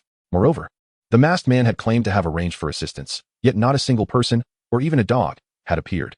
Goodness. Was it only Danzo who bore the brunt of his failure? Bang. With that thought, Danzo smashed another brick against the ground. Meanwhile, on the opposite side of the village, a lively atmosphere starkly contrasted this turmoil. The special assessment had commenced today. The first individual battle in the arena featured Uzumaki Naruto versus Inuzuka Kiba. Others observed from the stands. Kiba faced a dangerous match against Naruto in his first bout. Indeed, while Kiba had improved, he still fell short compared to Naruto. Go, Kiba. No need to cheer. Cheering will only result in a more severe beating. The discussions among the 10 naturally reached Inuzuka Kiba's ears. Naruto, I know I may not be your match, but I will give it my all, Kiba declared, raising his finger. Bang. The crimson orb beside me has transformed directly into the shape of a tooth. Indeed, I shall treat this matter with utmost seriousness. As friends, we ought to maintain such an attitude. Naruto also spoke up, slowly raising his hand. Multiple shadow clone technique. With the surge of chakra, the entire battlefield became filled with Narutos. In fact, if one did not concentrate carefully, it would be nearly impossible to discern the position of Inuzuka Kiba. Kakashi, is this the outcome of your special training with your student? Did you not promise to temper this boy's excesses? Is this what you meant by tempering? Yugao's anger flared as she confronted Kakashi, pointing at the battlefield teeming with Narutos. This scene felt all too familiar. During a previous mission, she had witnessed such an overwhelming number of Narutos, a memory that lingered vividly in her mind. Now, for the combat assessment of her student. Was it truly necessary to summon so many shadow clones? Was this merely an attempt to intimidate? Yugao, this is not a strategy one devised, Kakashi replied, slightly defensive. Just then, their conversation was interrupted by Naruto's voice. Teacher, the battle is over. As Kakashi prepared to respond, everyone instinctively turned their gaze towards the battlefield. Inuzuka Kiba and Akamaru lay motionless on the ground, their bodies unscathed, save for some wrinkled clothing. Naruto, you. I summoned too many shadow clones and accidentally knocked Kiba out. I miscalculated the area here. Naruto scratched the back of his head, feeling somewhat awkward. Upon hearing his words, the others were expressions of disbelief. It seemed that Kiba was likely the first ninja to be rendered unconscious amidst battle. Well then, this practical assessment has concluded with Naruto as the victor. Medical ninjas, please attend to Kiba's injuries. Now, let us commence the second match, Sakura Haruno versus Ino Yamanaka. Kakashi was the first to react, swiftly articulating his thoughts. Before long, Kiba was escorted away. Naruto has also withdrawn from the battlefield. Sakura and Ino stood within the arena, promptly engaging in a physical confrontation. After several clashes, Ino's expression grew somewhat grim. Sakura, when did your strength become so formidable? Ino rubbed her hand. Despite having used chakra for some protection, Her hand had sustained injuries during their earlier skirmish. Controlling my chakra and enhancing my combat through its manipulation, this is the fruit of my recent training. Sakura replied with a smile. She was determined to pursue the two strongest individuals among the 12 participants. If she did not exert herself diligently, she would never stand alongside them. Chakra control? Is mere mastery of chakra sufficient to achieve such prowess? Ino questioned, extending her hands to form a seal. Boom. In the next instant, Sakura's fist struck the ground, sending a cloud of dust into the air. Fragments of stone erupted from the haze. At this moment, Ino had no choice but to evade swiftly, neglecting to utilize her family's secret techniques. I've studied your abilities and skills, Ino. Given ample time, I might struggle to resist. But what if I deny you that time? Or perhaps, do you possess any other techniques to hinder my advance? Sakura charged forth from the dust cloud, raising her fist to strike Ino. Boom, boom, boom. Each punch left a significant crater in the earth. Ino's forehead twitched. A single blow from such an onslaught could spell defeat. Nevertheless, she was a ninja of the Yamanaka clan. During this period, Shikamaru, Choji, and she had been diligently training under their elders.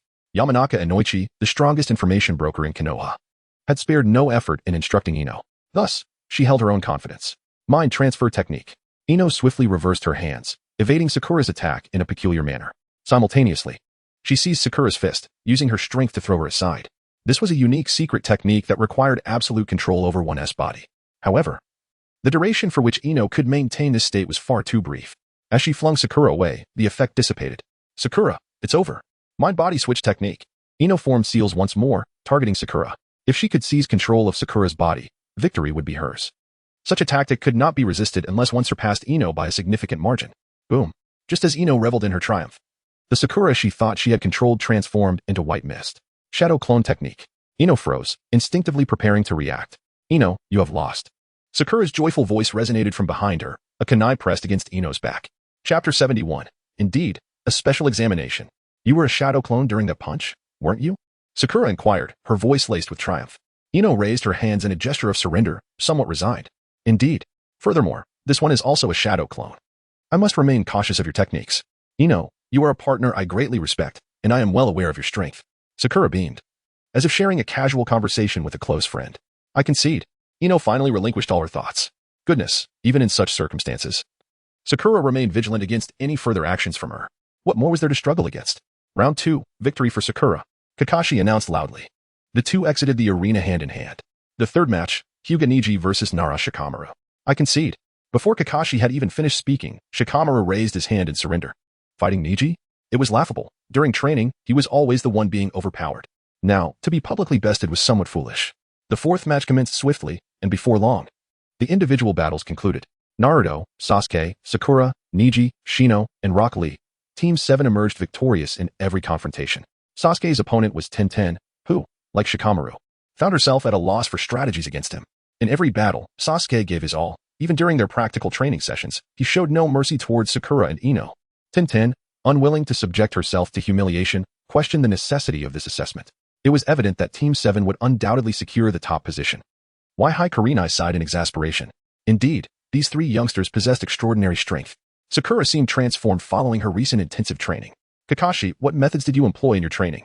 Even Might Guy, an unwavering advocate of the youth philosophy, cast a curious glance at Kakashi. As for Asuma, he led a team consisting of Ino, Shikamaru, and Choji, whose combined familial prowess was formidable. However, when faced with Naruto, Sasuke, and Sakura, they would likely find themselves at a disadvantage. He too felt a tinge of curiosity, though his pride prevented him from inquiring. Naruto and Sasuke had engaged in their own training, while Sakura required medical attention. Kakashi spoke nonchalantly, though a smile threatened to escape from beneath his mask. The brilliance of Naruto and his companions filled Kakashi with pride. Hospital visit. Is Sakura unwell? Guy reacted with confusion, clearly overwhelmed by this unexpected news. They had gone to the hospital to practice medical ninjutsu, where Sakura learned to control the flow of chakra. Her progress a testament to her own diligence. This dialogue mirrored that of the several teachers present. Naruto and his 12 companions were also engaged in such discussions, and notably, their conversations proved to be more effective than those of Kakashi and his team. Naruto, Sasuke, and Sakura have been acknowledged as the foremost trio. Based on the results of their regular combat training, Sakura presents a slight gap, while the other two are nothing short of extraordinary. Naruto. Typically, battles involving Naruto are never one-on-one. Rather, they often involve dozens, if not hundreds, of opponents. Just moments ago, Inuzuka Kiba was truly overwhelmed by a shadow clone. A team battle, one might say. It was 3 of them against an entire organized squad. Thus, after deliberation, they promptly sought their guiding Jonin and conceded defeat. Hokage-sama. At that moment, Kakashi spoke up, prompting everyone to turn around. The esteemed Hokage, Sarutobi Hiruzen, had arrived unbeknownst to them and stood nearby. Excellent. Your combat abilities and awareness have already reached the level of genin. The ability to voluntarily forfeit a battle is a rare form of wisdom. Therefore, consider this an early assessment. And I am pleased to announce that all of you have passed. Sarutobi Hiruzen gazed approvingly at the 12 individuals before him, also taking a moment to commend the 4 guiding Jonin. So, have we become genin now? It appears so. Wow, Hokage-sama looks quite impressive. We will strive even harder in our training, Hokage-sama. Hokage-sama is magnificent. I must be a genius, given that I am not even 7 years old. As a 7-year-old genin, I will surely become a chunin by the age of 10. Let us give our youth for the village. A chorus of children erupted in cheers, with both Naruto and Sasuke displaying expressions of joy. In truth, Naruto had already anticipated the outcome when the battle information was released. This test was far from a mere formality. It was either Sarutobi Hiruzen's intention to grant Naruto and his companions the title of genin, acknowledging their class as the strongest, or it served as a unique evaluation. Indeed, it seemed to be the case, reminiscent of the chunin exams in the original narrative. Observing the jubilant children, Sarutobi Hiruzen felt a surge of happiness. Reinforcing his standing in their hearts was vital. However, reflecting on this, he felt a tinge of dissatisfaction regarding his son, Asuma Sarutobi. Despite lacking talent, Asuma's character was merely average, neither making significant mistakes nor exhibiting remarkable brilliance. While an ordinary ninja might be deemed exceptional as his son, destined to be the 5th Hokage, he fell short. Next, you may choose your missions freely. Always remember, you are backed by the village. The light of the will of fire will eternally protect you. Sarutobi Hiruzen's face radiated pride, an emotion easily contagious, especially among children. The light in their eyes was the most malleable. Protect the light of fire. Protect the light of fire. The 12 raised their hands, chanting loudly, their eyes shimmering with unwavering belief. To the 4 guiding Jonin, your rewards will be augmented to the level of an Umbu captain. Simultaneously, the 12 little ones will receive resources commensurate with the special Jonin rank. Now, the responsibility is in your hands. With that, Sarutobi Hiruzen concluded his address. It was time to provide tangible benefits. Hokage-sama. Hokage-sama. The 12 youngsters were truly elated, joyously shouting. There was no loss in calling out a few times, and in return, they gained trust and resources, truly a stroke of good fortune. What could be more delightful than such serendipity? Naturally, it was sharing in the good fortune together. Chapter 72. I am actually an apothecary. After exiting the examination grounds, the 12 gathered in the Uchiha training area, sitting together in a circle. The first step had already been taken. Now, it was time for foundational accumulation. Our swift ascent to genin status and the Hokage's acknowledgement is due to our age advantage, our identities, and our attitude toward the village. Therefore, what follows is of utmost importance. Shikamaru, this responsibility falls to you. Naruto's expression turned serious, shedding the foolish demeanor he had displayed in the examination arena. Very well. Each of our clans possesses a unique formula designed to enhance physical strength and the vitality of our meridians. In truth, we could all return home to procure these substances and subsequently select the most optimal one. After nodding in agreement, Shikamaru meticulously articulated his thoughts. By the way, our family S formula is as follows. Suddenly, Shikamaru produced a sheet of paper, which detailed 2 distinct formulas. The first was intended to augment physical prowess, while the second was aimed at enhancing the meridians. Ding. Observing the secret formula of the Nara clan grants insight into the art of potion making. Ding. The host acquires the profession of apothecary, automatically comprehending the comprehensive pharmacology of the shinobi world. As a myriad of information regarding medicinal herbs flooded his mind, the prescription in his hand appeared as simple as a child's arithmetic of 1 + 1 = 2. All the knowledge of pharmacology, effects, interconnections, and shortcomings manifested within his consciousness. This is unnecessary, Shikamaru. In truth, I have often had to fend for myself since childhood. Many times, when I fell ill, I lacked the means to seek medical help. Thus, I have always endeavored to gather medicinal herbs to mend my own body. Perhaps this task could be entrusted to me. Naruto wore a serious expression, while Shikamaru appeared momentarily taken aback. Goodness, Naruto, are you jesting with me? Just moments ago you said to leave it to him, and now you undermine him? Nevertheless, grounded in trust and respect for Naruto, Shikamaru quickly regained his composure. Naruto, are you suggesting that you can formulate a specialized potion for us? Shikamaru's tone reflected both surprise and excitement. Astute as he was, he could easily comprehend the implications of Naruto's words. Indeed, first and foremost, Shikamaru, your intellect is exceptionally developed. Thus, you possess formidable advantages in chakra control, chakra release, ninjutsu, and secret techniques. However, it is precisely for this reason that your technique lacks explosive power, resulting in insufficient impact of your chakra on the meridians. To put it simply, your meridians are quite frail, which consequently limits both the speed of chakra refinement and your overall chakra capacity. What you require is not merely a potion to strengthen your physical foundation, but one that simultaneously enhances your meridians. As for the formula, let us proceed with this one. With a resolute expression, Naruto seized the pen in his hand and inscribed the names and quantities of various medicinal herbs upon the paper, notably for some exceptional herbs. He even annotated the year of their harvest. Is it not true that the Huangshilian and Kaihua possess conflicting medicinal properties? This conflict serves the purpose of stimulating the meridians. There is no need for gentle nurturing. What is required is a breakthrough in the cleansing of the marrow. Before Shikamaru could finish his question, Naruto began to explain. Almost immediately, chakra started to emanate from his body. Boom. As Naruto intentionally exerted control, the area around him was suddenly engulfed in a surge of chakra. The immense force of chakra left everyone astonished. Despite being of the same age, Naruto possessed an incomprehensible amount of chakra and physical strength compared to them. Previously, they had been oblivious to the reason, but now it was clear. Naruto, where did you acquire those medicinal herbs you mentioned earlier? Shikamaru suddenly recalled something, his expression shifting. About 800 meters past the back mountain, there is a small creek, and beside it lies a patch of land filled with many neglected medicinal herbs. Whenever I need them, I simply go there to gather a few. By the way, hearing this, I will arrange for a shadow clone to go collect some right away. After Naruto finished speaking, he promptly raised his finger and summoned multiple shadow clones to gather medicinal herbs. After all, the quantity of herbs required for the upcoming training would be substantial. As an orphan, he lacked the privilege of requesting funds from family members like Shikamaru and the others. He could only scavenge what others deemed unnecessary. Admittedly, this presented a somewhat pitiable image. However, Shikamaru, Ino, and the other members of the ninja clan struggled to suppress their smiles. After exchanging glances, they refrained from commenting. What about me, Naruto? Ino quickly stepped forward. Naruto possesses an impressive physique, of which she is well aware. In fact, she has even discreetly touched Naruto's abdominal muscles. Coupled with his usual display of strength, Ino feels a deep sense of envy. She longs to possess such formidable physical prowess herself. As for Naruto's ability to concoct suitable potions, she harbors no doubts whatsoever. Ino, what you primarily need is to enhance your control. This includes exercising your mental fortitude while strengthening your control. The secret techniques of your family are inherently designed to bolster mental strength, and with diligent practice, you can refine them further. Additionally, incorporating a gentle potion that calms the mind and fortifies the essence would suffice. As Naruto spoke, he meticulously wrote down the medicinal ingredients required by Ino. Observing Naruto's deftness, everyone felt an increased sense of trust in him. Naruto-kun. Soon, all the prescriptions were prepared. Hinata timidly approached him, still somewhat bashful despite their extensive training together. Hinata, your talent is formidable, and it seems you have been eating well lately. Therefore, what you need to do now is maintain your current state. As for the potion, simply combine some ingredients that strengthen the body and facilitate the flow of energy. These should be familiar to you.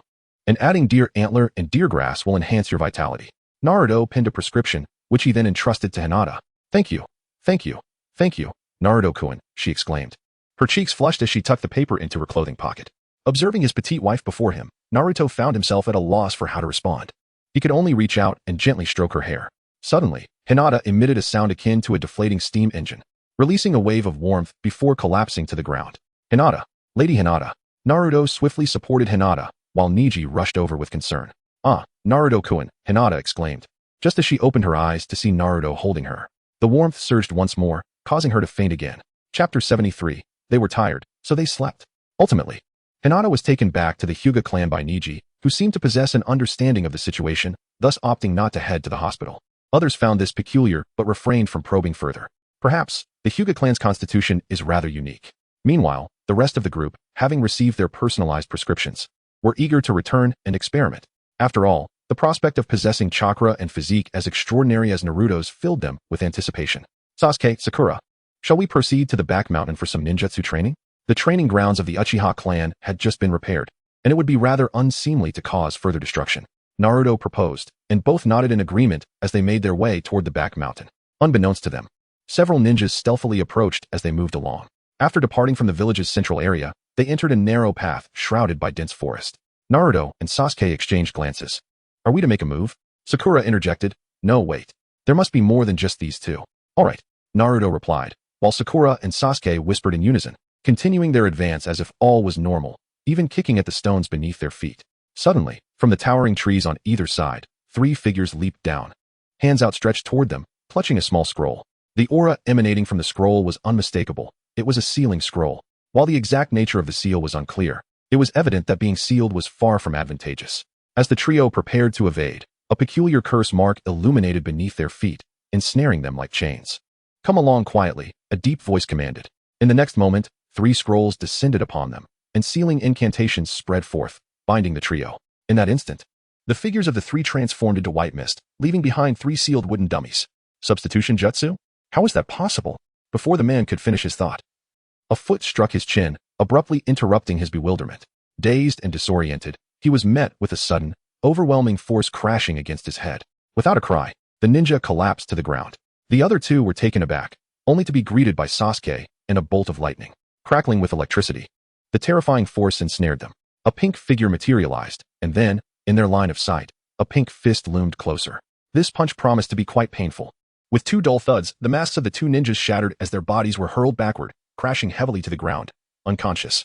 Then, 9 shadowy figures emerged once more, each adorned with a mask. Naruto, are you all engaged in combat training? A composed voice suddenly inquired. Third Hokage, Lord Hokage. Not only were Naruto and his companions taken aback, but the other 9 also expressed their surprise. Grandpa Hokage, is this trial arranged by you? Indeed. The village values us. Such practical surprise attacks will surely enhance our skills swiftly. Naruto displayed a radiant smile, even appearing as if he wished to express his gratitude. Such a sight momentarily rendered Sarutobi Hiruzen speechless. Ahem, the 3 of you were defeated by them. Sarutobi cleared his throat, noticing the 3 fallen members of the root organization sprawled on the ground. Goodness, these were indeed formidable ch-nin. Moreover, they were ch-nin of considerable merit in actual combat. Otherwise, Danzo would not have deemed them worthy. Yet now, they lay on the ground like lifeless dogs. Surely, this cannot be the case. We merely brushed against them lightly. Perhaps their recent missions had taken a toll, for otherwise, they would not have succumbed to slumber so readily. Naruto chuckled lightly, while Sakura and Sasuke exchanged peculiar glances, yet they fervently nodded in agreement with his words. Sarutobi Hiruzen wore a troubled expression. The 2 ninjas, whom Sakura had sent flying, bore distorted faces, likely having sustained head injuries. However, in Naruto's perspective, it was merely due to exhaustion. Ahem, do as you wish. Your reactions were commendable this time, he remarked. Sarutobi Hiruzen found himself at a loss for words and awkwardly offered a brief explanation before casting a sharp glance at the other root organization ninjas and departing from the scene. Take care, old Hokage. Brothers, will you continue training with us? If not, we shall take our leave. Naruto's face radiated with a bright smile, exuding an aura of sunshine. It is hard to fathom how he could utter such cold words. Suddenly, several members of the Umbu appeared. The Hokage wishes to see you. Please follow us. One of the Umbu stated before turning and vanishing from sight. The 9 members of the root organization dared not linger any longer, as for their plans. They seemed trivial now. The pressing concern was how to confront the interrogation by Sarutobi Hiruzen. Once the unrelated personnel departed, Sasuke, with a hint of regret, approached Naruto. It's over before we even warmed up. Come on, Naruto, let's see who reaches the destination first. As soon as Sasuke finished speaking, he transformed into a bolt of lightning, disappearing from the scene. A race? Naruto chuckled softly and followed suit. However, as he departed, he formed a series of seals with his hands, which manifested as several seals that landed upon the bodies of the 3 on the ground. A glimmer of ruthlessness flickered in his eyes. Danzo, this old dog, relentless in his treachery, shall be met with a fitting response. Naruto tempered the ferocity in his gaze and vanished from the scene. Inside the Hokage's office, 9 individuals stood in silence. The reason for their quietude lay in the fact that Sarutobi Hiruzen had yet to utter a word, remaining seated at his desk, absorbed in paperwork. Half an hour later, Danzo pushed open the door and entered, his countenance remarkably grim. He could not fathom why 12 Chunin had failed to apprehend 3 children, and worse yet, why he had been caught by Sarutobi. Danzo, take them back. This is the final warning. Furthermore, the root organization will no longer have the authority to execute capture missions within the village. This power will be returned to the security department. Additionally, any unauthorized actions within the village will be subject to intervention by the Umbu by any means necessary. Sarutobi stated flatly, resuming his work on the documents before him. Aware that he had been ensnared this time, Danzo refrained from further discussion and departed with the 9 individuals. As for the remaining 3, they were taken to the hospital. It was futile to bring them back now. Chapter 74. The Mysterious Ninja, Uzumaki Naruto. Upon receiving this information, Uchiha Fugaku was left in a state of bewilderment. Their clan had not engaged in any wrongdoing. Yet it seemed as though circumstances were gradually shifting in a favorable direction, whether it pertained to the family's standing within the village or their power and connections. What once plagued Fugaku with relentless worry was now dissipating in an oddly fortuitous manner. Father, we have uncovered certain matters regarding the situation outside. There are shadows of Orochimaru and Root involved, Uchiha Itachi announced as he materialized in Fugaku's study, conveying the intelligence gathered, though it was unnecessary to investigate further. He could have easily surmised the implications. However, with your presence, we need not worry excessively, just a modicum of vigilance will suffice. Itachi, commence your operations, Fugaku instructed calmly. Understood. But who is that mysterious individual? Itachi inquired, his curiosity piqued. I am uncertain. However, their ocular prowess surpasses yours, and they may stand with us, aiding our cause. Fugaku refrained from naming the individual directly, as he had attended that person's funeral. Nevertheless, he concluded, but, Itachi, trust in this. That night, within a secluded forest of Konoha, Itachi appeared before a figure, bowing slightly. A masked ninja emerged, revealing a pair of Sharingan beneath the mask. The formidable ocular power could ensnare even the most adept ninja in an illusion without direct eye contact. Itachi, your efforts in this matter have been commendable. If we desire peace and strength for the village, that wretched root must no longer exist, the mysterious ninja spoke slowly. Yet, my lord, if we, the Uchiha, act directly, will it not? Itachi expressed concern, as the Uchiha were only just stabilizing, and given his disposition, he was reluctant to take overt action. The Uchiha should not merely remain as the village's watchdog. We are meant to be the fierce wolves that roam the wilderness. Sheathing our fangs will earn us no respect, only disdain. What was the outcome of our previous retreat? The mysterious ninja declared, their Sharingan beginning to whirl. The surroundings morphed, revealing scenes of Uchiha clan members falling victim to machinations, and the eyes of Uchiha Shursui being seized by Danzo. Blood from the Uchiha began to taint Itachi's vision. I understand now, Itachi nodded, and then vanished in an instant. The consumption of all things is indeed quite substantial, the mysterious ninja mused as they closed their Sharingan, slowly removing their mask, revealing the matured visage of Naruto. Minutes later, Naruto returned to Sasuke's chamber, dispelling his transformation technique and taking a seat. Indeed, he was the enigmatic ninja spoken of, possessing the extraordinary powers of the Manjiki Sharingan that surpassed even his own ocular prowess. Now, Uchiha Itachi had been entirely rehabilitated. Elite ninjas such as Uchiha Nagasawa and Uchiha Shikamaru had also mastered the Manjiki Sharingan, elevating themselves to the ranks of shadow-level ninjas. Danzo, what course of action will you take next? Naruto, with his eyes closed, began to cultivate his chakra. The radiance he exhibited was a facade, crafted to create a serene environment conducive to his training, allowing him to swiftly grasp absolute power. If Danzo intended to instigate chaos, then the only solution was to send him to the realm of bliss, with the spirit of a corporate drone. Naruto was not naive enough to believe that mere survival would ensure his safety.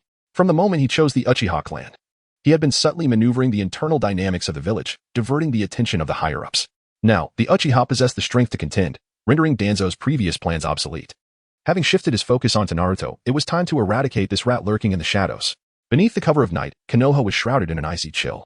Despite the moonlight casting its glow, the early autumn breeze carried a hint of coolness. Several figures stealthily navigated the dark alleys of Konoha. Suddenly, they halted. The Umbu? Why do they obstruct our path? The leader of the Root organization expressed surprise. Although the Umbu had gained more authority, they typically did not trouble the Root. The Root, backed by Danzo, had always looked down upon the Uchiha. Thus, their discontent was evident in their words. They were en route to execute a mission, yet now found themselves detained. Within Konoha, a traitor had emerged, betraying the village and leaking internal information. In response, the Umbu had intensified their patrols and were now verifying their identities. Please cooperate. The team leader of the Umbu, Uchiha Nagasawa, stepped forward. The surrounding Uchiha ninjas instantly assumed combat stances, ready to strike at a moment's notice. Uchiha Nagasawa declared, we, the Root organization, do not require your identity verification. You are deemed rogue ninjas. I must escort you to the Umbu's prison for interrogation. Please do not resist.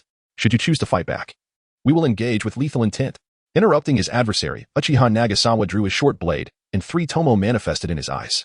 The Sharingan activated, bathed in moonlight. It shimmered with a sinister crimson hue. Uchiha Nagasawa, you enough? I said cooperate with the inspection. The Root can no longer protect you. Since you have chosen to betray the village, it is time for atonement. With that, the Root ninja before him collapsed, lifeless. The 3 members who had accompanied him met the same fate, their chests pierced. In an instant, the 4 had succumbed to genjutsu, with the distance being minimal.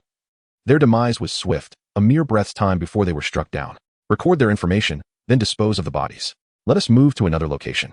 The Root's deployment of so many ninjas at this hour poses a threat to the village's security. We must resolve this swiftly. It is our duty as the Umbu. After clearing the alley of corpses, the Umbu team departed. Similar incidents unfolded throughout Konoha. 3 days later, sir, Team 7 has gone missing. Moreover, other squads dispatched for missions and relaying information have also, the Root ninja spoke, his voice trembling, unable to continue. Based on the current intelligence, these squads had virtually all perished, including several that were operating within the village. Some communication points had also vanished, instilling a sense of unease. Continue, Danzo commanded, gripping the scroll tightly. 13 teams had gone missing, and ninjas from 4 strongholds had disappeared. According to the information gathered, 52 individuals were now unaccounted for. The Root members, under immense pressure, relayed the information. 52, Danzo exclaimed, throwing the scroll to the ground before rising to leave the Root headquarters. In the Hokage's office, Sarutobi, what do you intend to do? Danzo confronted Hiruzen Sarutobi as he entered. Those ninjas had required immense time and effort to cultivate, and he could not accept such losses in a mere 3 days. During the Third Great Ninja War, he had not lost so many trusted ninjas in such a short span. What are you talking about? Sarutobi replied, setting down his documents and regarding Danzo with an expression of indifference. Are you feigning ignorance? Do not forget that the existence of the root is not solely due to me. Danzo chose not to linger, sweeping out of the room. Has Danzo lost his mind? Sarutobi mused, unperturbed.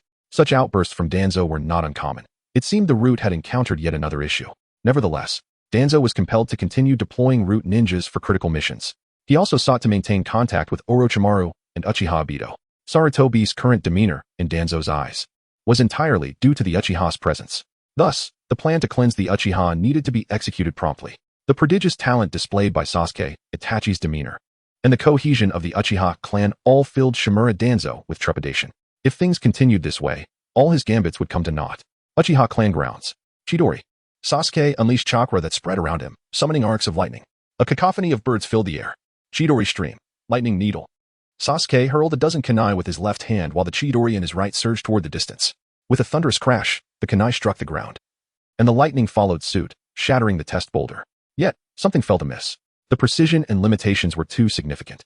Naruto, can you tell me where the flaw lies in my process just now? Sasuke inquired, glancing at his right hand and then at the marks left on the distant stone. He approached Naruto.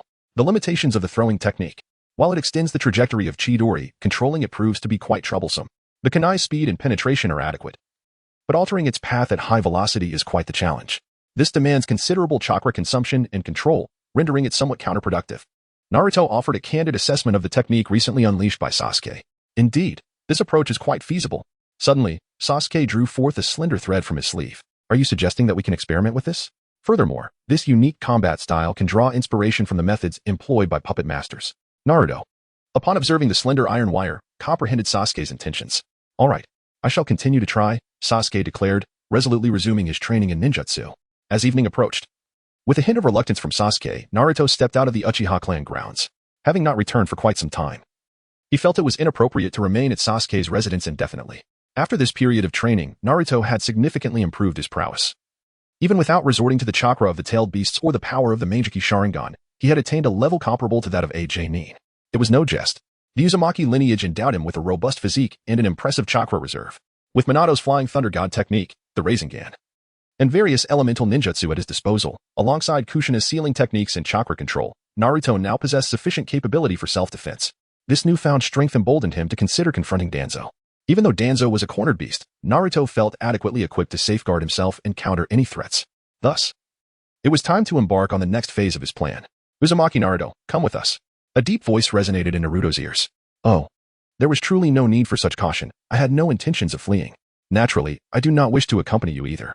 Naruto lifted his gaze, observing the 4 masked ninjas before him. There was no doubt. If Sarutobi Hiruzen wished to meet him, he would come directly or send a ninja to convey his message, rather than appearing in such a blatantly hostile manner.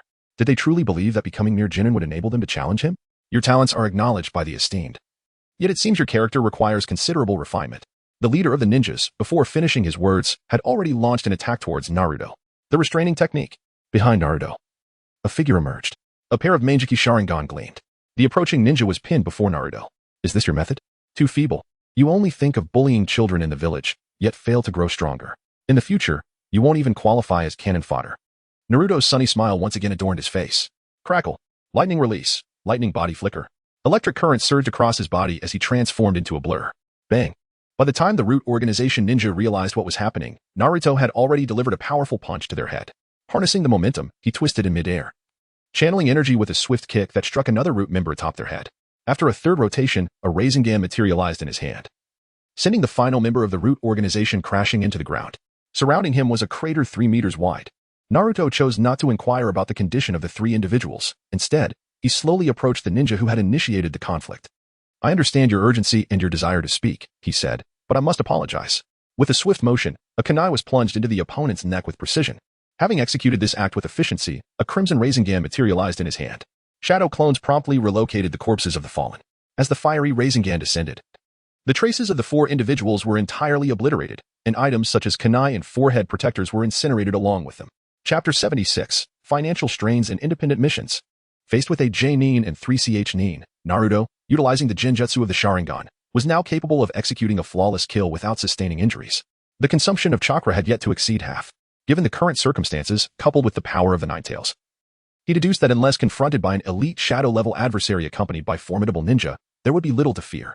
Arriving at this conclusion filled Naruto with joy. After more than a year of relentless effort, he could finally glimpse a glimmer of hope. There was still much work to be done.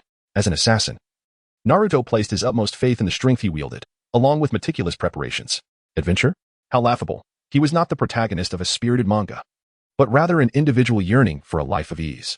Upon returning to his room, several shadow clones returned with medicinal herbs. In the bathroom, a medicinal bath was prepared, while in the kitchen, additional clones were busy concocting potions. This method not only allowed him to accumulate experience through shadow clones, but also enabled him to multitask effectively. After a day of training, he was ready to engage in battle once more. Naruto slowly entered the bathtub, the soothing sensation washing away all his fatigue. Half an hour later, he emerged from the bathroom and consumed the prepared medicinal soup. A warm breath flowed through his meridians, awakening even his chakra to a state of activity. Indeed, resources are essential. Suddenly, a message from a shadow clone arrived, swiftly bringing all the necessary information. The medicinal herbs in the field were insufficient, necessitating the purchase of additional ingredients.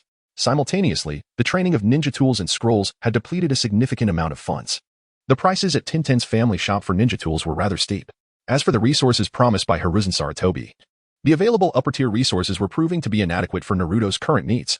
Not to mention, he occasionally treated Hinata to a meal, which, though infrequent, still strained his finances. In conclusion, he was running short on money. Should he seek assistance from the Uchiha clan? After all, Naruto still possessed an Uchiha identity he could leverage. However, the Uchiha clan members, including Longzawa, had already awakened their Manjiki Sharingan. The activation of the Manjiki Sharingan would inherently stimulate the enhancement of their meridians and chakra. Therefore, it was likely that the current Uchiha had allocated their resources to these individuals. As for seeking help from Hiruzen Sarutobi, that would only reveal his current capabilities. He needed to devise a strategy to generate income. Naruto murmured softly.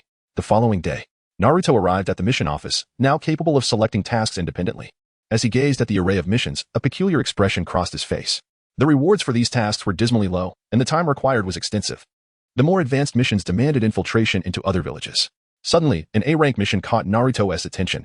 Investigate the status of the Jinchuriki in Sunagakure. In the next moment, he realized, Sunagakure, Jinchuriki? Isn't that Gaara? Is there really a need for investigation? Given Gaara's age and the experiences he has undergone, Naruto was well aware of the situation. A simple trip to Sunagakure followed by a brief report would suffice. Intelligence gathering task a freebie.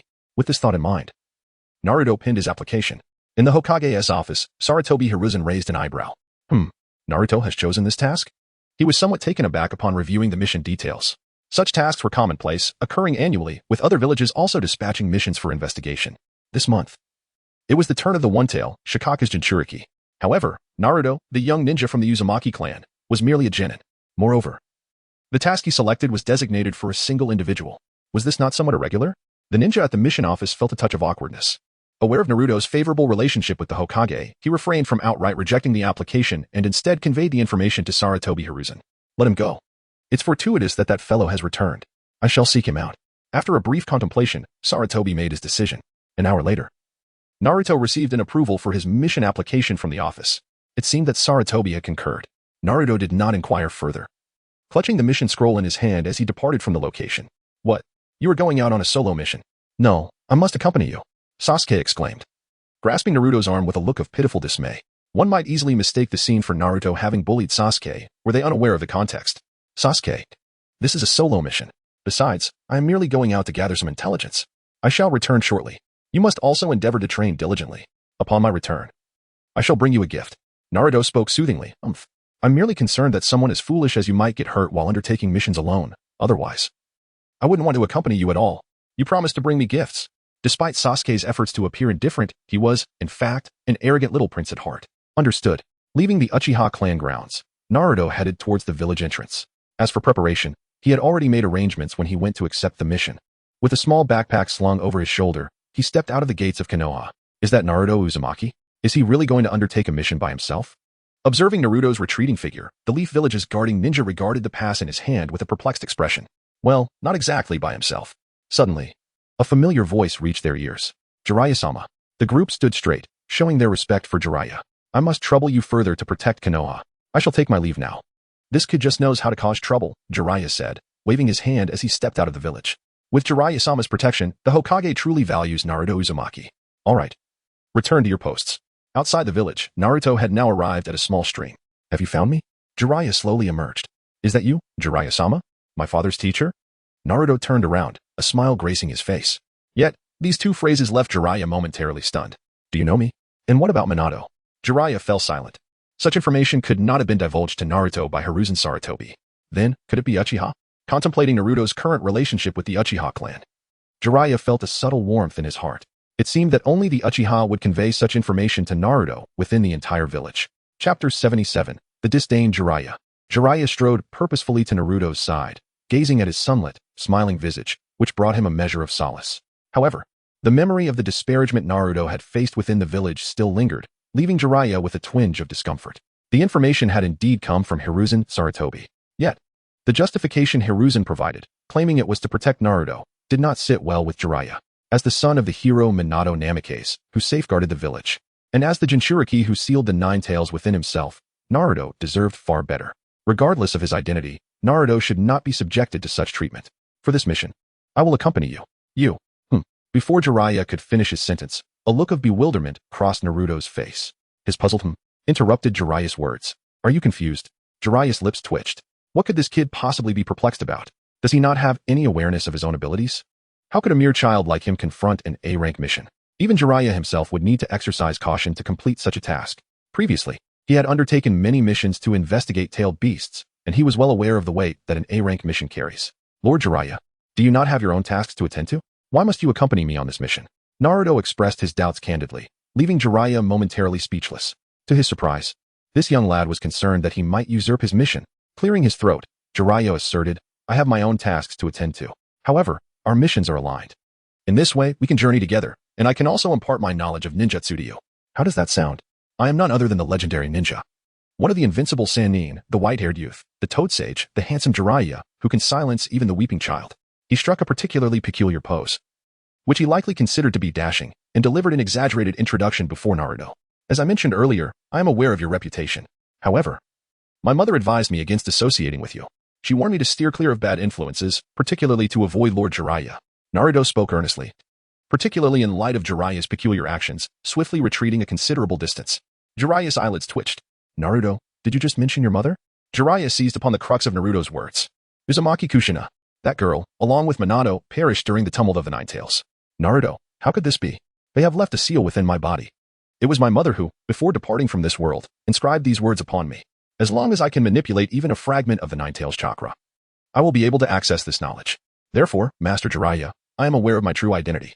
At the same time, I comprehend that I am not merely the Nine Tails fox, I am also an ordinary child. In the future, I shall undoubtedly become Hokage. Hee. Naruto spoke with a cheerful demeanor, his chin lifted slightly as he expressed his aspiration to become Hokage. Truly, it is a testament to Minato and Kushina that they devised such a means to impart their memories to you. Naruto, your transformation is indeed a reflection of Minato and their influence. So why would you wish to reject my goodwill towards you? Wait, what did you just say? You have mastered the chakra of the Nine Tails? Jiraiya, pondering how to persuade Naruto to join him, suddenly caught the significance of Naruto's words. At the tender age of 7, Naruto has already harnessed the chakra of the Nine Tails? What is most astonishing is that this boy spoke of it with such calmness. Which is why Jiraiya initially overlooked this detail. Ah, the Nine Tails is quite a friendly companion. He willingly offered his chakra to me. Naruto nodded earnestly. Kurama remarked, indeed. Those chains, the forceful extraction of chakra, and the talk of collecting rent, none of that was proposed by you, right? Who could possibly argue with you? It must all be voluntary, wouldn't it? If Naruto and the tailed beast were enjoying a relatively pleasant relationship, that would be splendid. However, one must not place excessive trust in the tailed beasts. They may very well choose to become your allies merely to deceive you. Jiraiya could not resist offering this caution. A 7-year-old child has gained the recognition of a tailed beast. Such a situation is unprecedented, even among other tailed beasts. Those who have received such acknowledgement did so only after enduring long periods of companionship with the beasts. The common thread among them is the demonstration of sufficiently formidable strength. Tailed beasts undeniably possess a penchant for the powerful, the weak are utterly unworthy of their acknowledgement. Well then, that means I can undertake missions on my own now, right? If Master Jiraiya finds himself with some free time, perhaps he could attempt to take on a few missions. Naruto, with a wave of his hand, continued his journey towards Sunagakure. Jiraiya, momentarily frozen in place, only came to his senses after Naruto's figure had entirely vanished from sight. Goodness. Was I just dismissed by a mere child? When did the legendary reputation of the Sannin become so ineffective? Realizing this, Jiraiya muttered a few words under his breath and hastily followed in pursuit. Naruto has now mastered a portion of the Nine Tails chakra. Should he find himself in battle, revealing the host of the Nine Tails outside the village, the foes he attracts may not be mere ninjas. Therefore, the task that Jiraiya must undertake now is to ensure Naruto's protection. As for being looked down upon, so be it. After all, he is the son of his disciple, bearing a name derived from characters in Jiraiya's own novels. In contemplation, Jiraiya suddenly realized a troubling issue. He had lost track of Naruto. Just a few minutes had passed. How could this happen? Lord Jiraiya, while pursuing with sensory perception, should indeed rely more on his eyes. I'm right here. I'm hungry. Would you like to join me for a meal? Suddenly, from not far away by the stream, Naruto's voice echoed. Jiraiya awkwardly glanced over. At that moment, Naruto stood there, holding 3 large fish, already cleaned and prepared for grilling. Since you have so graciously invited me, I shall not decline the kindness of a child. I shall have 2. In an instant, Jiraiya appeared beside Naruto, extending 2 fingers. Chapter 78, Jiraiya's Astonishment. Naruto discerned that Jiraiya was utterly shameless, devoid of any semblance of dignity. Thus, he caught 2 more fish. After devouring the grilled fish, Naruto rose to continue his journey. Jiraiya trailed behind him at a short distance, saying nothing, merely following along. At that moment, Jiraiya's mind was clouded with numerous unanswered questions. Moreover, if Naruto's attitude towards him was indeed influenced by Kushina, it seemed only fitting that he should honor Kushina's final wishes. Yet, a myriad of contradictions and inner turmoil converged in Jiraiya's mind. Thus, in a daze, he followed Naruto until nightfall. Lord Jiraiya, there is a village ahead. We may rest here for the night. If you wish to travel through the night, you may proceed alone. After Naruto spoke, he ventured into the village. Here, there were no inns. However, Naruto, leveraging his youthful innocence, managed to find a place to stay. Jiraiya, on the other hand, chose not to follow him inside but instead sought refuge beneath a large tree outside the village. It was not that he could not find accommodation, rather, he felt it was his duty to protect Naruto. The village was currently facing some issues, and it was likely that news of Naruto's departure had reached the outside world. Thus, the night passed in silence. The following day, after expressing his gratitude to the kind old woman who had offered him shelter, Naruto once again slung his small backpack over his shoulders and prepared to leave. As before, Jiraiya trailed him at a respectful distance. If you wish to accompany me, then let us do so together, Naruto suggested. And perhaps you could share insights on how to enhance my training. It feels rather peculiar having you follow me like this. At noon, Naruto retrieved a loaf of bread from his backpack and settled against a large tree, casting a smile towards Jiraiya. Did you not say we should heed our mother's words? He inquired. Jiraiya sat down before Naruto, responding, Your mother merely advised against playing with you. However, I am well aware of the legendary strength of the Sannin. With your guidance, I believe I could accelerate my growth and power. This would not be detrimental to me at this stage. Moreover, I am quite curious as to why my mother does not want me to play with you. Naruto wore a composed expression, revealing no desire to conceal anything before Jiraiya. After listening to Naruto's words, Jiraiya fell into silence. This kid is far too mature. Such maturity did not bring Jiraiya joy. Rather, it filled him with a sense of heartache. Very well. Today, I shall teach you a unique technique. Moreover, it is an art devoid of attributes and hand seals. That is, how do you know the spiral sphere? Jiraiya had intended to put on a show before Naruto. But upon seeing the massive spiral sphere in Naruto's hand, he was left utterly speechless. Did I not mention? My parents reside within me, their memories pass down through me. Thus, my father taught me. Since he imparted this knowledge to me, I am destined to master it. Naruto wore an expression of innocence, as if he had asked an exceptionally foolish question. How many days did it take you to learn? Jiraiya took a deep breath, gazing at Naruto with a hint of anticipation. Days? It seems like it only took an hour. Naruto scratched his head, as the system swiftly inundated him with various transformations of the Rasengan, all within the span of mere breaths. However, in consideration of Jiraiya's feelings, Naruto decided to extend the duration just a tad. 1 hour. Those words detonated in Jiraiya's mind. Well then, did Minato teach you the summoning technique? Jiraiya inquired tentatively. No. Lord Jiraiya, are you going to teach me the summoning technique? By the way, you just mentioned that you are a toad sage, correct? Does that mean my summoning beast will also be a toad? Naruto has been anticipating this moment. The summoning beast is of secondary importance. Since it is a creature taught by Jiraiya, it is undoubtedly a toad from Mount Myaboku. Naruto's aspiration lies in the mastery of sage techniques. Once he has acquired these skills, the development of other techniques will become considerably simpler. Well, let's give it a try, he mused. If you can earn the recognition of Mount Myaboku, I shall teach you further. With that, Jiraiya retrieved a scroll from behind him and unfurled it. The scroll bore an array of unique seals and inscriptions, indecipherable to Naruto. He bit into his fingertip, smearing the blood upon his fingertips, and then pressed his palm onto the scroll, inscribing his name. Next, I will instruct you on the specific hand seals. Under Jiraiya's guidance, Naruto prepared for the initial steps. Ding! A notification echoed, indicating that Naruto was to learn the summoning technique and comprehend the coordinates of the otherworldly space, mastering the enigmatic entry into the sacred land. As the system's chime resounded, a peculiar sensation coursed through the hand resting upon the scroll. It felt as though a rift had suddenly opened in the surrounding space, drawing Naruto's consciousness within. Soon, a familiar energy manifested, but it was fleeting.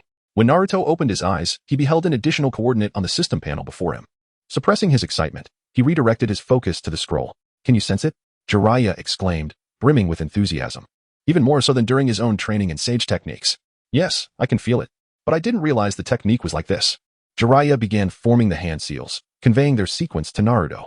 In an instant, Naruto's hands moved in tandem, pressing the seals onto the scroll. Boom. With a burst of white mist, a colossal toad materialized at Naruto's feet. "Jiraiya, why have you summoned me?" Fukasaku glared at Jiraiya, his face etched with displeasure. He had been about to enjoy a meal when he was abruptly summoned. "Are you not aware of the truce? One should not engage in battle during meals or sleep." "It wasn't me who called you," Jiraiya replied, exasperated. Earlier, when Naruto mentioned mastering the Rasengan, Jiraiya had felt a twinge of skepticism. But now, he was left without doubt. After all, this was merely a 7-year-old child? What? How? "Fukasaku, you were summoned so effortlessly." "It wasn't you. I am Uzumaki Naruto. And I just summoned you here." The voice of Naruto resonated from atop the head of Wantai. At that moment, Wantai realized that there was a small figure perched upon him. His mood was hardly better than Jiraiya's. Chapter 79, Jiraiya begins to suffer injuries. Upon hearing Naruto's voice, Wantai finally acknowledged the tiny creature standing on his head. Jiraiya, is this your child?" Wantai cast a peculiar glance at Jiraiya, as he could conceive of no other scenario wherein a mere child could summon him. "Not my child. He is Minato's child. His name is Uzumaki Naruto. And he has now formed a contract with Mount Myaboku," Jiraiya succinctly introduced Naruto. "Minato. Indeed, he possesses blue eyes and yellow hair." With that, Wantai leaped into action, vanishing from sight in an instant. "Oh, that little rascal." Jiraiya swiftly pursued the direction in which Wantai had disappeared. Wantai adhered to a rather peculiar criterion. To be recognized as a summoning beast, one must undergo a fundamental trial. After earning his acknowledgement, the individual must maintain a steady position on his back while he moves at high speed. Clearly, upon learning that Naruto was Minato's child, Wantai had already granted him his approval. Thus, the next step was the qualification assessment. Given Wantai's leaping speed and the force of his movements, could Naruto truly withstand it? Reflecting on his own first trial, Jiraiya felt an even greater sense of concern. Half an hour later, Jiraiya finally caught up to the duo of man and frog. At that moment, Wantai had ceased his forward motion. Naruto appears to still be conversing with Bunta. Is this truly approved? Jiraiya's face twitched. It seems he had worried for nothing. "Lord Jiraiya, Lord Bunta has graciously invited me to visit Mount Myaboku. How am I to get there?" Naruto waved at Jiraiya, and his words pierced Jiraiya's heart like a sharp blade. In the past, Bunta had harbored a strong aversion towards him, constantly labeling him as a fool, deeming him unworthy of mastering sage techniques, and looking down upon him in various ways. Had it not been for the extensive time spent together with Bunta, he would not have been so readily acknowledged. Reflecting on Minato, it was evident that he had gained recognition during his first summoning of Bunta, leaving Jiraiya feeling as though he were the only one wounded. Bunta, could he now venture to Myaboka Mountain? Or perhaps, should he put him to the test once more? Jiraiya gazed at Bunta with eager anticipation. "No need," Bunta replied, "he is different from you. If it is this kid, the sage is likely to recognize him as well." Bunta cast a disdainful glance at Jiraiya. Why, he wondered, did his old friend become increasingly irksome? "Naruto, what are your thoughts?" Jiraiya inquired, somewhat dejected. "Well, it seems I have been betrayed. Although I wish to set out now, I still have a mission to complete. Indeed, this little rascal has a task at hand. Bunta, you should return for now. Once we finish our mission, we will seek you out." Jiraiya quickly interjected, urging the frog to leave. Bunta glanced at the sunny and innocent Naruto, then took in the lecherous Jiraiya. "Humph." With a scoff, he transformed into white mist and vanished from sight. Once Bunta departed, Jiraiya breathed a sigh of relief, his mind swirling with thoughts. He felt compelled to prove his superiority over Naruto. Otherwise, he would never allow Naruto to escape. For days later, the two entered the land of rivers. "Lord Jiraiya, let us rest here today. By the way, I just spotted a splendid location with diverse terrain. We shall conduct our practical training there." Naruto felt a surge of happiness. After several days of rigorous training, he could distinctly sense a notable enhancement in his abilities. Moreover, when sparring with Jiraiya, Naruto found he could reveal his strength without reservation. Naturally, he refrained from employing the Sharingan and the transformation into the Nine Tails. Otherwise, Jiraiya would not be wearing the current look of dismay, but rather one of sheer terror, hastily whisking Naruto back to the village. "Let us go?" Jiraiya spoke with a hint of dejection. After all, during this period of practical training with Naruto, he had struggled to identify any flaws in his apprentice. The only drawback was Naruto's tender age. His chakra had yet to reach its explosive potential, coupled with a relatively weak physique. Yet, this was merely from Jiraiya's perspective. When compared to legendary ninjas like himself, Naruto was a mere child. If one were to compare him to a 7-year-old Jiraiya, Naruto could easily subdue him, reducing him to a state of utter defeat. "Lord Jiraiya, At that moment, a gentle voice reached their ears.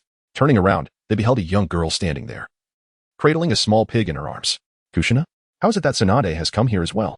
Jiraiya had been so engrossed in the village that he was unaware of Tsunade's latest developments. He was astonished to discover that she had journeyed from the land of hot water to the land of rivers in such a short span. I'm going to prepare dinner for Lady Tsunade. You too. Shizen's gaze fell upon Naruto. Is this Lord Jiraiya's young apprentice? But indeed, Lord Jiraiya's disciples all seem to have blonde hair. This young man is a genin from the village, here on a mission, so he is accompanying me. Take me to see him, she added. Naru, today's training schedule is cancelled.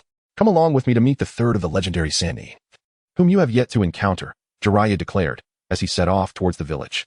Naruto was aware of the events involving Orochimaru, thus Tsunade remains the last one. Naruto pondered for a moment before following in Jiraiya's footsteps. The prospect of meeting Tsunade was quite appealing.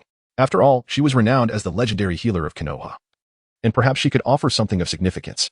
3 hours later, the two found themselves standing outside a casino. Are we not going in? Naruto gazed at Jiraiya, his face etched with confusion. They have been standing here for 2.5 hours.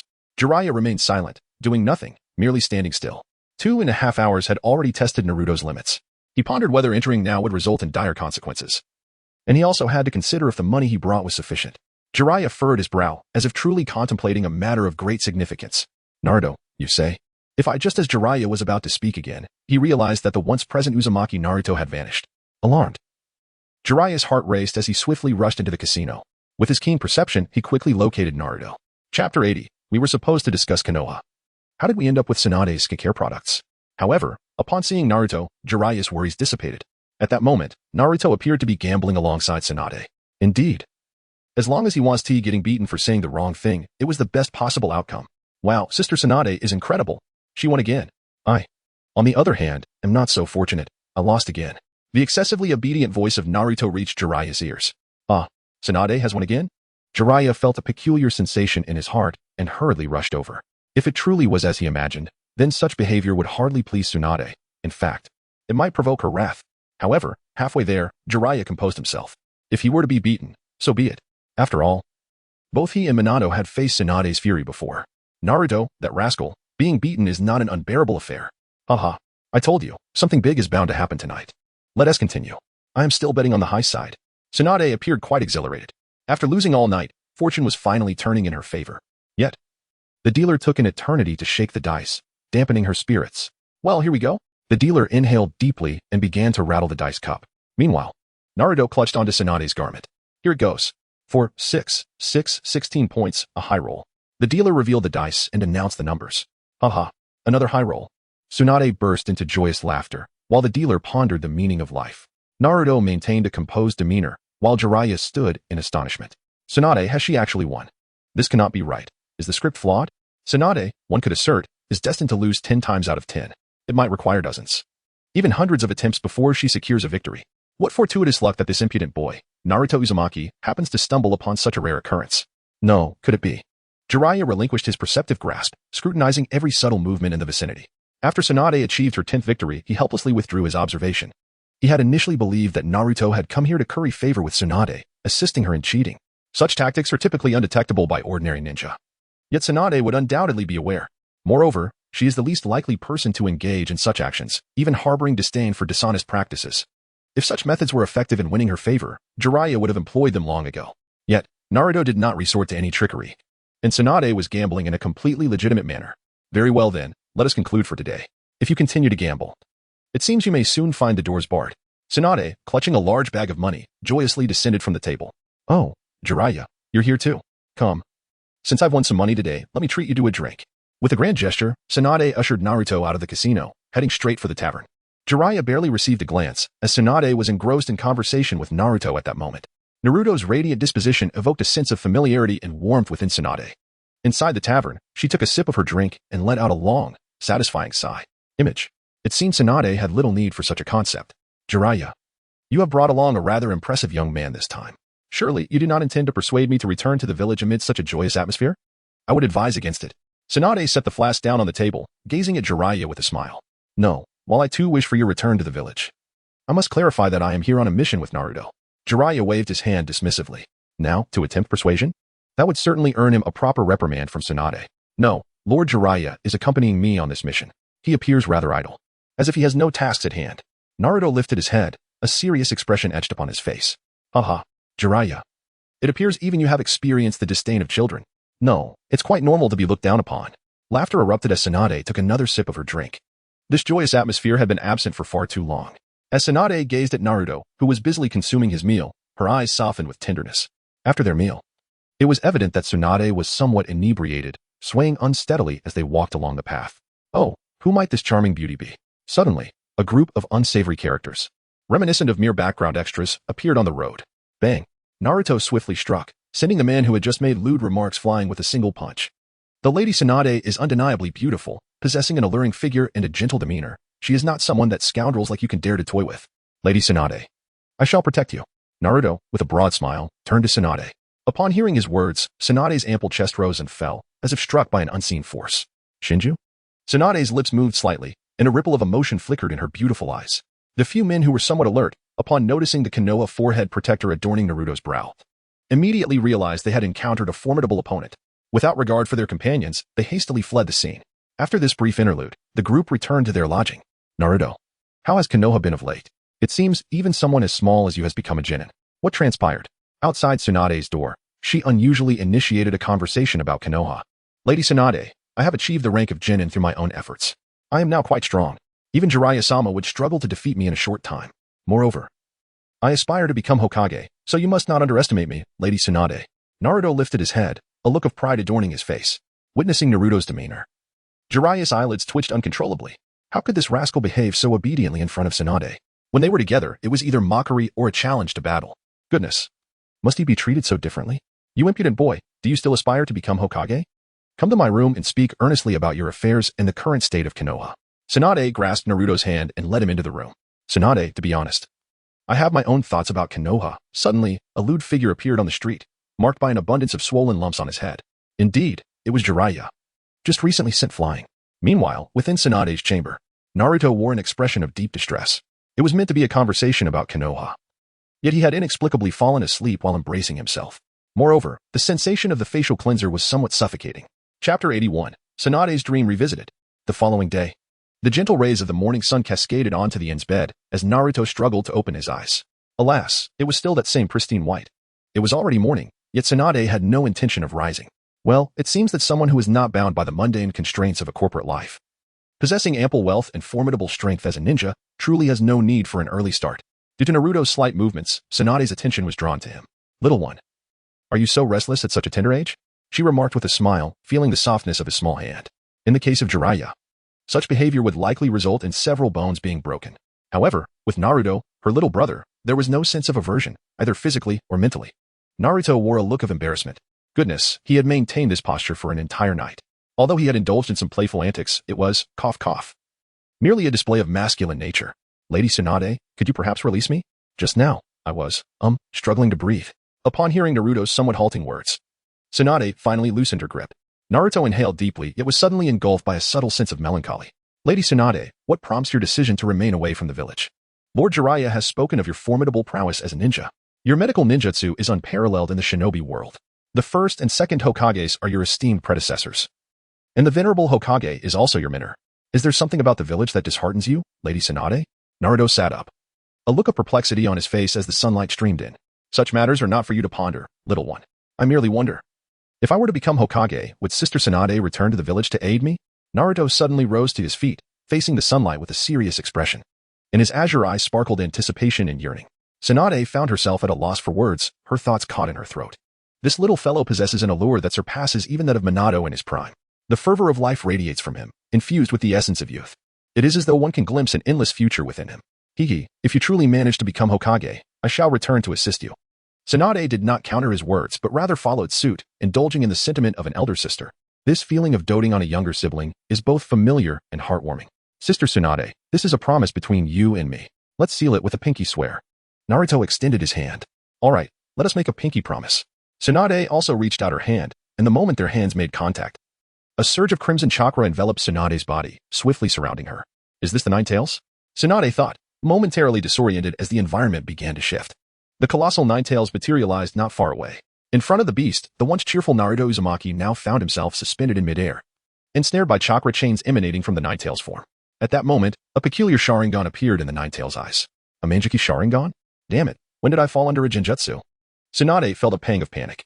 She was well aware of the changes within the Uchiha clan. Every time Jiraiya returned to the village, he would recount the happenings. And thus she knew of the Uchiha's return to the heart of Konoha. Yet now, it seemed the Uchiha had indeed manipulated the tailed beast, launching an attack against her at this very moment. Sister, what are you thinking? A gentle breeze rustled Tsunade's hair, and the voice nearby jolted her back to reality. Shinju? Humph. You didn't listen to me properly. I told you, I want to become Hokage. To protect you. Shinju's expression was one of dissatisfaction, as if Tsunade had committed some great wrongdoing. Gazing at the familiar face, she instinctively touched her own cheek. Sister, I'm telling you. Tomorrow I'll be going on a mission. I will certainly complete it and gain prestige to enhance my strength. Who knows? You might even have to address me as the fourth Hokage someday. Hiki. After finishing his declaration, Shinju rubbed his nose, exuding confidence and sunshine. You little brat. Tsunade opened her arms and embraced Shinju tightly. Sister, I am MPH. Regardless of Shinju's struggles, Tsunade held him firmly. After a moment, she finally released him, and Shinju stepped back, his expression a mix of annoyance and shyness. Sister, I'm already a ninja now. I'm an adult.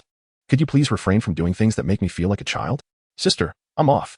Shinju waved his hand and dashed away, watching his retreating figure. Tsunade lifted her hand, wanting to say something, but words failed her. She stood there, frozen, contemplating the bittersweetness of seeing the child grow up. Another familiar voice echoed, Jiraiya? Tsunade turned to face the youthful figure of Jiraiya, who still exuded an innocent, foolish aura, which struck Tsunade with a profound sense of disconnection. What kind of look is that? Go prepare yourself. The final battle may soon commence. War should be brought to a swift conclusion, Jiraiya complained, revealing his views on the impending conflict. Jiraiya. Bang. Hearing Tsunade's voice, Jiraiya instinctively turned his head, only to be sent flying through the air. What are you doing? Tsunade. I'm sorry. I'm running. As Jiraiya watched Tsunade prepare to strike again, he was bewildered as to what he had done wrong. But he knew he had to flee, not daring to look back. That hurt a bit. Tsunade, did Jiraiya anger you again? A gentle voice reached Tsunade's ears as she pondered. So it was indeed an illusion. Just as expected, the next would be Orochimaru. Tsunade covered her face, feeling a hint of resignation. Clearly, she recognized this as a genjutsu, yet she had no idea how to escape it. Chapter 82. Is Hemophobia cured? Uchiha's Genjutsu. As Tsunade contemplated, she walked step by step towards the memory of her home.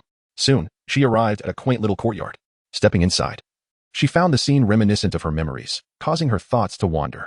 A ninja world war? She knew she would soon be dispatched on a mission, and her younger brother would likely perish in this battle. The once clear thoughts began to blur with shades of red. Voices of urgency began to rise around her. Sister, hurry. Did you exhaust too much chakra saving me? A familiar voice echoed in Tsunade's mind. Straining to perceive her surroundings, she instinctively lifted her hands. Crimson blood stained her hands a dark red. The voice belonged to a frail yet smiling young boy. Shinju. Tsunade's emotions shattered once more as she fiercely embraced Shinju. Sister, why do you keep hugging me lately? I'm going to be the Hokage, the hero of the village. Slap. Tsunade suddenly released Shinju and swiftly struck his face. Sister, though I am unsure how you managed to ensnare me in this genjutsu, such manipulation of emotions is truly despicable. Do not let me catch you, or... Tsunade's expression darkened, her chakra surging forth. Have you noticed? Crack. The space around them began to fracture, then shattered. A ninja wearing a whirlpool mask appeared not far away, his eyes gleaming with the Uchiha clan's Mangeki Sharingan. Who are you from the Uchiha? What is with those eyes? Tsunade's brow furrowed. As the granddaughter of the second Hokage, Senju, she had heard countless tales of Uchiha's malevolence. Even when her grandfather stumbled or had nightmares, he would mutter, "Is this the wicked Uchiha's doing?" It was clear that Tsunade harbored a negative perception of the Uchiha, especially now that she found herself ensnared in a genjutsu. Uncertain if Jiraiya could detect her plight, she was also bewildered as to why the Uchiha would target her. Yet, her dissatisfaction was palpable. Uchiha Zero, the man spoke slowly. Zero? Tsunade furrowed her brow. This name was unfamiliar to her. However, she was well aware of the formidable ninjas of the Uchiha clan. It seemed that there was indeed no such individual. I harbor no ill intentions. Lady Tsunade. This matter was entrusted to me by Naruto. As for the reason, you may inquire directly with him, Uchiha Zero concluded, raising his finger. As the man formed his hand seals, the surrounding space began to distort once more. In the blink of an eye, Tsunade found herself back in the inn. At that moment, Naruto lay sprawled on the ground, his youthful face pallid and drained of color. Tsunade placed her hand upon Naruto's chest, sensing an excessive depletion of chakra. His body bore the marks of chakra erosion. This reminded Tsunade of the nine-tail she had seen previously. Could it be? A peculiar thought suddenly emerged. Just moments ago, that Uchiha had borrowed Naruto's body and chakra, simultaneously harnessing the power of the nine-tails within him, all without her awareness, drawing her into the illusionary realm. Thus, within that illusion, the man's words held truth. This was indeed a request made by Naruto himself. But why, she pondered. Lady Tsunade, have you regained your composure? A weak voice interrupted her thoughts. Tsunade recalled that, within the illusion. He seemed to have lost that sense of heart-wrenching panic when confronted with Shinjiro's blood. Lady Tsunade, if it is possible, please consider returning to the village now. The village could greatly benefit from a powerful ninja like you. Furthermore, I believe that if it were you, you could assume this position before I become Hokage, safeguarding it in the meantime. Naruto endeavored to muster a smile, but the moment he uttered those words, he fell unconscious once again. Gazing at the youthful yet resolute visage before her, Tsunade felt a stirring deep within her heart. Rising to her feet, she pushed open the door. Jiraiya, Tsunade called softly. Are you all right, Tsunade? Jiraiya appeared from a distant corner, a somewhat lecherous grin spreading across his face. By the way, Naruto has a mission to undertake. Am I allowed to take him away first? Poof. Jiraiya's grin faded slowly as a shattering sound echoed. Tsunade, what is this? He stared in confusion at the kunai lodged in his abdomen. While he had his quirks, he hardly deserved such a fate. Furthermore, his earlier statement seemed innocuous enough. Why? Don't move. Before Jiraiya could ponder further, Tsunade's voice rang in his ears. In an instant, she drew her kunai, conjuring a sphere of green energy in her hand. Tsunade, your fear of blood. Jiraiya was utterly bewildered, even oblivious to the pain in his abdomen. He had considered numerous solutions, yet Tsunade's phobia was not a physical ailment, but a psychological one. There was no remedy for it. But, last night, after spending time with Naruto, had her fear truly been alleviated? How astonishing. All right, it seems I am no longer afraid of blood. Tsunade lifted her hands, observing the blood from Jiraiya in her palms. Previously, the mere sight of blood would send her trembling, stripping her of all strength. Wait a moment. Are you saying you weren't even sure whether your fear was cured? Jiraiya's lips twitched. Here he was, one of the legendary Sannin, being treated as a mere test subject?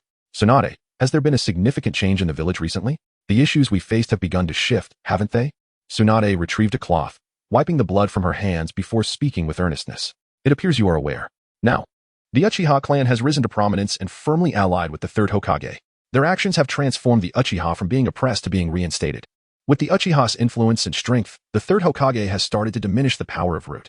Jiraiya recounted everything he knew, detailing the Third Hokage's surveillance of the village through the crystal ball, among other matters. Chapter 83, Protecting an Important Position, Tsunade decides to return to the village. Throughout this period, Tsunade remained silent, listening intently. Once Jiraiya concluded, a glimmer of light shone in Tsunade's eyes. With the Uchiha in play, it seemed the other clans had also improved their relations with them. Thus, any attempts by Root to target the Uchiha would be far from simple. Jiraiya, what do you think of my becoming Hokage? Tsunade suddenly spoke. Wait, what did you just say? Jiraiya exclaimed, raising his hand to deliver a harsh slap to his own face. Ouch. How could I have forgotten the pain from being stabbed just now? This is real. Tsunade just said she wants to return to the village to become Hokage.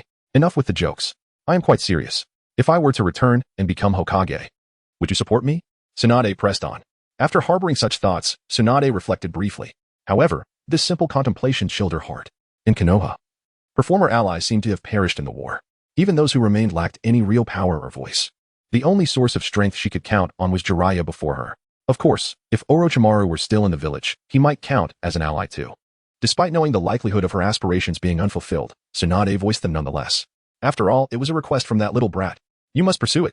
Jiraiya's strange expressions vanished, replaced by a serious demeanor laced with anticipation and approval. In truth, many will support you, Tsunade, for I stand with you. At that moment, Naruto emerged, albeit still weary and pale, yet his breath had stabilized. Observing Naruto, Jiraiya was suddenly reminded of a passage from one of his best-selling books. A flurry of thoughts flooding his mind. However, he could not voice them now, lest Tsunade truly decide to beat him senseless. Naruto, how is your health? Tsunade stepped forward, placing her hand on Naruto's shoulder. Soon, a look of delight illuminated her beautiful eyes.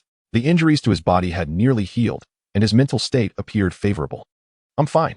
Sasuke Uchiha, Hinata Hyuga, Miji Hyuga, Ino Yamanaka, Choji Akimichi, Shikamaru Nara, Kiba Inuzuka, and Shino Aburame are all my good friends. We are the only recently promoted genin in Konoha. The Hokage has declared that our future is destined to become powerful guardians of the village. Therefore, they will also have a voice within their families. We will all support you. Naruto's confident smile elicited laughter from the two individuals before him.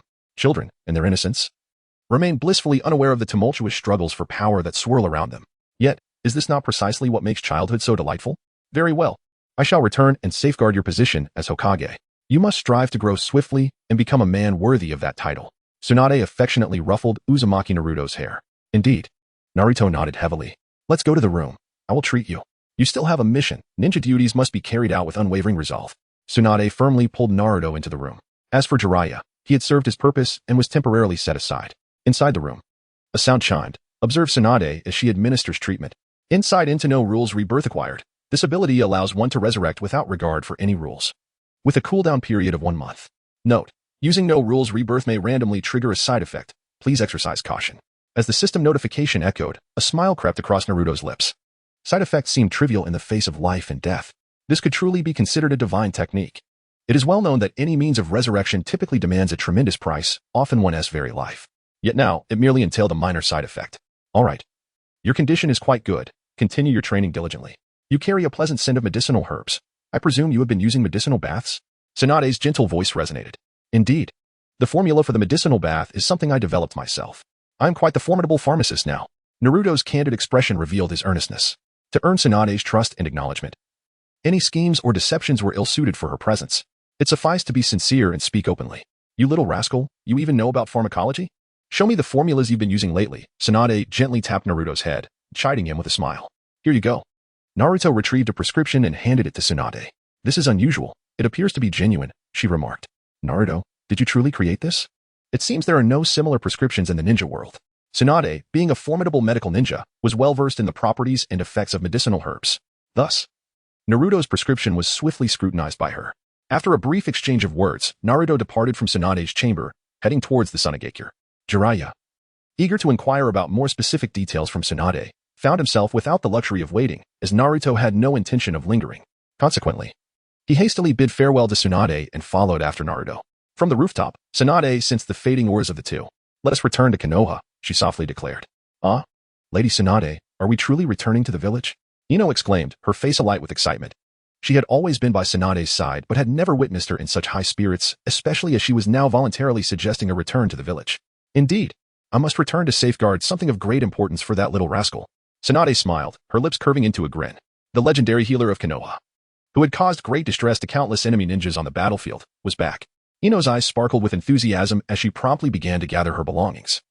Clutching her plush piglet and swiftly vanishing from the scene, Tsunade took a hearty swig from her flask, contemplating the imminent separation that awaited her upon returning to the village. With a resigned sigh, she tossed the flask into the distant sky. Chapter 84. Encounter with Gaara.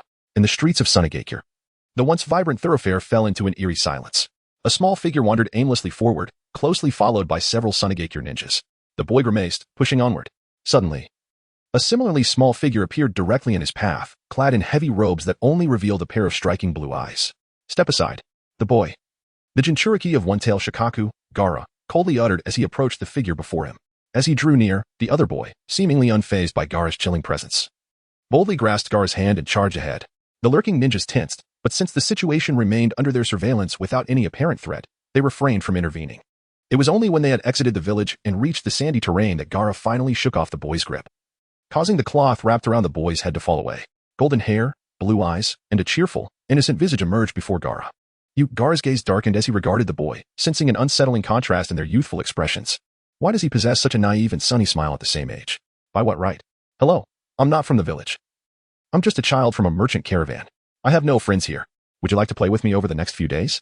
Naruto Uzumaki introduced himself, his enthusiasm palpable. His identity had been easily fabricated by Jiraiya, who had undertaken numerous missions, ensuring that the information gathered by Sunagakure's ninjas would indeed appear authentic. Presently, Naruto was merely a child from a passing merchant caravan. Get lost. Otherwise, I will kill you. Gaara coldly retorted, having no desire for companionship. These children could never become true friends. Once they learned of his identity, none would dare approach him. He was a being despised even by his own father. He sought no sympathy, only fear from others. With that chilling threat, Gaara turned to leave. Let us play tag. If you catch me, I'll give you the candy in my hand. I'm really good at this game. You'll never get the candy. Naruto persisted, even provoking Gaara further. Catch me? Ha ha ha.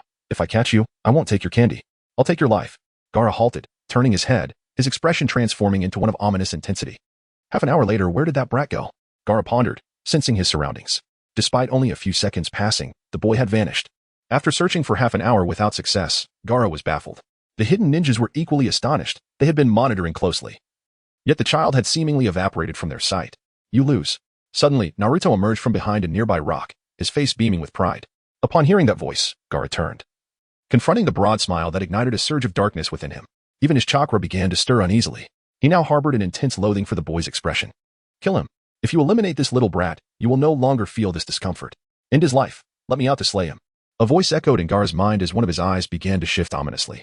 Just then, something sweet was thrust into Gar's mouth, delivering a delightful sensation that was entirely novel. Isn't it sweet? Now that we've played together, we're friends, right? So, sharing candy with a friend is only natural. Isn't it? Naruto spoke as he unwrapped another piece of candy and placed it into his mouth. Gar's face twitched slightly, and he instinctively raised his hand to grasp the handle of the candy. The expression on his face grew somewhat peculiar. Sweet. Gara instinctively uttered a word. Hurry and eat. Once you finish, it will be your turn to hide.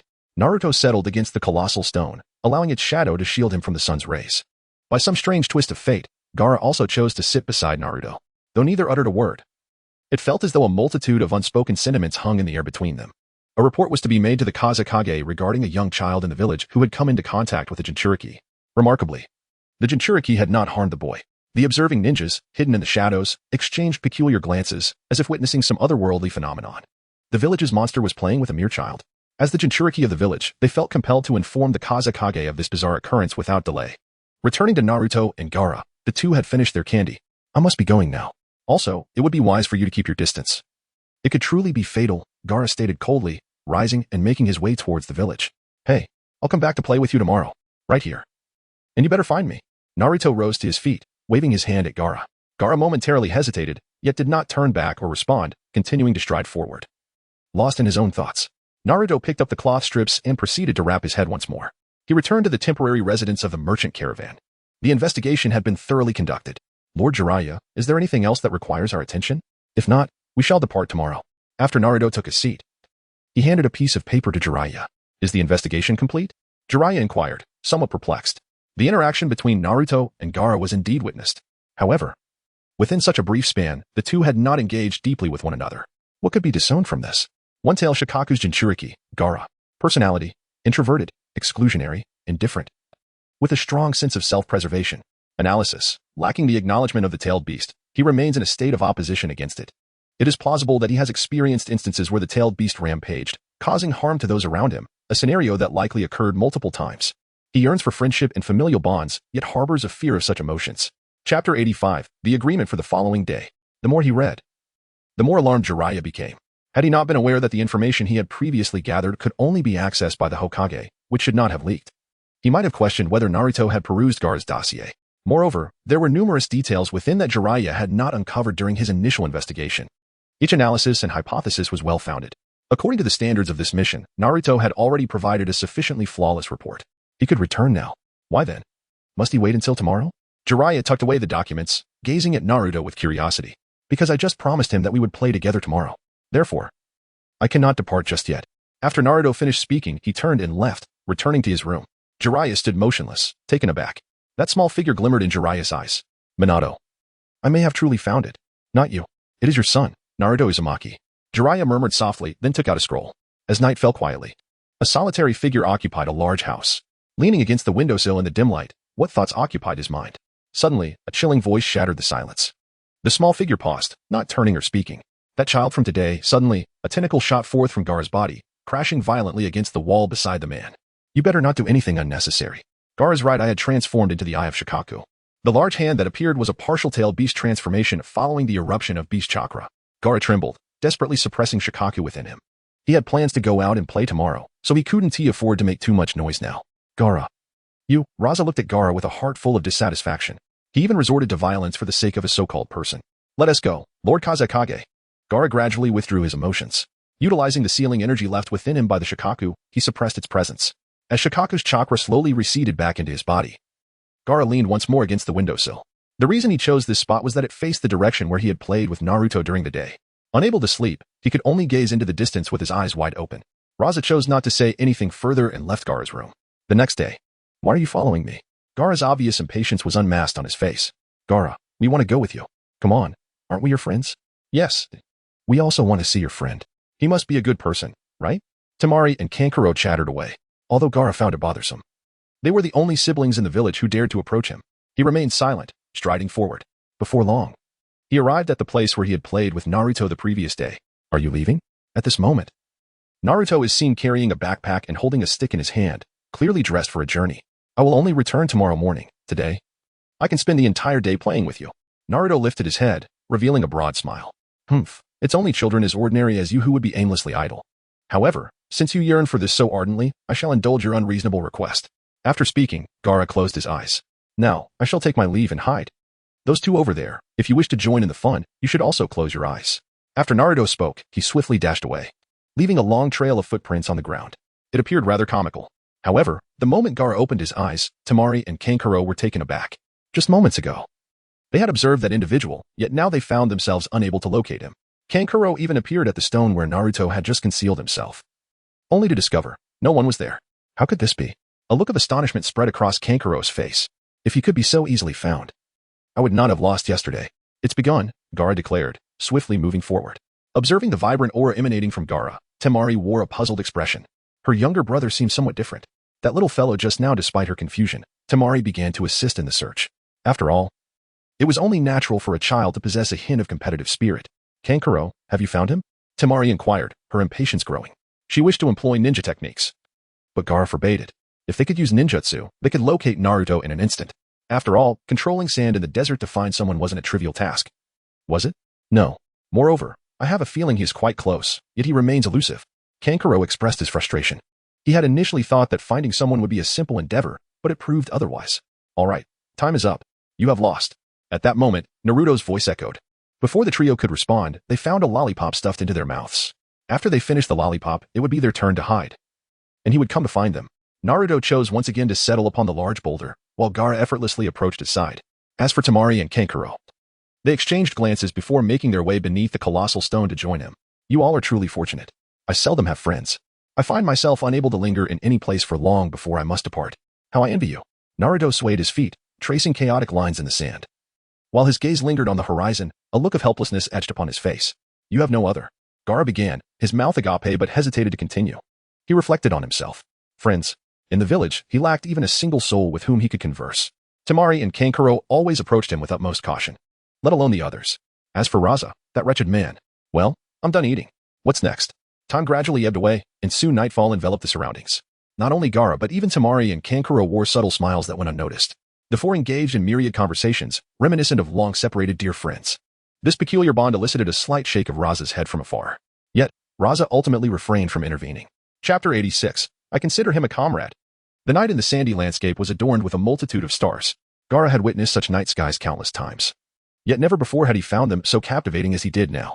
At that moment, Temari and Kankuro had succumbed to a steady rhythm of breathing, their slumber profound. After a day of play, they felt more exhausted than after a day of training. Fortunately, their spirits were high, allowing them to lean against the stones and drift into sleep. Gaara, you should rest as well. Tomorrow, I must return. Naruto gazed at the twinkling stars and softly spoke. Are you going to sleep? Gaara managed a wry smile. He had nearly forgotten what it felt like to sleep. Moreover, he felt no need for it. Gaara chose not to say anything further and gradually closed his eyes. At this moment, Naruto too closed his eyes. In an instant, the surrounding scenery underwent a rapid transformation. Naruto slowly opened his eyes. Ah, you little rascal. I knew you were no ordinary person. However, since you have come before me, it seems you must be aware of my reputation. So, are you seeking your demise? Suddenly, the colossal form of Shikaku loomed into view. After a barrage of nonsensical chatter, it unleashed a series of wind-based attacks directed at Naruto. Even within such a realm, severe psychological trauma could impact reality itself. In that instant, as Shikaki released its wind attack, a surge of crimson chakra surged forth, morphing into a massive hand that seized Shikaku's head and forcefully slammed it into the ground. It appears you have significantly eroded the boundaries of this domain.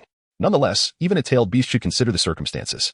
A pair of kaleidoscopic eyes manifested, spreading an aura of terrifying ocular power. The prior constraints, remnants of F-sealing technique, vanished entirely. Shikaku's form was now fully exposed before Naruto. You insolent brat. Shikaku was on the verge of fury, but was abruptly struck by the sight of those blood-red eyes. Uchiha, how is it possible for your eyes to be like this? Shikaku was rendered speechless. The dread it felt far more intense than what its memories conjured. It was those very eyes that once questioned its willingness to become a mere pet. In a fit of rage, Shikaku had retaliated, only to be soundly beaten. Had it not been for the protection of its Jinchuriki, alongside the intervention of a formidable ninja who insisted that the tailed beast should not be taken, it might have truly become a mere pet. Now, encountering such eyes once more, and on the visage of a child nonetheless, it thought to itself. What could a mere one-tailed beast possibly boast about? Suddenly, a massive head appeared directly above Naruto. The Nine Tails had manifested. Why is that damn fox here? You are the Jinchuriki of the Nine Tails? At that moment, even Shikaku, known for its sluggishness, realized that it stood before the Jinchuriki of the Nine Tails. Likely a ninja from Konoha. Yet, how could a child embody the power of the Nine Tails? Shikaku harbored a dislike for the Nine Tails but understood its character well. How could it ever submit to a child? Suddenly, a realization struck Shikaku, and it erupted into a maniacal cackle. Ha ha ha, you wretched fox. Have you been bested by this little brat? In retaliation, the Nine Tails swiped its claws, bringing forth a powerful strike upon Shikaku's head. Then, its nine tails transformed into claws, raining blows upon the one-tailed beast. The Nine Tails had never held Shikaku in high regard, viewing it as inferior. Moreover, it was now evident that its Jinchuriki had gained control over Shikaku's host. With the enhancement of the Sharingan, Shikaku found itself utterly powerless to resist yet continued to act defiantly. It was time for a proper reprimand. After being thoroughly beaten, the Nine Tails felt a surge of relief, retreating to stand behind Naruto. Shikaku, I have lifted the seal placed upon you. Gaara is a friend of mine, so you would do well to cooperate during his training. Unless you wish for me to pay you another visit. Upon concluding his words, Naruto promptly deactivated his Sharingan and turned away. Indeed, the Nine Tails is not a mere foul fox, and I have not laid a hand upon him. I genuinely regard him as my companion. Naruto suddenly turned around, his expression grave as he spoke. The Nine Tails and Shikaki were taken aback by his words. A smirk gradually crept across the Nine Tails' lips, and he cast a triumphant glance at Shikaku, as if to say, do you see? This is my companion. Meanwhile, Shikaku's mind was consumed by Naruto's heartfelt declaration of camaraderie. It was clear to him that this was Naruto's genuine sentiment. For how many years had it been? Shikaku could hardly remember. It seemed he had long since lost the ability to trust humans. As the Kaibai and Naruto vanished from sight, Shikaku lay still on the ground, his eyes slightly narrowed as if lost in contemplation. Outside world. Naruto opened his eyes. Gaara, I hope that from this day forward, you two can experience delightful dreams. As for the obedient Shikaku, it should be able to comprehend what I am conveying. Naruto rose, shouldering his backpack, and walked towards the nearby caravan. With the rhythm of the caravan, he departed from this place. As Naruto left, Rasha appeared. The image of Gaara's slumbering face reflected in his pupils, and he exhaled a faint sigh. First, take Gaara, Kankuro, and Temari back. That individual who approached likely harbors no ill intentions. With that, Rasha vanished from sight. Inside the caravan's cart, Jiraiya, observing Naruto's cheerful demeanor, inquired with curiosity. Did you uncover anything new this time? Yes, Naruto replied. While Gaara was asleep, I encountered Shikaku. In truth, tailed beasts are quite endearing little creatures. He promised me that he would no longer be mischievous in the future. Naruto did not conceal anything. He made contact with Shikaku. What? What did you just say? Little cutie. Jiraiya realized that his nerves were almost fraying. Accompanying Naruto on a mission shattered many of his preconceived notions regarding the perception of genius. The shift in Tsunade's attitude. The tailed beast transformed into a little cutie. Naruto remained silent, leaning against the carriage as he gazed into the enveloping darkness. Is it only in the depths of shadow that one yearns to grasp at the faint glimmers of light? The stars twinkle above, much like the human spirit. Noticing Naruto's reticence, Jiraiya also took out his notebook, beginning to jot down his thoughts. Both were preoccupied with their own concerns, yet neither disturbed the other. Chapter 87. The thunderous tactics of that grand woman. As they passed through the land of rivers, Jiraiya paused momentarily, upon learning that Tsunade had already departed. A subtle smile graced his lips. With this revelation, their journey home quickened. 2 days later, Naruto and Jiraiya found themselves standing at the gates of Konoha. Upon entering the village, Naruto, armed with the information he had gathered, made his way to the mission office. Reviewing the intelligence Naruto had provided, alongside the swift completion time, the ninja at the mission office was astonished. Previously, Jiraiya had taken 1 to 2 months to execute such a task, and investigating other tailed beasts required even more time. Yet now, how long had Naruto been away? Not even a month, and he had already accomplished his mission. Here's the reward for your task. The mission record has been duly logged. Naruto, you have truly excelled. The ninja, suppressing his surprise, spoke with a smile. Thank you. Naruto departed from the location, carrying a reward. With this reward, he procured several items and made his way towards the Uchiha clan's territory. Upon arriving at the Uchiha estate, a shuriken suddenly whizzed through the air. After Naruto evaded, the shuriken in his hand flew towards the distant tree. With a clattering sound, a figure sprang forth, drawing a short blade from his waist and launching a direct assault. Naruto gripped the kunai tightly, channeling the lightning release chakra as he surged towards his opponent. The clash of metal resounded as the kunai met the short blade. You've grown stronger yet again, Sasuke remarked with an air of arrogance as he sheathed his short sword. Casting a challenging glance at Naruto. Here, I brought you a bowl of Ichiraka ramen. Naruto extended the bowl of ramen he held to Sasuke. This is from the village. Would you like some? Of course. The two returned to Sasuke's home, where Naruto recounted the adventures of their recent outing. Humph. You return and don't even come to find me. Did you not promise to let me help you protect that position? Explained Sasuke, feigning annoyance. Just as Naruto and Sasuke continued their conversation, Naruto's head was unexpectedly seized and pressed into a soft embrace. In the tender embrace of warmth, Naruto found himself struggling. While Sasuke gazed at the woman before him with a hint of astonishment, the enormity of the situation rendered him momentarily speechless. His hand holding the bowl of ramen suspended in midair. What kind of perverse woman are you? Release Naruto. Sasuke suddenly regained his composure, drawing the short blade from his waist as a threat. Naruto, haven't you informed your friend about me yet? I am not a perverse woman, I am Tsunade, the head of the Konoha medical department. Tsunade proclaimed, extending her hand to poke Sasuke's cheek playfully. The gesture left Sasuke feeling somewhat flustered, prompting him to retreat quickly. He found this formidable woman quite intimidating. Ah, Sasuke, this is the esteemed Tsunade, one of the legendary Sannin, a disciple of the Hokage, and the most powerful medical ninja in Konoha. Naruto spoke rapidly, questioning how Sasuke could possibly contend with Tsunade in his current state. The primary concern was the fear that Tsunade might instill in Sasuke an aversion to women or other peculiar ideals. As for Sakura, she could only cough awkwardly. Lady Tsunade? Yet, Sasuke, casting a fleeting glance at that gentle haven, instinctively turned his head away. Lady Tsunade, I have just returned to the village. What brings you here so unexpectedly? Naruto withdrew his gaze and turned towards Tsunade. Did you not say you would assist me? Come, let us step outside. You are Uchiha Sasuke, correct? Inform your father that I shall be dining at your home this evening. I will be taking your good friend with me. Tsunade remarked before leading Naruto away. Sasuke stood momentarily stunned, hastily carrying his ramen towards the study. Sasuke, we do not eat ramen. Especially not the remnants you left behind, Uchiha Fugaku teased as he observed Sasuke rushing in with his bowl. Their relationship had noticeably thawed, and Fugaku was no longer as frosty as before. After all, with both of his sons excelling, what grievances could he possibly harbor? Father, there was a rather imposing woman. No. Wait, just a woman. Naruto referred to her as Lady Tsunade. She took Naruto away and mentioned she would be coming to our home for dinner tonight.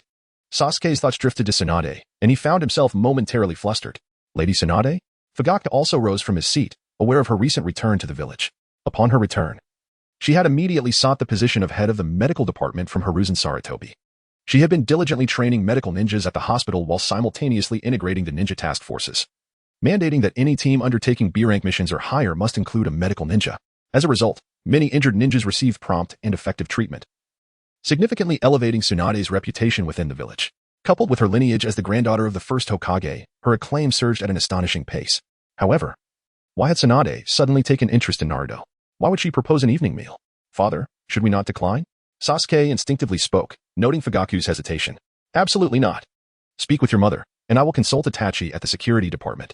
With that, Fugaku swiftly disappeared. Although Tsunade's intentions remained ambiguous, establishing a favorable connection with her could prove invaluable. While the Senju clan had faded, as long as Tsunade remained, the legacy of the Senju would endure. Furthermore, considering Jiraiya's relationship with Tsunade and her esteemed status, it would undoubtedly benefit the Uchiha clan. Later that evening, Hiruzen Sarutobi, observing the reports from the Umbu, wore a perplexed expression. Tsunade's recent actions had been conspicuously unguarded, her intentions laid bare for all to see. Her vibrant and enthusiastic personality had rapidly garnered the admiration of many ninjas. Today, she had accompanied Naruto to visit prominent ninja clans and had seemingly entered the Uchiha compound, likely heading to Fugaku's residence. Lord Hokage. At that moment, Asuma arrived. Following their previous encounter, he felt a pang of regret for having reacted too emotionally.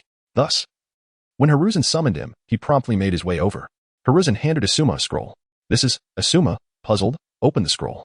Upon reviewing its contents, his expression darkened. The scroll contained intelligence regarding Tsunade's recent activities, including the operations of the medical department, her interactions with other ninjas in the village, tactical adjustments, and the training of medical ninjas. Each detail chronicled Tsunade's accomplishments since her return. The more he read, the more troubled his expression became. Lord Hokage. What is Lady Tsunade planning? Although Asuma had an inkling, he was reluctant to entertain the implications. It was evident that Tsunade aimed to vie for the position of Hokage. Moreover, he was aware that he was not growing any younger. Hence, Asuma, if you wish to take action, do not continue on this path, Hiruzen advised, somewhat exasperated. Tsunade was indeed a commendable candidate for Hokage. However, due to past events, her trust in Hiruzen had waned. Should she ascend to the role of Hokage? It was unlikely she would permit him to meddle in village affairs, given her very different disposition compared to Minato. Despite his disappointment in Asuma, Hiruzen still hoped he would seize one last opportunity. I understand, Asuma nodded, placing the scroll before Hiruzen before departing the Hokage office. Not far from his exit, a figure appeared before him. Sir, we wish to see you. A ninja from the Root organization spoke in a low tone. Very well, Asuma acquiesced, following the Root ninja without resistance. Meanwhile, within the Uchiha compound, Fugaku remarked, it seems the Uchiha have changed quite remarkably over the years. I have heard much about your clan's contributions to the current peace and stability of Konoha. As he spoke, he took a hearty swig from a sake bottle. His cheeks flushed, yet his words pleased Fugaku immensely. The present Uchiha truly deserves such praise, especially coming from one of the legendary Sannin. Lady Tsunade, you flatter me. Her capabilities are evident to all. In such a short time, she has significantly enhanced the strength of the medical ninjas in our village. Medical ninjas serve as a second life for the shinobi during missions. Her contributions to the village and the ninjas of Konoha are truly commendable. Fugaku engaged in mutual flattery. The dinner proved to be an evening of delightful camaraderie. That will be enough. Director Fugaku, you need not see me off. Naruto will escort me home. I hope we can collaborate more closely in the future to strengthen Konoha. Tsunade waved her hand as she departed from the Uchiha clan's territory. The streets were alive with the remnants of the evening, and having indulged a bit too much, Tsunade walked with a slight sway. However, this state of mind indicated that her return to the village had been relatively smooth. Otherwise, she would not have allowed herself such indulgence. Yet, Naruto understood that Tsunade was not as carefree as she appeared, having distanced herself from the power center of Konoha for too long, despite her strength and status. The absurdities she encountered after leaving the village were well known among the ninja clans. Furthermore, with power so highly centralized in Konoha, persuading those clans was no simple task, except for the Uchiha, of course. After all, they had just weathered a storm and were fortunate to find shelter. Thus, Tsunade's arrival was met with warmth. As for the other clans, Tsunade would need to bring Naruto along as an excuse to engage with them. Lady Tsunade, call me sister. Before Naruto could finish his sentence, Tsunade playfully thumped his head. Sister Tsunade, the road ahead will be even more arduous. Want it? Shall we quicken our pace? Naruto, unfazed, slowly spoke. Speed it up? Tsunade's enigmatic gaze regarded the young boy with an oddly curious expression. Naruto's earlier remarks have been thoroughly assessed by Tsunade today. It appears that this young man indeed possesses remarkable abilities. The acknowledgement from the ninja clans regarding Naruto is sincere and far from superficial. Tsunade has also ascertained that the offspring of those families are, without exception, prodigies. Even the obstinate Hinata Hizashi from the Hyuga clan extended a warm welcome to her. This signifies a considerable acceleration in progress. What more does this young man desire in terms of speed? Just then, a group of ninjas emerged on the road not far away. Members of the Root organization?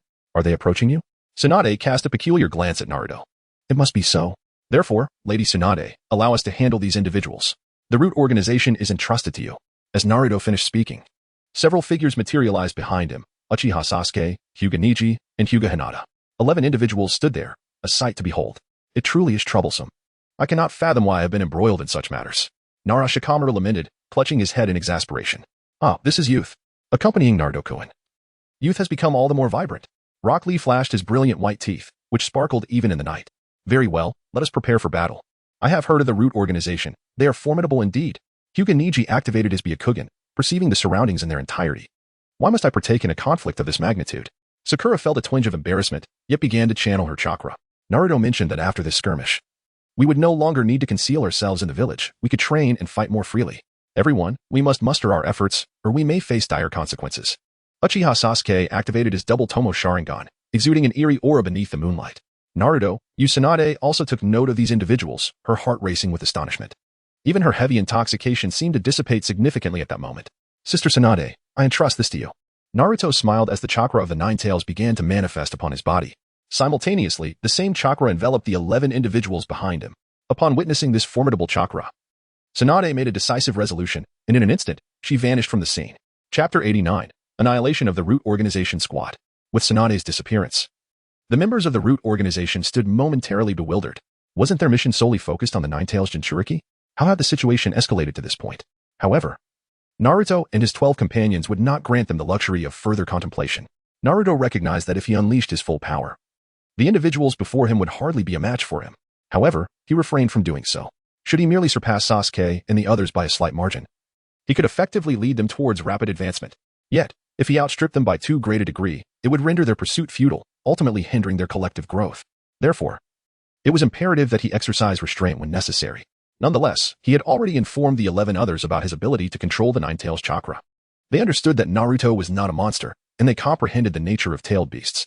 The purpose of summoning them was to convey that he could not bear the burden of the Nine Tails chakra alone and required their assistance. The sensation of being empowered by the Nine Tails chakra was exhilarating. With a resounding crash, Choji immediately enlarged himself and charged towards the Root Organization as ninja. At that moment, the others also commenced their assault. The synergy among the 12 had been honed through continuous collaboration, coupled with the connection provided by the Nine Tails chakra.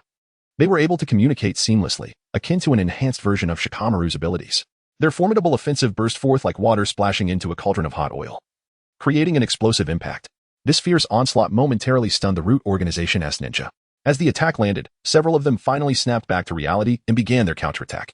Although the Root organization had seen a reduction in power recently, being besieged by a group of newly minted genin was infuriating. Additionally, given their mission to capture the Ninetales, they were authorized to eliminate any resistance they encountered.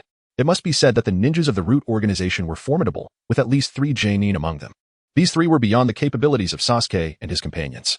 Presently, while their strength was sufficient to handle Chunin, they still fell short of confronting genin. Hence, let the battle commence. With the perception granted by the Ninetales chakra, Naruto swiftly locked onto a genin of the Root organization and hurled a kunai. Sensing the projectile slicing through the air, the Root ninja instinctively turned his head aside and drew his short blade, preparing to subdue the audacious youth before him. After all, they were still within the village, and the commotion would surely attract the attention of the Umbu swiftly. Time was not on their side. In an instant, the kunai pierced his neck. The Root ninja's pupils dilated in shock. How could this be? He turned to see a golden figure beside him. Suddenly, a gentle voice resonated in his mind, standing tall on the battlefield. Are you all right? I shall take over from here. The fourth Hokage. His fading consciousness slipped away along with his hazy vision. Flying Thunder God. How could this be? This little brat, another genin of the Root organization, had been observing Naruto. Upon witnessing Naruto's recent actions, his heart raced. Flying Thunder God. A super technique mastered by the fourth Hokage, renowned on the battlefield for its signature yellow flash. After Minato's sacrifice, no one had been able to wield this technique. Even the elite of Konoha could only summon a diluted version in collaborative efforts. This kid was astonishing. Engaging in thoughts unrelated to battle during combat was a sure path to death. A deep voice echoed behind the Root ninja. Yu Clang. The ninja's heart raced with fear as he swiftly swung a short blade to deflect the incoming attack.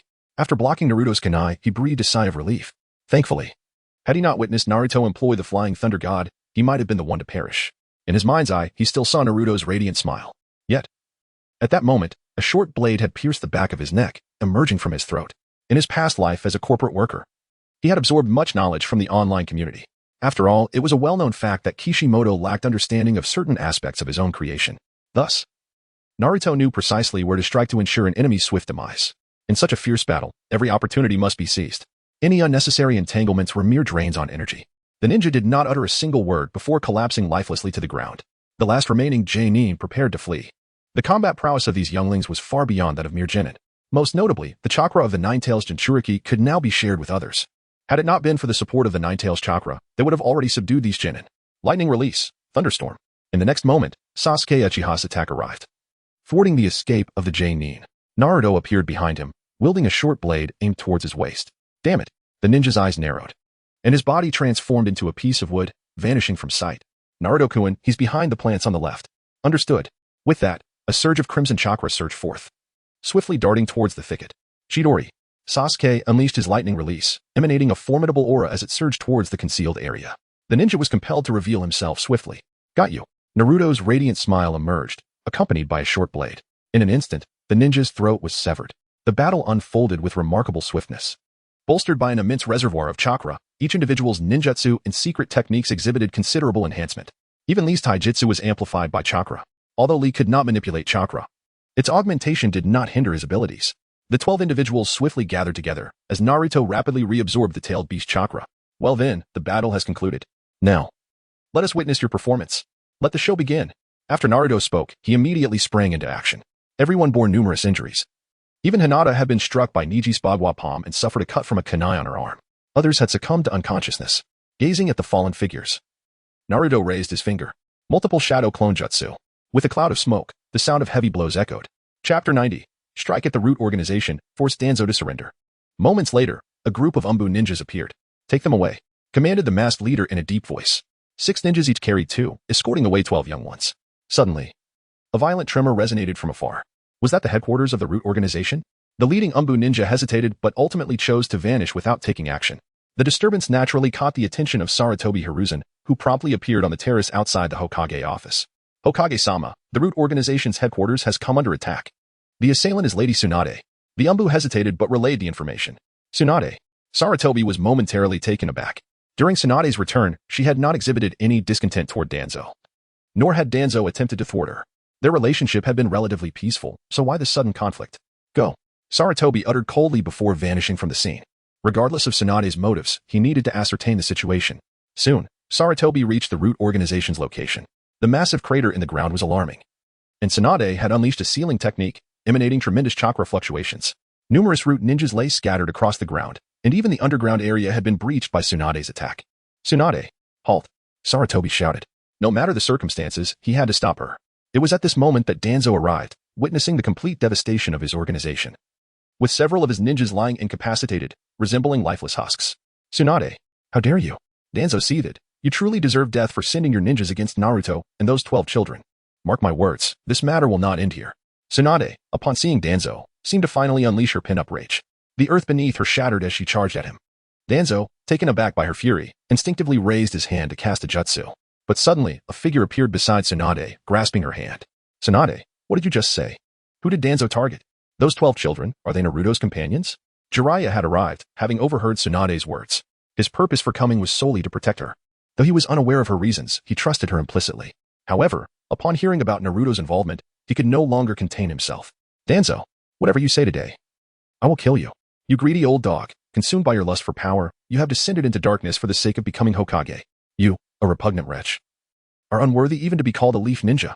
Tsunade, you either join me in eliminating this old dog, or get lost." Tsunade's voice was heavy yet clear. The ninjas who had gathered to witness were all formidable. In an instant, a multitude joined the fray, led by Uchiha Fugaku and Itachi, along with other clan heads, parents, and relatives of the 12 young ones. Danzo, is what Tsunade said true? Uchiha Fugaku was barely able to suppress his fury, his Manjiki Sharingan activating. Itachi shared his brother's sentiment, ready to strike. Upon learning that Shirsue's death was orchestrated by Danzo, Itachi had already begun plotting Danzo's demise. Now, the audacity to target his brother was intolerable. "I did not attack your children. I merely saw that the Hokage was too busy to discipline the Jinchuriki. I sent my ninjas to invite the Jinchuriki to my organization." Danzo's eyelids twitched. With Tsunade's earlier aggression, he might have had a chance to retaliate. Perhaps even frame her for disrupting village harmony. He had previously done so with others, including the late Kakashi.